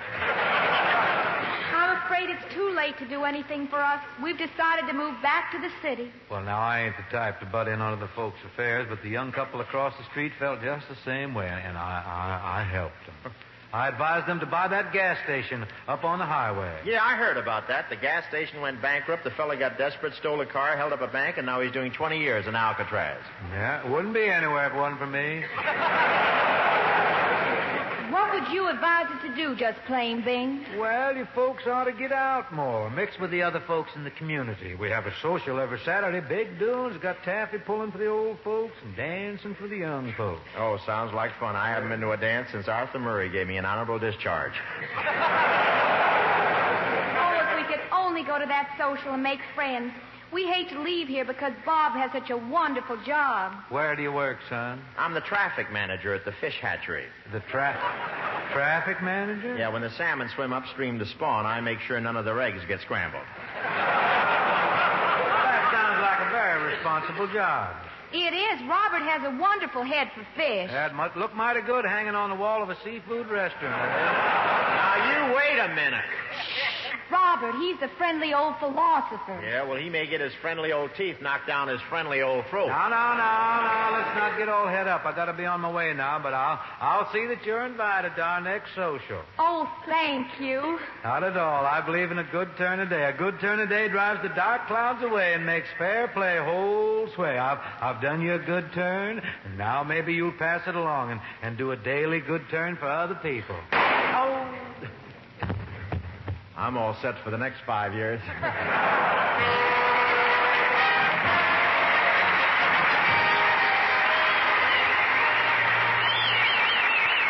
All thanks for the memory of the men here at Fort Ord who train with one accord to keep our might that holds the right to all the points we've scored.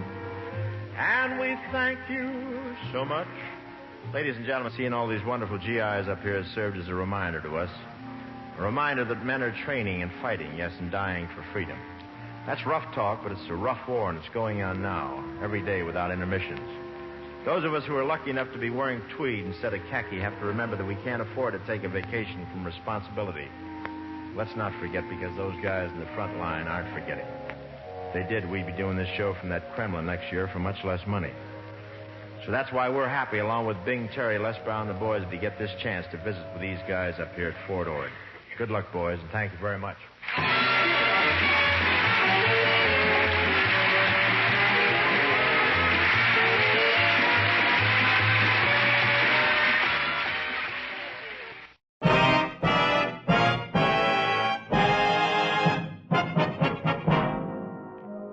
Presents The Bob Hope Show, transcribed direct from Hollywood with Les Brown and his band of renown. For Jell-O, yours truly, Bill Goodwin. Our singing star, Margaret Whiting. Our special guest, Jimmy Stewart. And here he is, Bob Hope.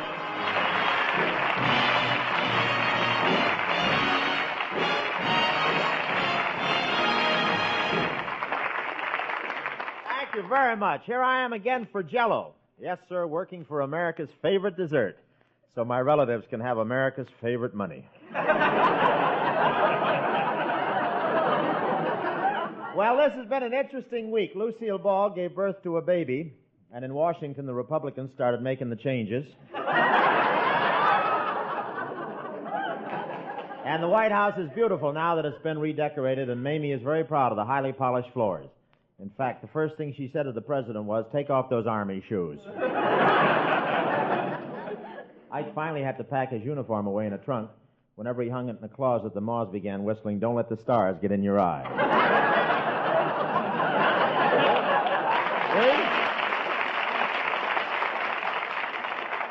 The Republicans didn't even forget the White House washroom. There were new towels marked his, hers, and you have one term. Would you like to try for two? In spite of her high position, Mamie is very domestic. Every morning she goes out of the White House lawn with a plate full of crumbs to feed the birds and the Democrats.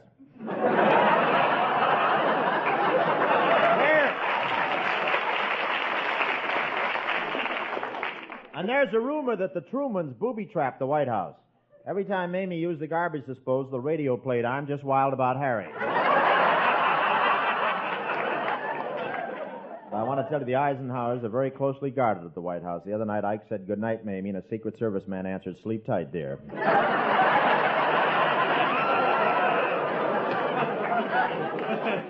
And did you see the automobile the President Ike rode in the parade? A beauty. This week, the automobile manufacturers brought out their new cars, you know. You can see them on any used car lot in town. One new car even has a television set in the rear window. It's very convenient for motorcycle cops. While they're chasing you, they can watch Dragnet. And the new models are so automatic that pretty soon we'll have cars running around without drivers. Of course, we've had that in California for years. I went down to get my license plates today. I wasn't sure I could get plates because the other day I had some trouble with a wise guy motorcycle cop. I denied I went through a red light, and he thought I was lying just because he found it in my front seat. But I'm glad to buy plates because the highway department needs the money. You'd be surprised how fast road building machinery has to be replaced. For instance, the first steam shovel used on the Hollywood freeway didn't last a week. It was captured by the Confederate Army.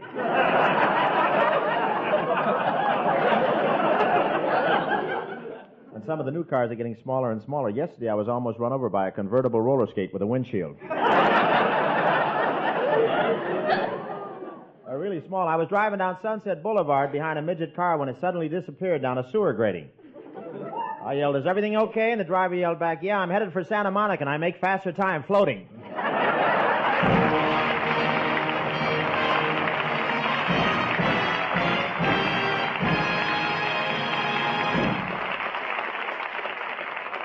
Say, Bob. Who's coming out, Sam? Say, Bob. Yeah, Bill? Bob, I kind of made a promise before I left home tonight, and I wonder if you'd let me keep it. What kind of a promise? Well, I said I'd say hello to my loved ones over the air. How about it, Bob? Bill, you know that's against the network rules. Oh, come on, Bob. Just this once. Oh, all right. Say hello to your loved ones and then clam up. Gee, thanks, Bob. Hello, you big, beautiful strawberry, raspberry, and cherry. You too, you delicious orange, lemon, and lime. I love you. Oh, break it up, Goodwin. You can't mean it. You can't talk to Jell-O. It can't hear you. Oh, well, then why does it keep sending me a check each week? Jell-O sends you money each week? Well, sure, lots. Hello there, you gorgeous, fruity lips Jell-O. Hello, you Jell-O love. Yet every time I think of that delicate, piquant flavor that is yours alone, I sigh with delight. You fabulous dessert, you. Come up to my apartment some evening and I'll toss you into a bowl of hot water.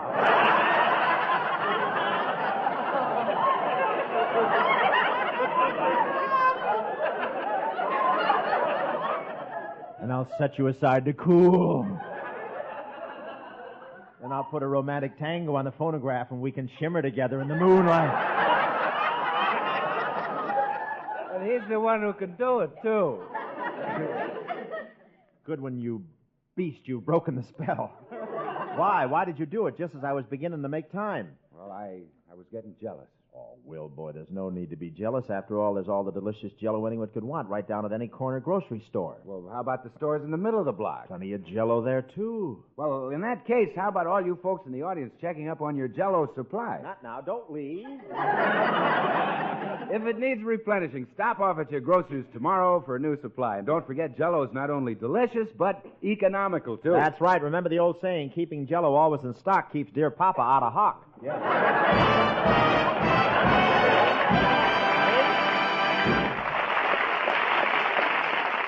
Well, ladies and gentlemen, this may have been a normal week for a lot of people, but it's really been hectic for Bob. It all started the other morning when I went over to his house with a piece of startling news. Bob, where are you? In here, Bill. Hey, hi, Bill. Rob, I rushed right over here. I've got some fantastic news for you. I just heard a Hollywood news broadcast. Bing is going to make another road picture, and you're not going to be in it. He's going to make the picture without you. Oh, you're kidding. No. Bing says in this picture he's going to cut out the dead weight.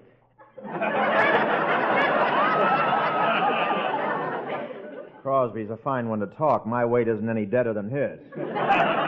Well, I thought you'd be surprised, Bob. Well, I don't understand Bing's attitude. Our new picture, The Road to Bali, is breaking records all over the country. What could a road picture possibly be without me? Why, it would be sheer. It would be sheer... Sheer entertainment? Bill, you have a 10-year contract, but it can be canceled at the end of any 15-minute period.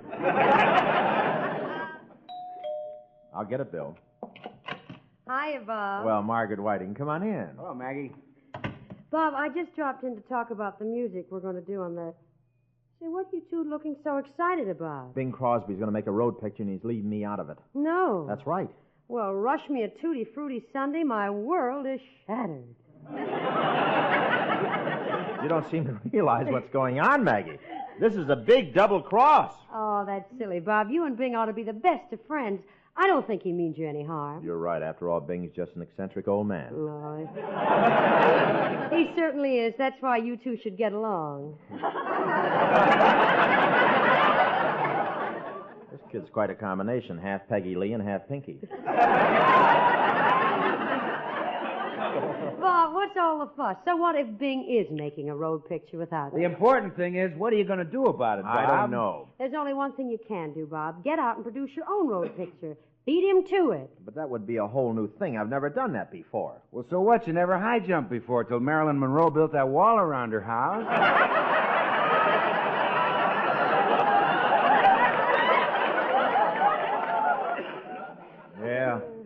What an awful way to find out she's got a swimming pool. I tell you, that's the thing to do, Bob. Get out and produce your own road picture. Well, you make it sound easy. Do you know how much money it takes? $1 million. Well, so what? Somewhere there must be a rich old miser crouching on his money bags who'd part with $1 million. We're back to Bing again. Bob, the Bank of America will lend money to an independent producer to make a picture if they know him. That's a good idea. I think I'll run down to the bank. I know the president, Mr. Harkins.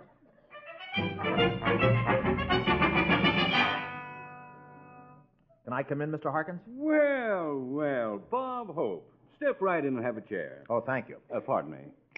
Miss Jones, Bob Hope is in my office. Shut off my phones and make sure we're not interrupting. Now, Bob, what brings you to the bank today?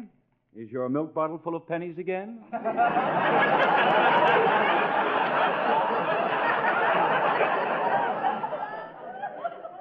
No, Mr. Harkins. I've got something important on my mind. I've got to have $1 million right away. What? Say, why are you moving your feet around like that? I can't find the alarm button under this carpet.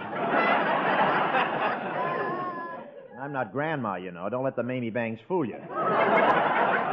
I'm sorry, Bob. Exactly what is your proposition? Well, I want the money to produce a picture on my own. I always try to judge the man I'm doing business with by his character.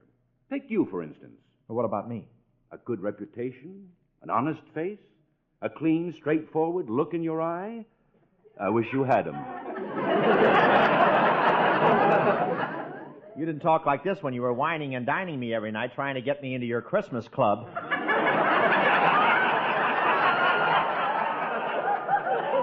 Now, Bob, let's not have words. We've been friends for 15 years. You may be a big star, but I remember when you used to come in here just to steal our lily cups. Yeah, that was quite a while ago. How about the $1 million? Do I get it or don't I? No, you certainly don't understand banking, Bob. Before your loan can go through, I have to approve it, the vice president has to approve it, the chairman of the board has to approve it, then it goes to the main office in San Francisco. Then there's still one more step before you get your $1 million. What's that? One of our directors has to go on Double or Nothing and win it.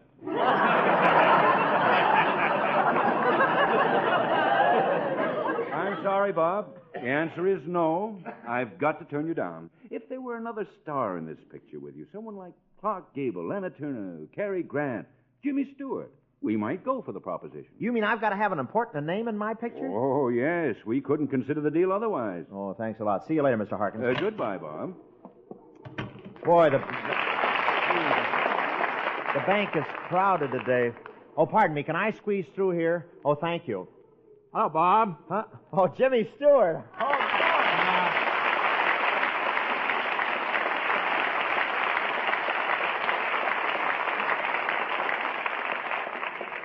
Say, nice to see you, Jimmy. What are you doing in the bank? Oh, I came to deposit some money, Bob. My milk bottle's full of pennies again. Well, Jimmy, it's wonderful bumping into you like this. Well, same here, Bob. You know, you and Gloria haven't been out to our house in a long time. Well, you and Dolores haven't been out to our place in a couple of years, huh? That's right, Jim. Why don't we arrange something? Well, what for? We can't improve on the arrangement we have now.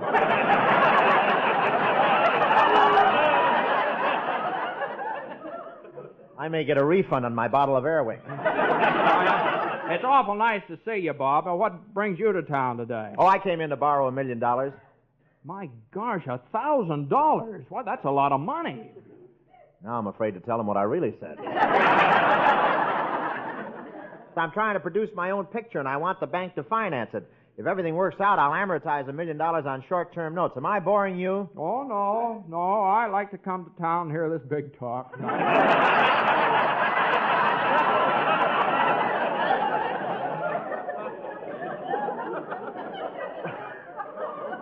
Well, I've also wired a couple of big money men in the East, and they're flying out to have a conference with me, and we're going to survey MGM and Paramount and rent a few studios. Have you been doing anything exciting, Jimmy? Oh, yeah. Yesterday, the washing machine overflowed, and I chased my underwear clear down the driveway.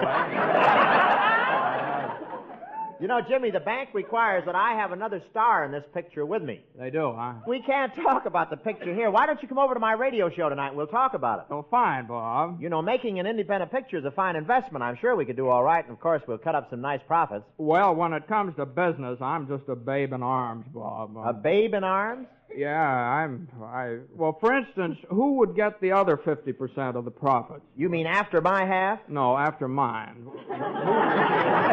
What did you tease on, Fort Knox? See you later, Billy.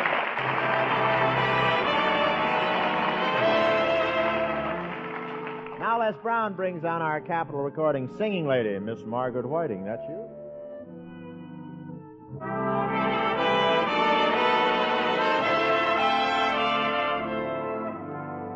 If you see my darling with somebody new, keep it a secret, whatever you do. Why should you tell me and break my poor heart?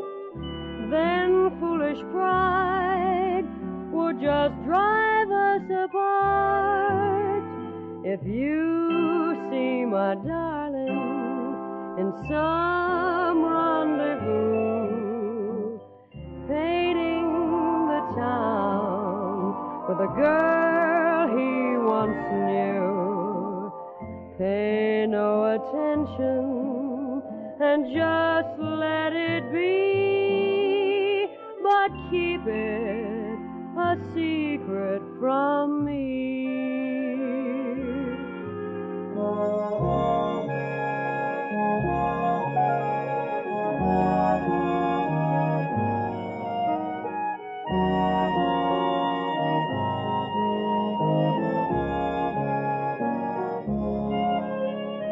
Pay no attention and just let it be, but keep it a secret from me.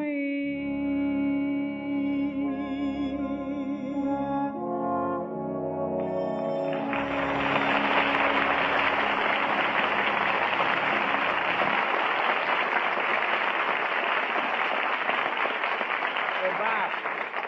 Yeah, Bill. What's the first thing you did this morning? Say, what is this? No, really, Bob. What'd you do? Take a shower? Why, is there one missing?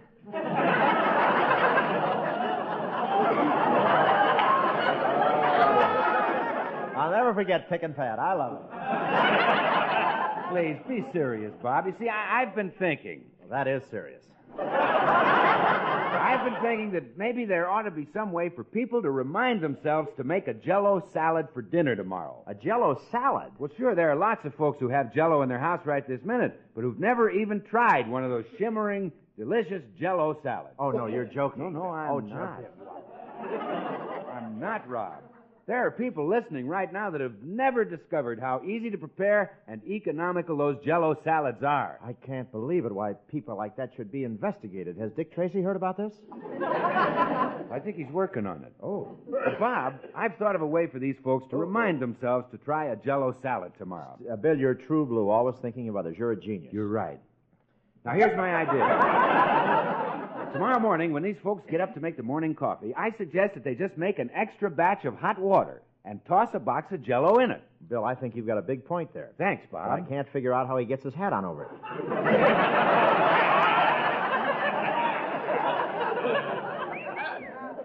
But really, Bill, that's a pretty... Why, is there one missing? Bill, that's a pretty...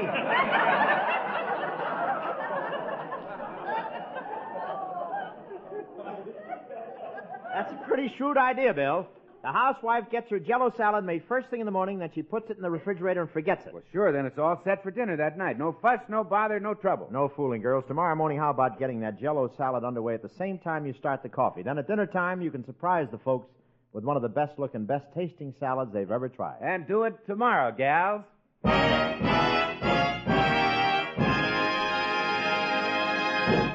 Say, Jimmy. Yeah, Bob? I just phoned Mr. Harkins, the president of the bank, and asked him to come over. We can do a scene from my road picture for him. It's going to be a Western. You know, I don't think I should have come down here tonight, Bob. This is all so different for me. Oh, don't be silly. I've heard you on a lot of radio programs. You've always been great.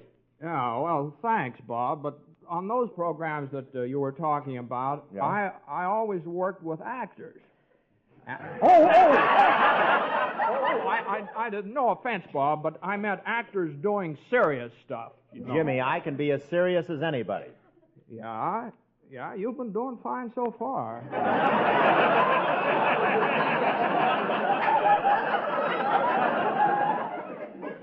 Critic. How can he look like Abraham Lincoln and do lines like Milton Berle? Now, Jimmy, in this scene we're going to do, you and I will play the male parts, and Margaret Whiting will be the girl. All set, Maggie? Sure, Bob. Gee, it's going to be a pleasure to work with Jimmy. He's made so many wonderful pictures. Well, thank you, Maggie. I've had my share of luck. You know, it's strange you've been making pictures in Hollywood all these years, and yet you've never made one with Bob. I guess I've had more than my share of luck.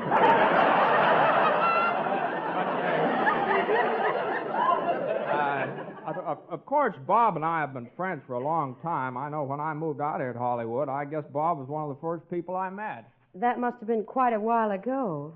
Yes.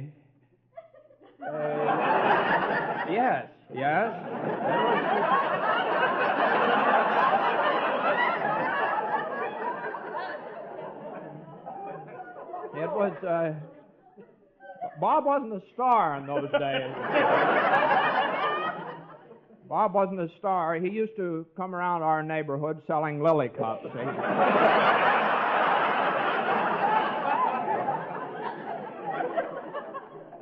Well, there wasn't much in it. I hardly made taxi fare from washroom to washroom. I think it's wonderful that two friends like you are finally going to work together in a picture. Well, now, I haven't made up my mind yet, Maggie. I don't want to rush into this thing.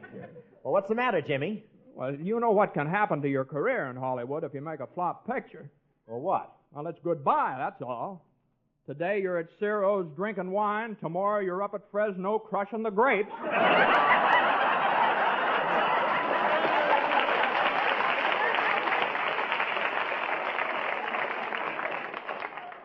Crushing the grapes. Oh, that couldn't possibly happen, could it, Maggie? You tell him, Purplefoot.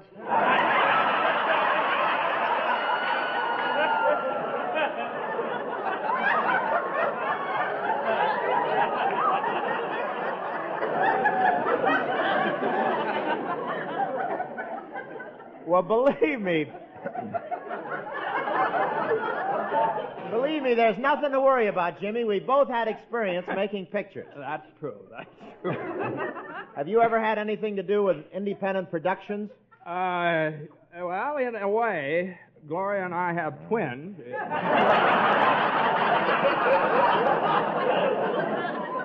That makes you NBC's answer to Lucy and Desi, doesn't it? Hey, that must be Mr. Harkins from the bank. Come in. Hello, Bob. As soon as I got your message, I came right over. Oh, fine, Mr. Harkins. This is Maggie Whiting and Jimmy Stewart. Miss Whiting. Oh, howdy, glad Stewart. to see you. Fine, thank you.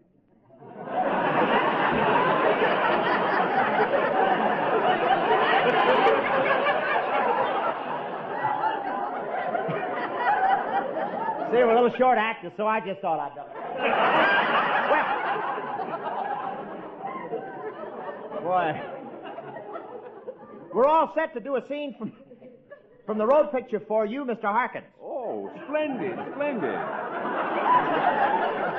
Oh, just call me Purplefoot. It's nothing else. Why don't you just take a seat, Mr. Harkins, and we'll run through the scene for you. Okay, Bob. Music, Les. And now we present a story of two strong men and a girl in the Old West. The road to Cactus Gulch.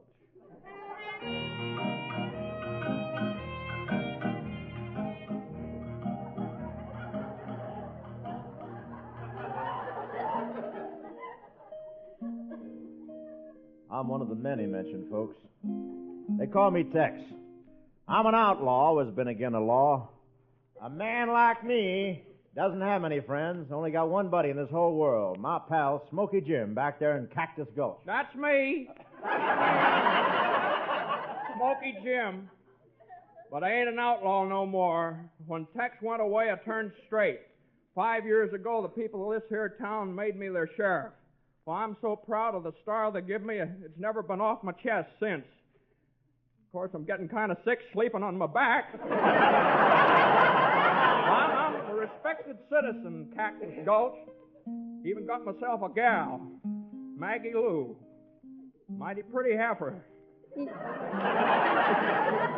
You're playing the guitar kind of sad today, Smokey.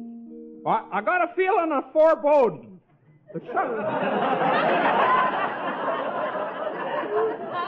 There's something in the air. What is it? I don't know. I don't know, but everything's so still. The leaves are hanging down on the trees, and look over yonder at the mountains over there. Even the Pecos is pooped.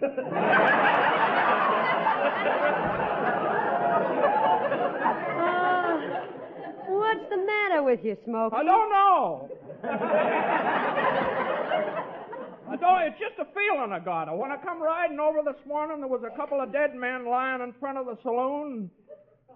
The door was blown off the bank. The schoolhouse was on fire. I just don't know. Can't put my finger on it, but there's something wrong in this town. Whoa! Why, look who it is. It's your old buddy. Yeah, that's him. Hello, Tex. Hello, Dopey. That's Smokey. Oh. I'm the sheriff of this here town, and I've cleaned up the town. You cleaned up Cactus Gulch? Yeah, I caught the last crook yesterday. I put him in jail and sent his fingers to Washington. You sent his fingers to Washington? I had to. Ain't no one around here can take fingerprints.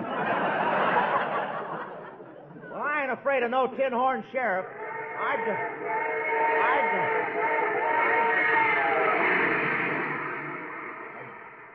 Hey, what's that? That's a super chief.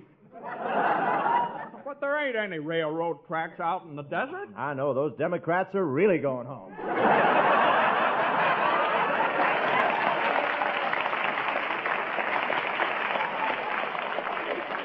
Tex, I'm telling you once more. Get on your horse and get. Yeah, leave us be, Tex. Smokey here is trying to go straight, so leave him alone. Well, you're a cute little Palomina. You're prettier than a coyote skin hanging on a bunkhouse wall. This here's my gal, Tex.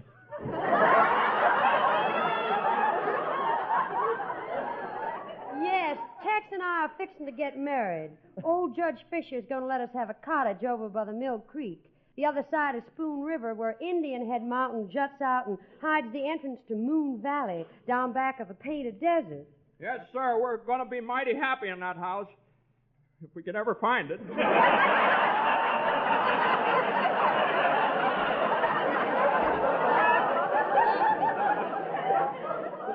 Now, look here, Smokey. Bob. Oh, what is it, Mr. Hawkins? I think I've heard enough to make my decision, Bob. I'm going to lend you the $1 million for your picture. Yes? But there's just one thing. Yeah, what is that? I don't think we'll need both you and Jimmy Stewart in the picture. From what I've seen tonight, I know now that one of you is a fine first-rate actor and the other is nothing at all. So, the other man is out. Oh, gee, poor Jimmy. How am I going to break the news to him? It won't be necessary, Bob. You're the one who's out. The picture will star Jimmy Stewart. You're a fine performer, Jimmy. Gee, well, thank you very much. Let's go somewhere and discuss the details. So long, Bob. Oh, yeah. Well, I'll see you later, Bob. Gosh, what are you going to do? Oh, I'll think of something. Well, gee, so long, Bob. Here you are. Get your lily cups here.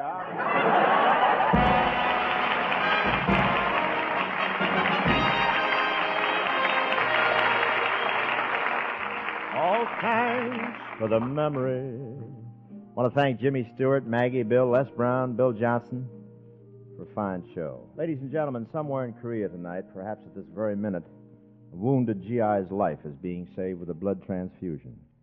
That blood was placed in a blood bank here at home by a civilian. It might have been you or me. And right now the need for blood plasma is greater than ever. Blood banks all over the country must have your help. Why not call your local Red Cross chapter? It's quick, easy, and safe. And remember, by giving a pint of blood, you give another heart a chance to beat for freedom. Thank you and good night.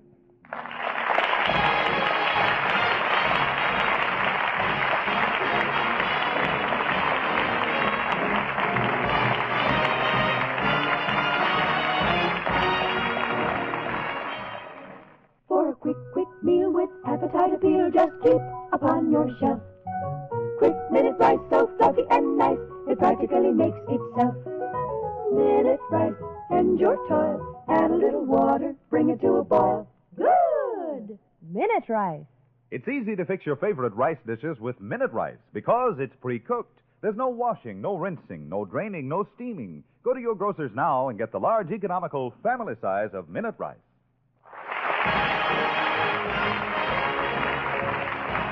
Be sure to listen to the Bob Hope Show next week from Hollywood with our special guest, Jack Webb.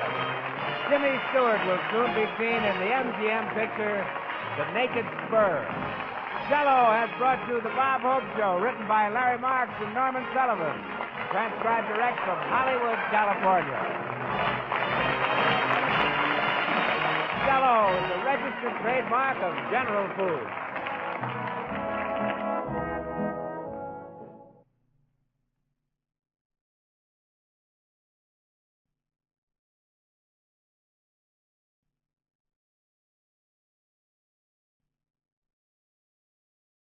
Show, transcribed direct from Hollywood with Les Brown and his band of renown. Our singing star, Margaret Whiting. Our special guest, Jane Russell. And here he is, Bob Hope.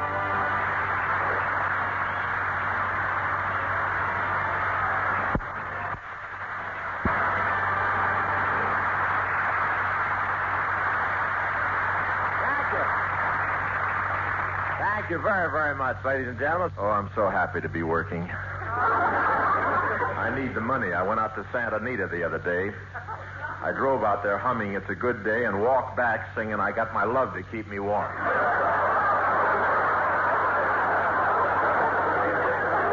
It's the only place I know in the world where vultures circle over the parking lot. They're not really vultures. They're carrier pigeons with an offer for your car strapped to their legs.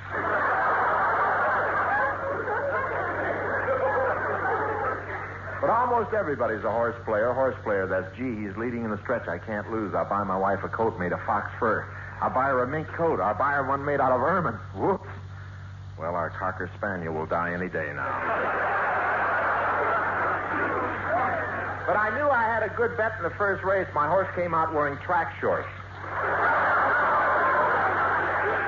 He was a Florida horse. He would have won, too, if he hadn't stopped in the backstretch to sneer at our oranges.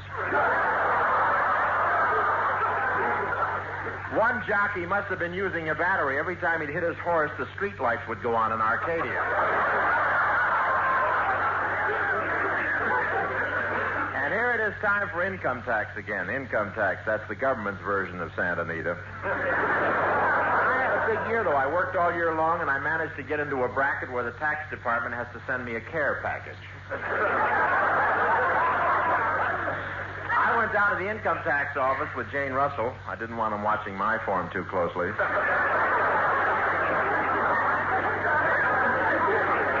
started to help Jane Russell make out her income tax, but she didn't like the way I went about it. I don't know why. It says right on the form, withholding.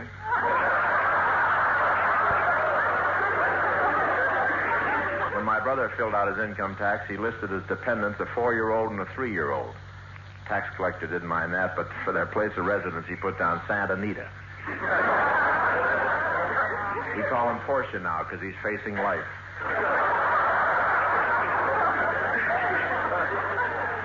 Everybody's afraid they won't have any money left when they die, but Jack Benny discovered a way to take it with him.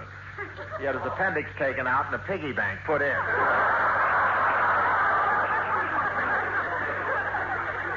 You know, Crosby doesn't send in his tax. A revenue man just stands in front of his house with a vacuum cleaner and sucks up what spills out the window.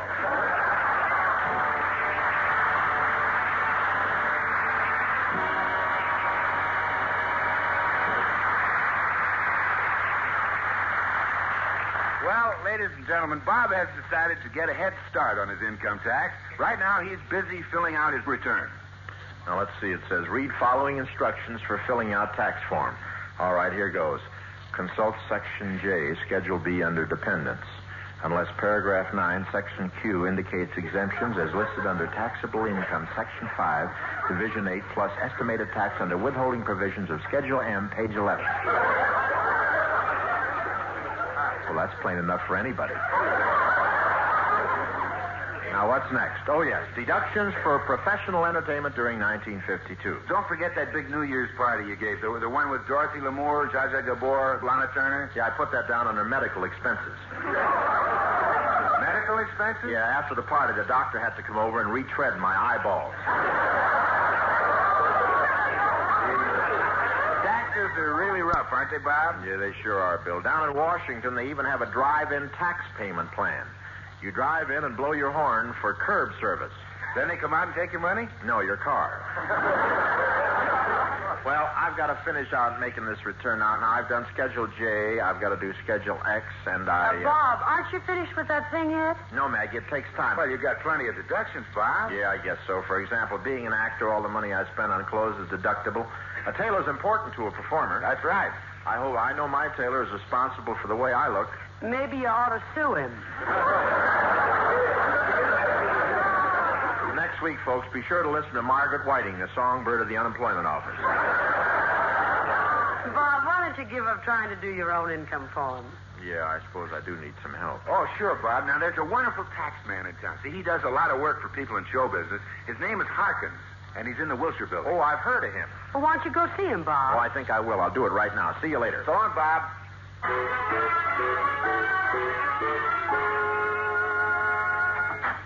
Oh, I beg your pardon. Are you Mr. Harkins? That's right. What can I do for you? Well, I need some help with my income tax. Well, I'm expecting another client in a few minutes, but perhaps I can squeeze you in. Oh, fine. Filing a tax return is very important. You know, taxes are the lifeblood of the government, the injection of plasma that keeps it alive. Now, what was your name? Joyce Jordan, girl intern.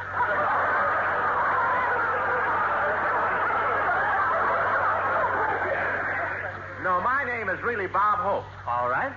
I'll just put that down here on this form. Name, Bob Hope. Now then, Mr. Hope, your occupation, please. Oh, you're kidding. You've heard of me, you must. Bob Hope. What about the road to Bali? If it was a business trip, you can deduct it.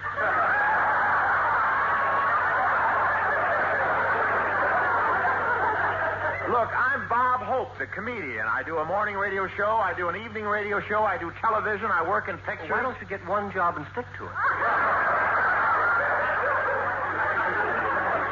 In my business, you got to keep moving. And now, Mr. Hope, are you a native of California? Yes, sir. I was born in Ohio. I guess that makes you a native, all right. Oh, yes. I'm a real Californian. I've been here 20 years, and I haven't unpacked. You haven't unpacked? Why not? With all the smog, I can't find my suitcase.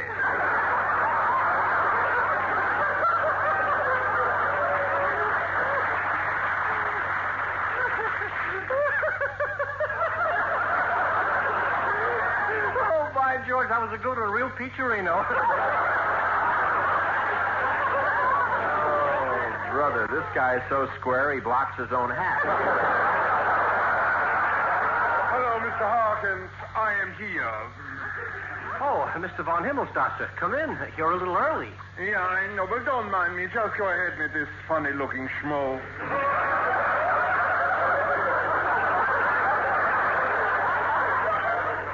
Schmo? Now, perhaps you two gentlemen know each other. Mr. von Himmelstosser is a well-known movie director. Oh, really? Well, you look very familiar to me, Fritz. Didn't we meet in Switzerland last summer? And that's possible. Well, I didn't recognize you without the keg of brandy around your neck. That's very clever for a schnook.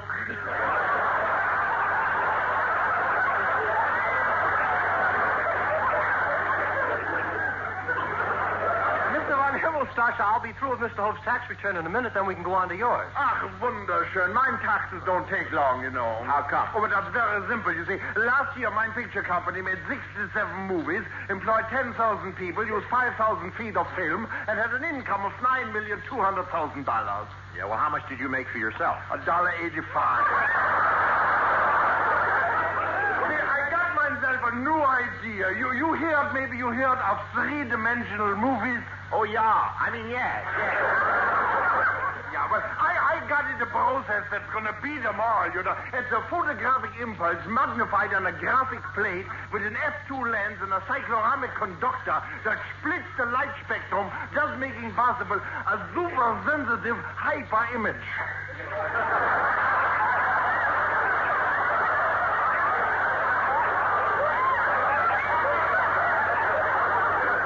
Tell me, what kind of a camera do you use? A brownie.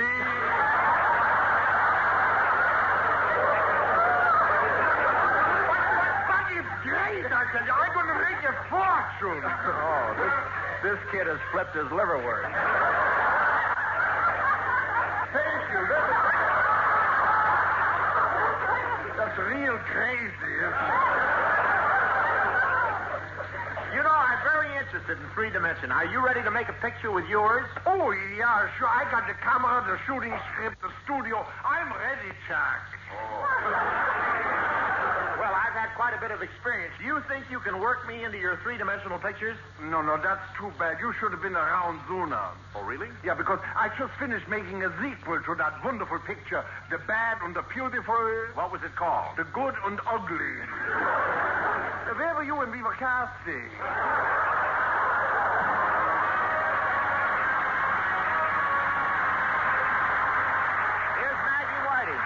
Singing doll doing Why Don't You Believe Me?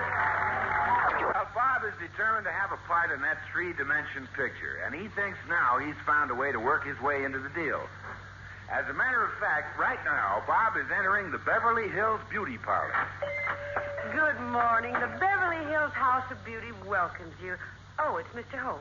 Yes, I phoned Jane Russell's house, and they told me she was over here. Well, that's right. Miss Russell is in booth 5, right through there. Oh, thank you. Here we are, booth 5. Well, look who's here. Hello, Jane.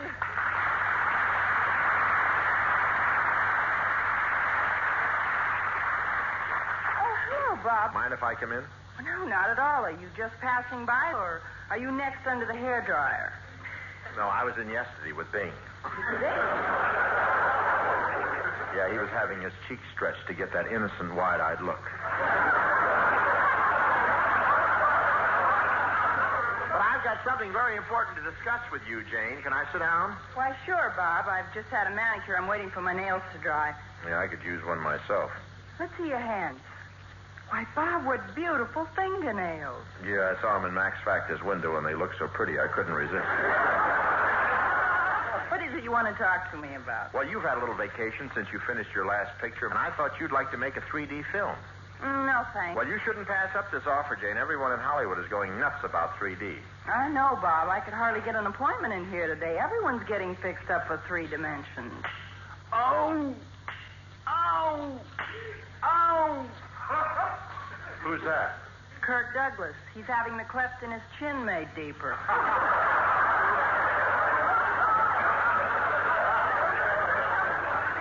Man, it's too deep now. In his last picture, he tried to smoke a cigarette for 10 minutes and then discovered he had it in the wrong mouth.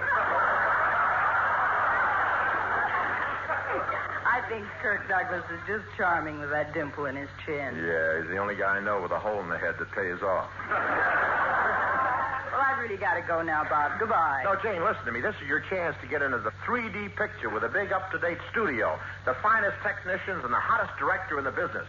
Eric von Himmelstoffer. Well, I suppose it wouldn't do any harm if I went over to his studio and met him. Oh, fine, Jane. I'll pick you up after lunch and drive you over there.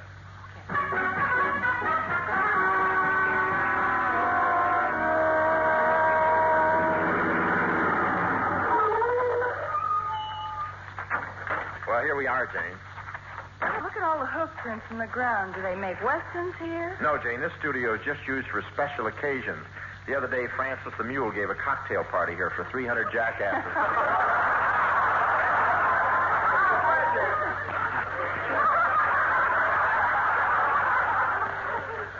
How was it?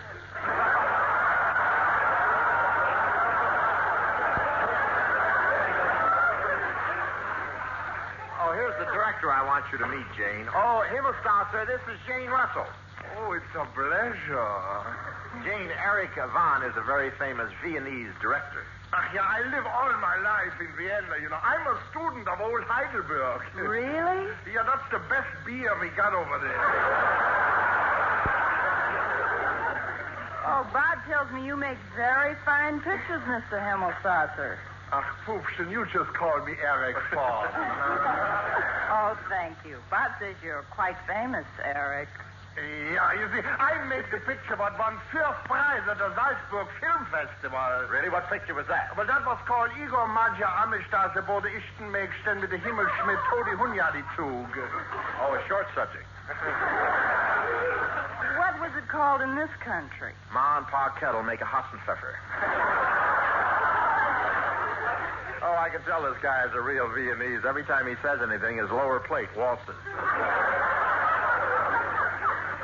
You know, Eric, well, now that I've met you, I'm very impressed. Oh, danke schön.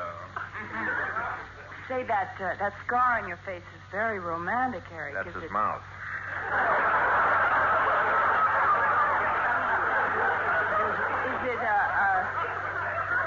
Is that a saber cut from your student days in Bavaria? Nein, von der Nabaloni shell. You see, during the summer, I'm a lifeguard at Santa Monica. I've seen your head at Muscle Beach. Look, Eric. You were telling me you're going to clean up by bringing out the three-dimension movie. If I can get Jane Russell to work in your picture, will you let me in on some of that loot? Yes, but put Bob in the picture, too. I can play any kind of part. But let me look on you. Well, you ought to be able to use me, Eric. People tell me I have a certain foreign look. Yeah. You got a face like a Doberman Pinscher. Well, that's my good side. If you wish, I'm going to test you both for my picture. Oh, wonderful. When do we start? Oh, we do a scene right now. And remember, this is third dimension, so give me your best acting. Will people need glasses to watch this picture, Eric? Oh, yeah, plenty of glasses. And the more glasses they have, the better the picture's going to look.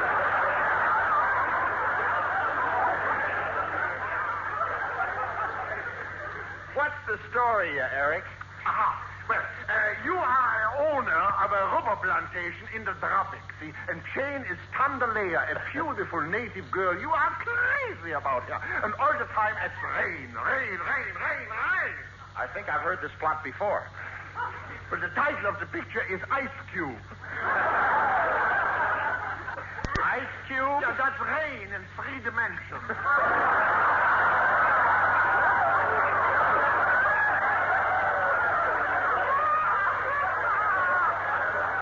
Oh, that's very funny. How do you like this? A cheese blitz cornball. Well, go on with the story, Eric. Yeah, let's hear it. Well, when you first come to this plantation, you are the fine gentleman, tall, cool, well-dressed. Oh, now it's 5 years later. You are a boss.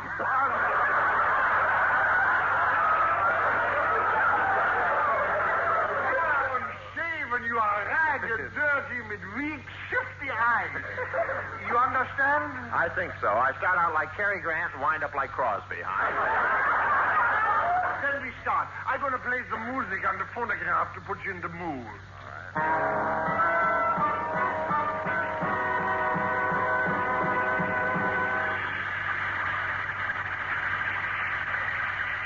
Tandalea. Where the devil are you, Tandalea? Oh, yes, Master. Your head hurt again, Master? It's the rain, Tandalea. I can't stand it. Why doesn't it stop? It goes on and on and on and on and on. You're supposed to be smart, man. What they do in your country when something you like goes on and on and on? We held an election.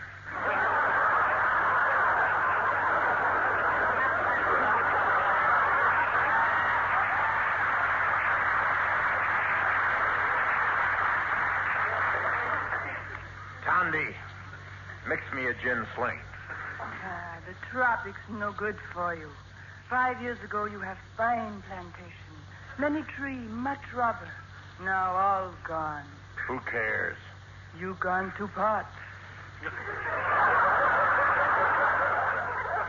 I couldn't find my girdle this morning. Chandelier, love you. Give me your lips. Give me your lips. What are you going to do with them?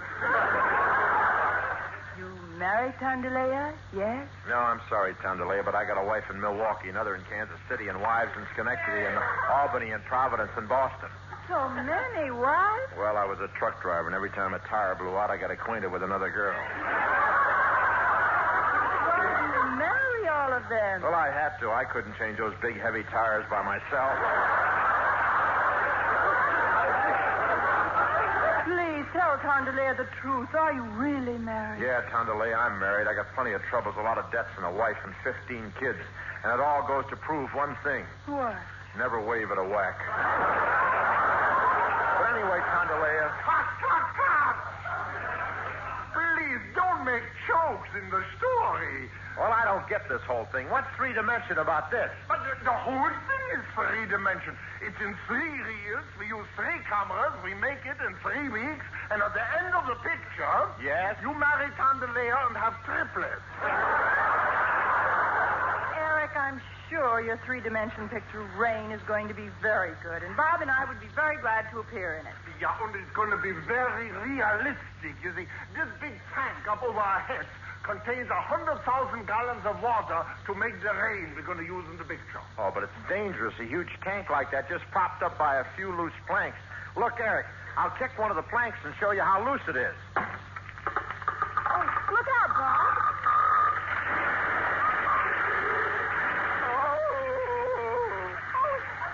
It's under the tank, Bob. Oh, Bob. Bob, speak to me. Speak to us. Well, you told me I'd wind up like Crosby. Now I'm mashed out flatter than Crosby. I don't understand, Bob. Bing is like this, too? Yeah, they had to flatten Crosby out. It was the only way they could get him between the covers of the Saturday Evening Post.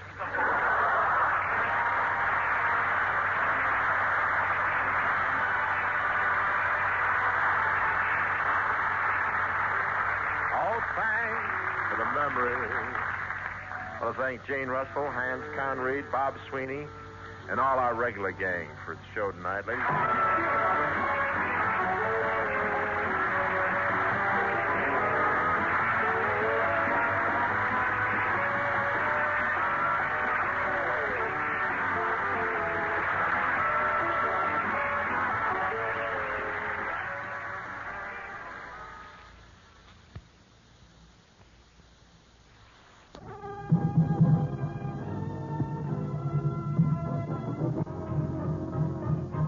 The Bob Hope Show, transcribed from Hollywood, California, with Les Brown and his band of renown. With yours truly, Hi Averback. Our special guests, William Holden, Jack Kirkwood, and the Bell Sisters. And here he is, Bob Hope.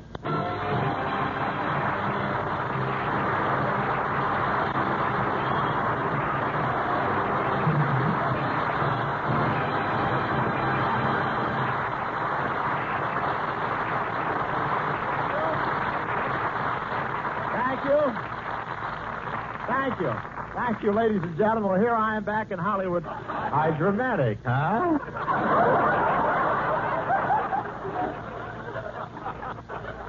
I just got back from a little trip to Hawaii, and I had a marvelous time.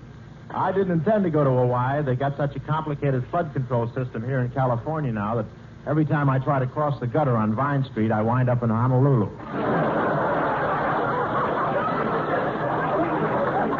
Thank you, pedestrians. Thank you.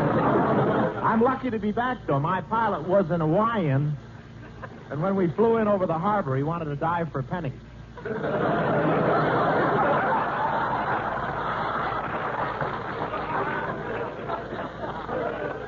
And they held a luau in my honor. A luau, that's a Hawaiian expression meaning as the sun sinks in the west, we say aloha to our stomachs.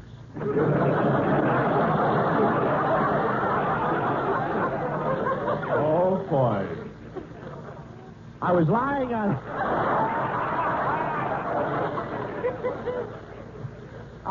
on the beach all covered with sand with just my head sticking out. And a lady tourist from Iowa felt it and said, "Get a hammer, Henry, and we'll see if there's milk in this one."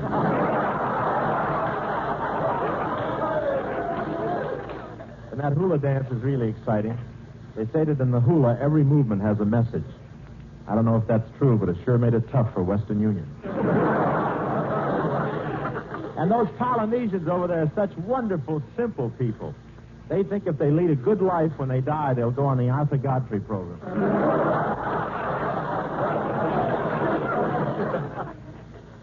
While I was in Hawaii, I scouted around for a good location spot for the new road picture, The Road to DAHL. The scenery in Hawaii is perfect, and after the picture's released, it'll make a good hideout. You gotta think, you know. Thing is in the picture not only because the producer made a mistake. He thought it was belly, not ballet. You know, from the way I talk, you'd think I didn't like Bing. And I like an audience to think.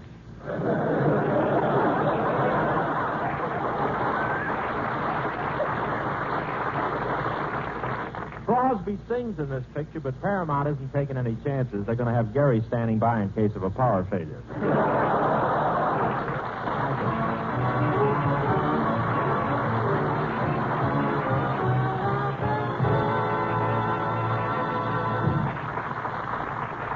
Well, ladies and gentlemen, Bob just spent a week in Hawaii appearing for the servicemen, and Bob had just returned from the islands, and I was over at his house helping him unpack.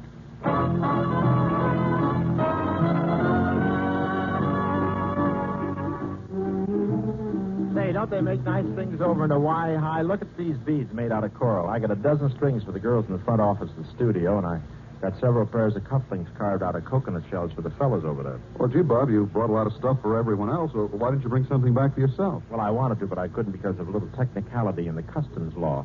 It seems you can't bring a grass skirt into the country until you remove the contents.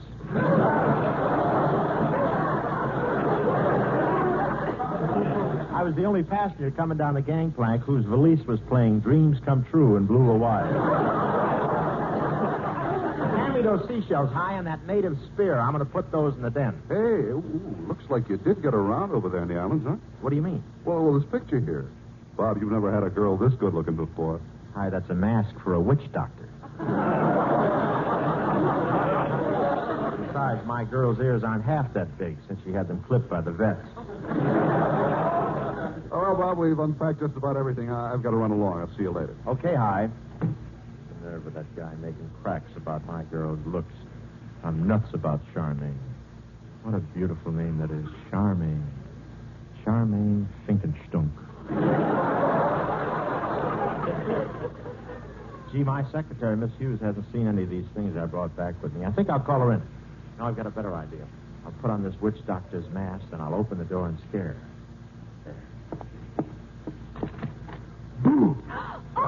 Oh, he startled me.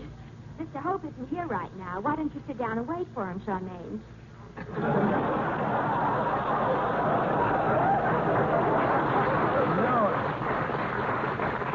No, it's me, Miss Hughes. Oh, good, Mr. Hope. Some bills have piled up while you were gone. Here they are. What else?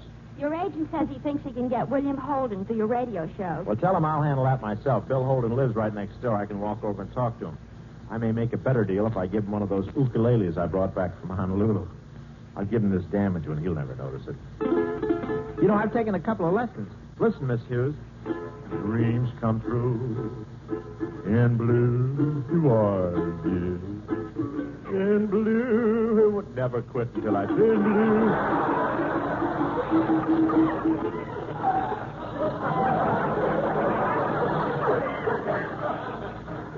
You know, I can have Godfrey here just like that.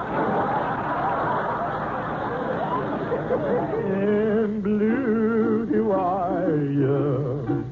I spent the night tonight. Mr. Hope. Yes? You're not thinking of taking this up seriously, are you? I think so. Why? Then I better renew your insurance in the Blue Cross plan. Some people just don't appreciate good music. Well, I'd better get over to Bill Holden's house.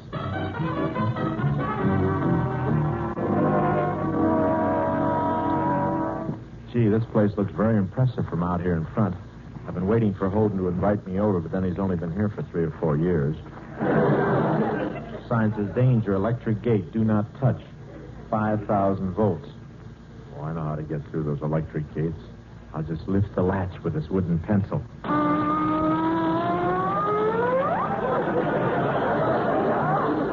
Well, my coat looks more casual without sleeves. Stay, please. Me open gate for you. Oh, good. It's the Japanese gardener. Thank you. Also,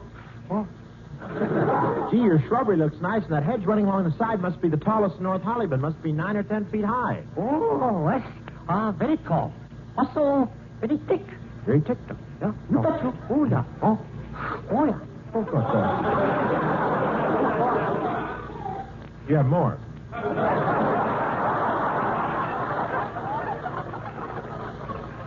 No, sir. Yeah. No, sir. Oh, that's my lard. Oh, yeah.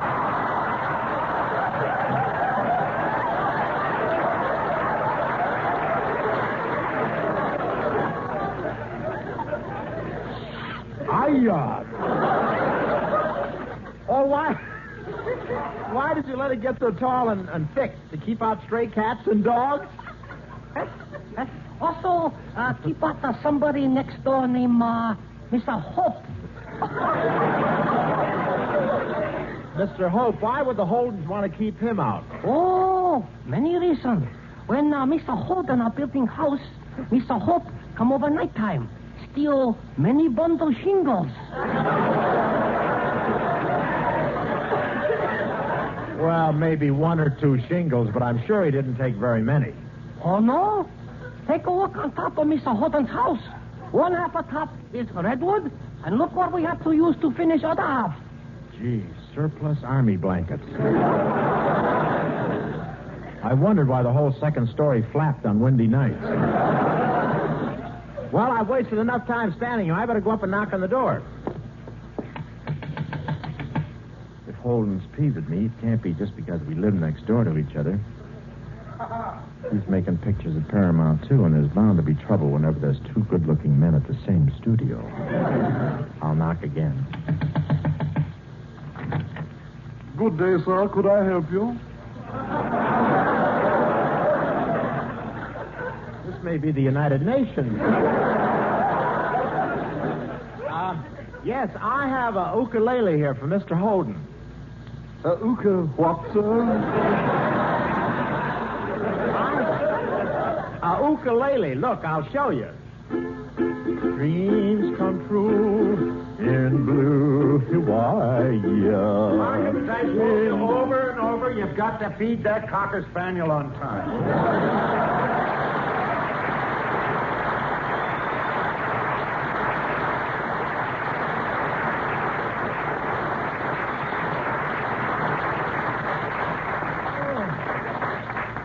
What's going on here, anyway? Well, as you know, I'm Bob Hope, and I just got back from Hawaii, so I thought I'd come over and say hello. Hello. No. Open up. Let me in. I want to talk to you. What do you want? Well, could I come in? Well, I guess so. Come on in. But Mr. Holden... It's all right, Parkins. The children have all been vaccinated. Look, I don't know why you're taking this attitude. I'd feel a lot friendlier toward you if you were a better neighbor. Since I've lived next to you, a lot of things have turned up missing around here. Are you insinuating that I took them? Well, all I know is that last year most of the fruit on my trees disappeared. Yeah? Well, the birds around here eat a lot of fruit. I know. And according to my wife, you've got the biggest beak in the flock.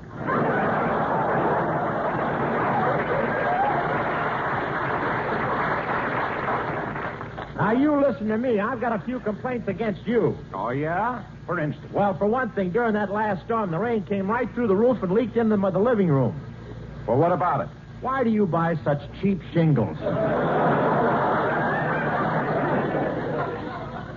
Gee, Bill, don't be sore at me. Let's be friends. Look, I brought you a ukulele all the way from Hawaii. And now, never mind that. And furthermore, I wish you'd quit throwing your trash into my yard. When anybody swims in my pool, they have to stay underwater. Every time they come up, they get hit with a flying beer can. I guess I haven't been such a good neighbor, but I could turn over a new leaf. Then we could be friends? Well, sure, if you really want to, Bob. Now, by the way, how was your trip to the island? Well, to tell you the truth, it was a little disappointing. I went over to look after some interests I have over there. Some interest? Yeah. Crosby let me in on the ground floor on a money-making proposition. I traveled 4,000 miles and found out the whole thing was worthless. Gee, I didn't know you could go wrong with Crosby. What kind of a deal was it? Well, he sold me 1,000 shares in a pineapple mine.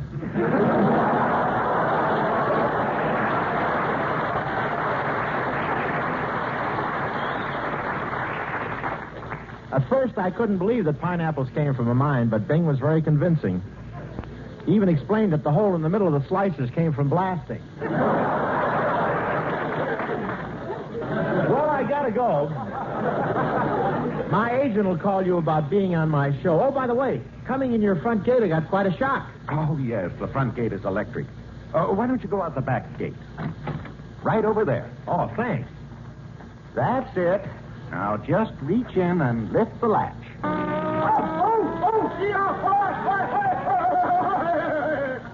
I got a little Crosby in me, too.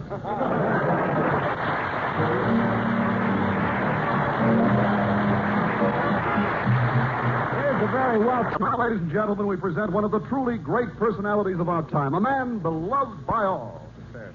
An entertainer who has brought joy to thousands. An artist in the grand tradition. A man whose talent is très formidable. Par excellence. I don't know what that means, but I'm sure it's true. And here he is, the promise of real entertainment for any audience, Tony Martin.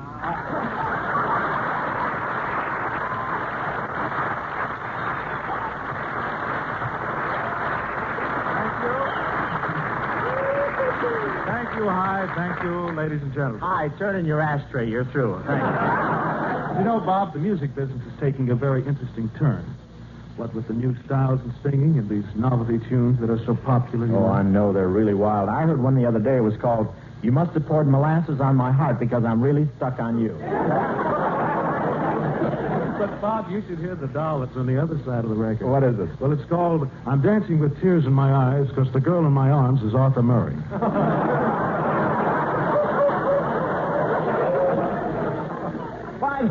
By the way, Tony, there's a sensible little song that my brother Jack wrote with Lyle Moraine for the picture Son of Paleface. Oh, Son of Paleface. Mm-hmm. Isn't that the wonderful new Paramount picture starring Jane Russell, Roy Rogers, Trigger, and you? Yeah. I hear it's great. Oh, well, it's very kind of you to say that. Kind. Before we went on the air, he tattooed it on my eyeballs. Well, I didn't know your brother Jack wrote music. Everybody in my family's got talent, Tony. Jack writes songs, another brother dances, I'm a comedian, but my brother in Cleveland makes all the money. What does he do? He's a butcher. He's loaded. Once a year he sends his thumb out to California for a tan.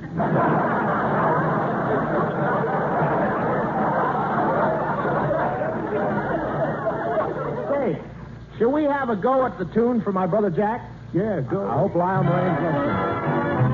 There's... Ladies and gentlemen, tonight we present a saga of the racetrack titled Winner Take All, starring William Holden, assisted by Bob Hope, the Laurence Olivier of the $2 window. Steady, High, no ad-libbing. Don't be independent just because you got a job lined up. Lather boy at the Turkish bath. Just read the announcement. Give them some music, Les.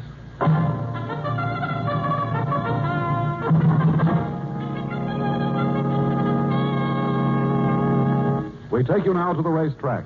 Not the grandstand where the banners are flying, but back to the barns and the stables, where the real life of the track is carried on. Our central character is a man who makes his living as a jockey's agent. That's me. My name is Feedbag McCoy. I'm a jockey's agent. Right now I'm in a bad run of luck. I'm so broke that lately I've been sneaking into the stables and eating the oats. I guess I've been eating too many oats. Now, no matter where a fly lights on me, I don't have to move. I can twitch him off. Gee, if I could only find a jockey, a good jockey. Oh, excuse me. Are you Feedbag McCoy? That's right. Did you put this ad in the paper? Wanted someone who knows how to win a race against big-time competition? Yeah. You a jockey? Jockey? Well, I thought you wanted a running mate for Cherry Coke.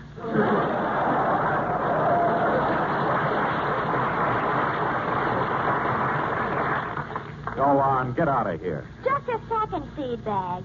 This guy might be just the one we need. Yeah. Hey, you. Do you think you could get down to 97 pounds by Thursday? 97? Sure. How much do you weigh now? 212.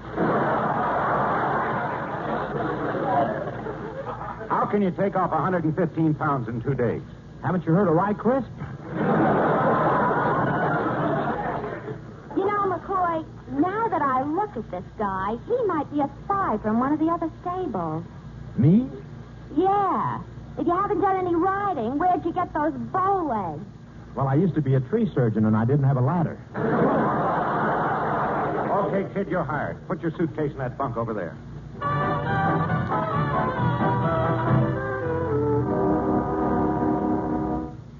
That's how I met the famous feedbag McCoy and became a jockey.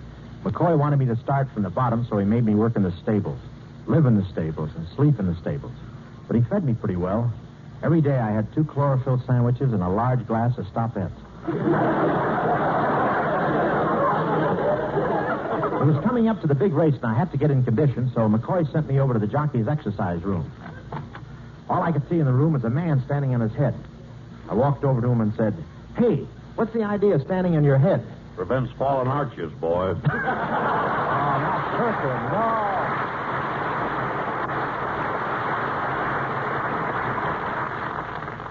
Well, I got to get in shape. I'm going to ride in the big race Saturday. Aren't you a little chubby for that sort of thing? Well, I guess I would have to take off a few pounds to be a jockey. You'd have to take off a few pounds to be a horse.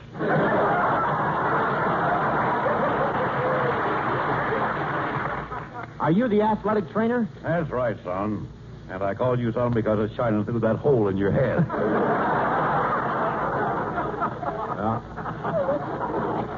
I'm ready to start. What do I do first? Well, you can't exercise in all those clothes. You mind if I take off your shirt? No, I guess not. Gee, this is a nice place you got here. Oh, this is the most up-to-date gymnasium in America, boy. We've even got parallel bars. Yeah, but all gymnasiums have parallel bars. One for scotch and one for bourbon. Now, first, I'll hold this stethoscope to your chest. Breathe in. Okay. Breathe out. That's fine. Congratulations. For what? You'll know in the morning. I'm a spy for your draft board.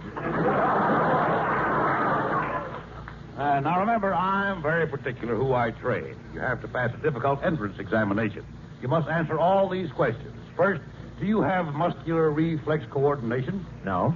Do you have 20/20 vision? No. Have you supernormal reflexes? Have you above average hearing? Have you first class stamina? No. Have you got $10? Yes. Shake hands, boy. You made the grade. Thank you.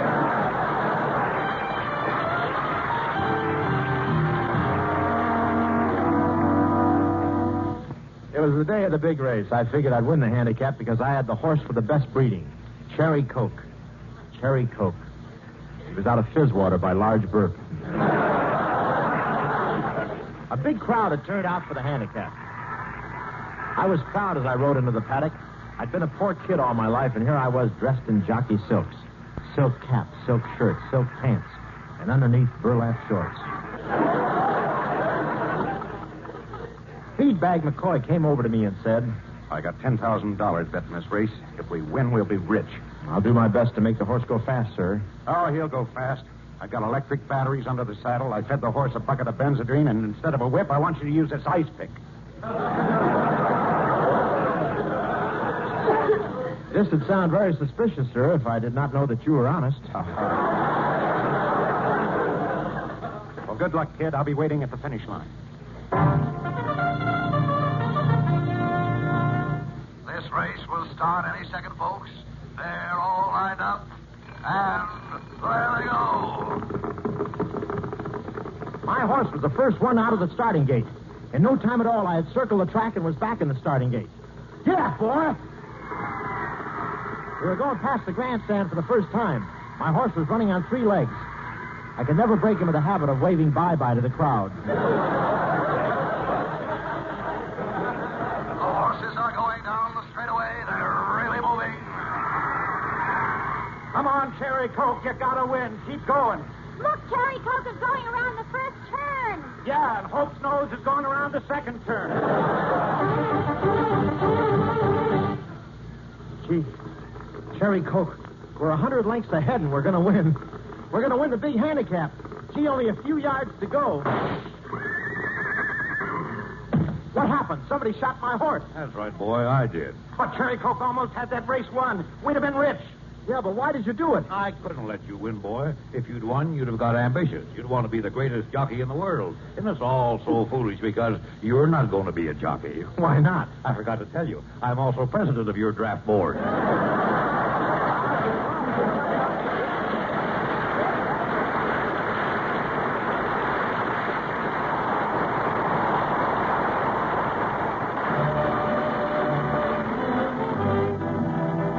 Thanks for being with us, and join us again next week, same time, same station. This is High Averback saying so long for Bob Hope and the whole gang. See you soon.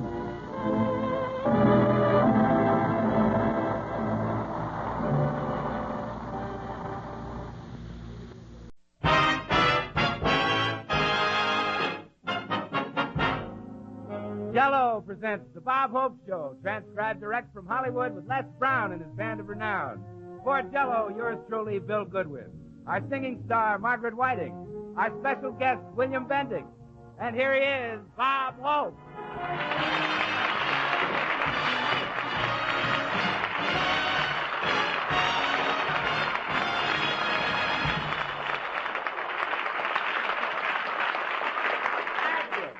Thank you very, very much. Ladies and gentlemen, and also Bill Goodwin, here I am back again selling those 6 delicious flavors. Yes, sir, Jell-O may be a dessert to you, but it's been like a mother to me. By the way, Crosby's memoirs are running in the Saturday Evening Post. It's a story of his success as a singer. At first, they were going to publish it in True Crime Confession. Johnny Manville is going to write his memoirs in 12 chapters printed on rice paper with white satin covers. The name of the book is Did I Skip Anyone? No, but I get most of my news out of the fan magazines. They give you the real inside on Hollywood. I've read quite a few interesting articles lately, like Is Johnny Ray Really Betty Davis with 5 O'Clock Shadow by Tallulah Bankhead? Or Why I Love Orson Welles by Orson Welles? Or Inside Lassie by John Gunther? But now that I've paid my income tax, I'm going down to Palm Springs and try and get a little color back. During the winter here, everyone in Hollywood goes down to Palm Springs. Gary Cooper drives down weekends. Lana Turner flies. And Sinatra commutes back and forth by slingshot.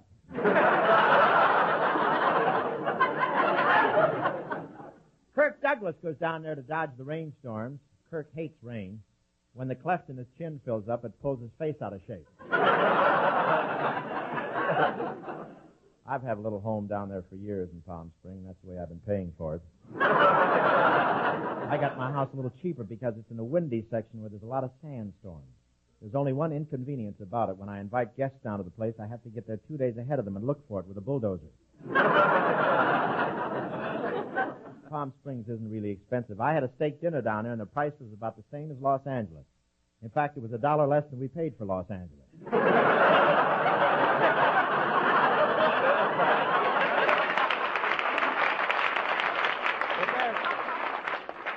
But it's pretty down there in the desert. Of course, it's beautiful here in Hollywood now.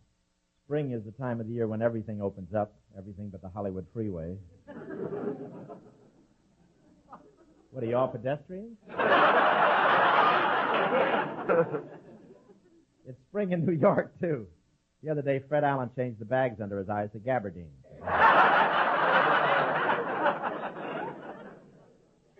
And around the White House, spring is in the air, and so are the golf balls. Ike's golf balls have accidentally hit so many people that the new song around the White House is, Don't Let the Stars Get in Your Eyes. Here's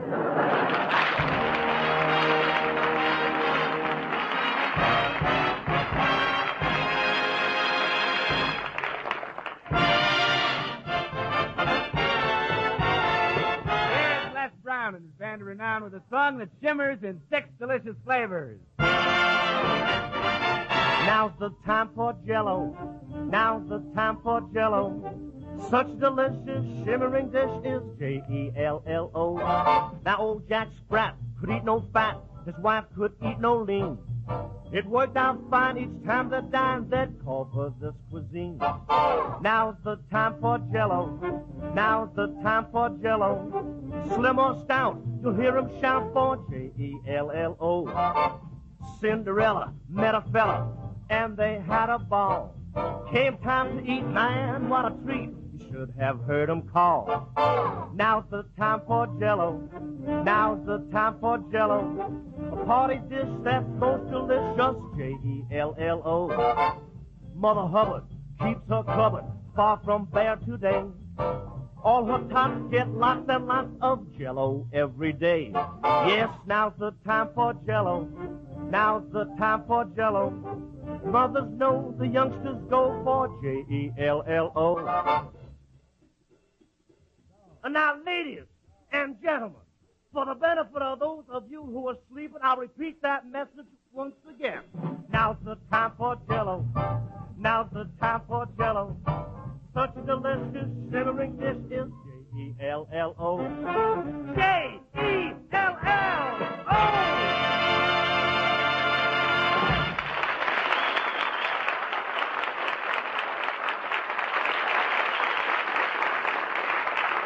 Well, ladies and gentlemen, Bob is always involved in some new venture, so it was no surprise when Margaret Whiting and I dropped in at his home this morning. We found Bob alone in his living room working hard on a speech.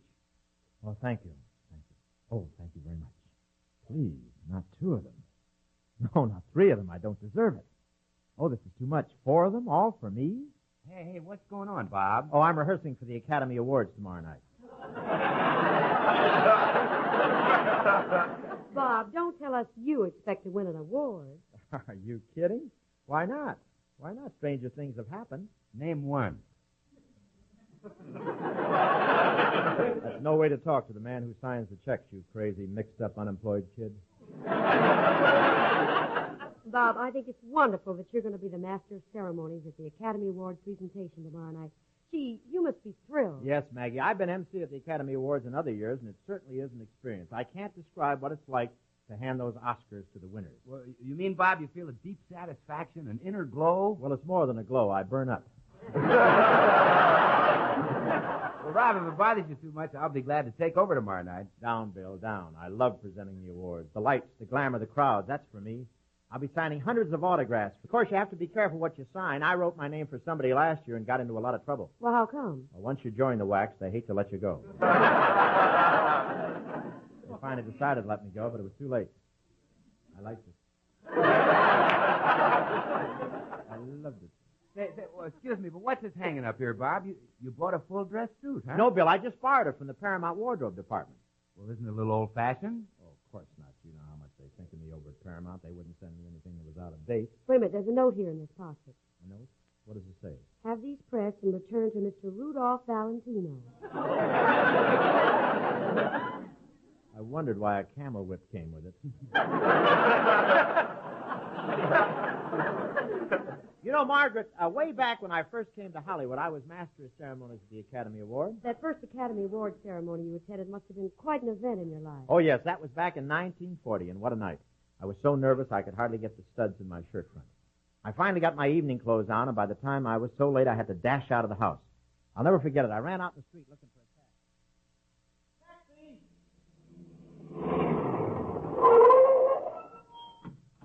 Hop in. Anytime you want a cab, Bill Bendix is here to serve you.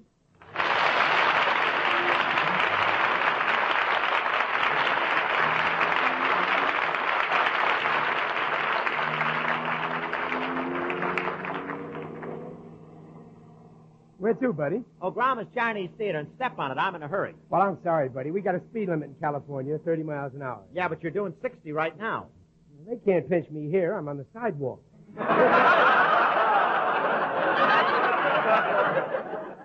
Never mind the jokes. Just take me where I want to go, will you? Ah, you're like all the rest of them. Nobody cares about the guy sitting up here driving the cab. I'm nothing. Now, look. Other people live, go to big parties, not me. Other guys ride in the back seat there with pretty girls, not me. My only share of life is what I can see through my rear view mirror. Well,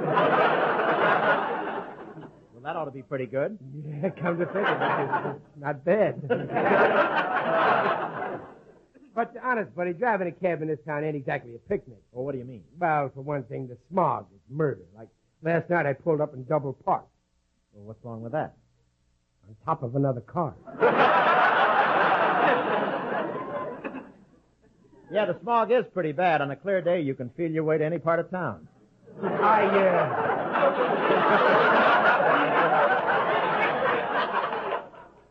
But I don't get sore when a pedestrian crosses in front of the cab. I just count 10. You do? Yeah, and when I finish counting, I go after him.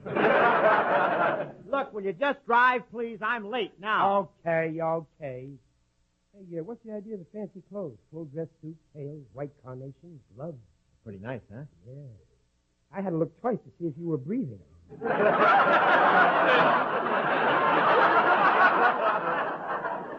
What line of business you in, buddy? Well, what business would you say I was in? Well, you got a kind of a shifty look in your eyes. Lips are kind of thin. Whatever you're doing, it ain't on the level. I am an actor. What did I tell you? Are you in pictures?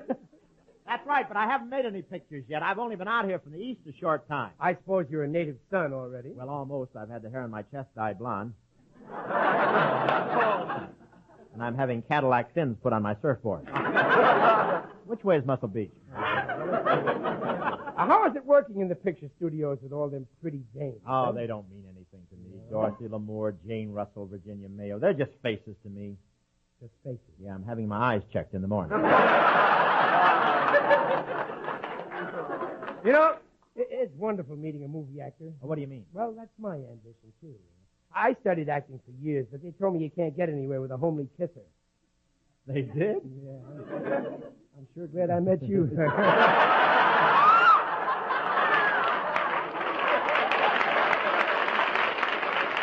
Look, I don't mind you hurting my feelings, but think what you're doing to Max Factor. Now, will you step on it?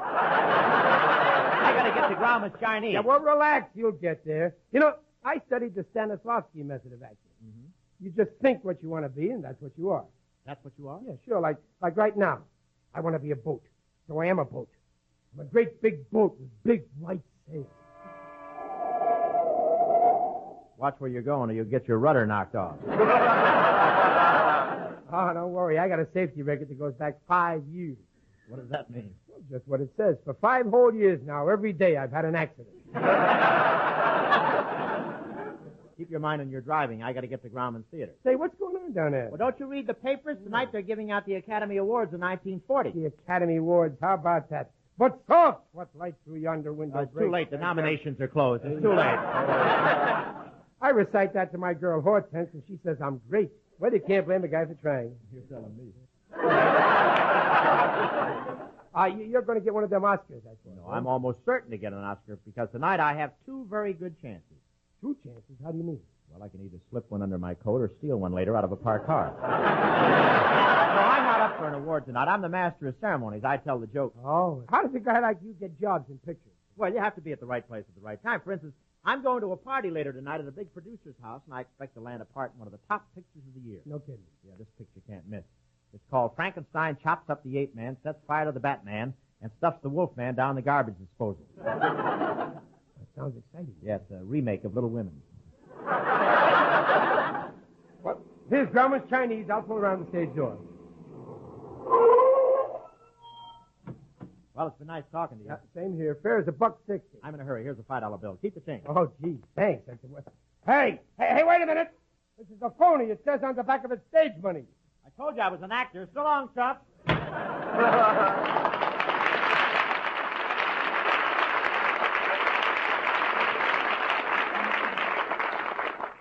do you like that louse giving me stage money? I should have known it was a phony. Look at the picture on it. Instead of Abraham Lincoln, it's Zsa Zsa Gabor wearing a beard. Come back here, you thief! Come back!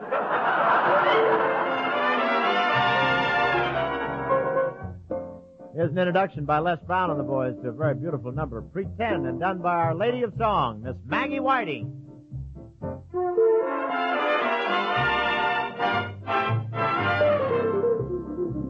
Pretend you're happy when you're blue. It isn't very hard to do, and you'll find happiness without an end whenever you pretend. Remember, anyone can dream, and nothing's bad as it may seem. The little things you haven't got could be a lot if you'd pretend. You'll find a love you can share, one you can call all your own. Just close your eyes, you'll be there. You'll never be alone. And if you sing this melody, you'll be pretending just like me. The world is mine, it can be yours, my friend. So why don't you pretend?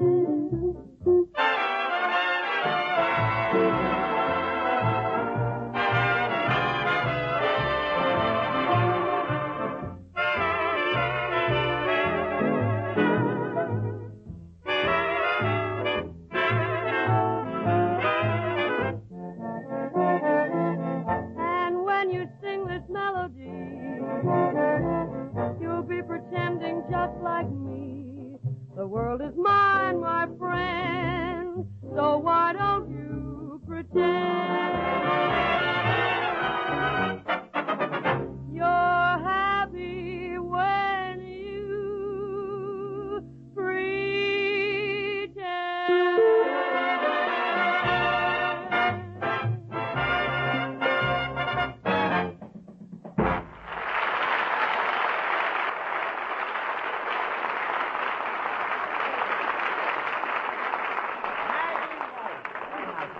Say, Bob, I got a wonderful idea.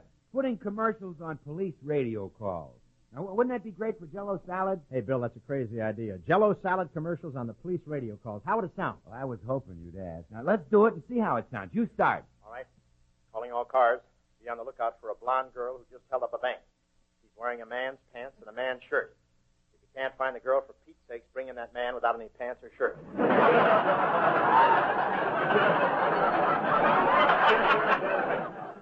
Calling all housewives. If you want to brighten up a meal, there's no better way than with a Jell-O salad. The whole family loves Jell-O salad. They're so colorful and tasty. And Jell-O salads are easy to serve because you can make one ahead of time and get it out of the way before mealtime. That's what happened at our house. The cook made a Jell-O salad and got it out of the way before dinner. She ate it. Uh-oh. Here's a bulletin. Calling car 10. There's a fire at the corner of 18th and Center. Get over there right away with some marshmallows. Treats for everybody. And girls, if you want a treat for everybody, whip up a Jell-O salad. They're simple to prepare, yet they always make a hit. Have you served a Jell-O salad lately? Well, you should. So pick up several boxes of Jell-O at your grocer's and treat the family to a tasty, colorful Jell-O salad tomorrow.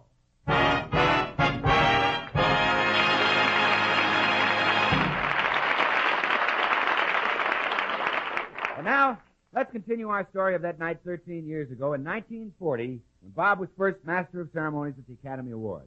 After the presentation of the awards, Bob was invited to a party at the home of an important Hollywood producer.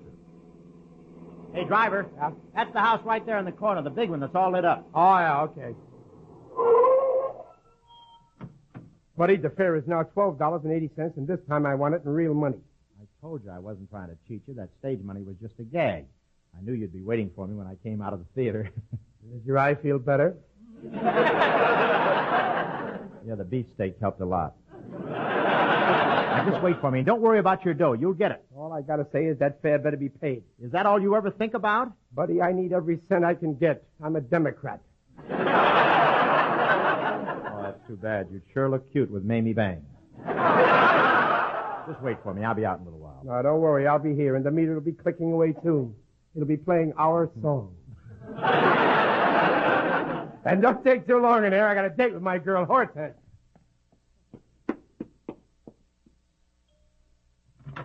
Good evening, sir. Oh, good evening. Do you have an invitation, sir? What name shall I say? Oh, Hope. Bob Hope from Paramount Pictures. Oh, yes. I saw your last picture, sir. You did? Yes. Are you sure you have an invitation?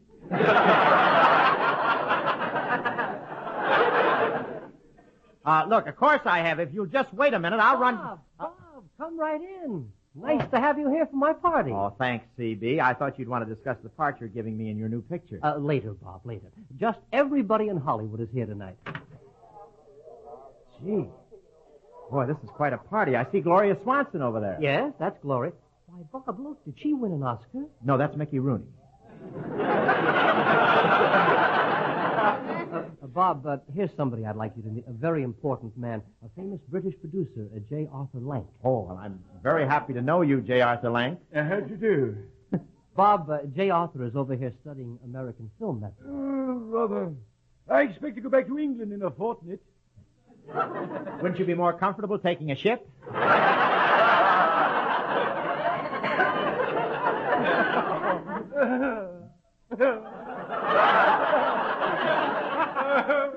That is funny. It's too.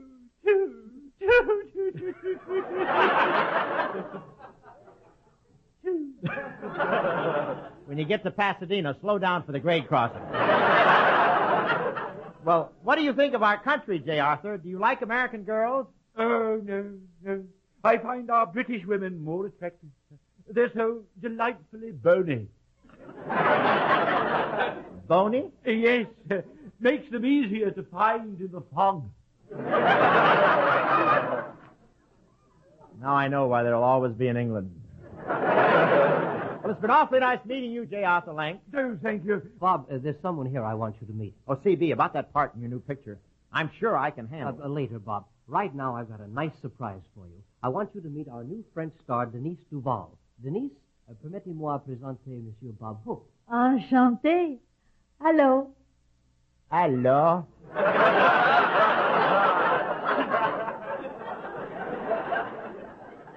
Vous et moi, nous travaillons dans un cinéma bientôt ensemble, n'est-ce pas?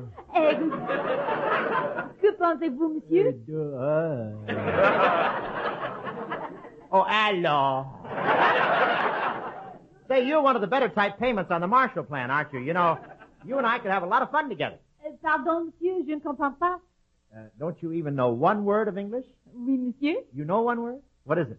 No. Well, that ended that. Bob, Denise speaks English quite well. She was just kidding. Ah, oui, Monsieur Hope.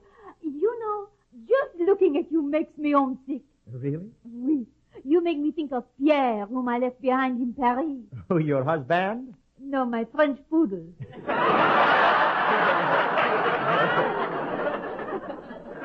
Hello. Au revoir, Monsieur Hope. Au revoir. Bob, would you like a drink? No, thanks. I wanted to talk to you about the part in your picture, C.B. Oh, let's do that later, Bob. But I can't stay very long, C.B. I've got a cab waiting outside. Oh, let him wait. There are so many interesting people here you haven't met. Now, this fellow coming toward us is the famous Italian director, Vittorio. Buongiorno. Bob, Vittorio's new picture has a wonderful story. Tell him the plot, Vittorio. Sì, questa picture, Gumba, comincia dentro il ristorante Villanova. E ci stanno nice people. Mr. Scassaforte, Butcher Tagliagaba, Malatesta e pure Mr. Smith. Well, Scusate. E dopo lasciamo il ristorante e andiamo a Cucamonga. E vedremo un paesano miei che è venuto da Pittsburgh, Pennsylvania. E questa è la plot della storia. Oh, gee, that's a wonderful plot. And I've got a good title for your picture. You can call it Come Back, Little Pizza. Arrivederci, Gumba. Hello.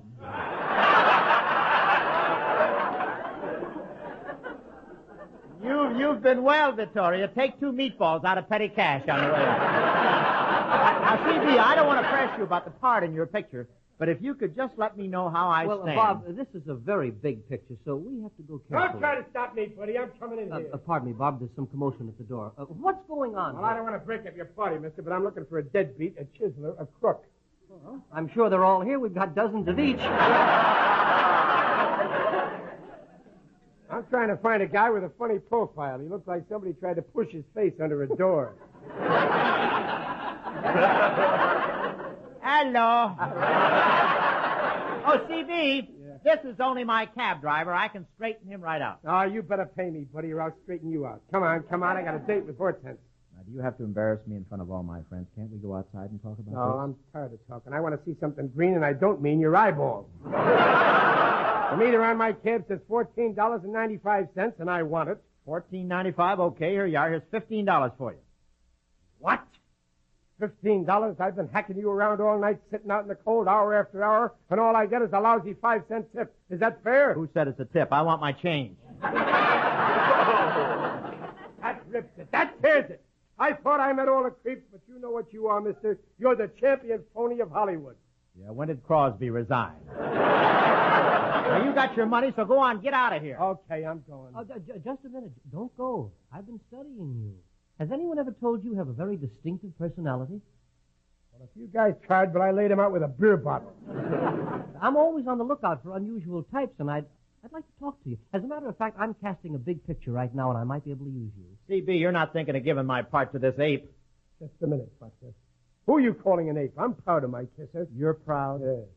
I'll have you know I was the only kid in my neighborhood that was prematurely ugly. CB, I won't let you do this. You're making a mistake. You can't take a cab driver off the street and make an actor out of him. Now, Bob, I think I know what I'm doing. But this guy's never been in a picture. What does he know about romance or how to play love scenes? You know, Bob, you used to be a bus driver. Yeah, but I made a lot of stops. Besides, CB, I've had experience. I spent years on the stage. What has that got to do with it? Everything. On the stage, you learn how to act. You move around gracefully, be fluid. That's a cinch. A cinch? Certainly. I've been fluid every Saturday night for 15 years. Oh, that was good. He has a sense of humor, too. What's your name, young fellow? Bill Bendix.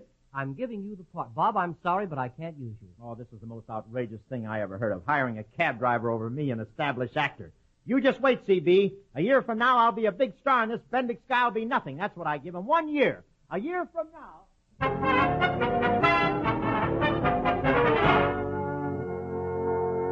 There you are, Mr. Bendix, your top hat, cane, and gloves. Thank you, Stevens. I'll be late tonight. I know, sir. I hope you win one of this year's awards. Oh, thank you, Stevens. One can only do one's best. Good night, sir. Oh, what a delightful evening. Oh, taxi! Taxi!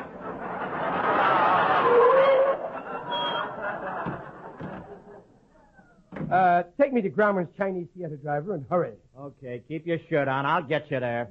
Oh, no, don't tell me. It's not you. That's right. It's even the same cab. You got my job, my cab. Oh, this is the best laugh I've had in years. Go ahead and laugh. I'm happy. Kiss me, Robert, honey. Wait a minute. Who's that? Who do you think? Hortense. Go.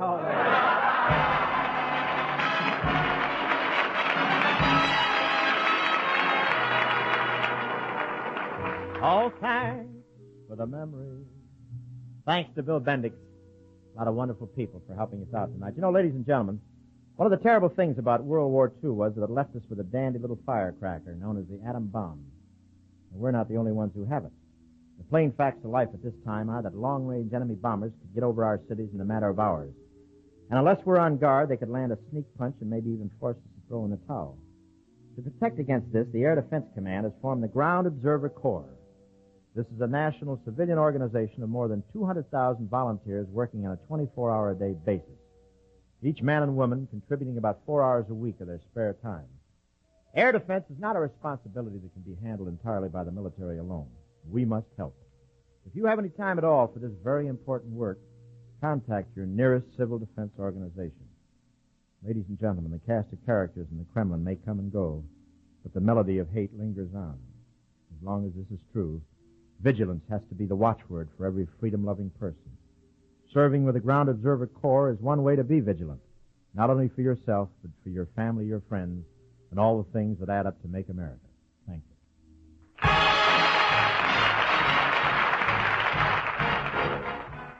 Lady, have you heard about the exciting new pick-of-the-pantry suppers?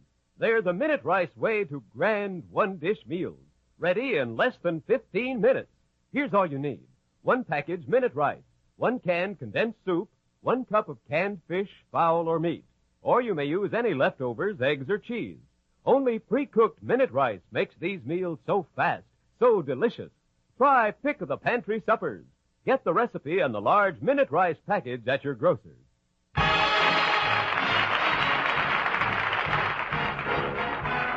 Be sure to listen to the Bob Hope Show next week from Hollywood with our special guest, Mickey Rooney. William Bendix can be seen in The Life of Riley on NBC television.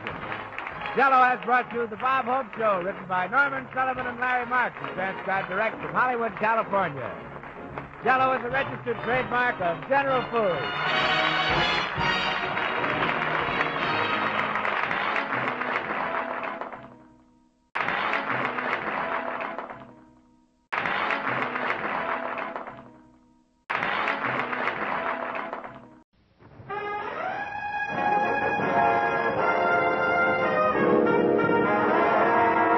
Hope Show, transcribed direct from Hollywood with Les Brown and his band of renown. Our singing star, Margaret Whiting. Our special guest, Grace Kelly. And here he is, Bob Hope.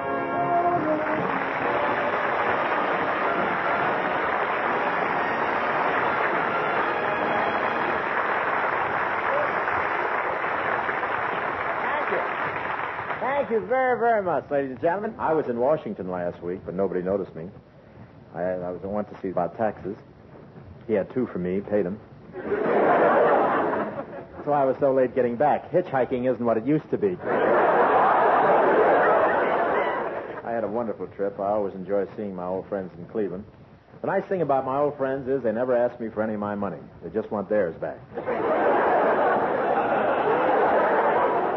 And I made a personal appearance in Milwaukee, the beer town. I'm always nervous in Milwaukee. You never know whether the audiences are applauding or burping. I wasn't happy with the way the theater advertised the picture. There was a big sign that said, Bob Hope, bowling in the basement, what do you have? And I went to see the Cleveland Indians play ball. I'm tremendously interested in the team, but I didn't get to see much of what went on. I attended the game as Jack Benny's guest, and we took turns looking through the knothole. Jack Benny, that's the Howard Hughes of the gay 90s.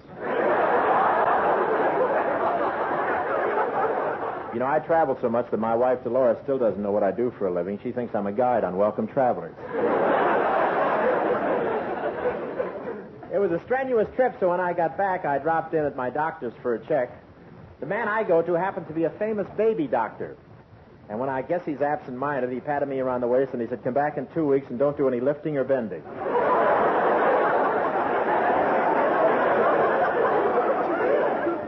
I asked the doctor to listen to my heart. I don't know how the beat sounded, but he listened for a moment. Then he called 3 other doctors and some nurses in, and they started a mamba session. After the examination, I said, what shape am I in? How long have I got, Doc? He said, well, let's put it this way. Instead of my sending you a bill, from now on you pay cash. No, but the weather's been so beautiful here. This afternoon I went on a picnic with the members of the cast. Les Brown brought his musicians along. That was a mistake. You know, when you take musicians outdoors, the sun blinds them. And if it doesn't, they bring along something that will. No, these guys were so happy I got suspicious. I couldn't figure out where they were getting this stuff until I noticed that the trombone had 3 valves and a faucet. But the musicians found a part of the woods where the trees were all exactly the same size. They were so excited about it, I didn't have the heart to tell them they wandered into a drive-in theater.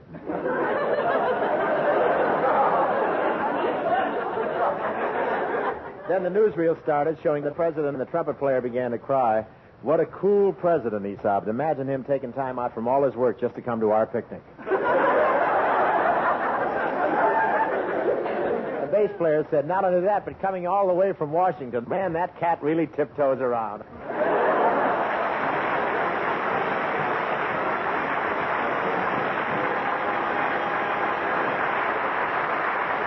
Ladies and gentlemen, you may not realize it, but a great amount of research goes into the preparation of our show, and frankly, I didn't realize it myself till this morning. When I arrived at the studio for rehearsal, I found Bob deep in the encyclopedia. The encyclopedia? What's all this, Bob? Hey, this is a fascinating book, Bill. For instance, did you know that the aardvark is a prehistoric amphibious mammal found only in the lower basin of the Zambezi River during the rainy season? No. Did you know that the ptarmigan grows white feathers in order to make itself invisible to its enemies? No. Did you know that the mating season of the African tsetse fly lasts 11 months out of the year? Say, why are you reading up on wildlife, Bob? Just from curiosity, or are you going to be the mystery guest on Zoo Parade? Grace Kelly is on our show tonight. I always find out what our guest stars are interested in so I can hold a conversation with them. You do? Yeah, for example, when we had Ann Baxter on the show, I read up on painting because that's her big interest. And then when we had Zsa Zsa Gabor... Yes?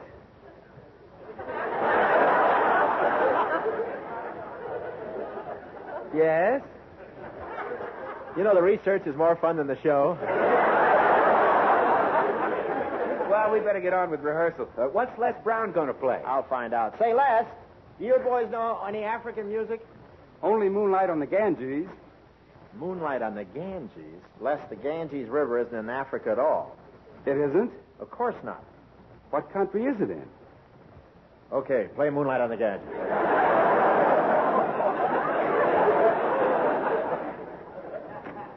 Here's Grace Kelly now, Bob. Well, hello.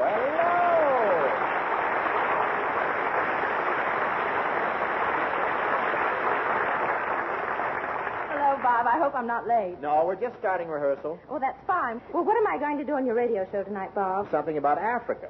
Oh, that'd be swell, Bob. I have many vivid memories of my stay over there. Oh, I know quite a bit about the country myself, Grace. For instance, take the Brontosaurus.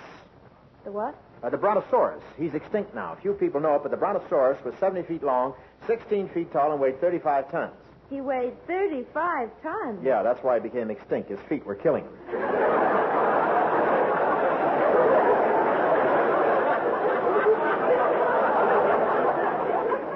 That's a shame. Yeah, and he had the bad luck to be born 3,000 years before Dr. Show's footpad. You know that? But you know, Grace, despite his enormous bulk, the Brontosaurus had a brain the size of a pea. Well, how about that? That's true, Grace. Can you imagine anything living with a brain the size of a pea? I know people who get by with less. Let's not drag Crosby into this. Now, how long were you in Africa, Grace? Oh, several months, Bob. You ought to visit Africa sometime. I promise myself, Grace. I'm going over there next year. They have such strange customs. Some of the wealthy chiefs actually buy wives by the dozen. Second thought, I may go this year.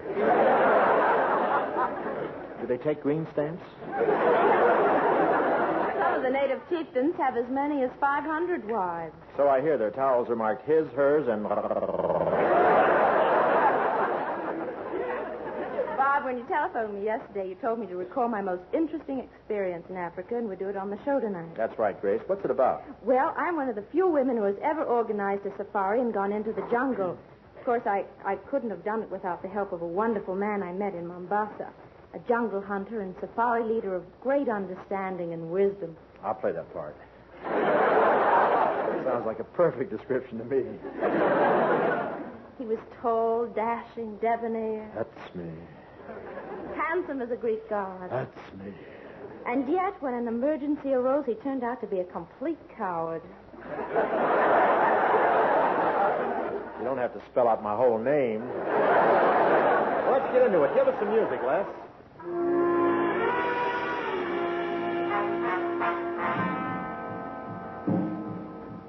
My story starts in Mombasa, an African town where safaris are organized to go into the jungle. A safari leader had been recommended to me, and I walked through the dusty, sun-baked streets till I found his bungalow. A sign on it said, Jungle Hunter, Safari Leader, guns rented and repaired, expeditions arranged through Maasai warrior country and Zulu territory, Bok beer on draft.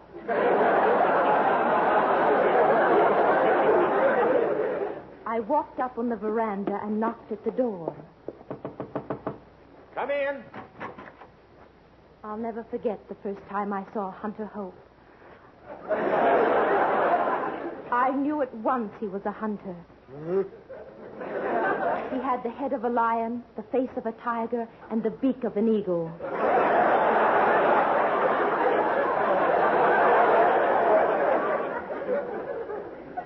His house was filled with trophies, animal heads, grotesque native masks, and he was sitting on a leopard skin on the floor, dipping the tips of arrows into a pot of poison.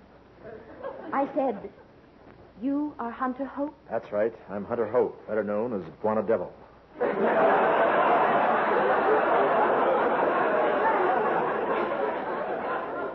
What can I do for you? I need a leader to take a safari into the jungle. A safari into the jungle at this time of the year? What part of the jungle? The Zambezi River Basin. Bad, huh? Very bad. Are you going on this safari, too? Yes.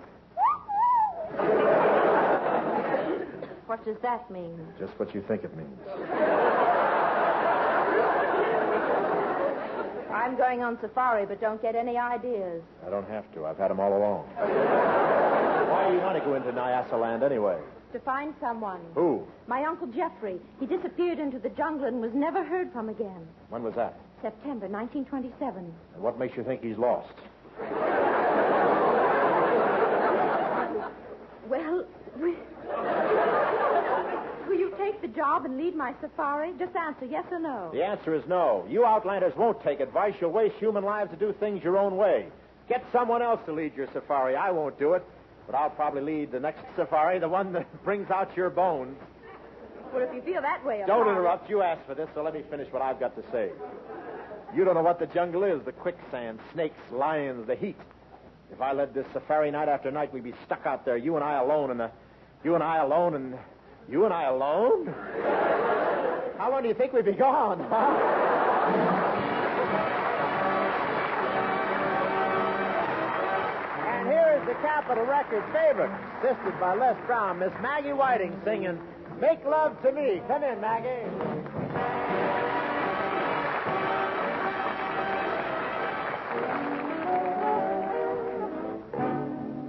Take me in your arms and never let me go. Whisper to me softly while the moon is low. Hold me close and tell me what I want to know. Say it to me gently, let that sweet talk flow. Come a little closer, make love to me. Kiss me once again before we say goodnight. Take me in your loving arms and squeeze me tight. Put me in a mood so I can dream all night. Everybody's sleeping, so it's quite all right. Come a little closer, make love to me. When you're near, so help me dear, chills run up my spine. Don't you know I love you so? I won't be happy until you're mine. When I'm in your arms, you give my heart a treat. Everything about you is so doggone sweet. Every time we kiss, you make my life complete. Baby doll, you know you swept me off my feet. Well, now's the time to tell you, make love to me. When you're near, so help me dear, chills run up my spine. Don't you know I love you so? I won't be happy until you're mine. When I'm in your arms, you give my heart a treat. Everything about you is so doggone sweet. Every time we kiss, you make my life complete. Baby doll, you know you swept me off my feet. Well, now's the time to tell you, make love to me. Now's the time to tell you, make love to me.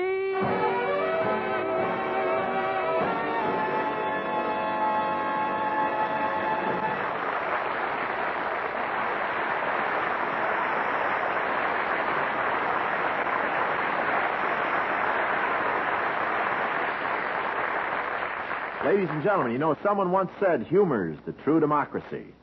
That's why we in America can smile when we tell the stories of the legendary heroes who helped build our country's great industries and institutions. There was Pecos Bill, who, as any Texan will tell you, discovered the cattle industry. In those days, cowboys caught cattle one at a time by putting a circle of rope in the ground and filling it with flowers. When the cattle came to sniff the flowers, the cowboys would pull the rope, and the cattle were caught. But Bill said that was kid stuff. So he invented the lariat for lassoing. Then he invented the roundup and taught the cowboys how to herd the cattle and brand them. And the first time Bill branded the steer, he used his own special brand, IXL. But even today, when you ask any American cattleman where you can find the finest cattle in the world, he'll tell you, IXL. Yes, it is a democracy which lets us tell stories of our industries, institutions, and legendary heroes with a twinkle in our eyes and a chuckle in our throats. And so long as we continue to laugh together as a people, we will live together as a nation. Thank you very much.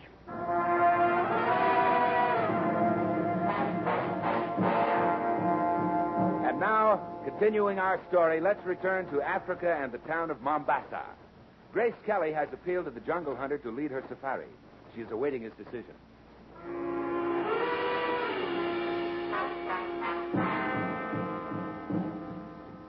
It was a difficult decision to make. It would be madness to lead an expedition into the Zambezi country. It was deep in the interior, fever-ridden, and the natives there still practiced head shrinking. If they took a dislike to someone, they shriveled his head to the size of a kumquat. One jungle hunter had wandered into their territory, and when he came back, from the neck up, all he had was a doorknob.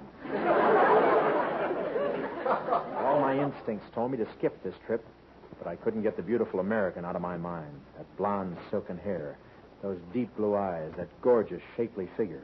And to top it off, she was a girl.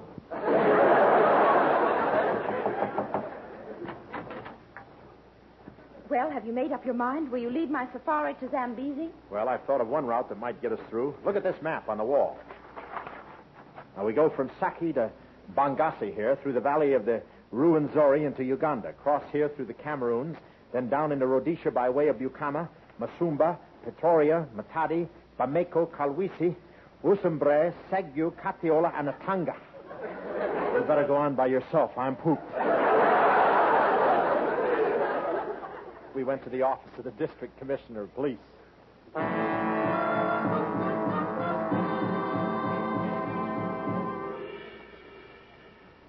I'd like to leave as soon as possible, Commissioner. I think that can be arranged. I'm sure I'll be perfectly safe on my trip. For my safari leader, I've hired this gentleman here, Bwana Hope. Oh, no. Not Bwana Hope. I've heard Bwana Hope is a very good jungle hunter. Are you kidding? This man doesn't even know how to handle a gun. He shot so many of his own toes off, he's the only guide in Africa who wears children's-sized shoes.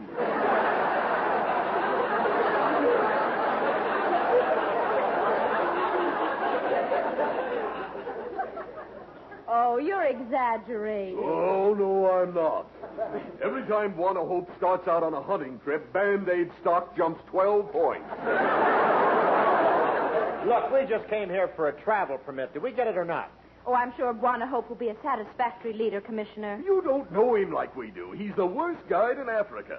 Each time he takes out a safari, the same thing happens. What's that? The minute he gets past the last gas station, he's hopelessly lost. Jungle guide. Huh. He couldn't find his way out of Carmen Miranda's hat. Don't worry about my safari. I'm going to ford the Zonga River, then cut straight across the jungle, knocking over a few lions and tigers on the way. Then I'll head directly for Mozambique, if I have to cut my way through the whole Maasai and Zulu tribes single-handed. Oh, that will be jolly. And one more thing. What's that? When you pass Mount Kilimanjaro, say hello to Ava Gardner. Quiet, or I'll bend your picture of Liberace.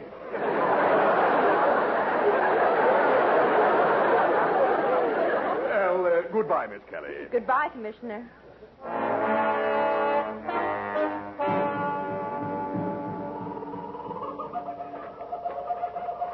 We started the next morning from Mombasa. By noon, we were in dense jungle.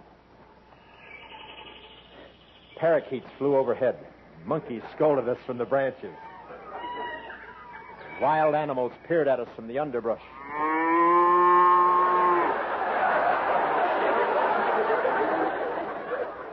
Those Holsteins can get pretty mean, you know. Our safari pressed on.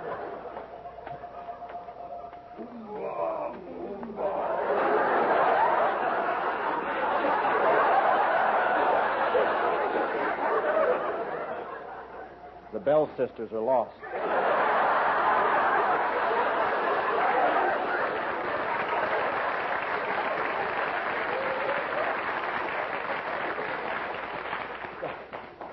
I knew the American girl was nervous, so I stayed close to her. Look, a huge lion. Steady. When a lion growls like that, he doesn't mean any trouble. But when he roars, that's when the cowards climb the trees.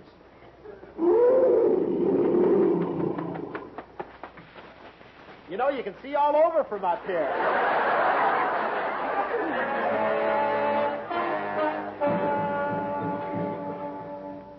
That night we camped, and beyond the light of the campfire, the jungle was a wall of black around us. I tried to get acquainted with the tall, leather-faced hunter, Warner Hope. Nice sitting here together, isn't it? Sure is, ma'am. You like the jungle, don't you? Tain't bad. But they originally had Tennessee Ernie for this part.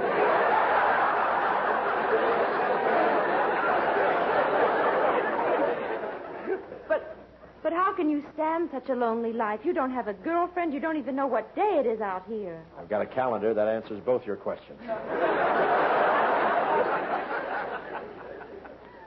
He was very handsome sitting there.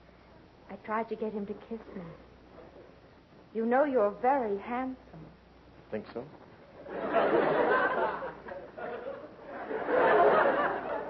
Come over here, closer to me. Well... Closer. Now, take my lips. Oh, are they detachable?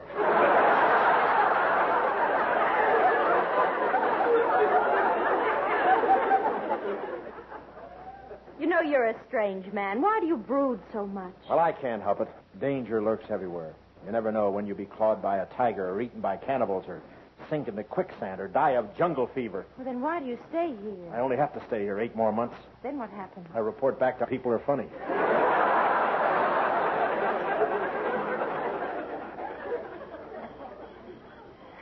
Well, I'm going to bed. Good night. There's only one tent. That's right. Who sleeps in the tent? Well, you're a woman. Your skin is tender. You're not used to the jungle at night. I'm an old hand here in Africa. Nothing bothers me. So under the circumstances... Yes? We'll toss for it.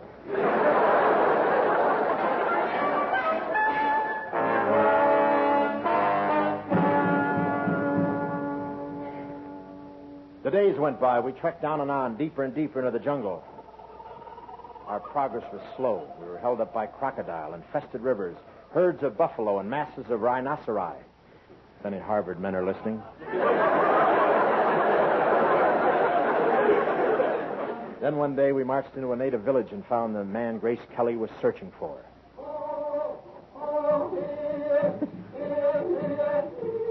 Here, man, you look for.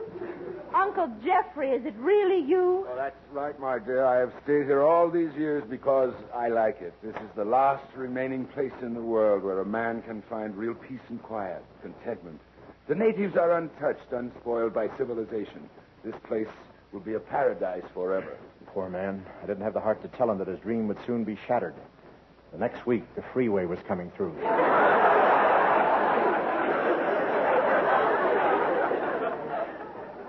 Well, we've come a long way and we're tired. Get these guys to unpack our bags. Prepare some food. Hey, easy now. These people are not used to harsh treatment. Come on, everybody. Get a move on. Get busy. Careful, they have guns. Who cares? They'll do as I say. You know, you can see all over from up here.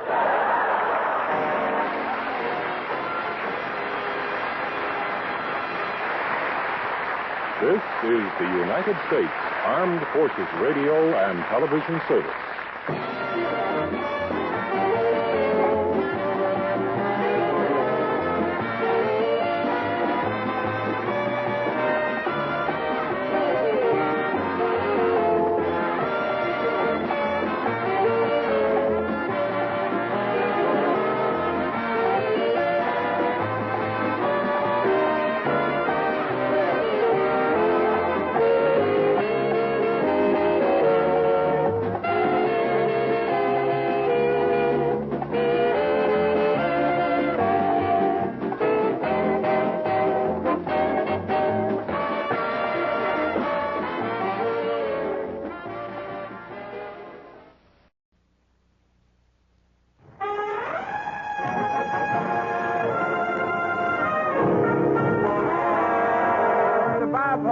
transcribed direct from Hollywood with Les Brown and his band of renown. Our singing star, Margaret Whiting. Our special guest, Merle Oberon. And here he is, Bob Hope.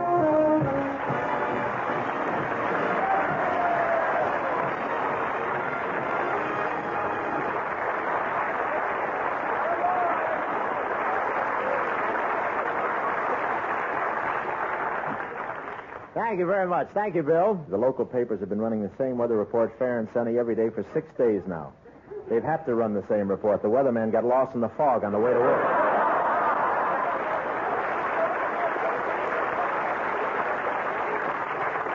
No, I spent Sunday on the beach, and in the first 20 seconds, I had a beautiful tan.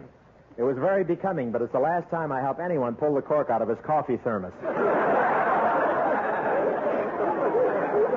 I had it with cream and sugar yet. Everybody was at the beach. It was so crowded down there, I could only get one little spot of sunburn, and I wouldn't have gotten that if the lady next to me hadn't had a pierced ear.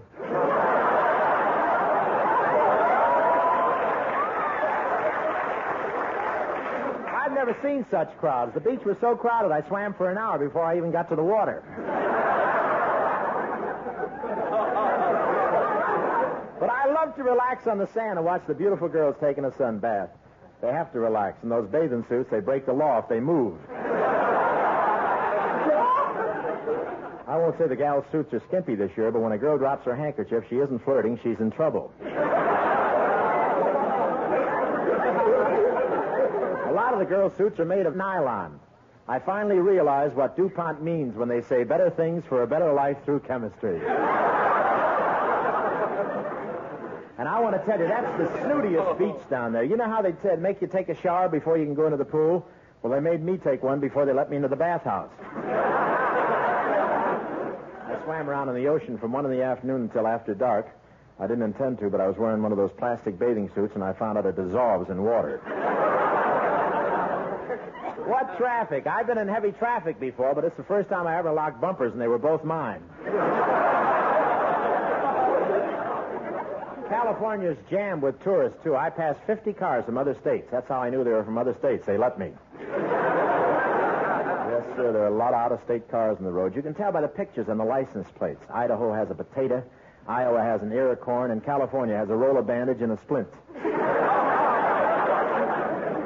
And there's a big difference between the traffic in the east and in the west. Back east, everyone drives as though they know where they're going. Out here, they drive as though they know where they're going. They've already picked out the pallbearers.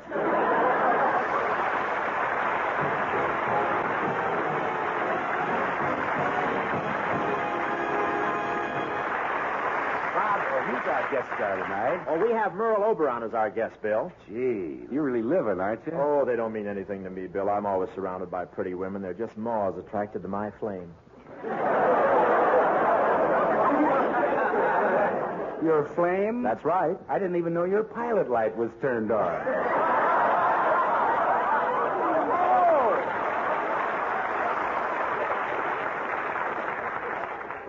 How can his teeth glare that way when everything else in his head is switched off? How'd you manage to meet Merle Oberon, Bob? Well, it happened the other morning. I'd heard we had a new neighbor, and I was out in the backyard when a voice said, Hello there. Well, Merle Oberon.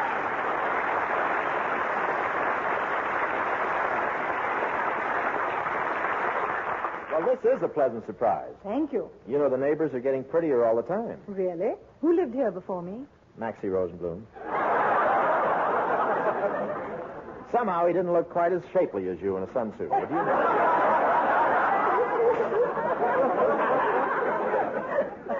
I wonder if you'd do me a favor. I'd be glad to do you a favor, honey. I was trimming the hedge and I dropped the clippers over on your side. Would you please hand them back to me? Why, certainly. Here you are. You're very kind. Oh, don't mention it. What are neighbors for if they can't be helpful? You know, the trouble with this world is people don't consider the rights of others. I figure put yourself in the other fellow's place, do to him as you'd want him to do to you, live by the golden rule. My, what a nice talker you are. Thanks. You know who I am, don't you? Of course. You're the man who throws the empty beer cans in our swimming pool.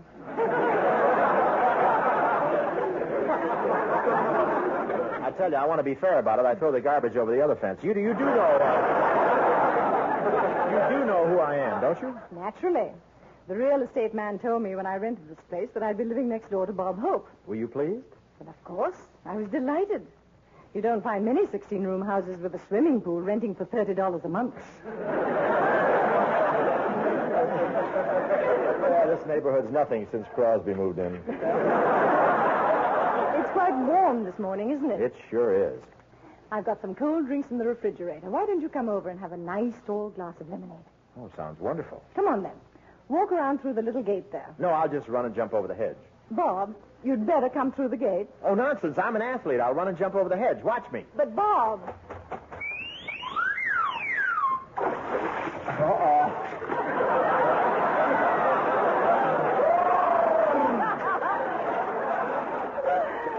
While you're in there, fish out the beer can, please.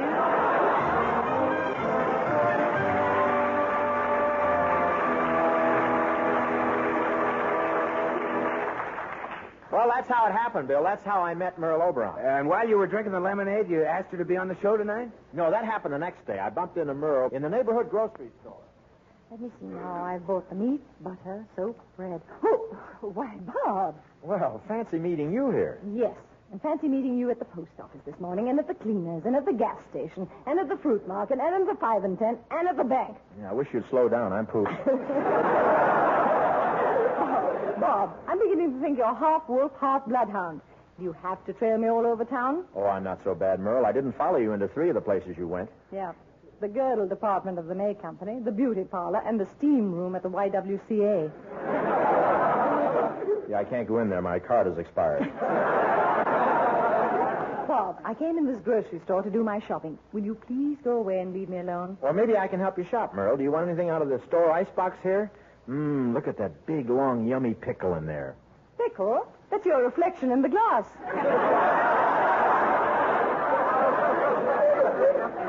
Please, I'm proud of this dill.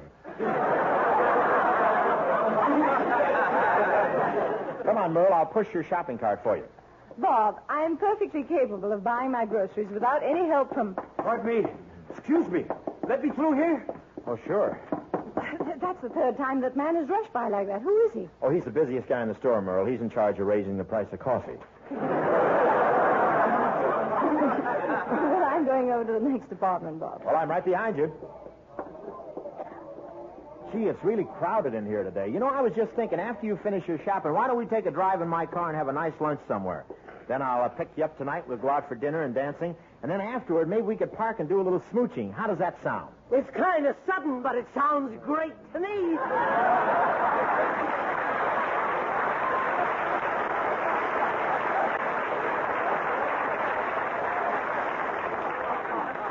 My gosh, I've been following the wrong woman. I'll just pay for my pot roast, and then, Buster, we're off to Lover's Lane. Oh, now, wait.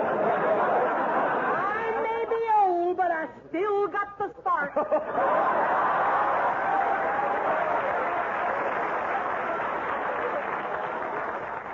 Wait a minute. You're not Merle Oberon. And you ain't Gregory Peck. Yeah, but at this stage of the game, neither one of us can afford to be particular. This is a big mistake, I tell you.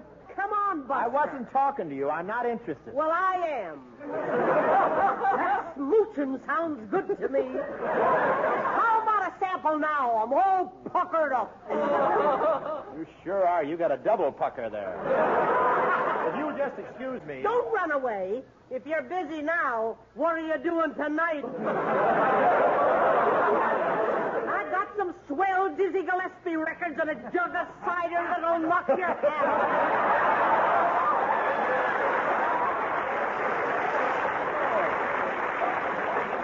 I'm sorry, I haven't got my beret with me. Look, we couldn't possibly have a date tonight. I don't want to be impolite. Isn't there quite a difference in our ages? Oh, you think so, do you? I'm exactly 52 years old. How old are you? Should we say 8 o'clock? I'm only kidding. Excuse me, I've got to find someone. Oh, Merle Oberon!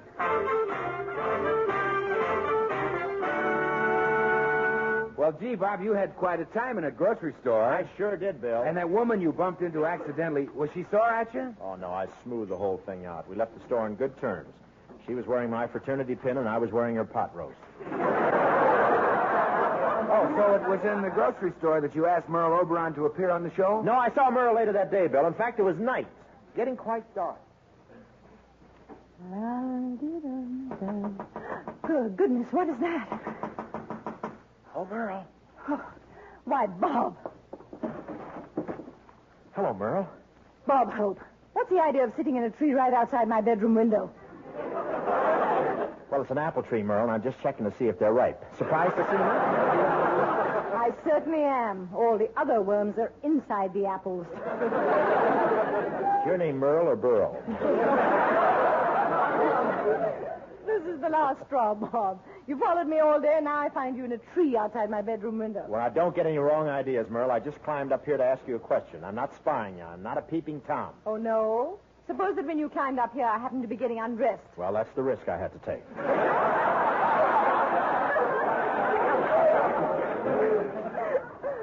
Well, what's the question you wanted to ask me? Just this, Merle. Will you appear on my radio show this week? Will you leave if I say yes? Sure. All right, yes. I'll appear on your show. Now, please climb down out of that tree. Oh, I don't have to climb down, Merle. I'm an athlete. I'll just jump down. But, Bob, that tree branch is right over... Here I go! We'll spend more time in this stuff than Esther Williams.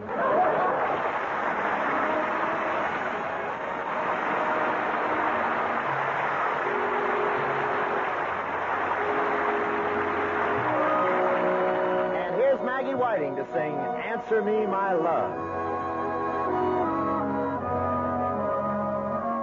Answer me, oh my love, just what sin have I been guilty of? Tell me how I came to lose your love. Please answer me, my love. You were mine yesterday. I believe that love was here to stay. Won't you tell me where I've gone astray? Please answer me, my love. If you're happier without me, I'll try not to care. But if you still think about me, please listen to my prayer. You must know I've been true. Won't you say that we can start anew? In my sorrow now I turn to you. Please answer me, my love. If you're happier without me, I'll try not to care. But if you still think about me, please listen to my prayer.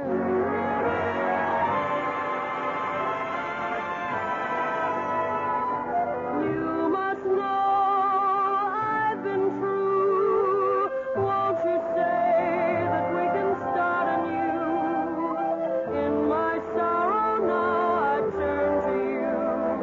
Please answer me, my love.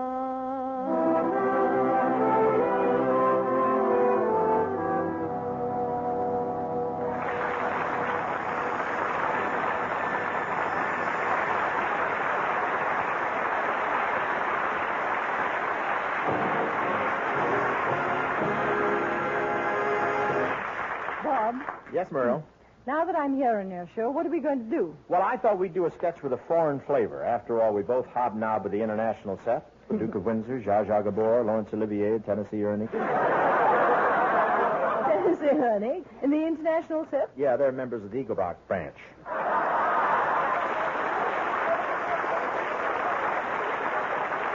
Well, I think a sketch like that will be just right for your personality, Merle. You often play a beautiful, exotic woman of mystery. In fact, someone said you have the fragile, delicate loveliness of a white orchid gleaming in tropical moonlight. What a lovely compliment. Who said that, Bob? I did, but your agent still insisted I pay your full price.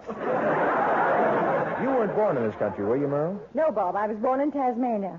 My father was a British Army officer, so we traveled constantly. Rangoon, Suez, Shanghai, Malta, Delhi. My family was like that, Merle. We moved from London to Cleveland, to South Cleveland, to East Cleveland, to West Cleveland, to Ashtabula, and back to South Cleveland again. Was your father an army man, too? No, we couldn't pay the rent.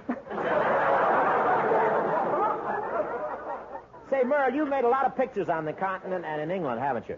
Quite a few. Well, I remember one picture in which you poisoned your husband and they couldn't arrest you. Every detective assigned to the case fell hopelessly in love with you. You were harder to pin anything on than Gypsy Rose Lee. Yes, I remember that picture, Bob. I had the whole London police force twisted around my finger. Well, that couldn't have happened if I'd been on the case, Merle. You don't think I could influence you? Not in a million years. With me, duty comes first. I could send a dozen beautiful women to the gallows without batting an eye. You mean, Bob, you'd actually send me to the gallows? Nothing could swerve me from my duty. I'll show you. Music, Les.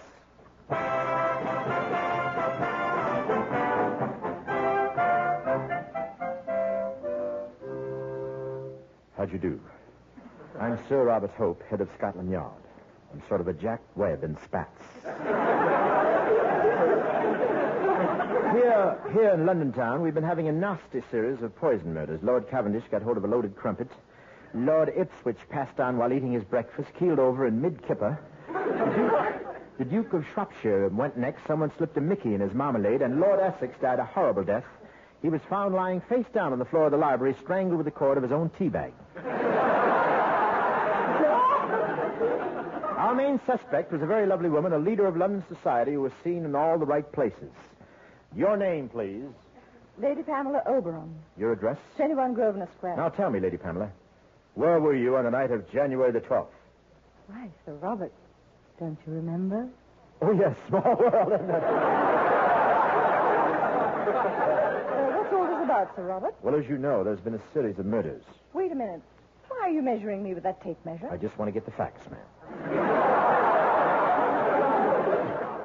I'm sure you wouldn't want to send me to prison. I'd like to ask you some questions. First, don't you think I'm beautiful? Please, that has nothing to do with the case. I'll come closer. Do you like my perfume? Madam, this is Scotland Yard. Oh, very well. What's the first question? May I bite the back of your neck?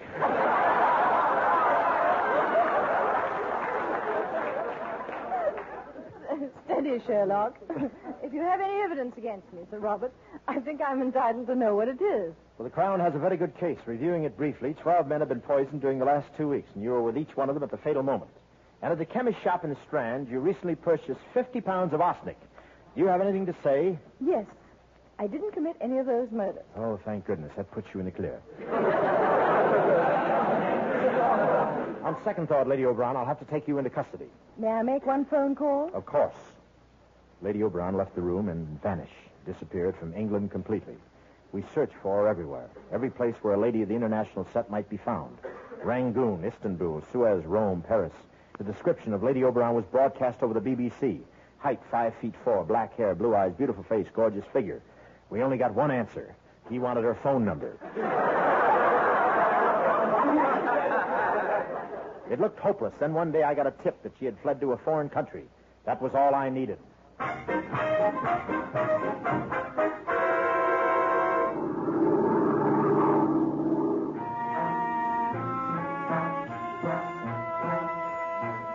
The next morning, Lady Oberon was leaving the famed Shepherd's Hotel in Cairo when a ragged beggar approached her. Here you are, Lardy. A pretty flower for the Lardy.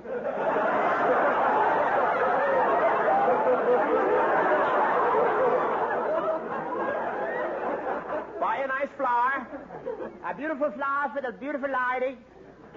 Oh, what are you doing tonight? Sir Robert Hope. How did you recognize me? On the third, your wig fell off. Last time I borrowed anything from Jack Benny. Sorry, I'll have to take you back to England. May I make a phone call? Of course. I knew instantly that she was just making an excuse in order to escape. So I only waited outside the phone booth for 6 hours. She had vanished again. I returned to England in disgrace. Sir Robert Hope, in view of your grave dereliction of duty, you are hereby relieved of your position as head of Scotland Yard. Yes, sir. You will withdraw from the Houses of Parliament and relinquish your title. Yes, sir. It is Her Majesty's wish that you leave England forthwith and never return. You mean? Yes, turn in your Margaret Lockwood ashtray. You're through. I left the room crushed, a broken man. I was the laughing stock of London. Little kids in the street threw rocks at me. The big kids called me names, any of which could get us thrown off the air.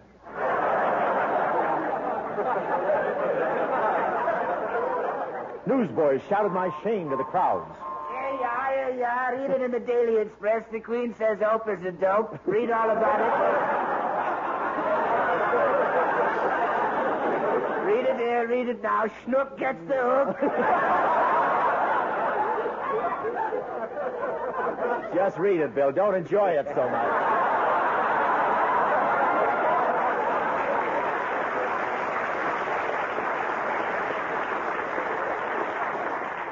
Give these guys a chance, and they just won't stop, will they?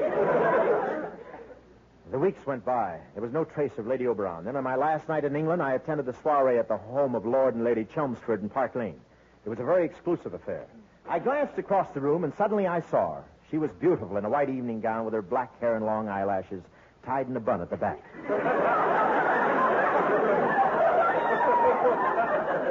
I walked over to her. Sir Robert, Quite, we meet again. quite, You're arresting me? quite Then why don't you stand up? Why are you crawling about on your hands and knees? tight.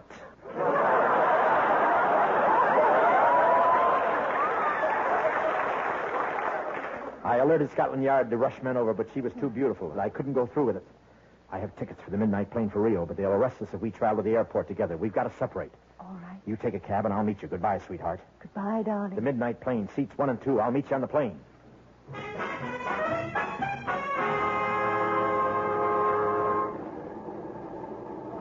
The midnight plane for Rio now leaving from gate 3. Last call for passengers. I made it. Here's seats 1 and 2. All set to go, honey. We'll have a wonderful life together. We sure will, Buster. Run along, the Dizzy Gillespie Records and a jug of cider. Oh, wait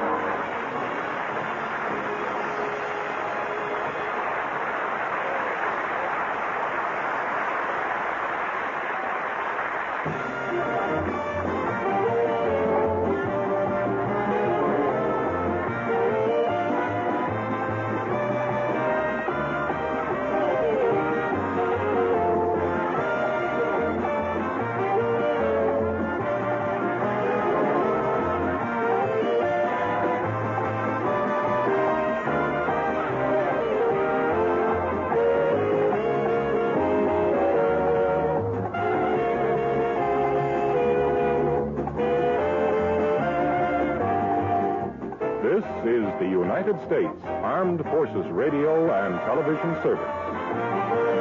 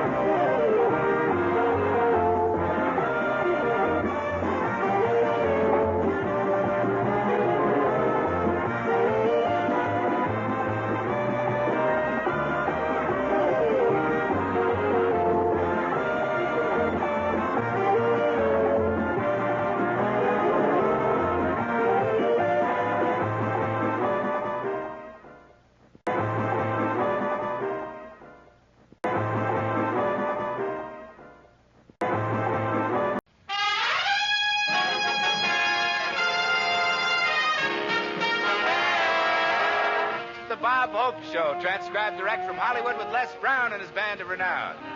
Our singing star, Margaret Whiting. Our special guest, Robert Ryan. And here he is, Bob Hope.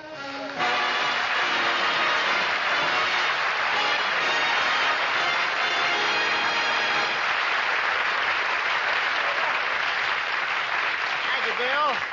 Thank you, ladies and gentlemen. There are such big crowds out here now. There are such big crowds of tourists in Hollywood. The footprints in front of the Chinese theater got up and went around to the back. I'm not kidding. Los Angeles is so crowded with tourists, the towels at the Ambassador Hotel are marked his, hers, and you just have to wait till there's room in the tub. I used to eat and drive in restaurants all the time when I first came out here, but I never liked the way they hooked on those heavy food trays. I didn't own a car, and they stretched the pockets of my suit. Something terrible.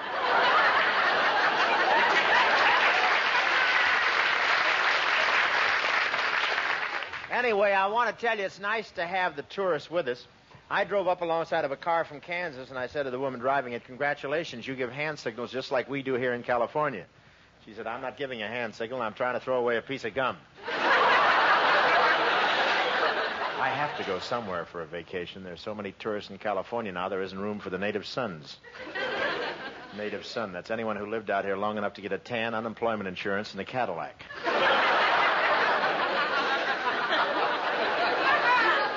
But everybody likes to travel. Crosby wants to go to Europe, but he can't stay long.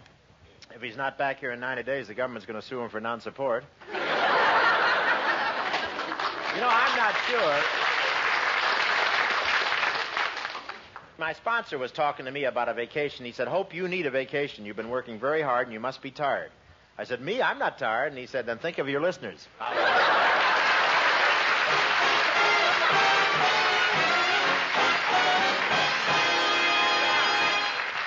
Thank you. Well, ladies and gentlemen, this may have been a normal week for a lot of people, but it's really been hectic for Bob. It all started when I went over to Bob's house with a piece of startling news. Well, Bob, where are you? In here, Bill. Hiya, Bill. It's Bob. I rushed right over here. I've got some fantastic news for you. I just heard a Hollywood news broadcast. Bing is going to make another road picture, and you're not going to be in it. He's going to make the picture without you. Oh, you're kidding. No, Bing says in this picture he's going to cut out the dead weight.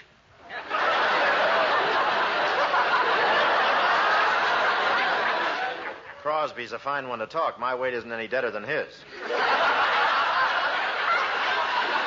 I thought you'd be surprised, Rob. Gee, I don't understand Bing's attitude.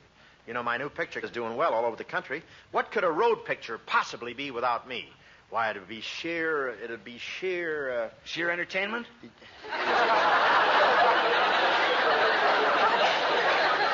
You have a 10-year contract, but it can be canceled at the end of any 5-minute period. I'll get it, Bill. Hiya, Bob. Well, Margaret Whiting, come on in. Hello, Maggie. Bob, I just dropped in to talk about the music we're going to do on... What are you two looking so excited about? Bing Crosby is making a road picture, and he's leaving me out of it. No. That's right. Well, rush me a Tutti Frutti Sunday. My world is shattered.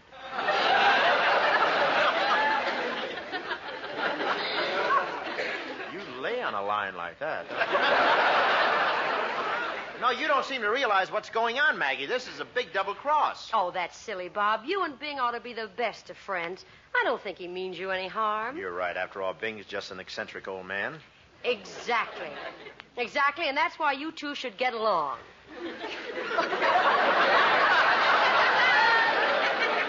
This kid's quite a combination. Half Peggy Lee and half Pinky.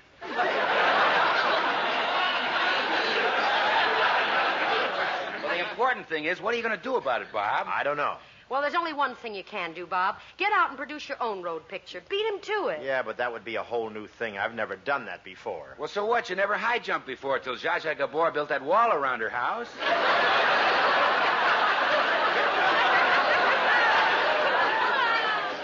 Yeah, what an awful way to find out she's got a swimming pool. Hey, that's the thing to do, Bob. Get out and produce your own road picture. Yeah, but you make it sound easy. Do you know how much money it takes? $1 million. Well, so what? Somewhere there must be a rich old miser crouching on his money bags who'd part with $1 million. We're back to Bing again.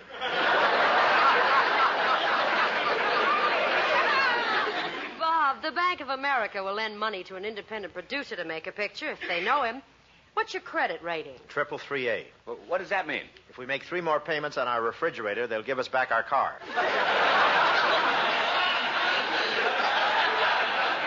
Hey, but that's a good idea, Bill. I think I'll run down to the bank. I know the president, Mr. Harkins.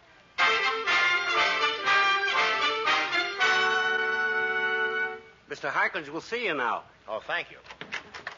Well, well, Bob Hope. Step right in and have a chair. Oh, thank you. Pardon me. Miss Jones, Bob Hope is in my office. Shut off my phones and make sure we're not interrupted. Now, Bob, what brings you to the bank today? Is your milk bottle full of pennies again?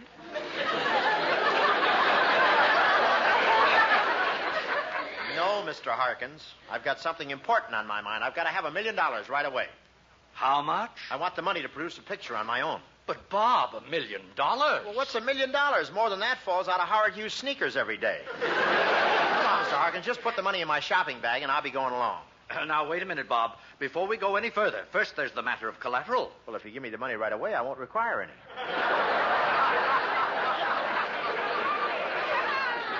I see you're quite a businessman. I always try to judge the man I'm doing business with by his character. Take you, for instance. What about me? A good reputation, an honest face, a clean, straightforward look in your eye. I wish you had them. You didn't talk like this when you were wining and dining me every night trying to get me into your Christmas club.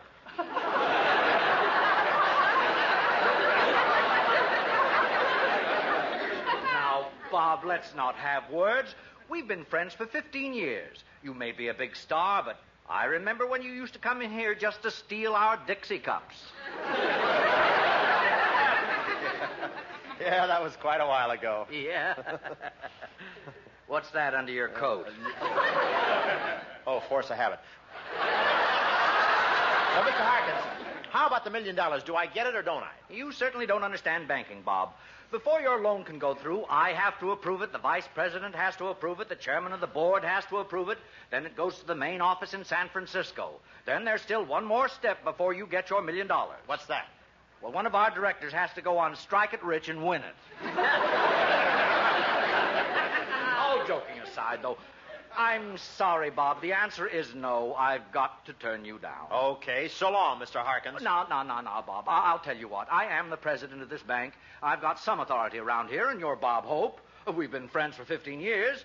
Now, while I can't just hand you $1 million, Bob, I'll tell you what I can do. What's that? I'll be glad to validate your parking ticket.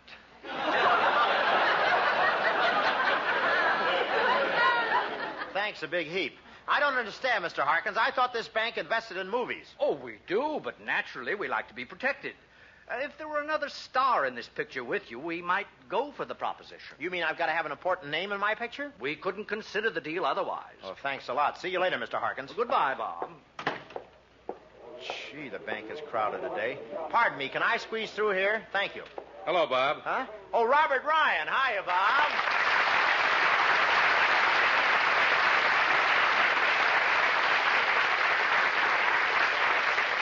Say, nice to see you, Robert. What are you doing in the bank?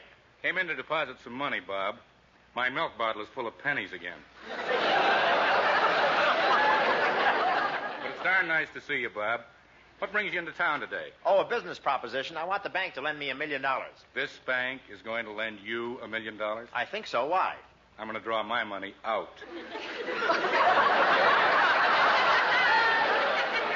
No, this is strictly business. I'm trying to produce my own picture, and I want the bank to finance it. I've also wired a couple of big money men in the East, and they're flying out to have a conference with me, and we're going to survey MGM and Paramount and rent a few studios. Have you been doing anything exciting, Bob? I sure have. Yesterday, the washing machine overflowed, and I chased my underwear clear down the driveway.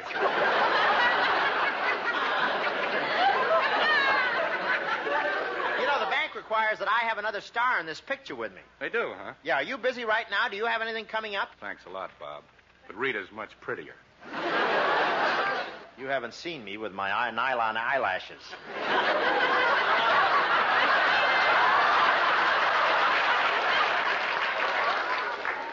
I could start a whole new race. Look, Bob, we can't talk about the picture here. Why we can't talk about the picture here? Not with me wearing my eyeliner eyelashes.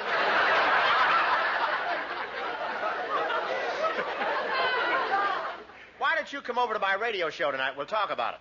Fine, Bob. You know, making an independent picture is a fine investment. I'm sure we could do all right. And, of course, we'll cut up some nice profits. Well, when it comes to business, I'm just a babe in arms, Bob. A babe in arms? Yeah. For instance, who would get the other 50% of the profits? You mean after my half? No, after mine. What did you teeth on, Fort Knox? I'll see you later, Bob.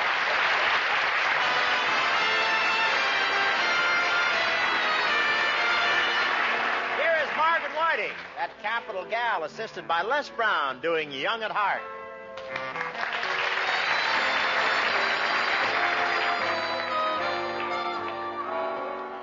Fairy tales can come true. It can happen to you if you're young at heart. For it's hard, you will find, to be narrow of mind if you're young at heart. You can go to extremes with impossible schemes. You can laugh when your dreams fall apart at the seams, and life gets more exciting with each passing day. And love is either in your heart or on the way. Don't you know that it's worth every treasure on earth to be young at heart? For as rich as you are, it is better by far to be young at heart. And if you should survive to 105, look at all you'll derive out of being alive. And here is the best part. You'll have a head start if you are among the very young at heart. And if you should survive to 105, look at all you'll derive out of being alive. And here is the best part. You'll have a head start if you are among the very young at heart.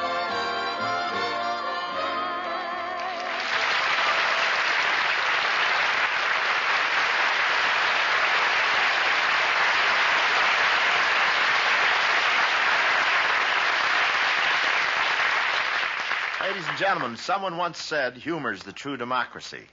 That's why we in America can smile when we tell the stories of the legendary heroes who helped build our country's great industries and institutions. In Mike Fink's day, there weren't any steamboats to transport goods, only long, flat keel boats like barges that had to be poled upstream. And Mike Fink was the greatest keel boatman of them all. He could load it single-handed from stem to stern in less than a half an hour and turn it around on a dime. His strength and skill was the talk of the river. And when the steamboats began to take the place of the keel boats, Mike was the last of the boatmen to admit defeat. But not before he raced the first steamboat clear up the Ohio and beat it. Yes, it is a democracy which lets us tell stories of our industries, institutions, and legendary heroes with a twinkle in our eyes and a chuckle in our throats.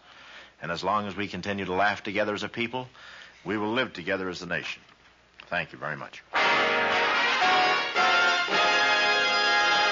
Say, where's Robert Ryan? Say, Bob. Yeah, Bob. I just phoned Mr. Harkins, the president of the bank, and asked him to come over. We can do a scene from our picture for him. It's going to be a Western, you know. Margaret Whiting will be the girl. All set, Maggie? Sure, Bob. Gee, it's going to be a pleasure to work with Robert Ryan. Gee, he's made so many wonderful pictures. Well, thanks, Maggie. I've had my share of luck. You know, it's strange that you've been making pictures in Hollywood all these years, and yet you've never made one with Bob. Guess I've had more than my share of luck. course, Bob and I have been friends for a long time. When I moved out to Hollywood, Bob was one of the first people I met. That must have been quite a while ago. It sure was. Bob wasn't a star in those days. He used to come around to our neighborhood selling Dixie cups.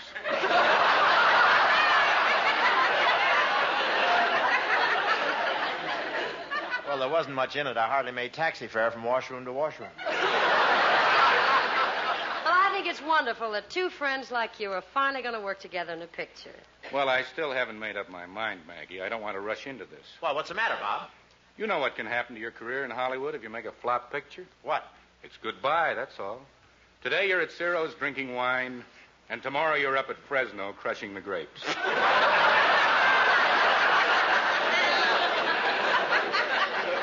Oh, that couldn't possibly happen, could it, Maggie?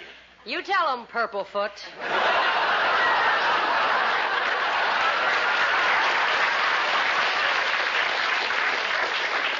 Believe me, there's nothing to worry about, Robert. We both had experience making pictures. Hey, that must be Mr. Harkins in the bank. Come in. Oh, hello, Bob. Oh, hiya, Mr. Harkins. This is Maggie Whiting and Robert Ryan. Oh, how do you do? Now, we're all set to do a scene from our picture for you, Mr. Harkins. Oh, splendid. It's a comedy scene. I hope you have a sense of humor. Oh, don't worry about that, Bob. I'm a real kidder at the board of directors meetings. For instance, did you hear the story of the dirty shirt? No. That's one on you. I've got a lot of jokes like that. Ski snoot. Think that one over. Yes, that was a doozy, all right. He's so square he blocks his own hats. Well, let's get on with our scene from the road picture. Okay, let's go.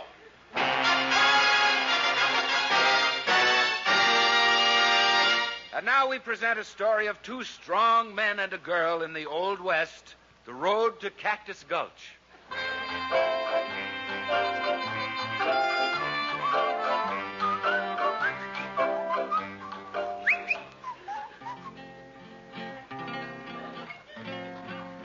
Yeah, I'm one of the many mentioned folks. They call me Tex.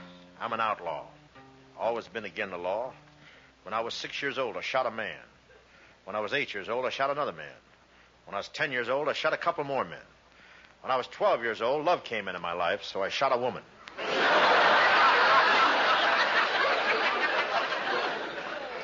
Killed a lot of people in my time. Got so many notches in my gun, I use it to comb my hair. I'm so tough, I can sit on a cactus and not get the point. Man like me doesn't have many friends. Only got one buddy in this whole world, my pal Smokey Jim, back there in Cactus Gulch. That's me. I'm Smokey Jim. 5 years ago, the people of this here town made me their sheriff. And I'm so proud the star's never been off my chest since. Of course, I'm getting kind of sick of sleeping on my back. Yes, I'm a respected citizen of Cactus Gulch. Even got myself a gal, Maggie Lou. Mighty pretty heifer. Oh, you're playing the guitar kind of sad today, Smokey. I got a feeling of foreboding. There's something in the air. What is it? I don't know. But everything's so still, the leaves are hanging down in the trees. And look over yonder at the mountains. Even the pecos are pooped. What's the matter with you, Smokey? It's just a feeling I got. When I came riding over this morning, there was a couple of dead men laying in front of the saloon. The door was blown off the bank. The schoolhouse was on fire. I just can't put my finger on it, but there's something wrong in this town. Whoa! Why, look who it is. It's your old buddy. Yeah, it's him. Hello, Tex. Hello, Dopey. That's Smokey.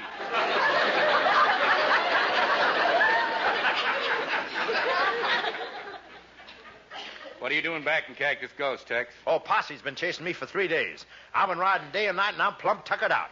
I'm so tuckered out, my plum is numb.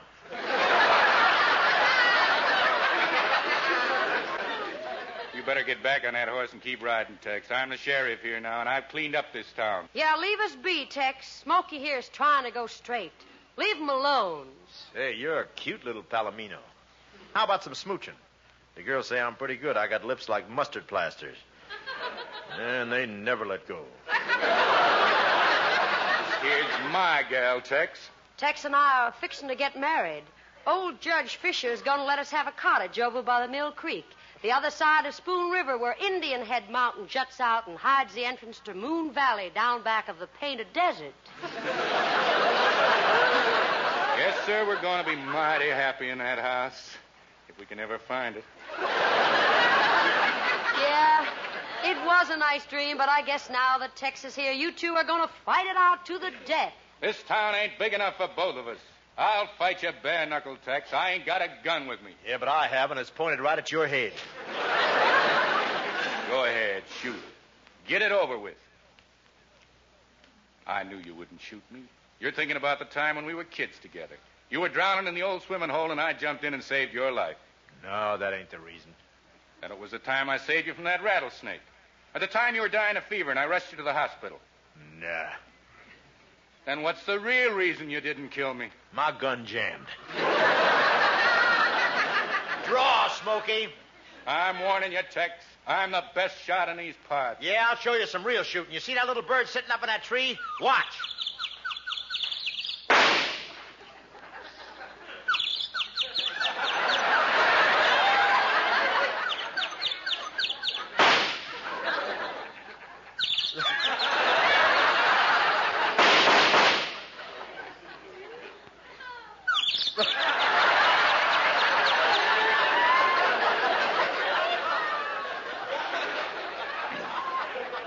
Looks mighty pretty sitting up there, don't it?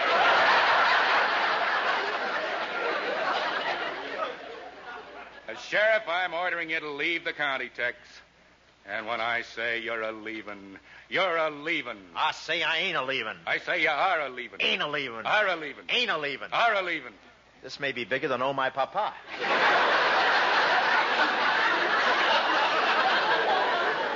Okay, reach for your gun, Smokey, and we'll shoot it out. Start blasting, Tex. No, Tex. You can't kill my Smokey. He's all I have in the world. You can't do this to me. You can't. You can't. Stand back, gal. No. I can't let you kill my man. It's too awful. You can't do it. Do you hear? You can't. You can't. Oh. Nobody's going to steal a scene from us.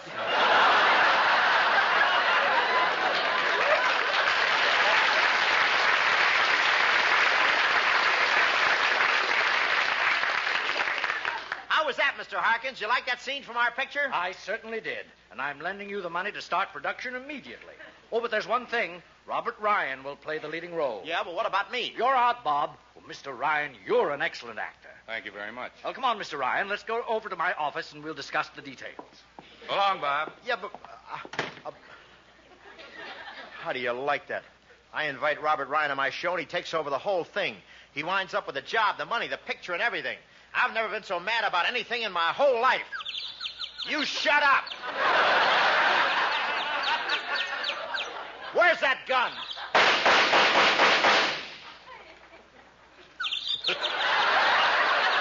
Looks mighty pretty sitting up there, don't it?